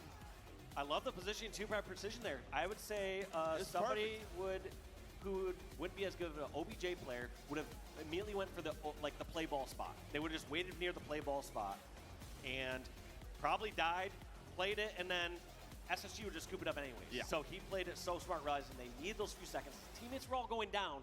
It was now or never. You got to talk about it on the side of SSG. I mean, it felt like they had that game. It felt like they just needed one setup break, but Envy stayed strong. That precision play from pillars to under the bridge, finding the kill on the Eco, getting a touch on the ball, but more importantly, like making sure that nothing was going wrong before he picked up that ball, because if he does and his teammates are going down, he's going to get caught off Ran. immediately. How long do you think my hair is, bro? It's a game I can't of do objective shit. efficiency. Eco, the only one on SSG to go negative, going -1. But look at Suppressed, +16, you had Falcade +1, Stellar +4, but in the end it doesn't matter. It's an objective game, and Envy, their scrappy playstyle worked better and won in the end. Unbelievable plays there at the end. Precision was the man of game 4 for me. That play at the end gets his team to a game 5, and now finally we get a best of 5, 50 kills to decide who's gonna win this pool. Is it Envy or is it Space Station Gaming? And you know, both have had those moments throughout this series to have confidence, but both have also had the failures to leave that level of doubt. And it really I don't is like the having long hair. games going into this, and how the start of this game goes could very well dictate immediately where this series is going. It's gonna be, yeah, how are Envy gonna get their starts that they need? Because we have seen some great starts out of SSG. Games 2, games 4, round 1, SSG going 4-0. I can't believe Eco caught a stray. The first one getting sniped there. I'd be so upset if I was him. I was like, how do you snipe me and not you? That doesn't seem very fair. But sometimes that's how it works. Great shots from just about everybody in the series. I mean, we have seen highlights from every single player. I mean, even Piggy in this moment, able to get that kill. And what he's doing is just buying so much time. And when a round comes down to the difference between 3 seconds, that play right there impacts the outcome of the game. Very similar to the conversation. 3 seconds for you. Yeah. Very similar to the conversation we had about Slayers, about how every single kill and death matters across the 50. Every single moment in these games, I mean, to separate these two teams, how close, how small the margin for error is to decide these series. And I mean, Dave, as we catch our breath here, getting ready for a game 5, the series of the night we knew it was going to be, and I mean, they gave us everything we wanted here. Let's get a banger of a game 5 to kick this one off. It's going to be Streets. Bro, who is it that went? Woo! How you feeling about this one? Man, I mean, this series has been just incredible all around. I feel like if you ever try to know what team you're favoring or where the momentum is, it's sort of like what team earned their way into that game 5. And I feel like Envy earned their way into that game 5. They clutched it up there, and they are ready. They were wishing for that chance. After the end of game 3, they're like, all right, guys, let's just bring it to game 5 and let's settle it there. Yeah. We just need to get this one, though. We have no room for error. On the side of SSG, do you think they're feeling like they let that game 4 kind of slip out of their fingers? Like they They feel like they probably, there was a moment there where they had like a significant lead towards the end of that round 3 where you had to believe they thought it was probably over. They just had to close the door, and unfortunately, Piggy comes in, kicks the door wide open with the help of the rest of the MB boys, and now we're looking at first to 50 to decide who's going to be the 1 seed here in this pool. Yeah, SSG, they're pros. I mean, they're just going to bounce back from that, and they're going to say, all right, right now our focus is on Slayer Streets, but then they'll go back to the... Hey, Jackal, how you doing? All right, a couple things aren't clicking exactly here. Where are we feeling uncomfortable? What are some of these issues that they just have to iron out? And those are some of Hope the you're great doing things good. Of teams or players that have played together for a long time. Sometimes going in with such high dependencies or expectations of your teammates, you play off that so much, and you start to say, wait, I pushed out here and I did this play because I thought you were going to do this. What's going on? And sometimes that can almost be a hindrance at different growth stages of a team's life cycle. From what you've seen so far throughout 4 games, Dave, are you leaning either way, or are you going to let the guys... You know, I've come to realize I fidget a lot, bro. I am usually doing always something with my hands. I always have to have something in my hands. It's like weird. Who are you looking for on each side to really have that series dictating moment that pushes their team across the finish line? I mean, I think the 2 I'm looking at are the same. I think I've definitely started doing it more like as I've gotten older. Game number 3. That's going to be Descendant.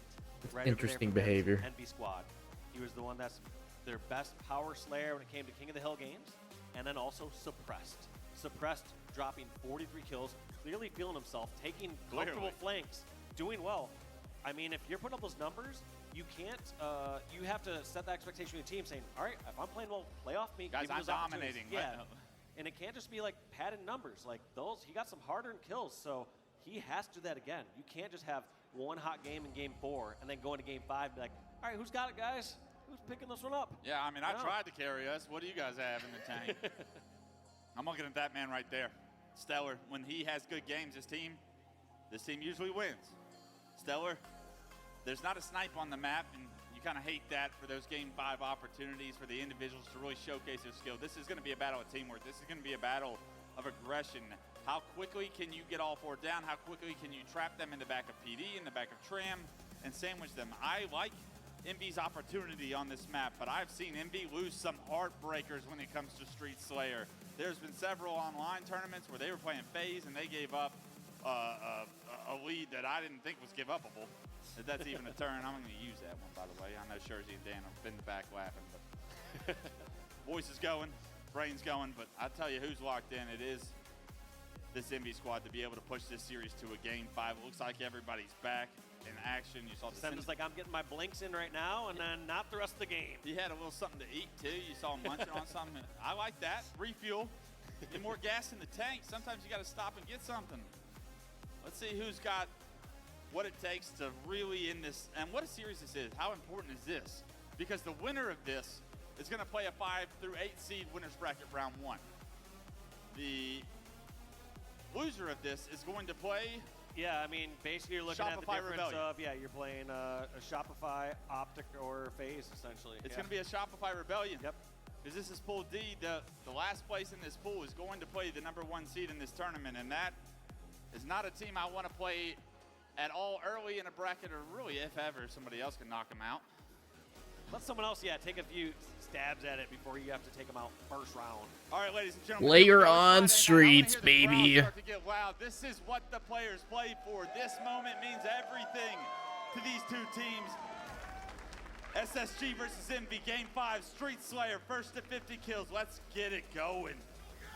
Here we go, Game 5 record, NB. No luck thus far here in 2025. SSG, about even Stevens with a 3-2 record. We're going to find out which one of these teams is closing it out right here on the streets. And this one, Wes, there might be some moments where it slows down. But I have a feeling these teams aren't going to be playing too slow. I feel like they're ready to fight. They're ready for some action. Yeah, I think that was... We aren't going to the time limit here. That was something I heard from an MB list or interview post their big choke against FaZe in one of the online tournaments. They said, we turtled up. We started to play safe when I knew I should have pushed. Jackson was saying this. Look for NB to take advantages of opportunities and maybe get reckless with it if they feel that.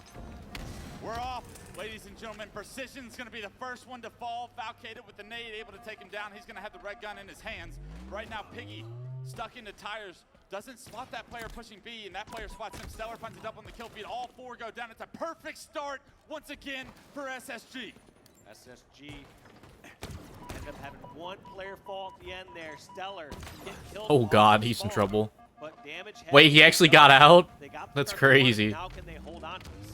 Yeah, Camo's up. That's the big priority focus for everyone on this map right now. Bro, suppressed movement is kind of crazy. That red gun gonna have someone in his face, but Stellar has his back. That's beautiful shots from Stellar. Stellar has to trade, however. 4-0-2. Stellar starts this game 6-4. SSG still in the lead. Yeah, Precision doing everything can to stay alive. Dodges the nades that time. Didn't do it the very first time. Got stalkated. Now, how does he decide to maneuver across this map? They know a couple players over at Neon.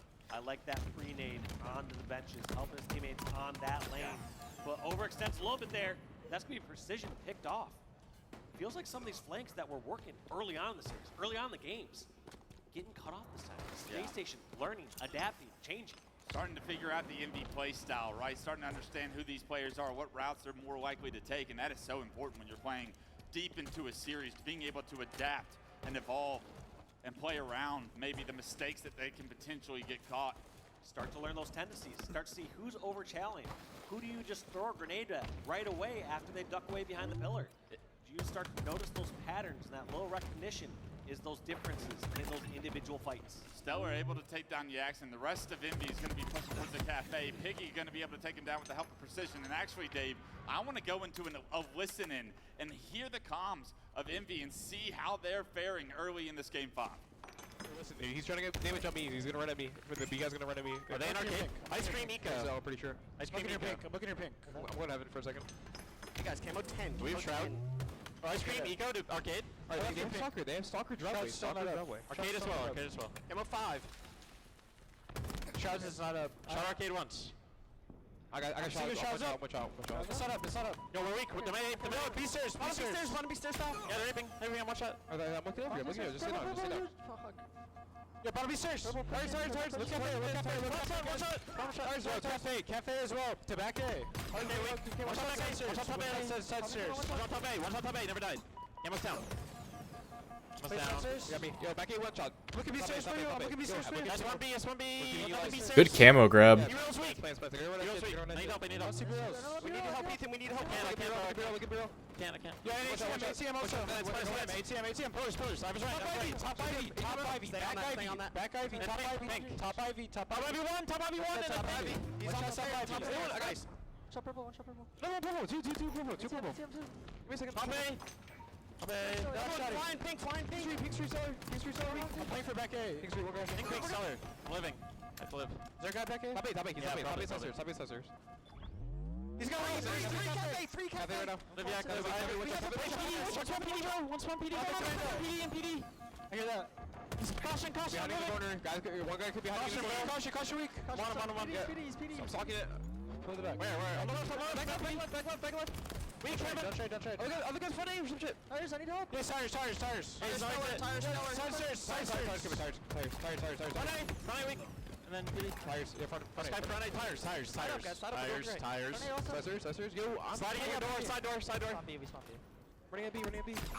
I got it. Nice, good fucking trade, yeah? I spawned Ivy. I've seen refills. He said the F word on main. Yeah. Yo, spike sliding, bro. Sweet. Peaks also. We gotta go A. Go. I'll behind you, Jason. Heaven, Jason. Heaven weak. I'm fighting it. Top C killed me. Red gun's in B. Yo, 2 ATM. Held him. Watch out. Benches. Hey, he's front C. Watch out, planner. I'm playing B. Eco. Yo, MB. Arcade, one shot arcade. Ice cream, one shot arcade. I got him. Nice. Yo, B stairs. Front A. Bottom B stairs. Watch out, front A. Oh, I thought he wasn't getting that for a second. Where is he? I don't know. Camo 5. That's front A. One shot. Spawn B-roll. B stairs on me. Yeah, B-roll. Tires, one shot. We're gonna get tires off. Bouncy. ATM. Come in. Watch out, front C. This is so close. Top C. He's bottom C, driveway, half house. Nice. And B-roll's coming. They're weak. Oh god, precision! Envy with the momentum and the tones of their voice. You can feel the energy, how bad they want this one, Dave. What did you hear that specifically stuck out to you from the Young Guns? I mean, you felt like they were setting up certain traps. They were saying, hey, we got this person in, I got your help on purple. Let's worry about arcade. But it felt like more so, as soon as they got some damage, it was just go, go, go. No one's saying that, but you can hear in their voices. When they're calling out someone, you can tell if they're charging that person or if they're running away. They want them dead or if they're just calling them out to give information. Exactly. Eco and Suppress finding some kills here now to tie this one up. It was Envy with a narrow lead as we got back from the listening, but Those comms were loud. Yeah, it's because they have their mics like right up to their mouth. It's going to be all towards PD in the tower side of the map. Piggy's going to be the furthest one up here, right in front of Tires. You comm loud? I know you do, Insurge. Right now, I know you do. He's got a player bottom street right now, but he needs to stay alive. Piggy doesn't assume that he's going to be here. Hope you're doing well, bro. Same with you, Gildarts. Hope you're good, homie. Damage on the Piggy, doesn't get help though, and he gets taken down from precision. That Shroud saves Piggy's life, and now they're able to trade it out. NVR in a 2-kill fashion in their lead. It's a 3-kill lead for Envy, and Suppress can't find one either. Make it a 4-kill lead as Envy finally regain map control here and stop the momentum that SSG were cooking. Desperate plasma grenades, swinging the tides of this battle back and forth. You've seen it over at PD, you now see it from over on the red side, over at Rails. Just yeah, the stream on the lowest setting and that shit was still loud. Yeah. Throwing that sticky grenade and getting a traded kill. Look at the kills right now.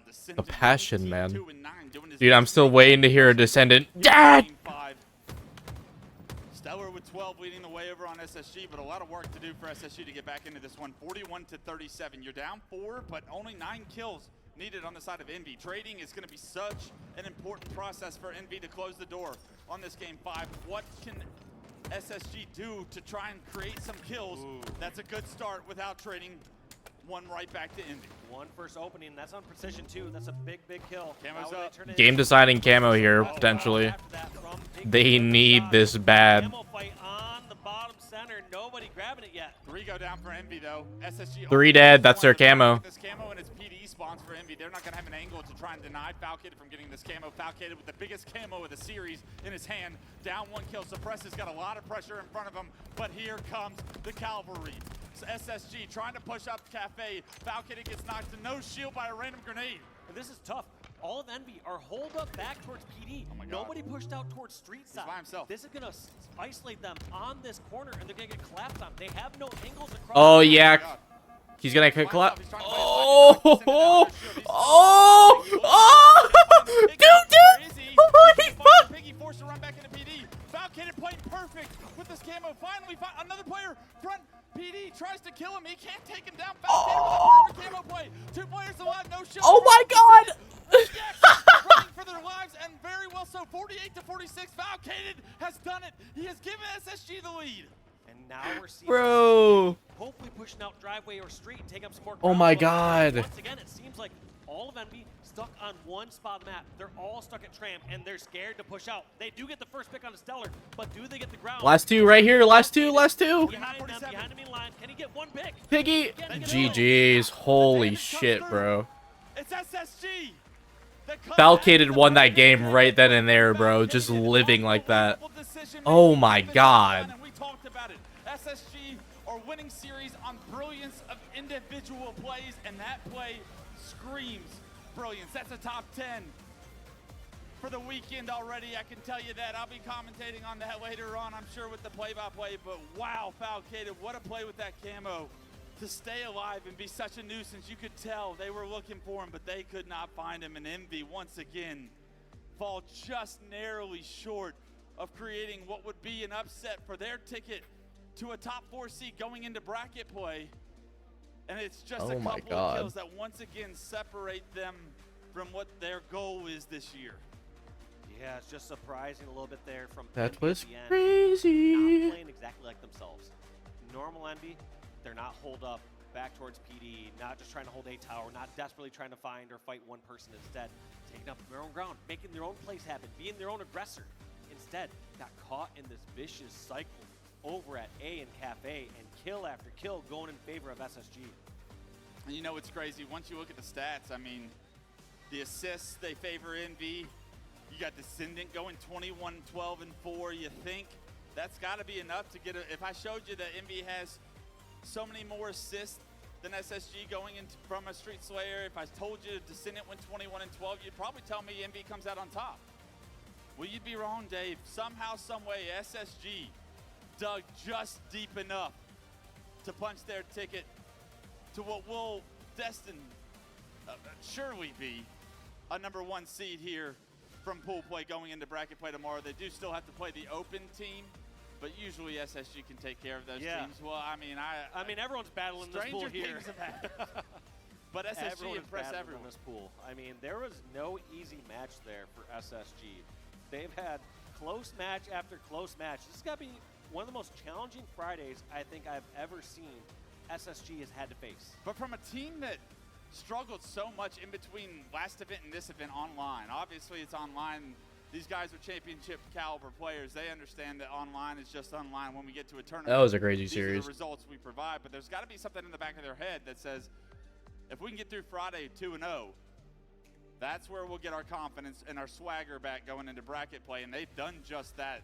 You think they're leaving this stadium here tonight with their heads up and saying, nice job, boys, we got the job done? Or you think there's a little bit of uneasiness still there? Definitely some uneasiness. We saw SSG, I would say, more uncomfortable than I've seen them in the past few years, just on some things that are routine for them. Some flags that are like, those should have been moving. You know, what's the story behind it? And they need to find out someone from Envy pulled a miraculous play and got the kill there, or what's the problem with their plan?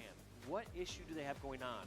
So I think they're gonna feel good if it's like, all right, someone made a miraculous play. All right, that's just something we couldn't account for. Right. But they will not feel good if they're saying, who's not picking up this flag? Yeah, Why are we not rallying this back? This should be routine what for happened us. here, basically. So there's still room to improve for SSG, but the job gets done for tonight. I'm here and we have Elamite on stage with an interview from Guy Blaze, and I can't wait to hear what the coach says. Yeah, I cannot wait to hear what the guy says who beat Walshy in the W coach, W coach. as he gets ready to go into Saturday. You and the boys, man, had a good day, but this series was so close there coming down to the end, coach. Just walk those final moments in your hair from Falcon and Camo White still fresh on your brain. Yeah, that game 5 was definitely a nail biter. I think Falcade made probably the best camo plays of the tournament so far to secure us that win. So big props to him making full use of that. So yeah, I was pretty happy with that win. Envy's a really good team. You know, we definitely struggled a little bit against them online. So to get the LAN and come out and take them down like that feels pretty good. It does feel pretty good, okay? You know, Falk making big plays right there. I tried to get him for the interview, but it's the only thing harder than winning that series is getting Falk up here for an interview. Now, the whole series, the map 4. Yo. The first 3 maps is wild as well. Talk to me about Drecky, thank you so much for the raid. I appreciate you. I hope you had a good stream. How was MCC treating you? Well, I mean, you know, we're in year 4 of Halo, and all of these teams and players are. I appreciate you. Welcome, Raiders. I'm Junk. We're watch partying HCS Charlotte right now. Just watched SSG clutch up against Envy. Really good series. Yeah, watch party's going well. A lot of crazy games, so I've been enjoying it. Clapping cheeks. Yes, SSG is clapping cheeks. Pretty well. Played with the friends. Hell yeah, happy to hear that. Now, lastly, okay, what do Appreciate you you. want to tell them people out there and everyone at home who just want to see you guys? How you doing, Axion? Good to see you. Hope you're well. And become back-to-back world champions. I mean, that would be incredible. Big shout out to all the fans that come through. You know, we don't have a booth. But yeah, I appreciate you. I hope you're having a good evening. So much love to everyone from home. I'm sure they're watching. So big shout out to them, all the fans. I think we got like 1 or 2 more series left for tonight. That's gonna do it for me and Elamite on the stage. Space Like, Station. pretty sure. When it matters. That's gonna do it for us. Lot, take us away. But yeah, man, it's been some crazy games today, I man. will say, if there is anybody I trust, it's Been got to be Elamite. I've worked with him on his pretty kind of- I've nutty. seen him in many different kinds. What we got going on HCS? Pole versus TSM. To stop this hold. Actually, he gets in the hill. Who am I to say? Who am I to stop Ryan Noob? 50 seconds left on the game clock now. TSM looking to close this one. Dude, I honestly haven't touched MCC since I 100%ed it. And that was back in like February. are still flooding through blue. So I'm glad people are still enjoying How it. soon and do they play time? In this scenario, it's kind of right in between. Complexity will be able to push through here and do a good amount of damage and pick up a couple of kills. So Complexity have managed to flush TSM out. This is a big moment. Back of blue. 20 more days, man. This 20 is- more days. Keep it shooting. Peaky. Haven't seen anything that peaky since the blinders. You uninstalled Infinite after getting Hero, been very chill and relaxing. I'm glad you're enjoying it, for sure. TSM are going to have to break. And in these situations, you always start to get a little bit nervy. I've been slowing down on Infinite more. I've been doing more variety. I mainly play Shotty Snipes on Infinite now, and that's pretty fun. A few moments away now, and TSM too far away. You gonna be at Worlds, Strecky? Convert this hill is 2-2. Repressed memories. Reveal yourself. My goodness, and by the way, somehow I got an email from my school. It felt like TSM certainly had the opportunity to hold off that. This is push, where but unable to they do so, and now say, it's gonna be- "Dear idiot, you just failed your Well, it's midterm. a You good are force expelled." Imagine. I always find it takes so much out of you when you try and play a little bit of clock, try and play a little bit of time, and then it gets stolen. No, away. oh And then there's only, man. like a certain amount of time on the game. Sad. The momentum is on the opposition side, and they start to feel like this is a win more than a game they're just trying to stay in. We are gonna You go to will be overtime by the missed. looks of things in this game. Shock rifle still in the hands of Soul Snipe here for TSM. See that on either side. Mental gets. This is gonna be a lot of people's first Worlds, so it's definitely gonna be interesting meeting like a lot more A people. little bit more clean. Cherish is going to find the trade though. into OT, as you say. Too dead for Complexity momentarily, but still an opportunity for TSM to get a little bit of time, and the Shroud will go down. And a few more kills to mop up here. That's a really smart Shroud actually, because it protected the hill player. It allowed them to deny that line of sight from where Complexity were trying to push. So Manny wasn't really trying to do anything but help his teammate out in that situation. At this time, federal financial aid disbursements are delayed. To a gold, splitting over an elevator as well, and TSM have good control. It's true. Thanks, Shroud government. is always so usable, useful for the utility that you rarely see it kind of exclusively on very creative LOS tonight. Hopefully next land they decide to do. Yeah. Love to see what they have in store. TSM Realistically, next land, multiple hills at least in for the way, HCS, and I think is gonna happen yet again for Complexity. in the next game, whenever that may be. Ryan Nuke, first one in the hill again. Steps in, baits out a couple of nades. Very But smart, something you have to be aware of, even if regardless, you're I look forward to meeting you at some you've point. got full control of the map. Exclamation point dropless. Opposition is True. gonna come off spawn with a couple of grenades each, so just making sure you bait Yeah, those I'm out. sorry if you see like the drops enable tag. It's been on like the entire time. That's an old drop. I should really disable that command. Actually, hold up. I could probably do that right now.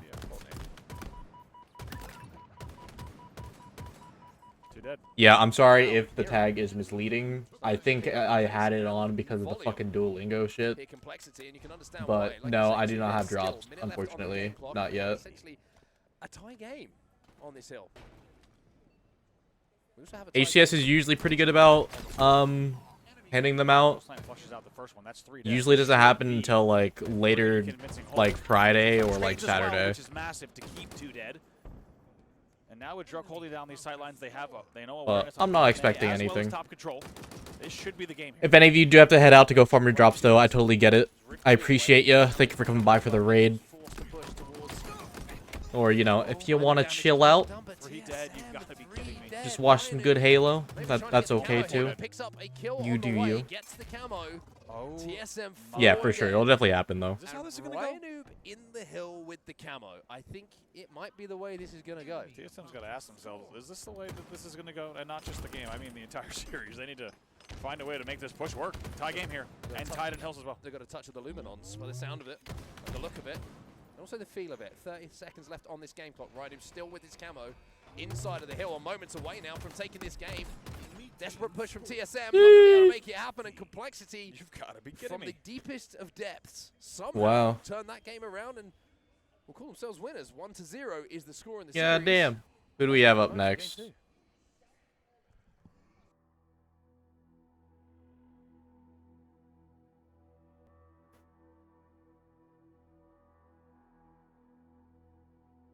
What, that was just Pool D we saw.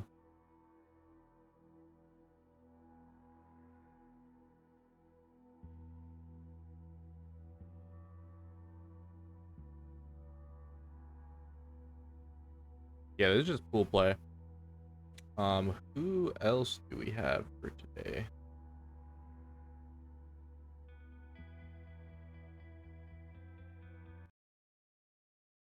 when it came into this Pool D. Fuck this against guy. Envy, No, I'm who were kidding. looking really, really good heading into the major.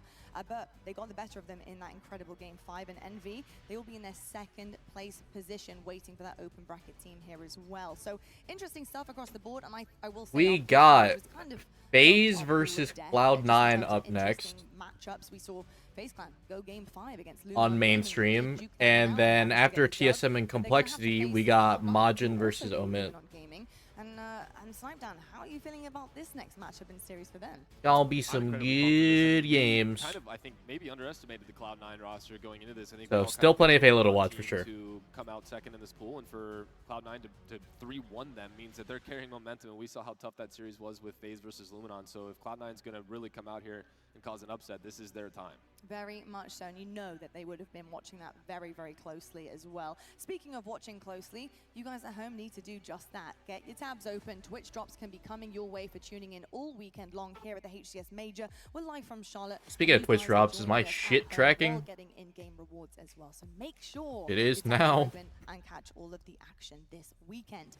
Well, folks, we're going to head to a quick break. When we come back, we have another one on the cards for you, and this is going to be your hometown team once again going up against Cloud9, who've been looking really sharp as of late. FaZe, they managed to squeak it across the line with a dub against Luminon, but C9 is standing in their way for that top pool spot. Who will come out on top? You know it. We're going to find out right after the break. Bye-bye.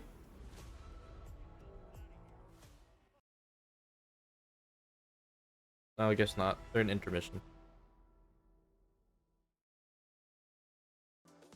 Level up your gaming space with metal posters from Displates. Hang your Displates in seconds. Swap them whenever you like. Get official art from your favorite games on a uniquely designed metal canvas and choose from thousands of posters. Join over 3 Nah, those posters are so sick, bro. Too bad I'm broke.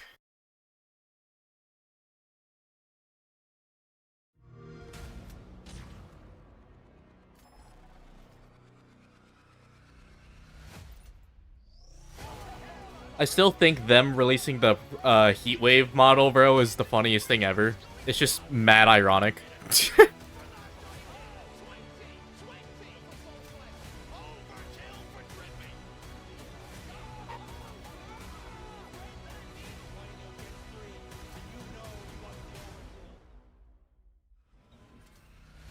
Silly, silly.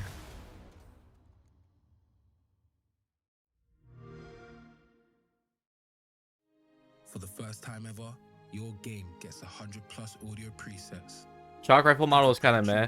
I wasn't a big fan of it. And vibe to the soundtrack of you. I don't really care for the Heatwave, period. C9 coding's fire, though. They literally made it for me.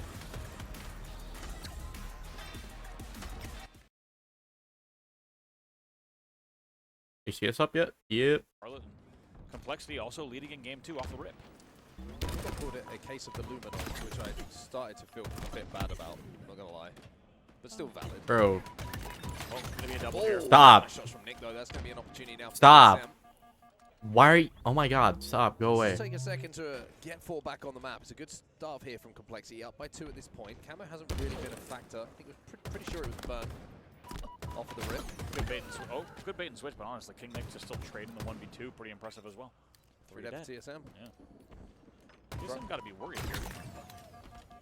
I would agree, because they're getting killed and staggered a little bit at the moment. Druck was just taken down. 3 players from TSM up. Luckily, Druck did somehow manage to get a trade in this situation. Wow, look at the green gun avoid. I think he jumped over it like Super Mario style. Yeah. See a lot of splashes from the energy bolt this event. People just see it coming and seem to be able to avoid it. They want no part of it. Can't blame them. Understandably so. Can you imagine actually getting plastic pistol? Like, dear God. Well, if a normal human got plasma pistol, they just would die immediately. I don't think it's the force. I think it's the slow burn. Yeah. Firing straight plasma onto your skin, bro. Game here, 16 to 14. You will die. TSM keeping this one close, but Complexity still managing a lead, but Manny's tickling your toes. And that's never going to be comfortable. Actually, it could be. Depends on. Hey, we're not here to judge. Depends on what you're into. We support you in whatever your choices may be in life. 16-16 now, as the game will be tied. Hey Soul, how you doing, buddy? I'm gonna have to ask you. Good to see you. It's gonna bug me otherwise. Do you know?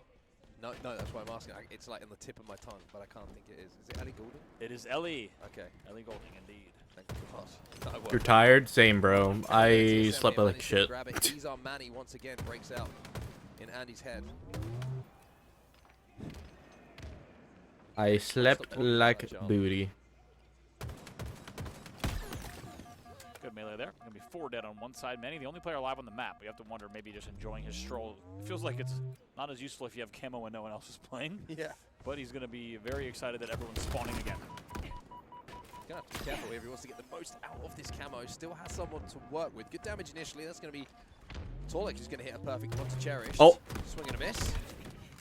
And no trade. Salt Snipe finds 2 though, which will keep TSM in the lead here. 27-21. Bro, every time I see a lunge, not lunge, bro, I can literally just feel their emotional pain. Let's start this game. This has been convincing. I think TSM's right, kind of back on form. And you'd hope that at this stage, with the lead they have, and with even the map positioning that they have, should be able to maintain this and even expand upon the lead. Any other tournament, I would, without doubt, agree with you. This tournament, I'd question everything I've ever known about Halo. I feel like at this point, someone will come back from 49-31. It's true. It has been pretty wild. If you didn't catch it, the most recent FaZe Luminon series is one of the wildest matches we've seen, main stage or otherwise. In Halo Infinite, pool play, actually just in Halo Infinite, period. Back and forth, so I agree. Oh, just one-shots are falling from the sky for Cherish, by the way. And just like that, it's back to a 4-kill game. 4 dead, make it a 3-kill game. Yeah, I mean, it's turning on its head once more. You had to... I'm going to stop guessing. I respect you doing it for the people. Stop guessing what's going to happen. To saying that this game is, falling heavily in the way of TSM. I know you said that purely to bring this game a little bit closer for entertainment value. Yeah, exactly. Now Cherish is finding another one, also Torlik. Oh, they're all stuck in the base. Another player as well. However, he's going to have another player sliding in at him. And TSM, by bunkering up inside of that base, force Complexity to overextend and are able to trade efficiently enough to get some numbers on the map. Ooh. Manny takes an angle, though, to maintain now a 5-kill lead. As TSM has rallied back, and if you're TSM, bro, unless it's like a really fat lead, I can never be confident in who's gonna win now. Because like, oh my god, bro. Get in the first pick, and they do that yet again at 37-32. So important to keep control of the map. You think a team is 5 kills up, and you think, oh, they're probably solid. Complexity have snuck away. Like nope. in the night. That FaZe Luminon series and like SSG Envy series like prove that so heavily. What can Nick do? Not done until it's done. Not going to be enough to really get anyone moving around the map, so we'll see if he can go ahead and flanker. He's going to find Druck. Let's see how he plays this. Oh, Druck! Oh no! He just hipped him. Had to take it, yeah. Now I've delayed long enough that if Druck hits his shots, I'm losing this fight. But you are completely right in your assessment. That cannot happen. Nope. Yeah, if you're the camo player dealing in that, especially in that scenario, and you're down by the margin that they are, you need to make sure you're not only converting but also not trading. And unfortunate to lose that, and it feels like there's a lot riding on the late game on that kill and on that push. And 2 dead yet again, 3 dead momentarily for TSM. So this will need to be a last-ditch effort from Complexity. They're down by 6.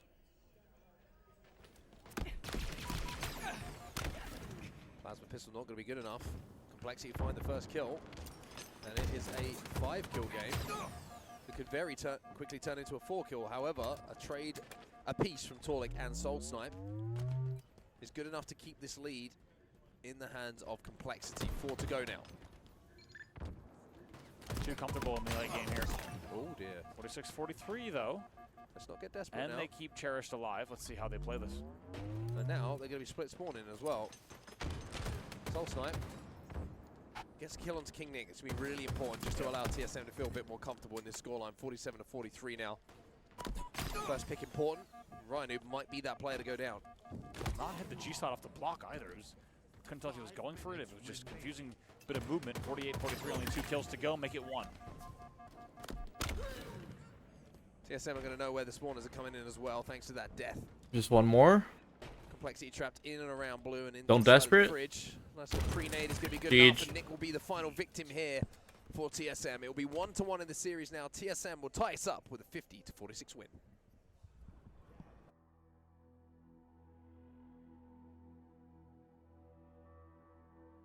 All right, mainstream. It was a struggle, and then Cloud9 beat the team that they struggled against. So this is one of those, we beat them, we carry that momentum forward, and hopefully we see something special here. Well, with Cloud9, this team can do it all right now on this main stage. They can head up that pool despite the seeding in this one as well. And FaZe, they need to really dig deep. But Cloud9, have they got what it takes? That is the question. Let's take a look at this roster.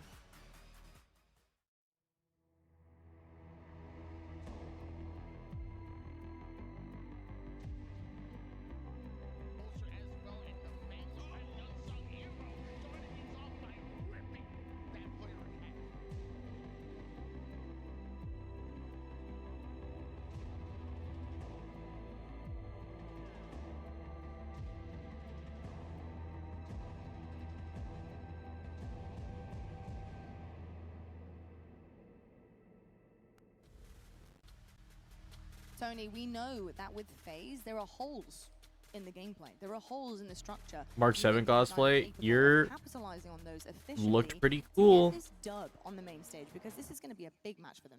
Yeah, I think they do. I think it'll lean on players like Collected Sav, who, by the way, were also the standout players when going up against Luminon Gaming earlier in pools. Those are the players that are going to be able to disrupt FaZe's timing, disrupt their rhythm. So those are the ones that I'm leaning on. And then going into the series later, I just took a peek. You said you weren't sure you want to see FaZe in Game 5. I'm looking at it. Games 1 and 2 heavily favored FaZe.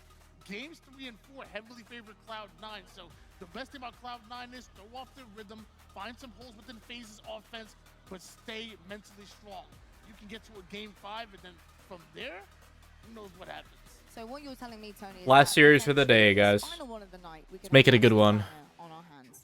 That's what I'm hearing, for sure. Well, let's get into it, shall we? We have our casters ready to go, primed and prepped, and it is Jersey versus Gaskin. Boys, duke it out together, get the punches thrown. It's going to be a brawl on the booth, on the main stage. Are you guys ready for it? You're billing it as a Game 5 banger. I think we're ready for it. Everybody else is ready for it as well, Dan. It's going to be an absolute pleasure to cast over two teams that are looking to top their pool in night number 1. Yeah, I didn't know if it was going to end up this way. Looking at this pool, I mean, the expectation was that we would have seen Luminon perhaps taking down Cloud9 because, you know, they put themselves in this pool. They wanted to play these two teams, and a very close series against FaZe Clan means they now are really battling to try and finish third, if anything. Whereas these two teams, it's about who can top the pool tonight and hope to beat the open team to confirm their spot as number 1. Well, quite the series layout we have. Now, one thing that is going in favor of FaZe Clan has been the Slayers as of late, Shurs. Yeah, and with Slayers, more often than not, we'll always bill it as, hey, these are a bit of a coin flip. Any team can win. The lower seed has a chance. But FaZe, likes of FaZe and Shopify Rebellion, they're starting to prove that Slayers are more than a coin flip. They're all seeming to tip in their favor. Bro, the red light on Lucid is scary. For FaZe, it's incredible what they've been able to achieve. Darth so far Vader, as bro. This team of 4 in Slayers in particular. I mean, Slayer Recharge in this series, they are unbeaten at the moment. 7-0 Darth Lucid across this year, which I think is incredibly impressive, not to drop it one single time. So that is not good news for Cloud9. In fact, the series layout in general, I think, does teeter towards FaZe, which is going to be great news for the fans here in Charlotte. But with how Cloud9 played and overturning Luminon, that is going to be such a confidence booster for them. And they probably feel like they can take on the world right now, watching FaZe struggle a little bit more against them in their previous best of 5. And for FaZe, it wasn't too comfortable against Luminon. Cloud9 beating Luminon 3-1. You spoke about briefly how Luminon made that gamble of they wanted this pool. The gamble didn't pay off for them, but for FaZe Clan here in Cloud9, this series is a big one because for FaZe, it didn't look comfortable against Luminon, and for Cloud9, this series red versus blue. Comparing apples and oranges, but this series promises to be a very good one. I prefer bananas, but FaZe Clan, they were playing a little bit bananas in the previous series. They were really struggling in the early game, but then they provided the banana peel and they made Luminon slip over and over again. I would prefer, though, to see FaZe Clan show a little bit more structure in the early stages of these games to ensure they don't have to try and make those miraculous comebacks time and time again. One thing's for sure is FaZe Clan series are never boring. It might make for some uncomfortable viewing if you're a FaZe Clan fan, having to watch them go through the gauntlet, head towards a Game 5 and eke out and squeak out victory, but they found the way to do it time and time again. Time again, they've done it. But FaZe Clan, can they now get the job done when it matters most? There's certainly that extra pressure as well when it's your own event, isn't it? I mean, we've seen a few teams fumble when suddenly you have that expectation on your shoulder, but these boys that are on the FaZe roster, it's not like they aren't used to pressure. They've been in grand finals. They've been in the biggest and best positions that you can find yourselves in the HCS. So I don't think that that will really take into account for them. And we spoke to Snakebite briefly before the tournament, and he said that he's quite happy with the trajectory of the team, that the things that they're working on, they're starting to see a lot more success. And I love that Carson emote, bro. So perhaps a team like Cloud9, they can make a statement. I can't wait to see I'm excited Carson to see again, what man. happens as well in our first matchup of CTF Aquarius, because when you look at this FaZe Clan roster and how they play this map, look to the likes of Penguin, look to the likes of Trippy to be getting in and behind enemy lines, getting that flag, and the speed of which they can go from base to base, especially Penguin, I might add. Even when he was on SSG back in the day, he can move so quick with that thing that you think you're comfortable, you think you're just at 0-0, suddenly a flag is gone and been scored in a matter of moments. I think it's also important for us to highlight Cloud9. They overcame adversity, beating the European heavyweights in Luminon. They now find themselves face to face with FaZe Clan. They might be thinking, we might quite fancy ourselves here. And correct me if I'm wrong, I think Cloud9 were eliminated from the last competition, the last LAN we had, by that Luminon roster, or previously Nemesis. So it would have been a little bit of revenge for them here in pool play, and whilst they're not going to be eliminating Luminon, Luminon will get a chance to come back and potentially still compete in that bracket, providing they beat the open bracket team. Cloud9 have at least got one up, and they've got their first foot in the door of getting into that championship bracket as well, and starting from the winner's side, rather than having to start from the elimination side. Now the stage is full of superstars. Having a look at the teams and the players individually, Lucid and Sab, hot starts for a reason. KD is with a 1.20 and a 1.31 respectively. Both teams having played the same squad, so that comparison is quite fair. It is quite fair. I mean, two incredible players and very important to their team as well. And Lucid, you know, we remember the year he had in the opening of Halo Infinite and how he was the person who pioneered the way to play the game, the way he used the utility, the way he was moving around the map. And it's not like he's slowed down, but I think the game has changed over the years. I think that we've seen things... Ran, we're not going to a shopping mall in Seattle, bro.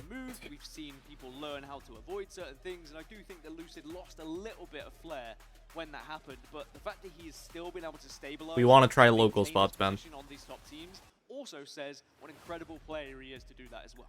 He was typically one of those players that was a bully with the sandbox when it came to things like the Stalker rifle and even some of the movement he used to do on the likes of Recharge, using the repulse to change trajectory and change angles. It was impressive to say the very least. And for Lucid, maybe adapting his game just a touch because some of those things are no longer available to him, but now starting to find his feet on this FaZe Clan roster. Now, it would be quite the upset if we were to see Cloud9 win this one and be #1 in the pool going into tomorrow, only having to beat the open bracket team to then be qualifying through. And the implications of that would be quite something going into the bracket as well, because suddenly then FaZe Clan wouldn't have that 3rd seed. Suddenly FaZe Clan would be dropping down to, what, 6th, 7th seed? And that then changes again the bracket and who they'd be playing against. Then we might then see a FaZe versus Optic or something along the lines. So yeah, it starts to get pretty scary when you think about that. So FaZe will want to make sure they lock this one down and don't allow this pool to slip through their fingers. And for C9, sometimes you can talk about the stresses and the strains and the pressures, but they might think that the one series that they really needed to win today, they already have in the bag. And now they're starting to play on house money down because everybody expects FaZe Clan to win this one, but it doesn't really look like it could be as comfortable as maybe some might think. No, and maybe they needed that close game 5. Maybe that is just going to build them up a little bit and give them a kick up the backside and say, all right, we can't afford to just coast our way through this pool. We need to be playing at our very best. When we watched Shopify Rebellion earlier, it didn't matter who they were going up against. They were locked in, they were playing incredible, and we'll have to see whether they can do it again here. Great graphic on the screen as well. Map set records for this series. Aquarius CTF 3 and 4 for FaZe and 0 and 3. So neither record really looking that strong, but we're still giving it to FaZe because, of course, they've already registered for some victories on the map then. Yeah, we will have to see whether those records translate over into how they play this series, excuse me, but you know, for Cloud9, I think they just need to ignore any previous records on any map, not worry about it, instead just focus on the task at hand, and it's trying to get in the heads, I think, a little bit of FaZe Clan. FaZe Clan are a little bit shaken at times against Luminon, and maybe if you can capitalize on that as well, you might be able to just get through. Can they prove to be shaken, not stirred, is going to be the question. I think a player that really impressed me in the previous series against Luminon in that Game 5 Slayer was the General in Snakebite. 23 kills, Dan. He really pulled that team forward. There's Booby Doo. Things have gone a little bit different ever since he tried to use the Force. Would you say it's gone up or down? It's been an interesting roller coaster for him, really, hasn't it? That series went badly. The immediate aftermath of using the Force did not go so well, but he's really taken it in his stride, and it's sort of become a character quality of his. It's an interesting lineup, Cloud9 as well. When you look at these names, they've been through a lot of trials and tribulations within the scene. Booby Doo is specifically one of them. He's been up there on some of the greatest teams in the world at times in Halo history, but then had to kind of build himself back up. Wasn't prioritized as a teammate by others that maybe didn't see him having the same kind of results that he wants. Now I'm chaperoning Carson? Yeah, apparently, bro. It does feel like a team full of misfits a little bit, and that I'm saying that in the nicest way possible as well. A team that have been kind of forced together, maybe not wanted by others, but now have found a home where perhaps they can start to show. How you doing, Jinrai? Good to see you. When the FaZe Clan sort of SSG split/merger happened, everybody spoke about how Stellar and Eco said that they needed a typical type of player to succeed.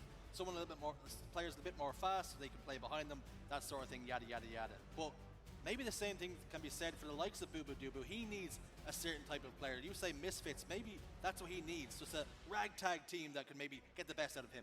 Well, someone who knows what it's like to go through ups and downs was Collect on your screen, and just trying to stay focused a little bit there, or maybe just some frustration whilst we wait to get this first map started. Thanks for bearing with us as all the players get ready on the main stage. It has been quite the years for him, hasn't it? He reminds me of when you look at sport and you look at a player that comes in young and the expectation is thrown at them. Suddenly they're put in the newspaper, suddenly they're put online as this is going to be the next big deal. And then that expectation becomes a little bit too much at times. And whilst Collect has had some incredible results, we're still waiting to see the full potential of Collect, I feel. And he really has become a little bit of a journeyman, bouncing from team to team and dropped from another, picked up by he goes onto a team that maybe doesn't have an organization just yet, performs really well, gets picked up again, and the cycle repeats. And on this Cloud9 roster, he seems to have found something that he's pretty comfortable with. On the flip side, for FaZe Take care of you how? How am I meant to take care of you? Am I meant to, like, take care of you or take care of you? Wait, pause. But like, no, he is a grown-ass man. He can take care of himself.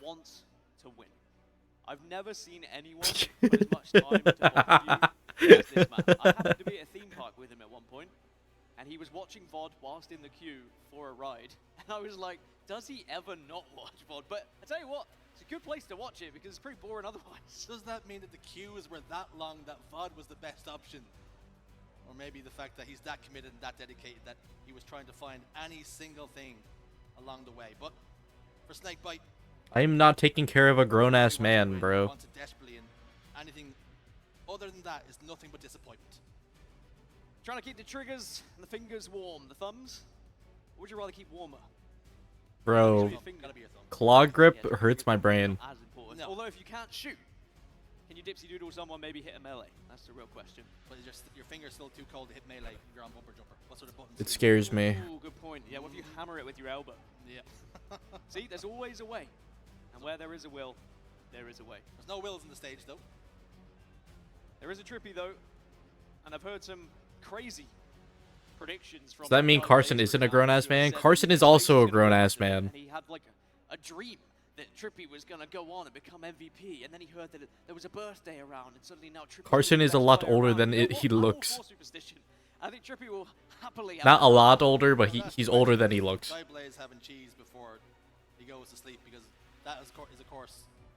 Me and Carson deadass look like we would be like the same age. Dreams, but one thing is for sure is Trippy would be absolutely okay with that coming to fruition.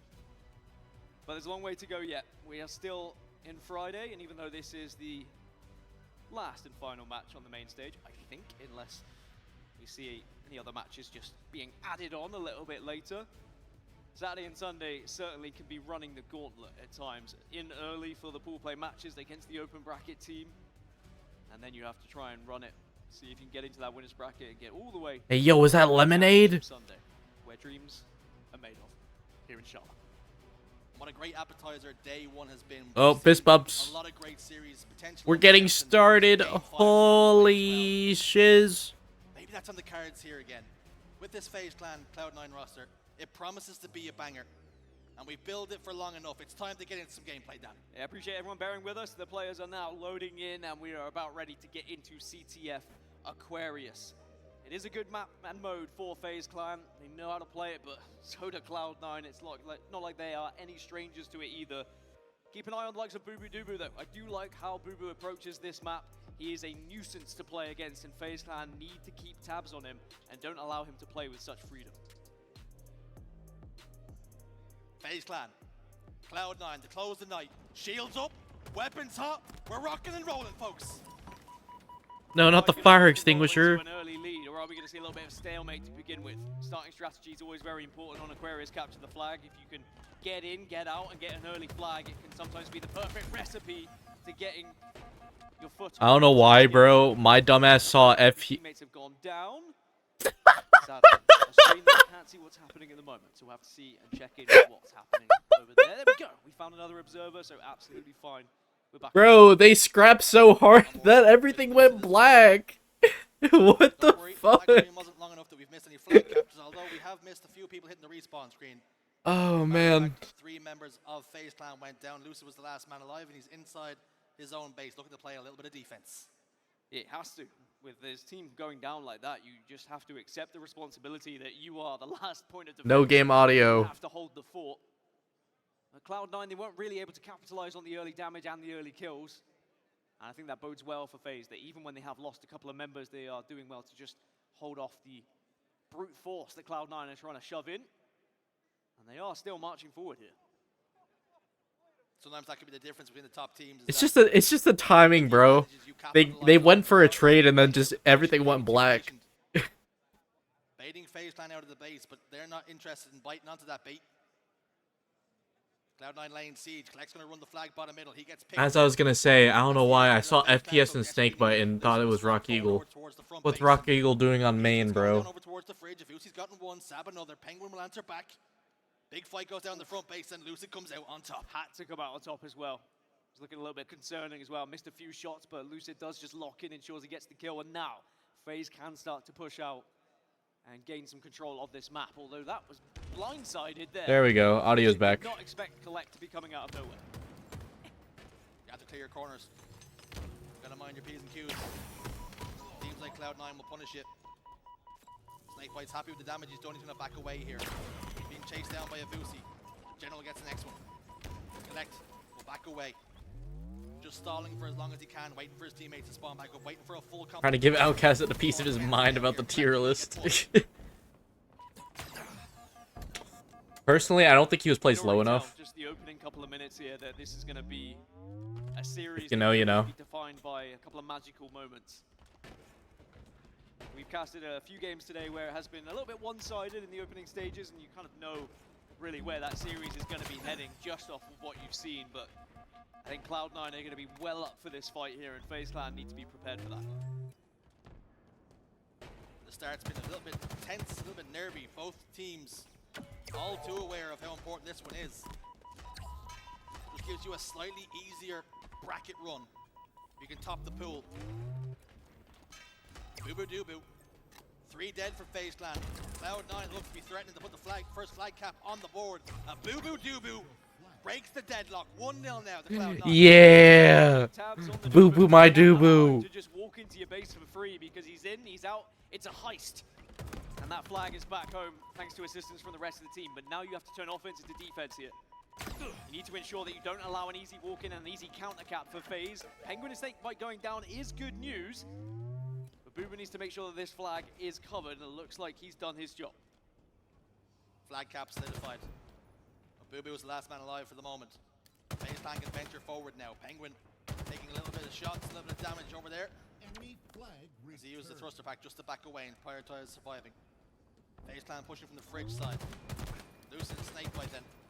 Trying to push out the closet. Trippy laying siege now, throwing down some grenades, trying to get some opening damage. Something that FaZe Clan can build on. Penguin enters the base, bait and switch there. Penguin and Trippy combine once more. The use of the thruster pack comes in clutch. Penguin gets yet another pick. Can't get a melee onto a Vusi. Snakebite trying to get close here, but it looks like FaZe Clan are forced to give this one up. 3 dead again. Lucid, the last remaining player, again as well, just trying to hold off the attack from Cloud9, but with him getting shut down, they can now begin to move up yet again. Lucid is doing well at delaying when he's the last player, I will say. If he had gone down like a few seconds earlier, you lose a lot of map control, and Cloud9 would be able to capitalize potentially with another flag run. Cloud9 are being patient, but one thing we learned from the series earlier, FaZe Clan versus Luminon, is that it didn't matter if they went behind. They always did find a way back in, and maybe that's something that Cloud9 have to be aware of. FaZe Clan are not dead until they're dead, right? Very center advantage. Lucid just tried to evade. Double kill for Snakebite though. That could be huge. Opening the door now. As he drives the flag forward, we spoke about how quickly some people can run flags. Likes of Penguin. Snakebite too. Klek gets a big kill though to trade out. And that could mean that this flag capture's not going to go in. That's a crazy nade. Lucid gets 2. Klek and Boo in the respawn screen. And Lucid now taking it upon himself to pick up the flag. Pushing it forward. Driving it in. No more damage coming his way. 1-1 the score. Yeah, that's much better from FaZe Clan as well. It wasn't necessarily the cleanest of flag runs, but they don't have to be. As long as you've got a plan in action and you're prepared to train it in. We start to see Lucid heat up alongside Snakebite. Remember, Snakebite had one heck of a series against Luminon earlier. And really did almost drag them through that series at times. And that's what you need from your players. You need someone to be able to step up, even if you're not playing particularly well as a team. And every member on FaZe Clan is capable of doing that. Just grinding out results, grinding out scores. Even when it looks for all the world like they're out. You know, they rely and they bank on their Slayers. But if they can win this objective, it really puts them in good stead. 5 minutes and 30 seconds on the clock. You can't help but feel this next flag capture is massive for this game. I feel like if Cloud9 go ahead, then who knows what will happen, but I feel like if FaZe Clan were to take the lead, we might just see this one slip out of Cloud9's hands. FaZe are very good at holding on to a lead when they have one. Lucid and Trippy have just found 2. Thankfully for Cloud9, Sab was able to shut down Penguin, otherwise that might have got a little bit ugly. As you can see, they're on the back foot, they're having to retreat into their base. Just turtle up a little bit here. There's 2 members in the closet. Lucid got 1. Sab takes some damage, backs away, tries to live, collects, soars out, gets 1. That will relieve some pressure. Snakebite, the nade might just do the damage and does. A trade is what they have to settle for. And it's now Cloud9. They can get map control. Camouflage about to pop up. This one's going to be huge. 4 minutes 30 left on the clock, Camo coming up. Let's jump into a listening with FaZe Clan and see how they stop Cloud9 with this Camo. Weak. Did we never kill P1 boys? Yeah. Hold on. Dead. That's 2 dead. Came on car 3. Came on car 3. There's car bin. Spawn there, Jen. Our jump bridge is gonna come in. Up car, okay. Our jump bridge. Stay down, stay down. Man. Watching you. Camo guy might kill me. Yo, our vent.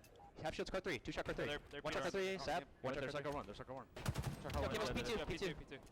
There's another one there. Ammo is our wall. Our wall. There's another one there, P street. One of the jam, bro. One of the jam. Yeah. Only one here, Max. That's one spawner. I'm trying to do that. Collect this camo. Dead. We're still missing camo. We're still missing camo, guys. I mean, I'm trying to go our vent. Needing it. Yep. Car glass, guys. Watching low car. One guy going back to the store. Never killed car 1. Sab behind us, maybe. Flex still has camo. I know. That was out there, car glass. Car 2 there, window 2 there. Low gen and car 2. 2 shot shrooms. 3 here. Car 1. Yeah, just keep running. 2 jumpers. Brick weak. Brick to bottom mid. Bottom mid weak, Tommy. Going to you. Bottom mid weak. They're Gen and P2 as well. P1. Not thrust probably. Going our side pink right now. Our fridge. Dude, can we come back flags in? Yeah, there's a guy fridge as well. One shot of fridge, absolutely. Somewhere our flag going? Still our flag.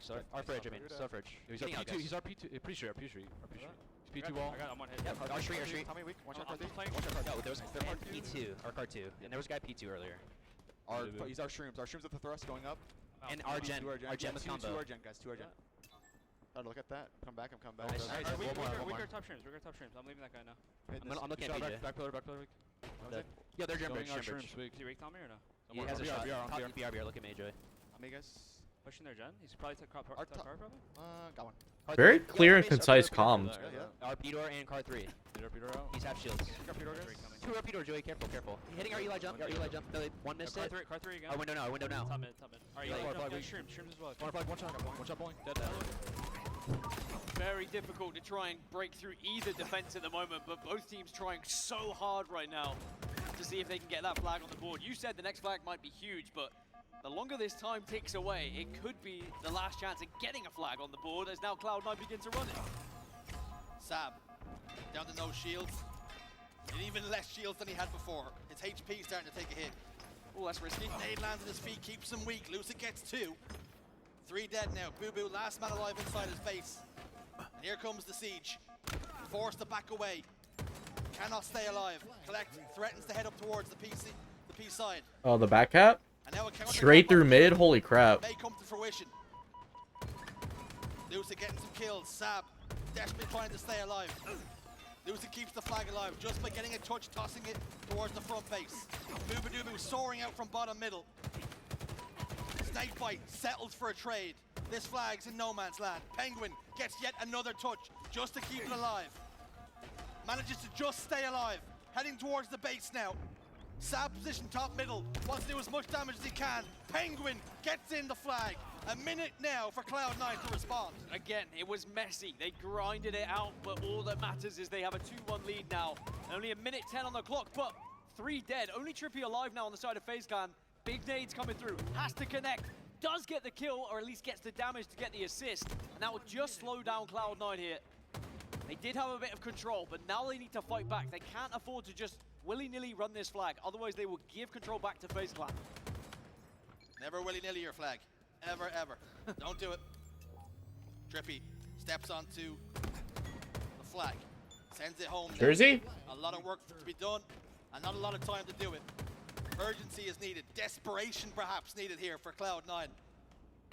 And it's Sab over towards the fridge. His life is so important here. Gets one on the Trippy. A huge opening now for Cloud9. If they can capitalize on the 2 slays that they've got, Avusi makes the jump. Sab's trying to join him, but just slips off the edge. Penguin does damage. Penguin stays alive, the lays, and Trippy gets one. Great defensive work from all members, really, of FaZe Clan. They were ready, primed with grenades, and Cloud9 looks like it will be too much now. Time dwindles down then. FaZe Clan looking a lot more comfortable now. A successful hold. Defense stands strong.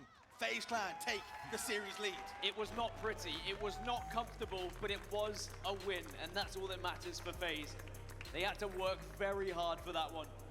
Cloud9 certainly can hold their heads high, but maybe we'll feel a little bit frustrated at how close it was. And I said it would just come down to a couple of magical moments. Just these very fine lines that separate these 2 teams at the moment. And when 2 members were down, I think it was Penguin and Lucid, last 2 alive there, just waiting to bank some nades onto that flag so that no flag could be pulled. If they didn't have nades, or if they weren't in that position, that flag starts to run, we could have been seeing overtime. It wasn't pretty, but it was effective. FaZe Clan. Yo, Genrai, do you need me to hold your hand, bro? Just asking. FaZe haven't really found their feet so far in this tournament. They're still going through the motions. It's very different when you compare to the games we've seen from Optic Gaming and from Shopify Rebellion, I will say.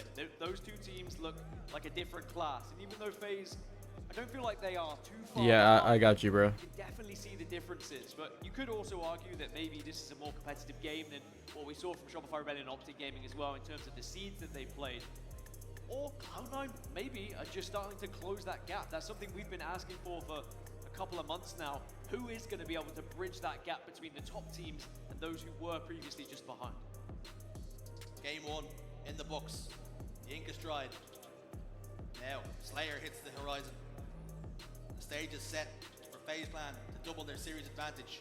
With how their Slayers have gone in the past, they're right where they want to be. They're right where they need to be, Dan. So game 2, heading into Slayer Recharge, and yeah, Slayer is Slayer for FaZe Clan. It's their home, it's where they're comfortable. Genrai will be fine, Ran. Take a 2-0 lead here and really push Cloud9 to the brink. But when we look back at some of these highlights, I mean, Cloud9, they took the lead, but it didn't really worry FaZe Clan. And you can see from the caps that they got as well. It wasn't like they just walked it in and they had complete control of the map. They had to well and truly throw their bodies at that flag to ensure they could get it back to the base. Cloud9 were definitely trying to build something, but the foundation just wasn't strong enough. And we speak about FaZe Clan grinding out the result, it not being pretty, it being pretty ugly. Call a kid an You have overkill. to give Cloud9 credit for making the game that kind of way, making the pace slow and methodical. Cloud9 were good off spawn to be able to kind of catch up with FaZe when they were running those flags and make sure that they weren't easy. Grenades were being put in the right position as well to take that initial chunk of health off, get rid of those shields. But it's all forgotten now as we move on to game 2. Maybe will be a distant memory for Cloud9 as they look back later, but Slayer Recharge, as I've said, is a pretty good game type for FaZe Clan. They've always looked comfortable on it. I would like to think they can show a little bit more control. But at the same time with Cloud9, how they're shooting at the moment, I have that feeling Hi, that they're Ninja. looking at some more Hi, really Eden. close, tight games, which is going to come down to Hello, big yellow. moments from these teams. Halo. Look back at how FaZe played against Luminon. Snakebite, he's stepped up to the plate. Will someone else maybe be the next one to do so? I was going to ask the question. Yo. What we're likely to see. Who is it for Cloud9 you're looking at? You're speaking about how well they're shooting. Who do you look at here to be the difference maker? You speak about the game being separated by moments. Who do you think is going to deliver on those moments? I'd like to see Sab, if I'm honest. I think that Sounded Sab just had like a Eden. couple of opportunities Eden, in thank you that for the last game where 33-month he provided Prime what he needed. resub. He got I the appreciate kill, he you. got his one, but then he saw God players save you. around him and they didn't get that opportunity 3 more to be months. off the back of it. A Slayer is different. And you'll hit Sab 3 can years. step up, I'm he so can become sorry. that guy, he can get 20 kills and suddenly win the game for Cloud9, and we have seen him do that historically in Slayer games as well, so I think that he has more than what it takes to be the difference maker here for C9. Thank you very much, though. It feels You're almost too weird to kind. say that performances usually follow results, but results also follow performances sometimes. And How old with was I in FaZe coming 2018? So close, playing so close to the sun. 13? Do you fear it's only a matter of time before they start to get burned? Especially if you get further into that bracket and you start to play more and more teams who might be able to punish you for said mistakes. Well, someone who's had a deadly bite is the General. Map 2, 14 kills. Map 5, 23 kills. This was against Luminon earlier today, and he was the difference maker. And he's been that for his teams. You've been following since July 18, 2018. That's crazy. A decade or plus. And he's doing that just for FaZe today. You can see the 4 stars above their logo, which I assume recognizes how many trophies FaZe has won over the years in Halo. How many championships have been lifted by FaZe Clan? How many has Snakebite helped guide them to? A lot. And how he would love to add yet another star to that jersey. That is Almost like the World Cup fucking stars wild. on a football jersey or a soccer jersey. You Americans? Will Cloud9 ever get a nice little star on their jersey in Halo? Could it be this roster? It's a bunch of young guns. I called them misfits earlier. I hope I make everyone around me feel old. Because You know? you put them all together and they don't look out of shape at all. They look like the real deal this event. It really is 4 players that just sort of been mashed together, almost out of necessity. Cloud9 recognizes the types of players they needed. They brought in a Vusi, and he's delivered Swampy Buckle. on some of that early potential and promise that he had. But when you look towards these series, there is no use Swampy in Buckle's a the teams gamer. in and around you. It's time to Let me start get my creating something, walking cane. start causing some upsets. Yo, Crappy, if you need a Why not wheelchair, bro, I got you. So with Slayer Recharge, it can Hope you're be one of doing those well. games Good to that see you. does slow down almost to walking pace at times, depending on who has control or how close the game is as well. I think if I'm Cloud9 here, I don't want to allow it to get to that point. I want to take it to FaZe Clan. Try and keep this one a little bit pacey. Keep FaZe uncomfortable. As you can also see, we've got stats of how C9 were performing against Luminon. Sadly, Luminon got kind of beaten down today by both of these teams, and even though they were close games, the results will stand that both teams were able to get one up over the Europeans. Now, you might be thinking to yourself, we showed you Snakebite and how good he was. I mean, now we're showing you 2 Cloud9 players. We are not suggesting that 2 Cloud9 players equals 1 Snakebite. Kind of are. Although on the Game 5 Slayer, he got 23 kills. That's enough kills for 2 players in itself. It's enough kill for 3 players sometimes, depending on who your teammates are. But it really does show just how impressive Snakebite series was against Luminon earlier. What do you make of this young man? Certainly a new name on the block, has been on the rise, and doesn't look out of place on the main stage. Oh, God. Perhaps Sorry. a bright, bright Halo future ahead of him.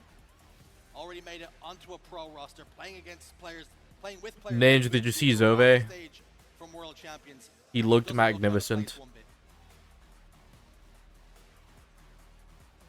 So FaZe Clan limbering up, making sure they're ready for game 2. And this pause might hurt them a little bit, I will say. After you win game 1 like that, especially a very closely contested game, you're going to be filled with adrenaline. Just, you got over that line, you get it done in those final moments. You want to get into He was showing you the most series. Slight pause, maybe just help Crazy.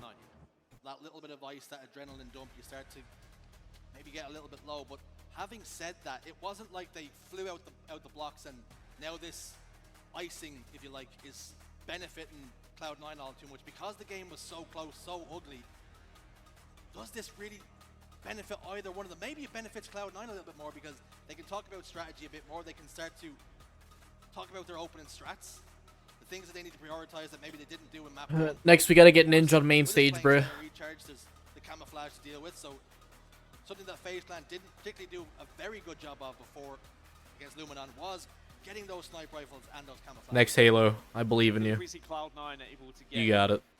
maybe over 50% of these camos, then FaZe Clan might struggle. Especially with how Cloud9 play, and we saw Boo Boo earlier just kind of sneaking into the base, grabbing a flag, getting around the corner.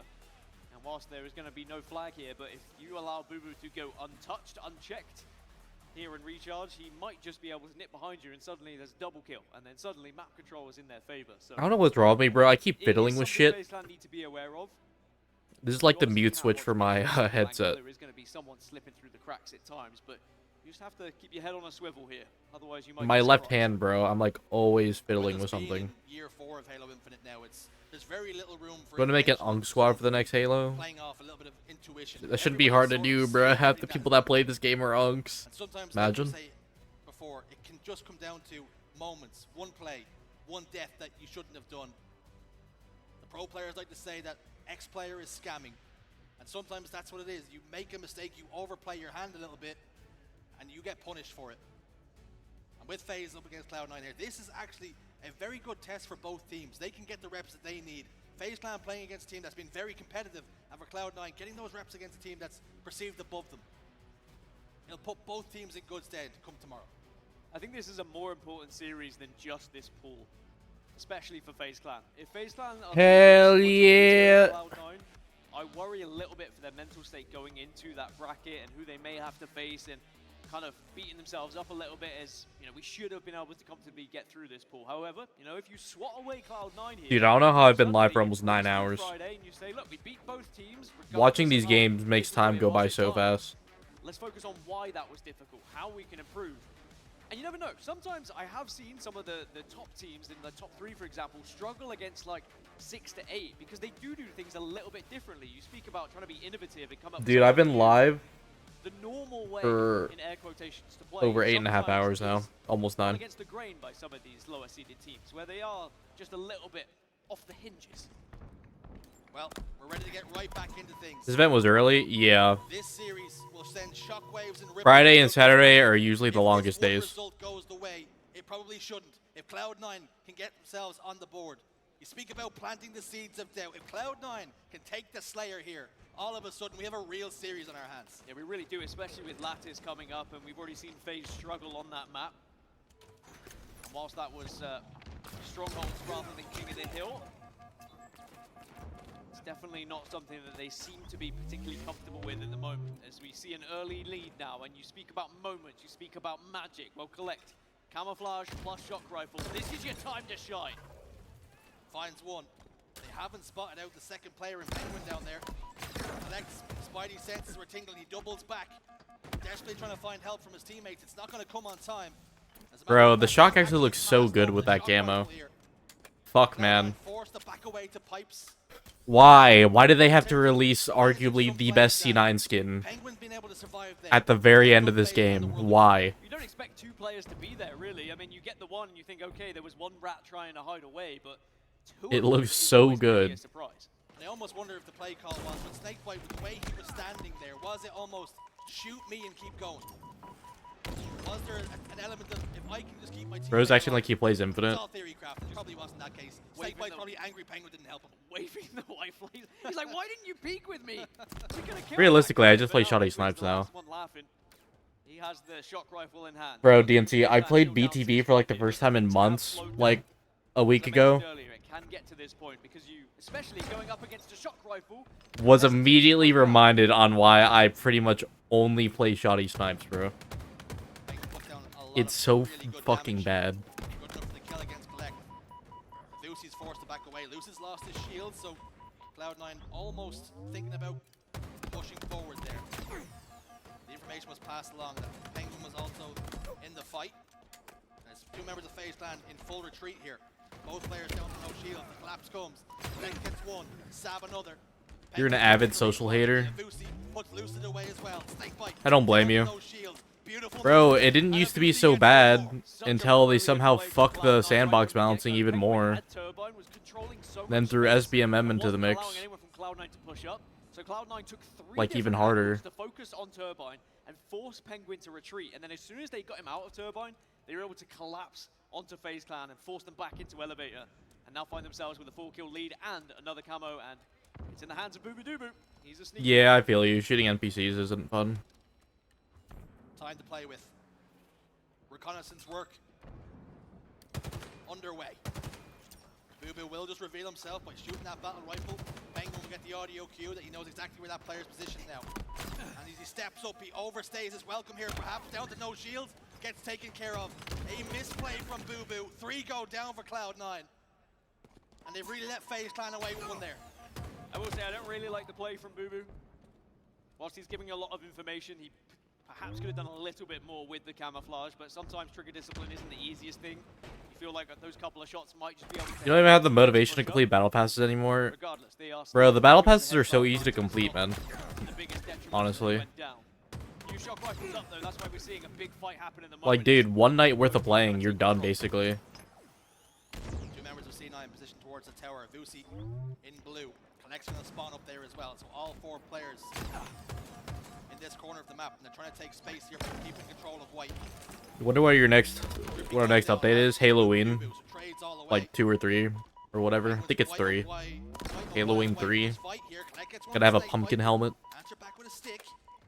The shock rifle just not been able to have the influence that perhaps Penguin would want right now. Cloud9 are able to just keep a 4-kill lead After this one, I don't know. It's a nice amount to be ahead by because it requires a full I don't know. if you are gonna get back into this game. And Maybe they'll mention something about it at Worlds. They're in the ascendancy and have a lot of control. Cloud9 just seem to be able to In addition to like the next game or whatever. I swear to God, bro, if it's a CE remake, I'm probably gonna be very sad. So that they can dictate the pace, not allow Cloud9 to do so. You've heard things that will be announced? Oh God. Boo Boo Doo Boo gets taken care of. Lucy's looking to seek refuge and sanctuary. Nah, I'll be surprised. Penguin hasn't cleared him. Good reason, because Snakebite already got him. Boo Boo and Pipes. Camouflage scooped up by Lucid. FaZe Clan doing a much better Rumors job kind of all over Twitter. Rumors have been all over Twitter since fucking in the hands of Lucid, but he's forced to back away here. Does not want to reveal himself. last Worlds, like. Many enemy combatants around. Oh, not an easy watch, that one. And Collect's gonna take full advantage of it, not being taken down by Lucid. Eventually gets shut down by Penguin. But If you're referring to that Rebs tweet, I saw it already. Again, it's just those fine margins, it's those little moments, a couple of shots. But literally, I'm taking everything I'm seeing with a grain of salt. I'm just huffing a bunch of copium, bro. I really don't want it to be true.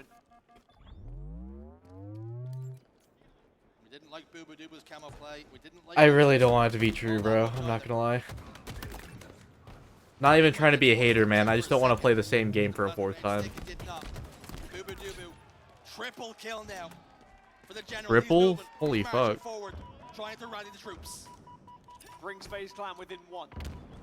Still 5 minutes 45 on the clock, so plenty of time, but there is a real chance that this game could come down to time. Unless it suddenly picks up the pace and one team really gains control and starts pushing spawns, but with the back and forth trades that we've seen at the moment, it is going to continue to be at a much slower pace. Shock Rifle is in the hands, though, of Collect. Sadly, doesn't connect with that one, but thankfully, his bandit will still do the damage. With good reason. His name is Collect, not Connect. So we'll give him a pass. Curious if split screen will happen. Like you rightfully said, it is tick-tock on the clock, and the party might stop. I do have to wonder though, how much of the population actually relies on split screen? Got that lead, 2 kills to be exact, 5 minutes now. I don't know. I feel like split screen is like a dying thing now. And now you start to worry because FaZe Clan are very good once they get into a lead. Yeah, I'm curious how FaZe play this now. You can see that we've had far more kills in like the last minute than we did in the previous 3, for example. Because as FaZe took the lead, they tried to take it to Cloud9 a little bit and push those players who were on a bit of a split spawn.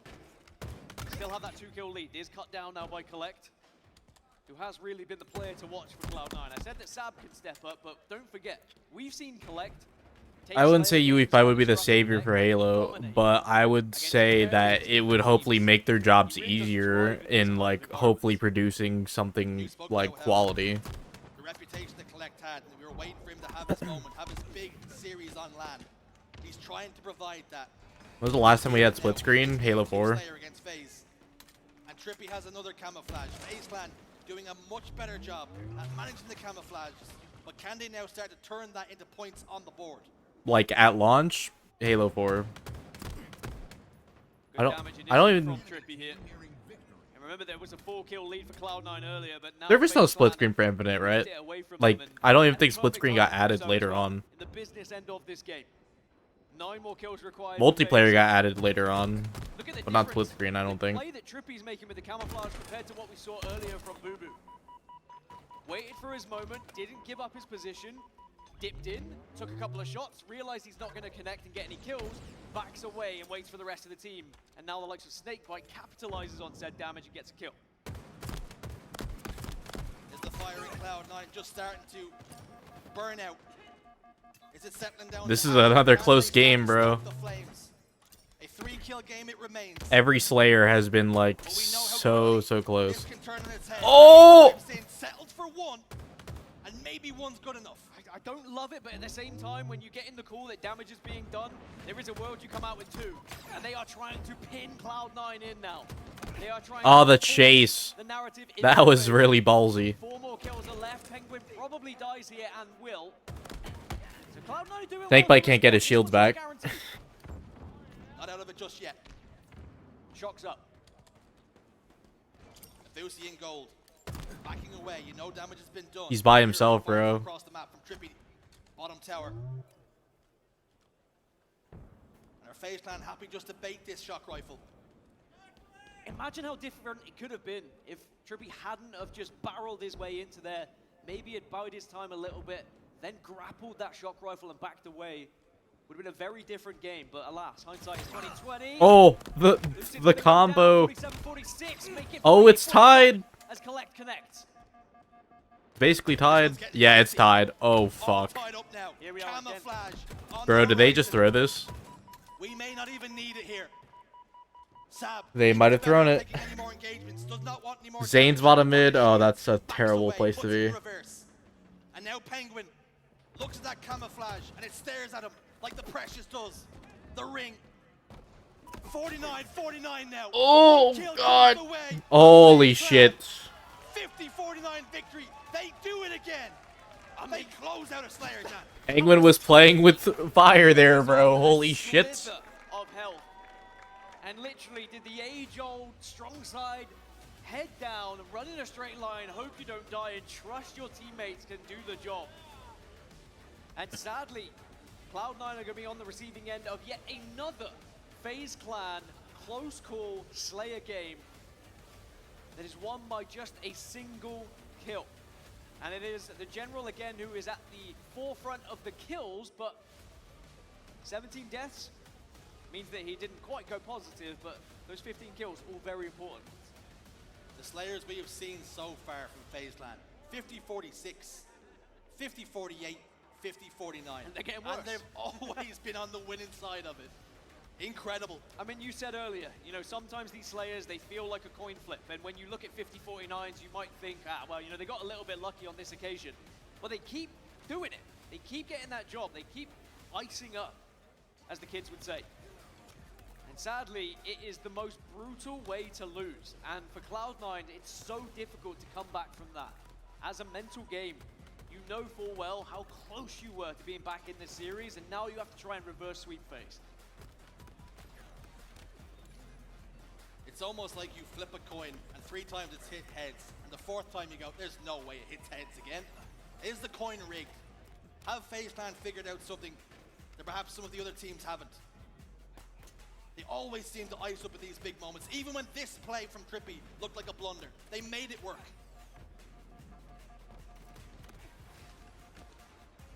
Communication from FaZe was very clear in those final moments. It was just allow those players who had eyes on Cloud9 to get the damage done. And look at this from Penguin. Bro. Recognized he was getting shot, just head down. I think he was probably going to die here. Did he even get round? I'll tell you what, fair enough. He got round the wall anyway. Just head down, run straight forward and avoid the gunfire that's coming. And sometimes you don't even know where that gunfire is coming from as well. So you're just hoping that you are getting out of that angle. So here we are, FaZe Clan find themselves 2-0 up. We do head into Lattice, which I think does help Cloud9 here. Lattice. I think that Cloud9 are the type of roster that should have been putting a lot of time into this map, and that's not to say FaZe Clan haven't, but there is something that we saw earlier that just seems like FaZe don't really click with Lattice at the moment. I have watched enough FaZe play over the past few weeks to know that this map mode combination, maybe even just this map in general, they have not really figured it out. They haven't solved the mystery, the puzzle to it. And even though Cloud9, they go down by 2, maybe this is where they revitalize their series. Maybe this is where the resurrection happens. Well, you can see King of the Hill in general is better for Cloud9, but how does it fare when you put it on a new map here in the HCS?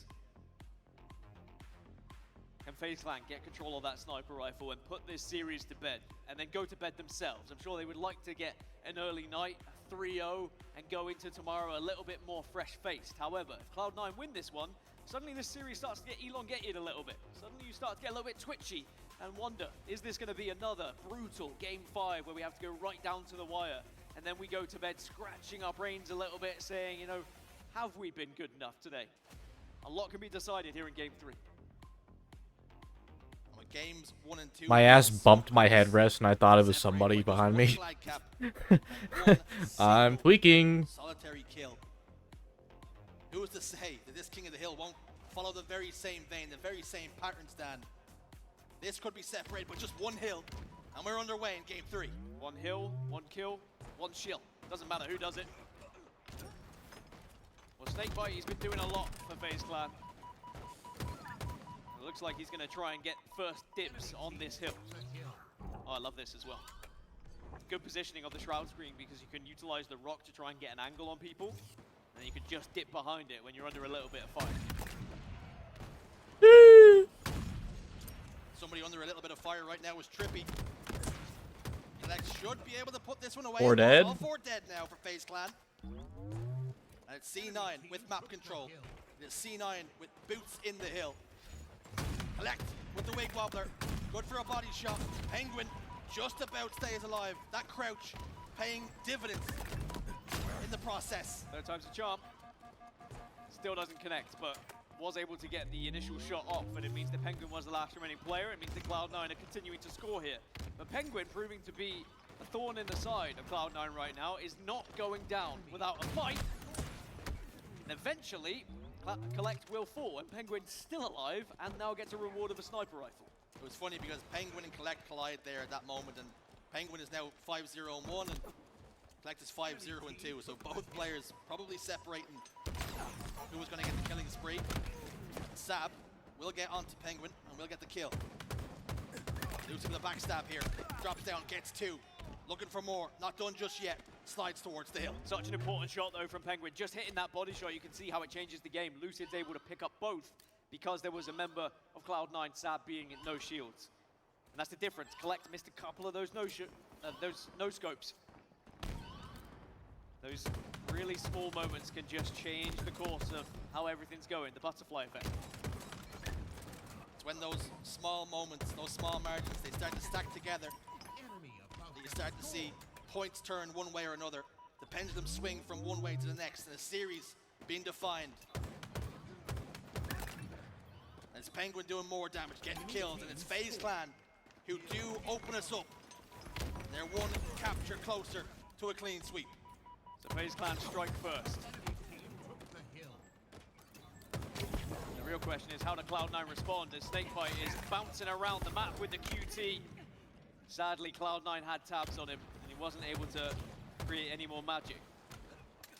Next hill yet to be taken by either team at the moment. It's been a scrap just for a little bit of control before you can start to head towards it. Once you do gain control of Crazy it, you can movement. set up around it quite comfortably. Put someone over towards the snipe bridge, perhaps, especially with the sniper coming up. And it makes it a very difficult one to break, but no one's really been able to get that kind of setup so far. Trippy backs away. Communication coming from his team. Oh! You quite literally seen that. You've seen the light flash right before his eyes. That bullet whizzed past his visor. Now clambers up into the window he goes, and the thruster pack helping to keep Sab alive. Only for a moment though now. Lucy with the sniper rifle. Trains his attention towards the God, vent, dude. sees nothing. And Lucy just about gets away. I don't think he connected with the Might have me go pixels on sleep. his body there. Lucy's in trouble though. Sab doing damage from across the map, and it's now Cloud9 who can step inside that hill. Even though Lucid does eventually go down, notice the positions he was taking with that sniper rifle. Wasn't putting himself in areas where he was too exposed, always trying to find some sort of coverage. If he does go down to no shields, sure, he had to take a panic moment and jump down in the end, but we would have seen so many players just run out with that sniper rifle, try and get the whirlwind shot, but then you give away that sniper rifle if it goes wrong. So it's all mapped out here by Lucid. Even though it may not have worked this time, in the future, it could be very different. I've just seen Sab drift over to the same place a couple of times now. As difficult as this series has been so far, we get a brief look at the POV of Avusi. Looking at the stat line there, at the moment he has a donut, 0, 4, and 8. Been involved in those 4 gunfights, maybe some gunfights along the way that maybe haven't resulted in some kills, but he has got to start to perform now, or this series is going to get out of hand. Yeah, I start to train your way if you are killless. With only 2 minutes left in this game. 5 assists is still worth something though, I will be saying that.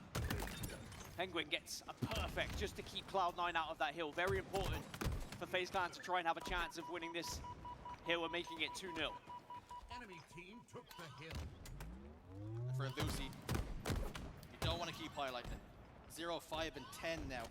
And you know, the reason why I bring it up is not to bring any great shame to him, is because you know he's going to be influenced by that stat line. He's going to start to play a little bit differently. He finally breaks that duck and gets that kill. He's on the board now. It's going to help a lot. He can start to worry about different things, start to play his game. Because this one is still close, it's still in the balance. And it's actually Cloud9 who hold the advantage in the hill. Yeah, this is a big hill.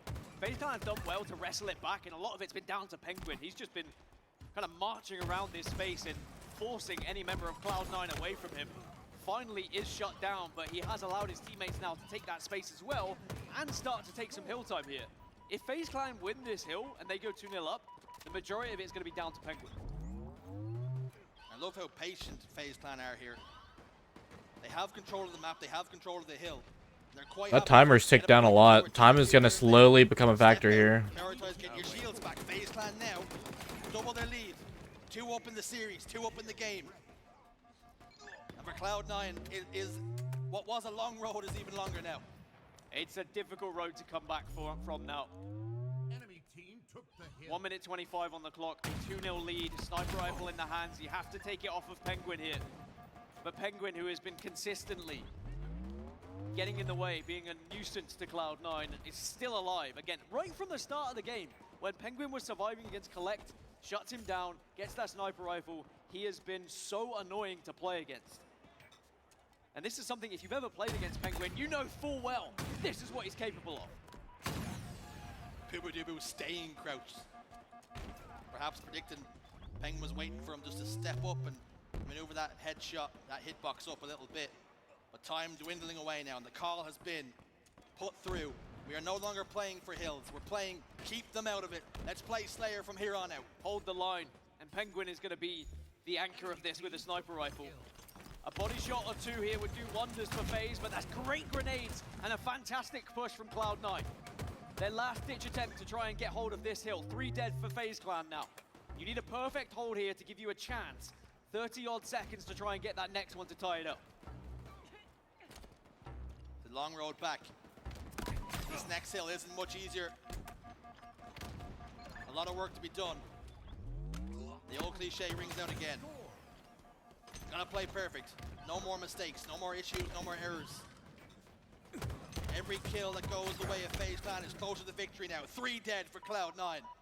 And time starts to tick away once more. One last push for Cloud9 for this hill, but then it's about setting up to try and get ready for next at the same time. And it's difficult when FaZe Clan have got this much control and they are just watching spawns.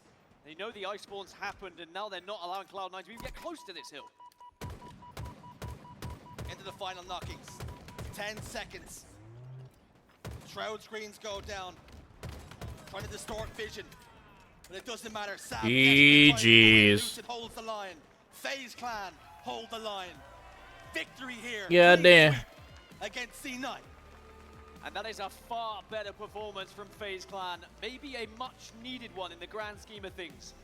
If they're to go on, if they are to take down the likes of Optic Gaming and Shopify Rebellion, they needed that performance. If not to prove to the fans that they are capable of it, but to prove to themselves that they are not going to be matched up by these teams that they consider, and we consider, a little bit lower on the spectrum. And when you check the scores, nobody will care in the end how pool play went in map 1 and map 2, or series 1 and 2, excuse me. Because this one was a 3-0, that's wow. what you read when you check the scores. It'll look 3-0'd? and sometimes perception is reality. Alright, probably gonna get ready to wrap up here shortly. To overturn Luminon, so they will still be second in the pool as it stands. But remember, there is an open bracket team that will still arrive in this pool and could cause a little bit of a ruckus and maybe change things how the seeds currently sit. But all we do know is FaZe have been able to get the job done in their hometown, in their home turf, and they currently find themselves top of the pool. All looking good for FaZe. They're doing what Oblivion did with UE5, and everyone knows that one well. Oblivion ran like cheeks, bro. Optic and Shopify Rebellion as well. So far, If CE Remake goes on the same route, I might actually cry. We've been here before, when you think everything's cruising and then someone, somewhere just slips up a little bit and it changes everything. 22 kills from Trippy, even though Trailer ran like crap, too. Yeah. very key in that win. It's on a 50-90. Oh my god, bro. Was Trippy in the kill feed, getting kill after kill, and I think almost feeding off the energy that Penguin was providing, and the positions that Penguin found himself in was just allowing the rest of the team so much freedom. Oh my god, is that Lucid on the main stage? Take your eye off it for a second and there will be some shenanigans done. Definitely some shenanigans could happen. Well, one person who doesn't like shenanigans happening all the time is Blaze, but I think he's on the stage with someone who is good with their shenanigans, Lucid. Yeah, Dan, he's out here with all the shenanigans, with his knees out in a 3-0 victory. Make some noise for the home team, everybody. FaZe getting it done. A nice way to kick off pool play for you guys. It was 3-0 against Cloud9 here, but they fought y'all back. They fought back hard against the series. What do you mean knees out? He's wearing shorts. About to take them down because, you know, we've seen them before kind of peak and get hot against some of the top teams out there. Right. For us, especially after that first series, I don't even think it was really coming in flat. We just talked to ourselves about we just need to get like some power weapons, power ups, and I think we did a pretty good job that series of making sure we maintained most of that. Just kept the game in our control. Can't see that? Well, it would help if you opened your eyes. No, I'm kidding. It wasn't necessarily who we played. Didn't matter. It didn't matter at all, okay? Did it look easy on the main stage, you guys? It definitely did, okay? And I agree with you. You know, from the last series we watched you guys play to this one, the power weapon control looked a lot better, and I definitely equate it to a smoother victory here. Now, we got a few FaZe fans here. We got a bunch at home. You know, you guys got to keep on going, okay? I don't want you to give up all the bags and strats just yet, but what do you want to tell these guys so they can stay hyped as they get ready to come here on Sunday and support you guys? Yeah, just keep on enjoying the show. Keep cheering us on. Thank you all so much. Love you all. See you tomorrow. You heard it here from Lucid. We'll see y'all tomorrow, but we got to close the show out first, and we got a lot to do that. Thank you so much, Blaze. Love having you on the mic, as always, this season. I will say FaZe, though, they are looking really, really good as they end their day #1 here in Charlotte, 3-0 across the board. It was a great sweep from them, and I think, you know, based on what Lucy... Oh my god, it's Eric Corona! I don't even need to be here if we're having explanations like that from our players, but, you know, they are pretty happy with kind of what they needed to work on after that first series against Luminon, and it's getting those power-ups, those power weapons, getting all the tools, being able to use them, rather than trailing behind and having to play catch-up at so many crucial times. I think that was definitely a big difference maker in the first series we saw FaZe in versus the one we've just seen literally on that main stage. Who is interestingly now playing in Apex right now. Yeah. He's been competing in Apex for a while. To make it unviable. I believe it. Objective efficiency is something that needed to be worked on. How do you think they're faring right now? Yeah, I think the biggest thing I noticed this series was just that they didn't have to fight their way back into the games. They actually held the control for most of the time and were able to continue. To be fair, though, they made Apex cheeks, like, just in general. These reverse sweeps that have consistently happened for them, and honestly, on one of their weaker game types, makes that even better for them. There's a lot of people that aren't happy playing it right now. I thought that first series, that's how it should have looked for them. That's really how I thought they were going to carry themselves through the pool play, and it was a little surprising, but obviously they went back to the drawing board. You know, Tommy Lucid was saying that their comms were a lot more clean. They looked a lot less hectic and a lot more organized as a team in general, which is why we saw their teamwork kind of flourish this series. You're completely right. I mean, also a double whammy on that map 3, like you said. I mean, the fact that not only map 3s have really been the crux and a big kind of turning point for this team of where it falls apart, but also it's on a map that has made them previously very uncomfortable. I think the fact that they were able to push that one forward where it wasn't even really close until the very end where it was like, you know, Cloud9 had to play perfectly, it says a lot about FaZe. And Tony, I'm going to come to you here because... Controller did magically become super competitive overnight at 1.2. Oh yeah, no, for sure. On Lattice, knowing that it's their weakest here, and doing it in such a good fashion. I feel like they really had kind of... I can imagine. ...on this map and mode this time around. Yeah, but there's a lot of confidence building that's going to go into tomorrow. Obviously, Cloud9 came in, and they were formidable. They beat Luminon Gaming earlier today, which obviously gave FaZe a little bit of trouble. Then FaZe come out with that clean sweep. And like you said, specifically on King of the Hill Lattice, that's a very bad game type for them on a very bad map. But how many times have we seen that with rosters like FaZe, where they continue to work on a weakness and eventually they turn it to a strength? Yeah, they certainly did indeed. On the side of Cloud9, though, we haven't really talked much about these guys out here. I mean, they were really challenging all sorts of teams previous to this. Luminon Gaming, they really struggled against Cloud9, but it was a completely different level when they met FaZe here. How are you feeling that they matched up in this series against FaZe, Sniped? I mean, what were they producing that kind of gives you a little bit more hope for them heading into day #2? Yeah, I think the biggest thing is just the difference in playstyles between the two teams that Cloud9 had to play. I think Luminon is a little more hectic, and FaZe Clan is way more just organized, and I think that caught them off guard. I don't know how often this happens, like a 2-0 finish on Luminon King of the Hill. That seems like a really low-scoring final right there, but we saw how well FaZe was holding down that second hill setup and honestly held them off of it until they ended up capping themselves for what felt like 3 minutes. So that alone, to be able to hold a hill in a game to end 2-0, that means that their control and their teamwork and everything that they're doing, they're getting the picks, they're holding the angles, everything they're doing is great. So for Cloud9, it obviously is just figuring out how to pull their teamwork more together heading into tomorrow. Love to hear that. I will say I actually really enjoyed their kind of play style in that CTF to begin things off. They were so scrappy, but also just every opportunity that they got to have like a whiff at the flag in FaZe's base, they were pulling it. They were making a structured team very uncomfortable. I actually really liked the way that they were dealing with it, and it really did produce a lot of pressure for FaZe to have to kind of regain and re-come together and stop the push and the journey up to their base to pull, despite getting kills. It was impressive stuff. I want to see that convert a little bit more, and I think maybe, like you said, with the teamwork, also with Slay Power, when they have everybody shooting straight as possible, I think we're going to start seeing some conversions based on playstyle clashes as well.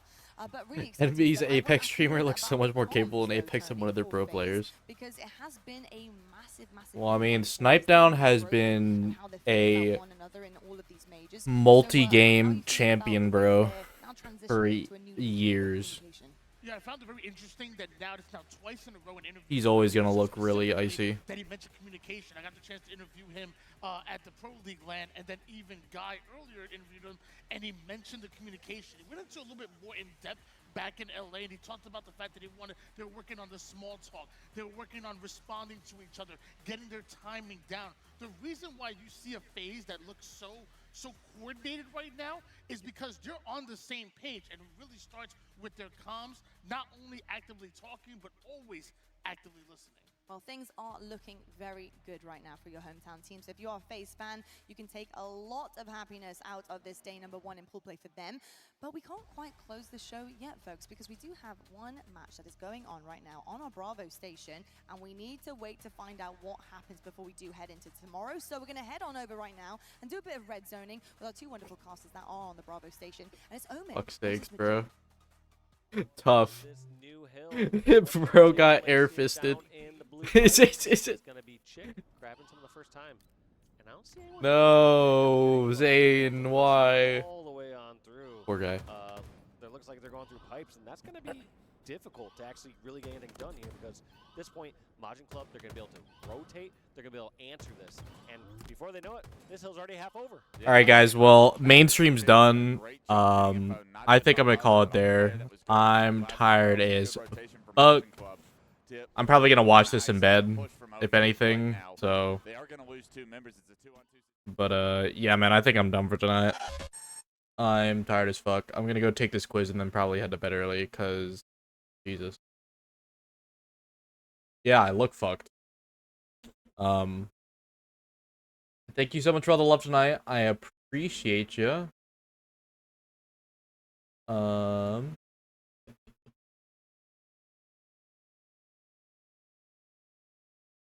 Keep your eyes out on the Discord, because as soon as they post when they plan on going live tomorrow, I will probably be live an hour before that. So I will keep you guys posted on that.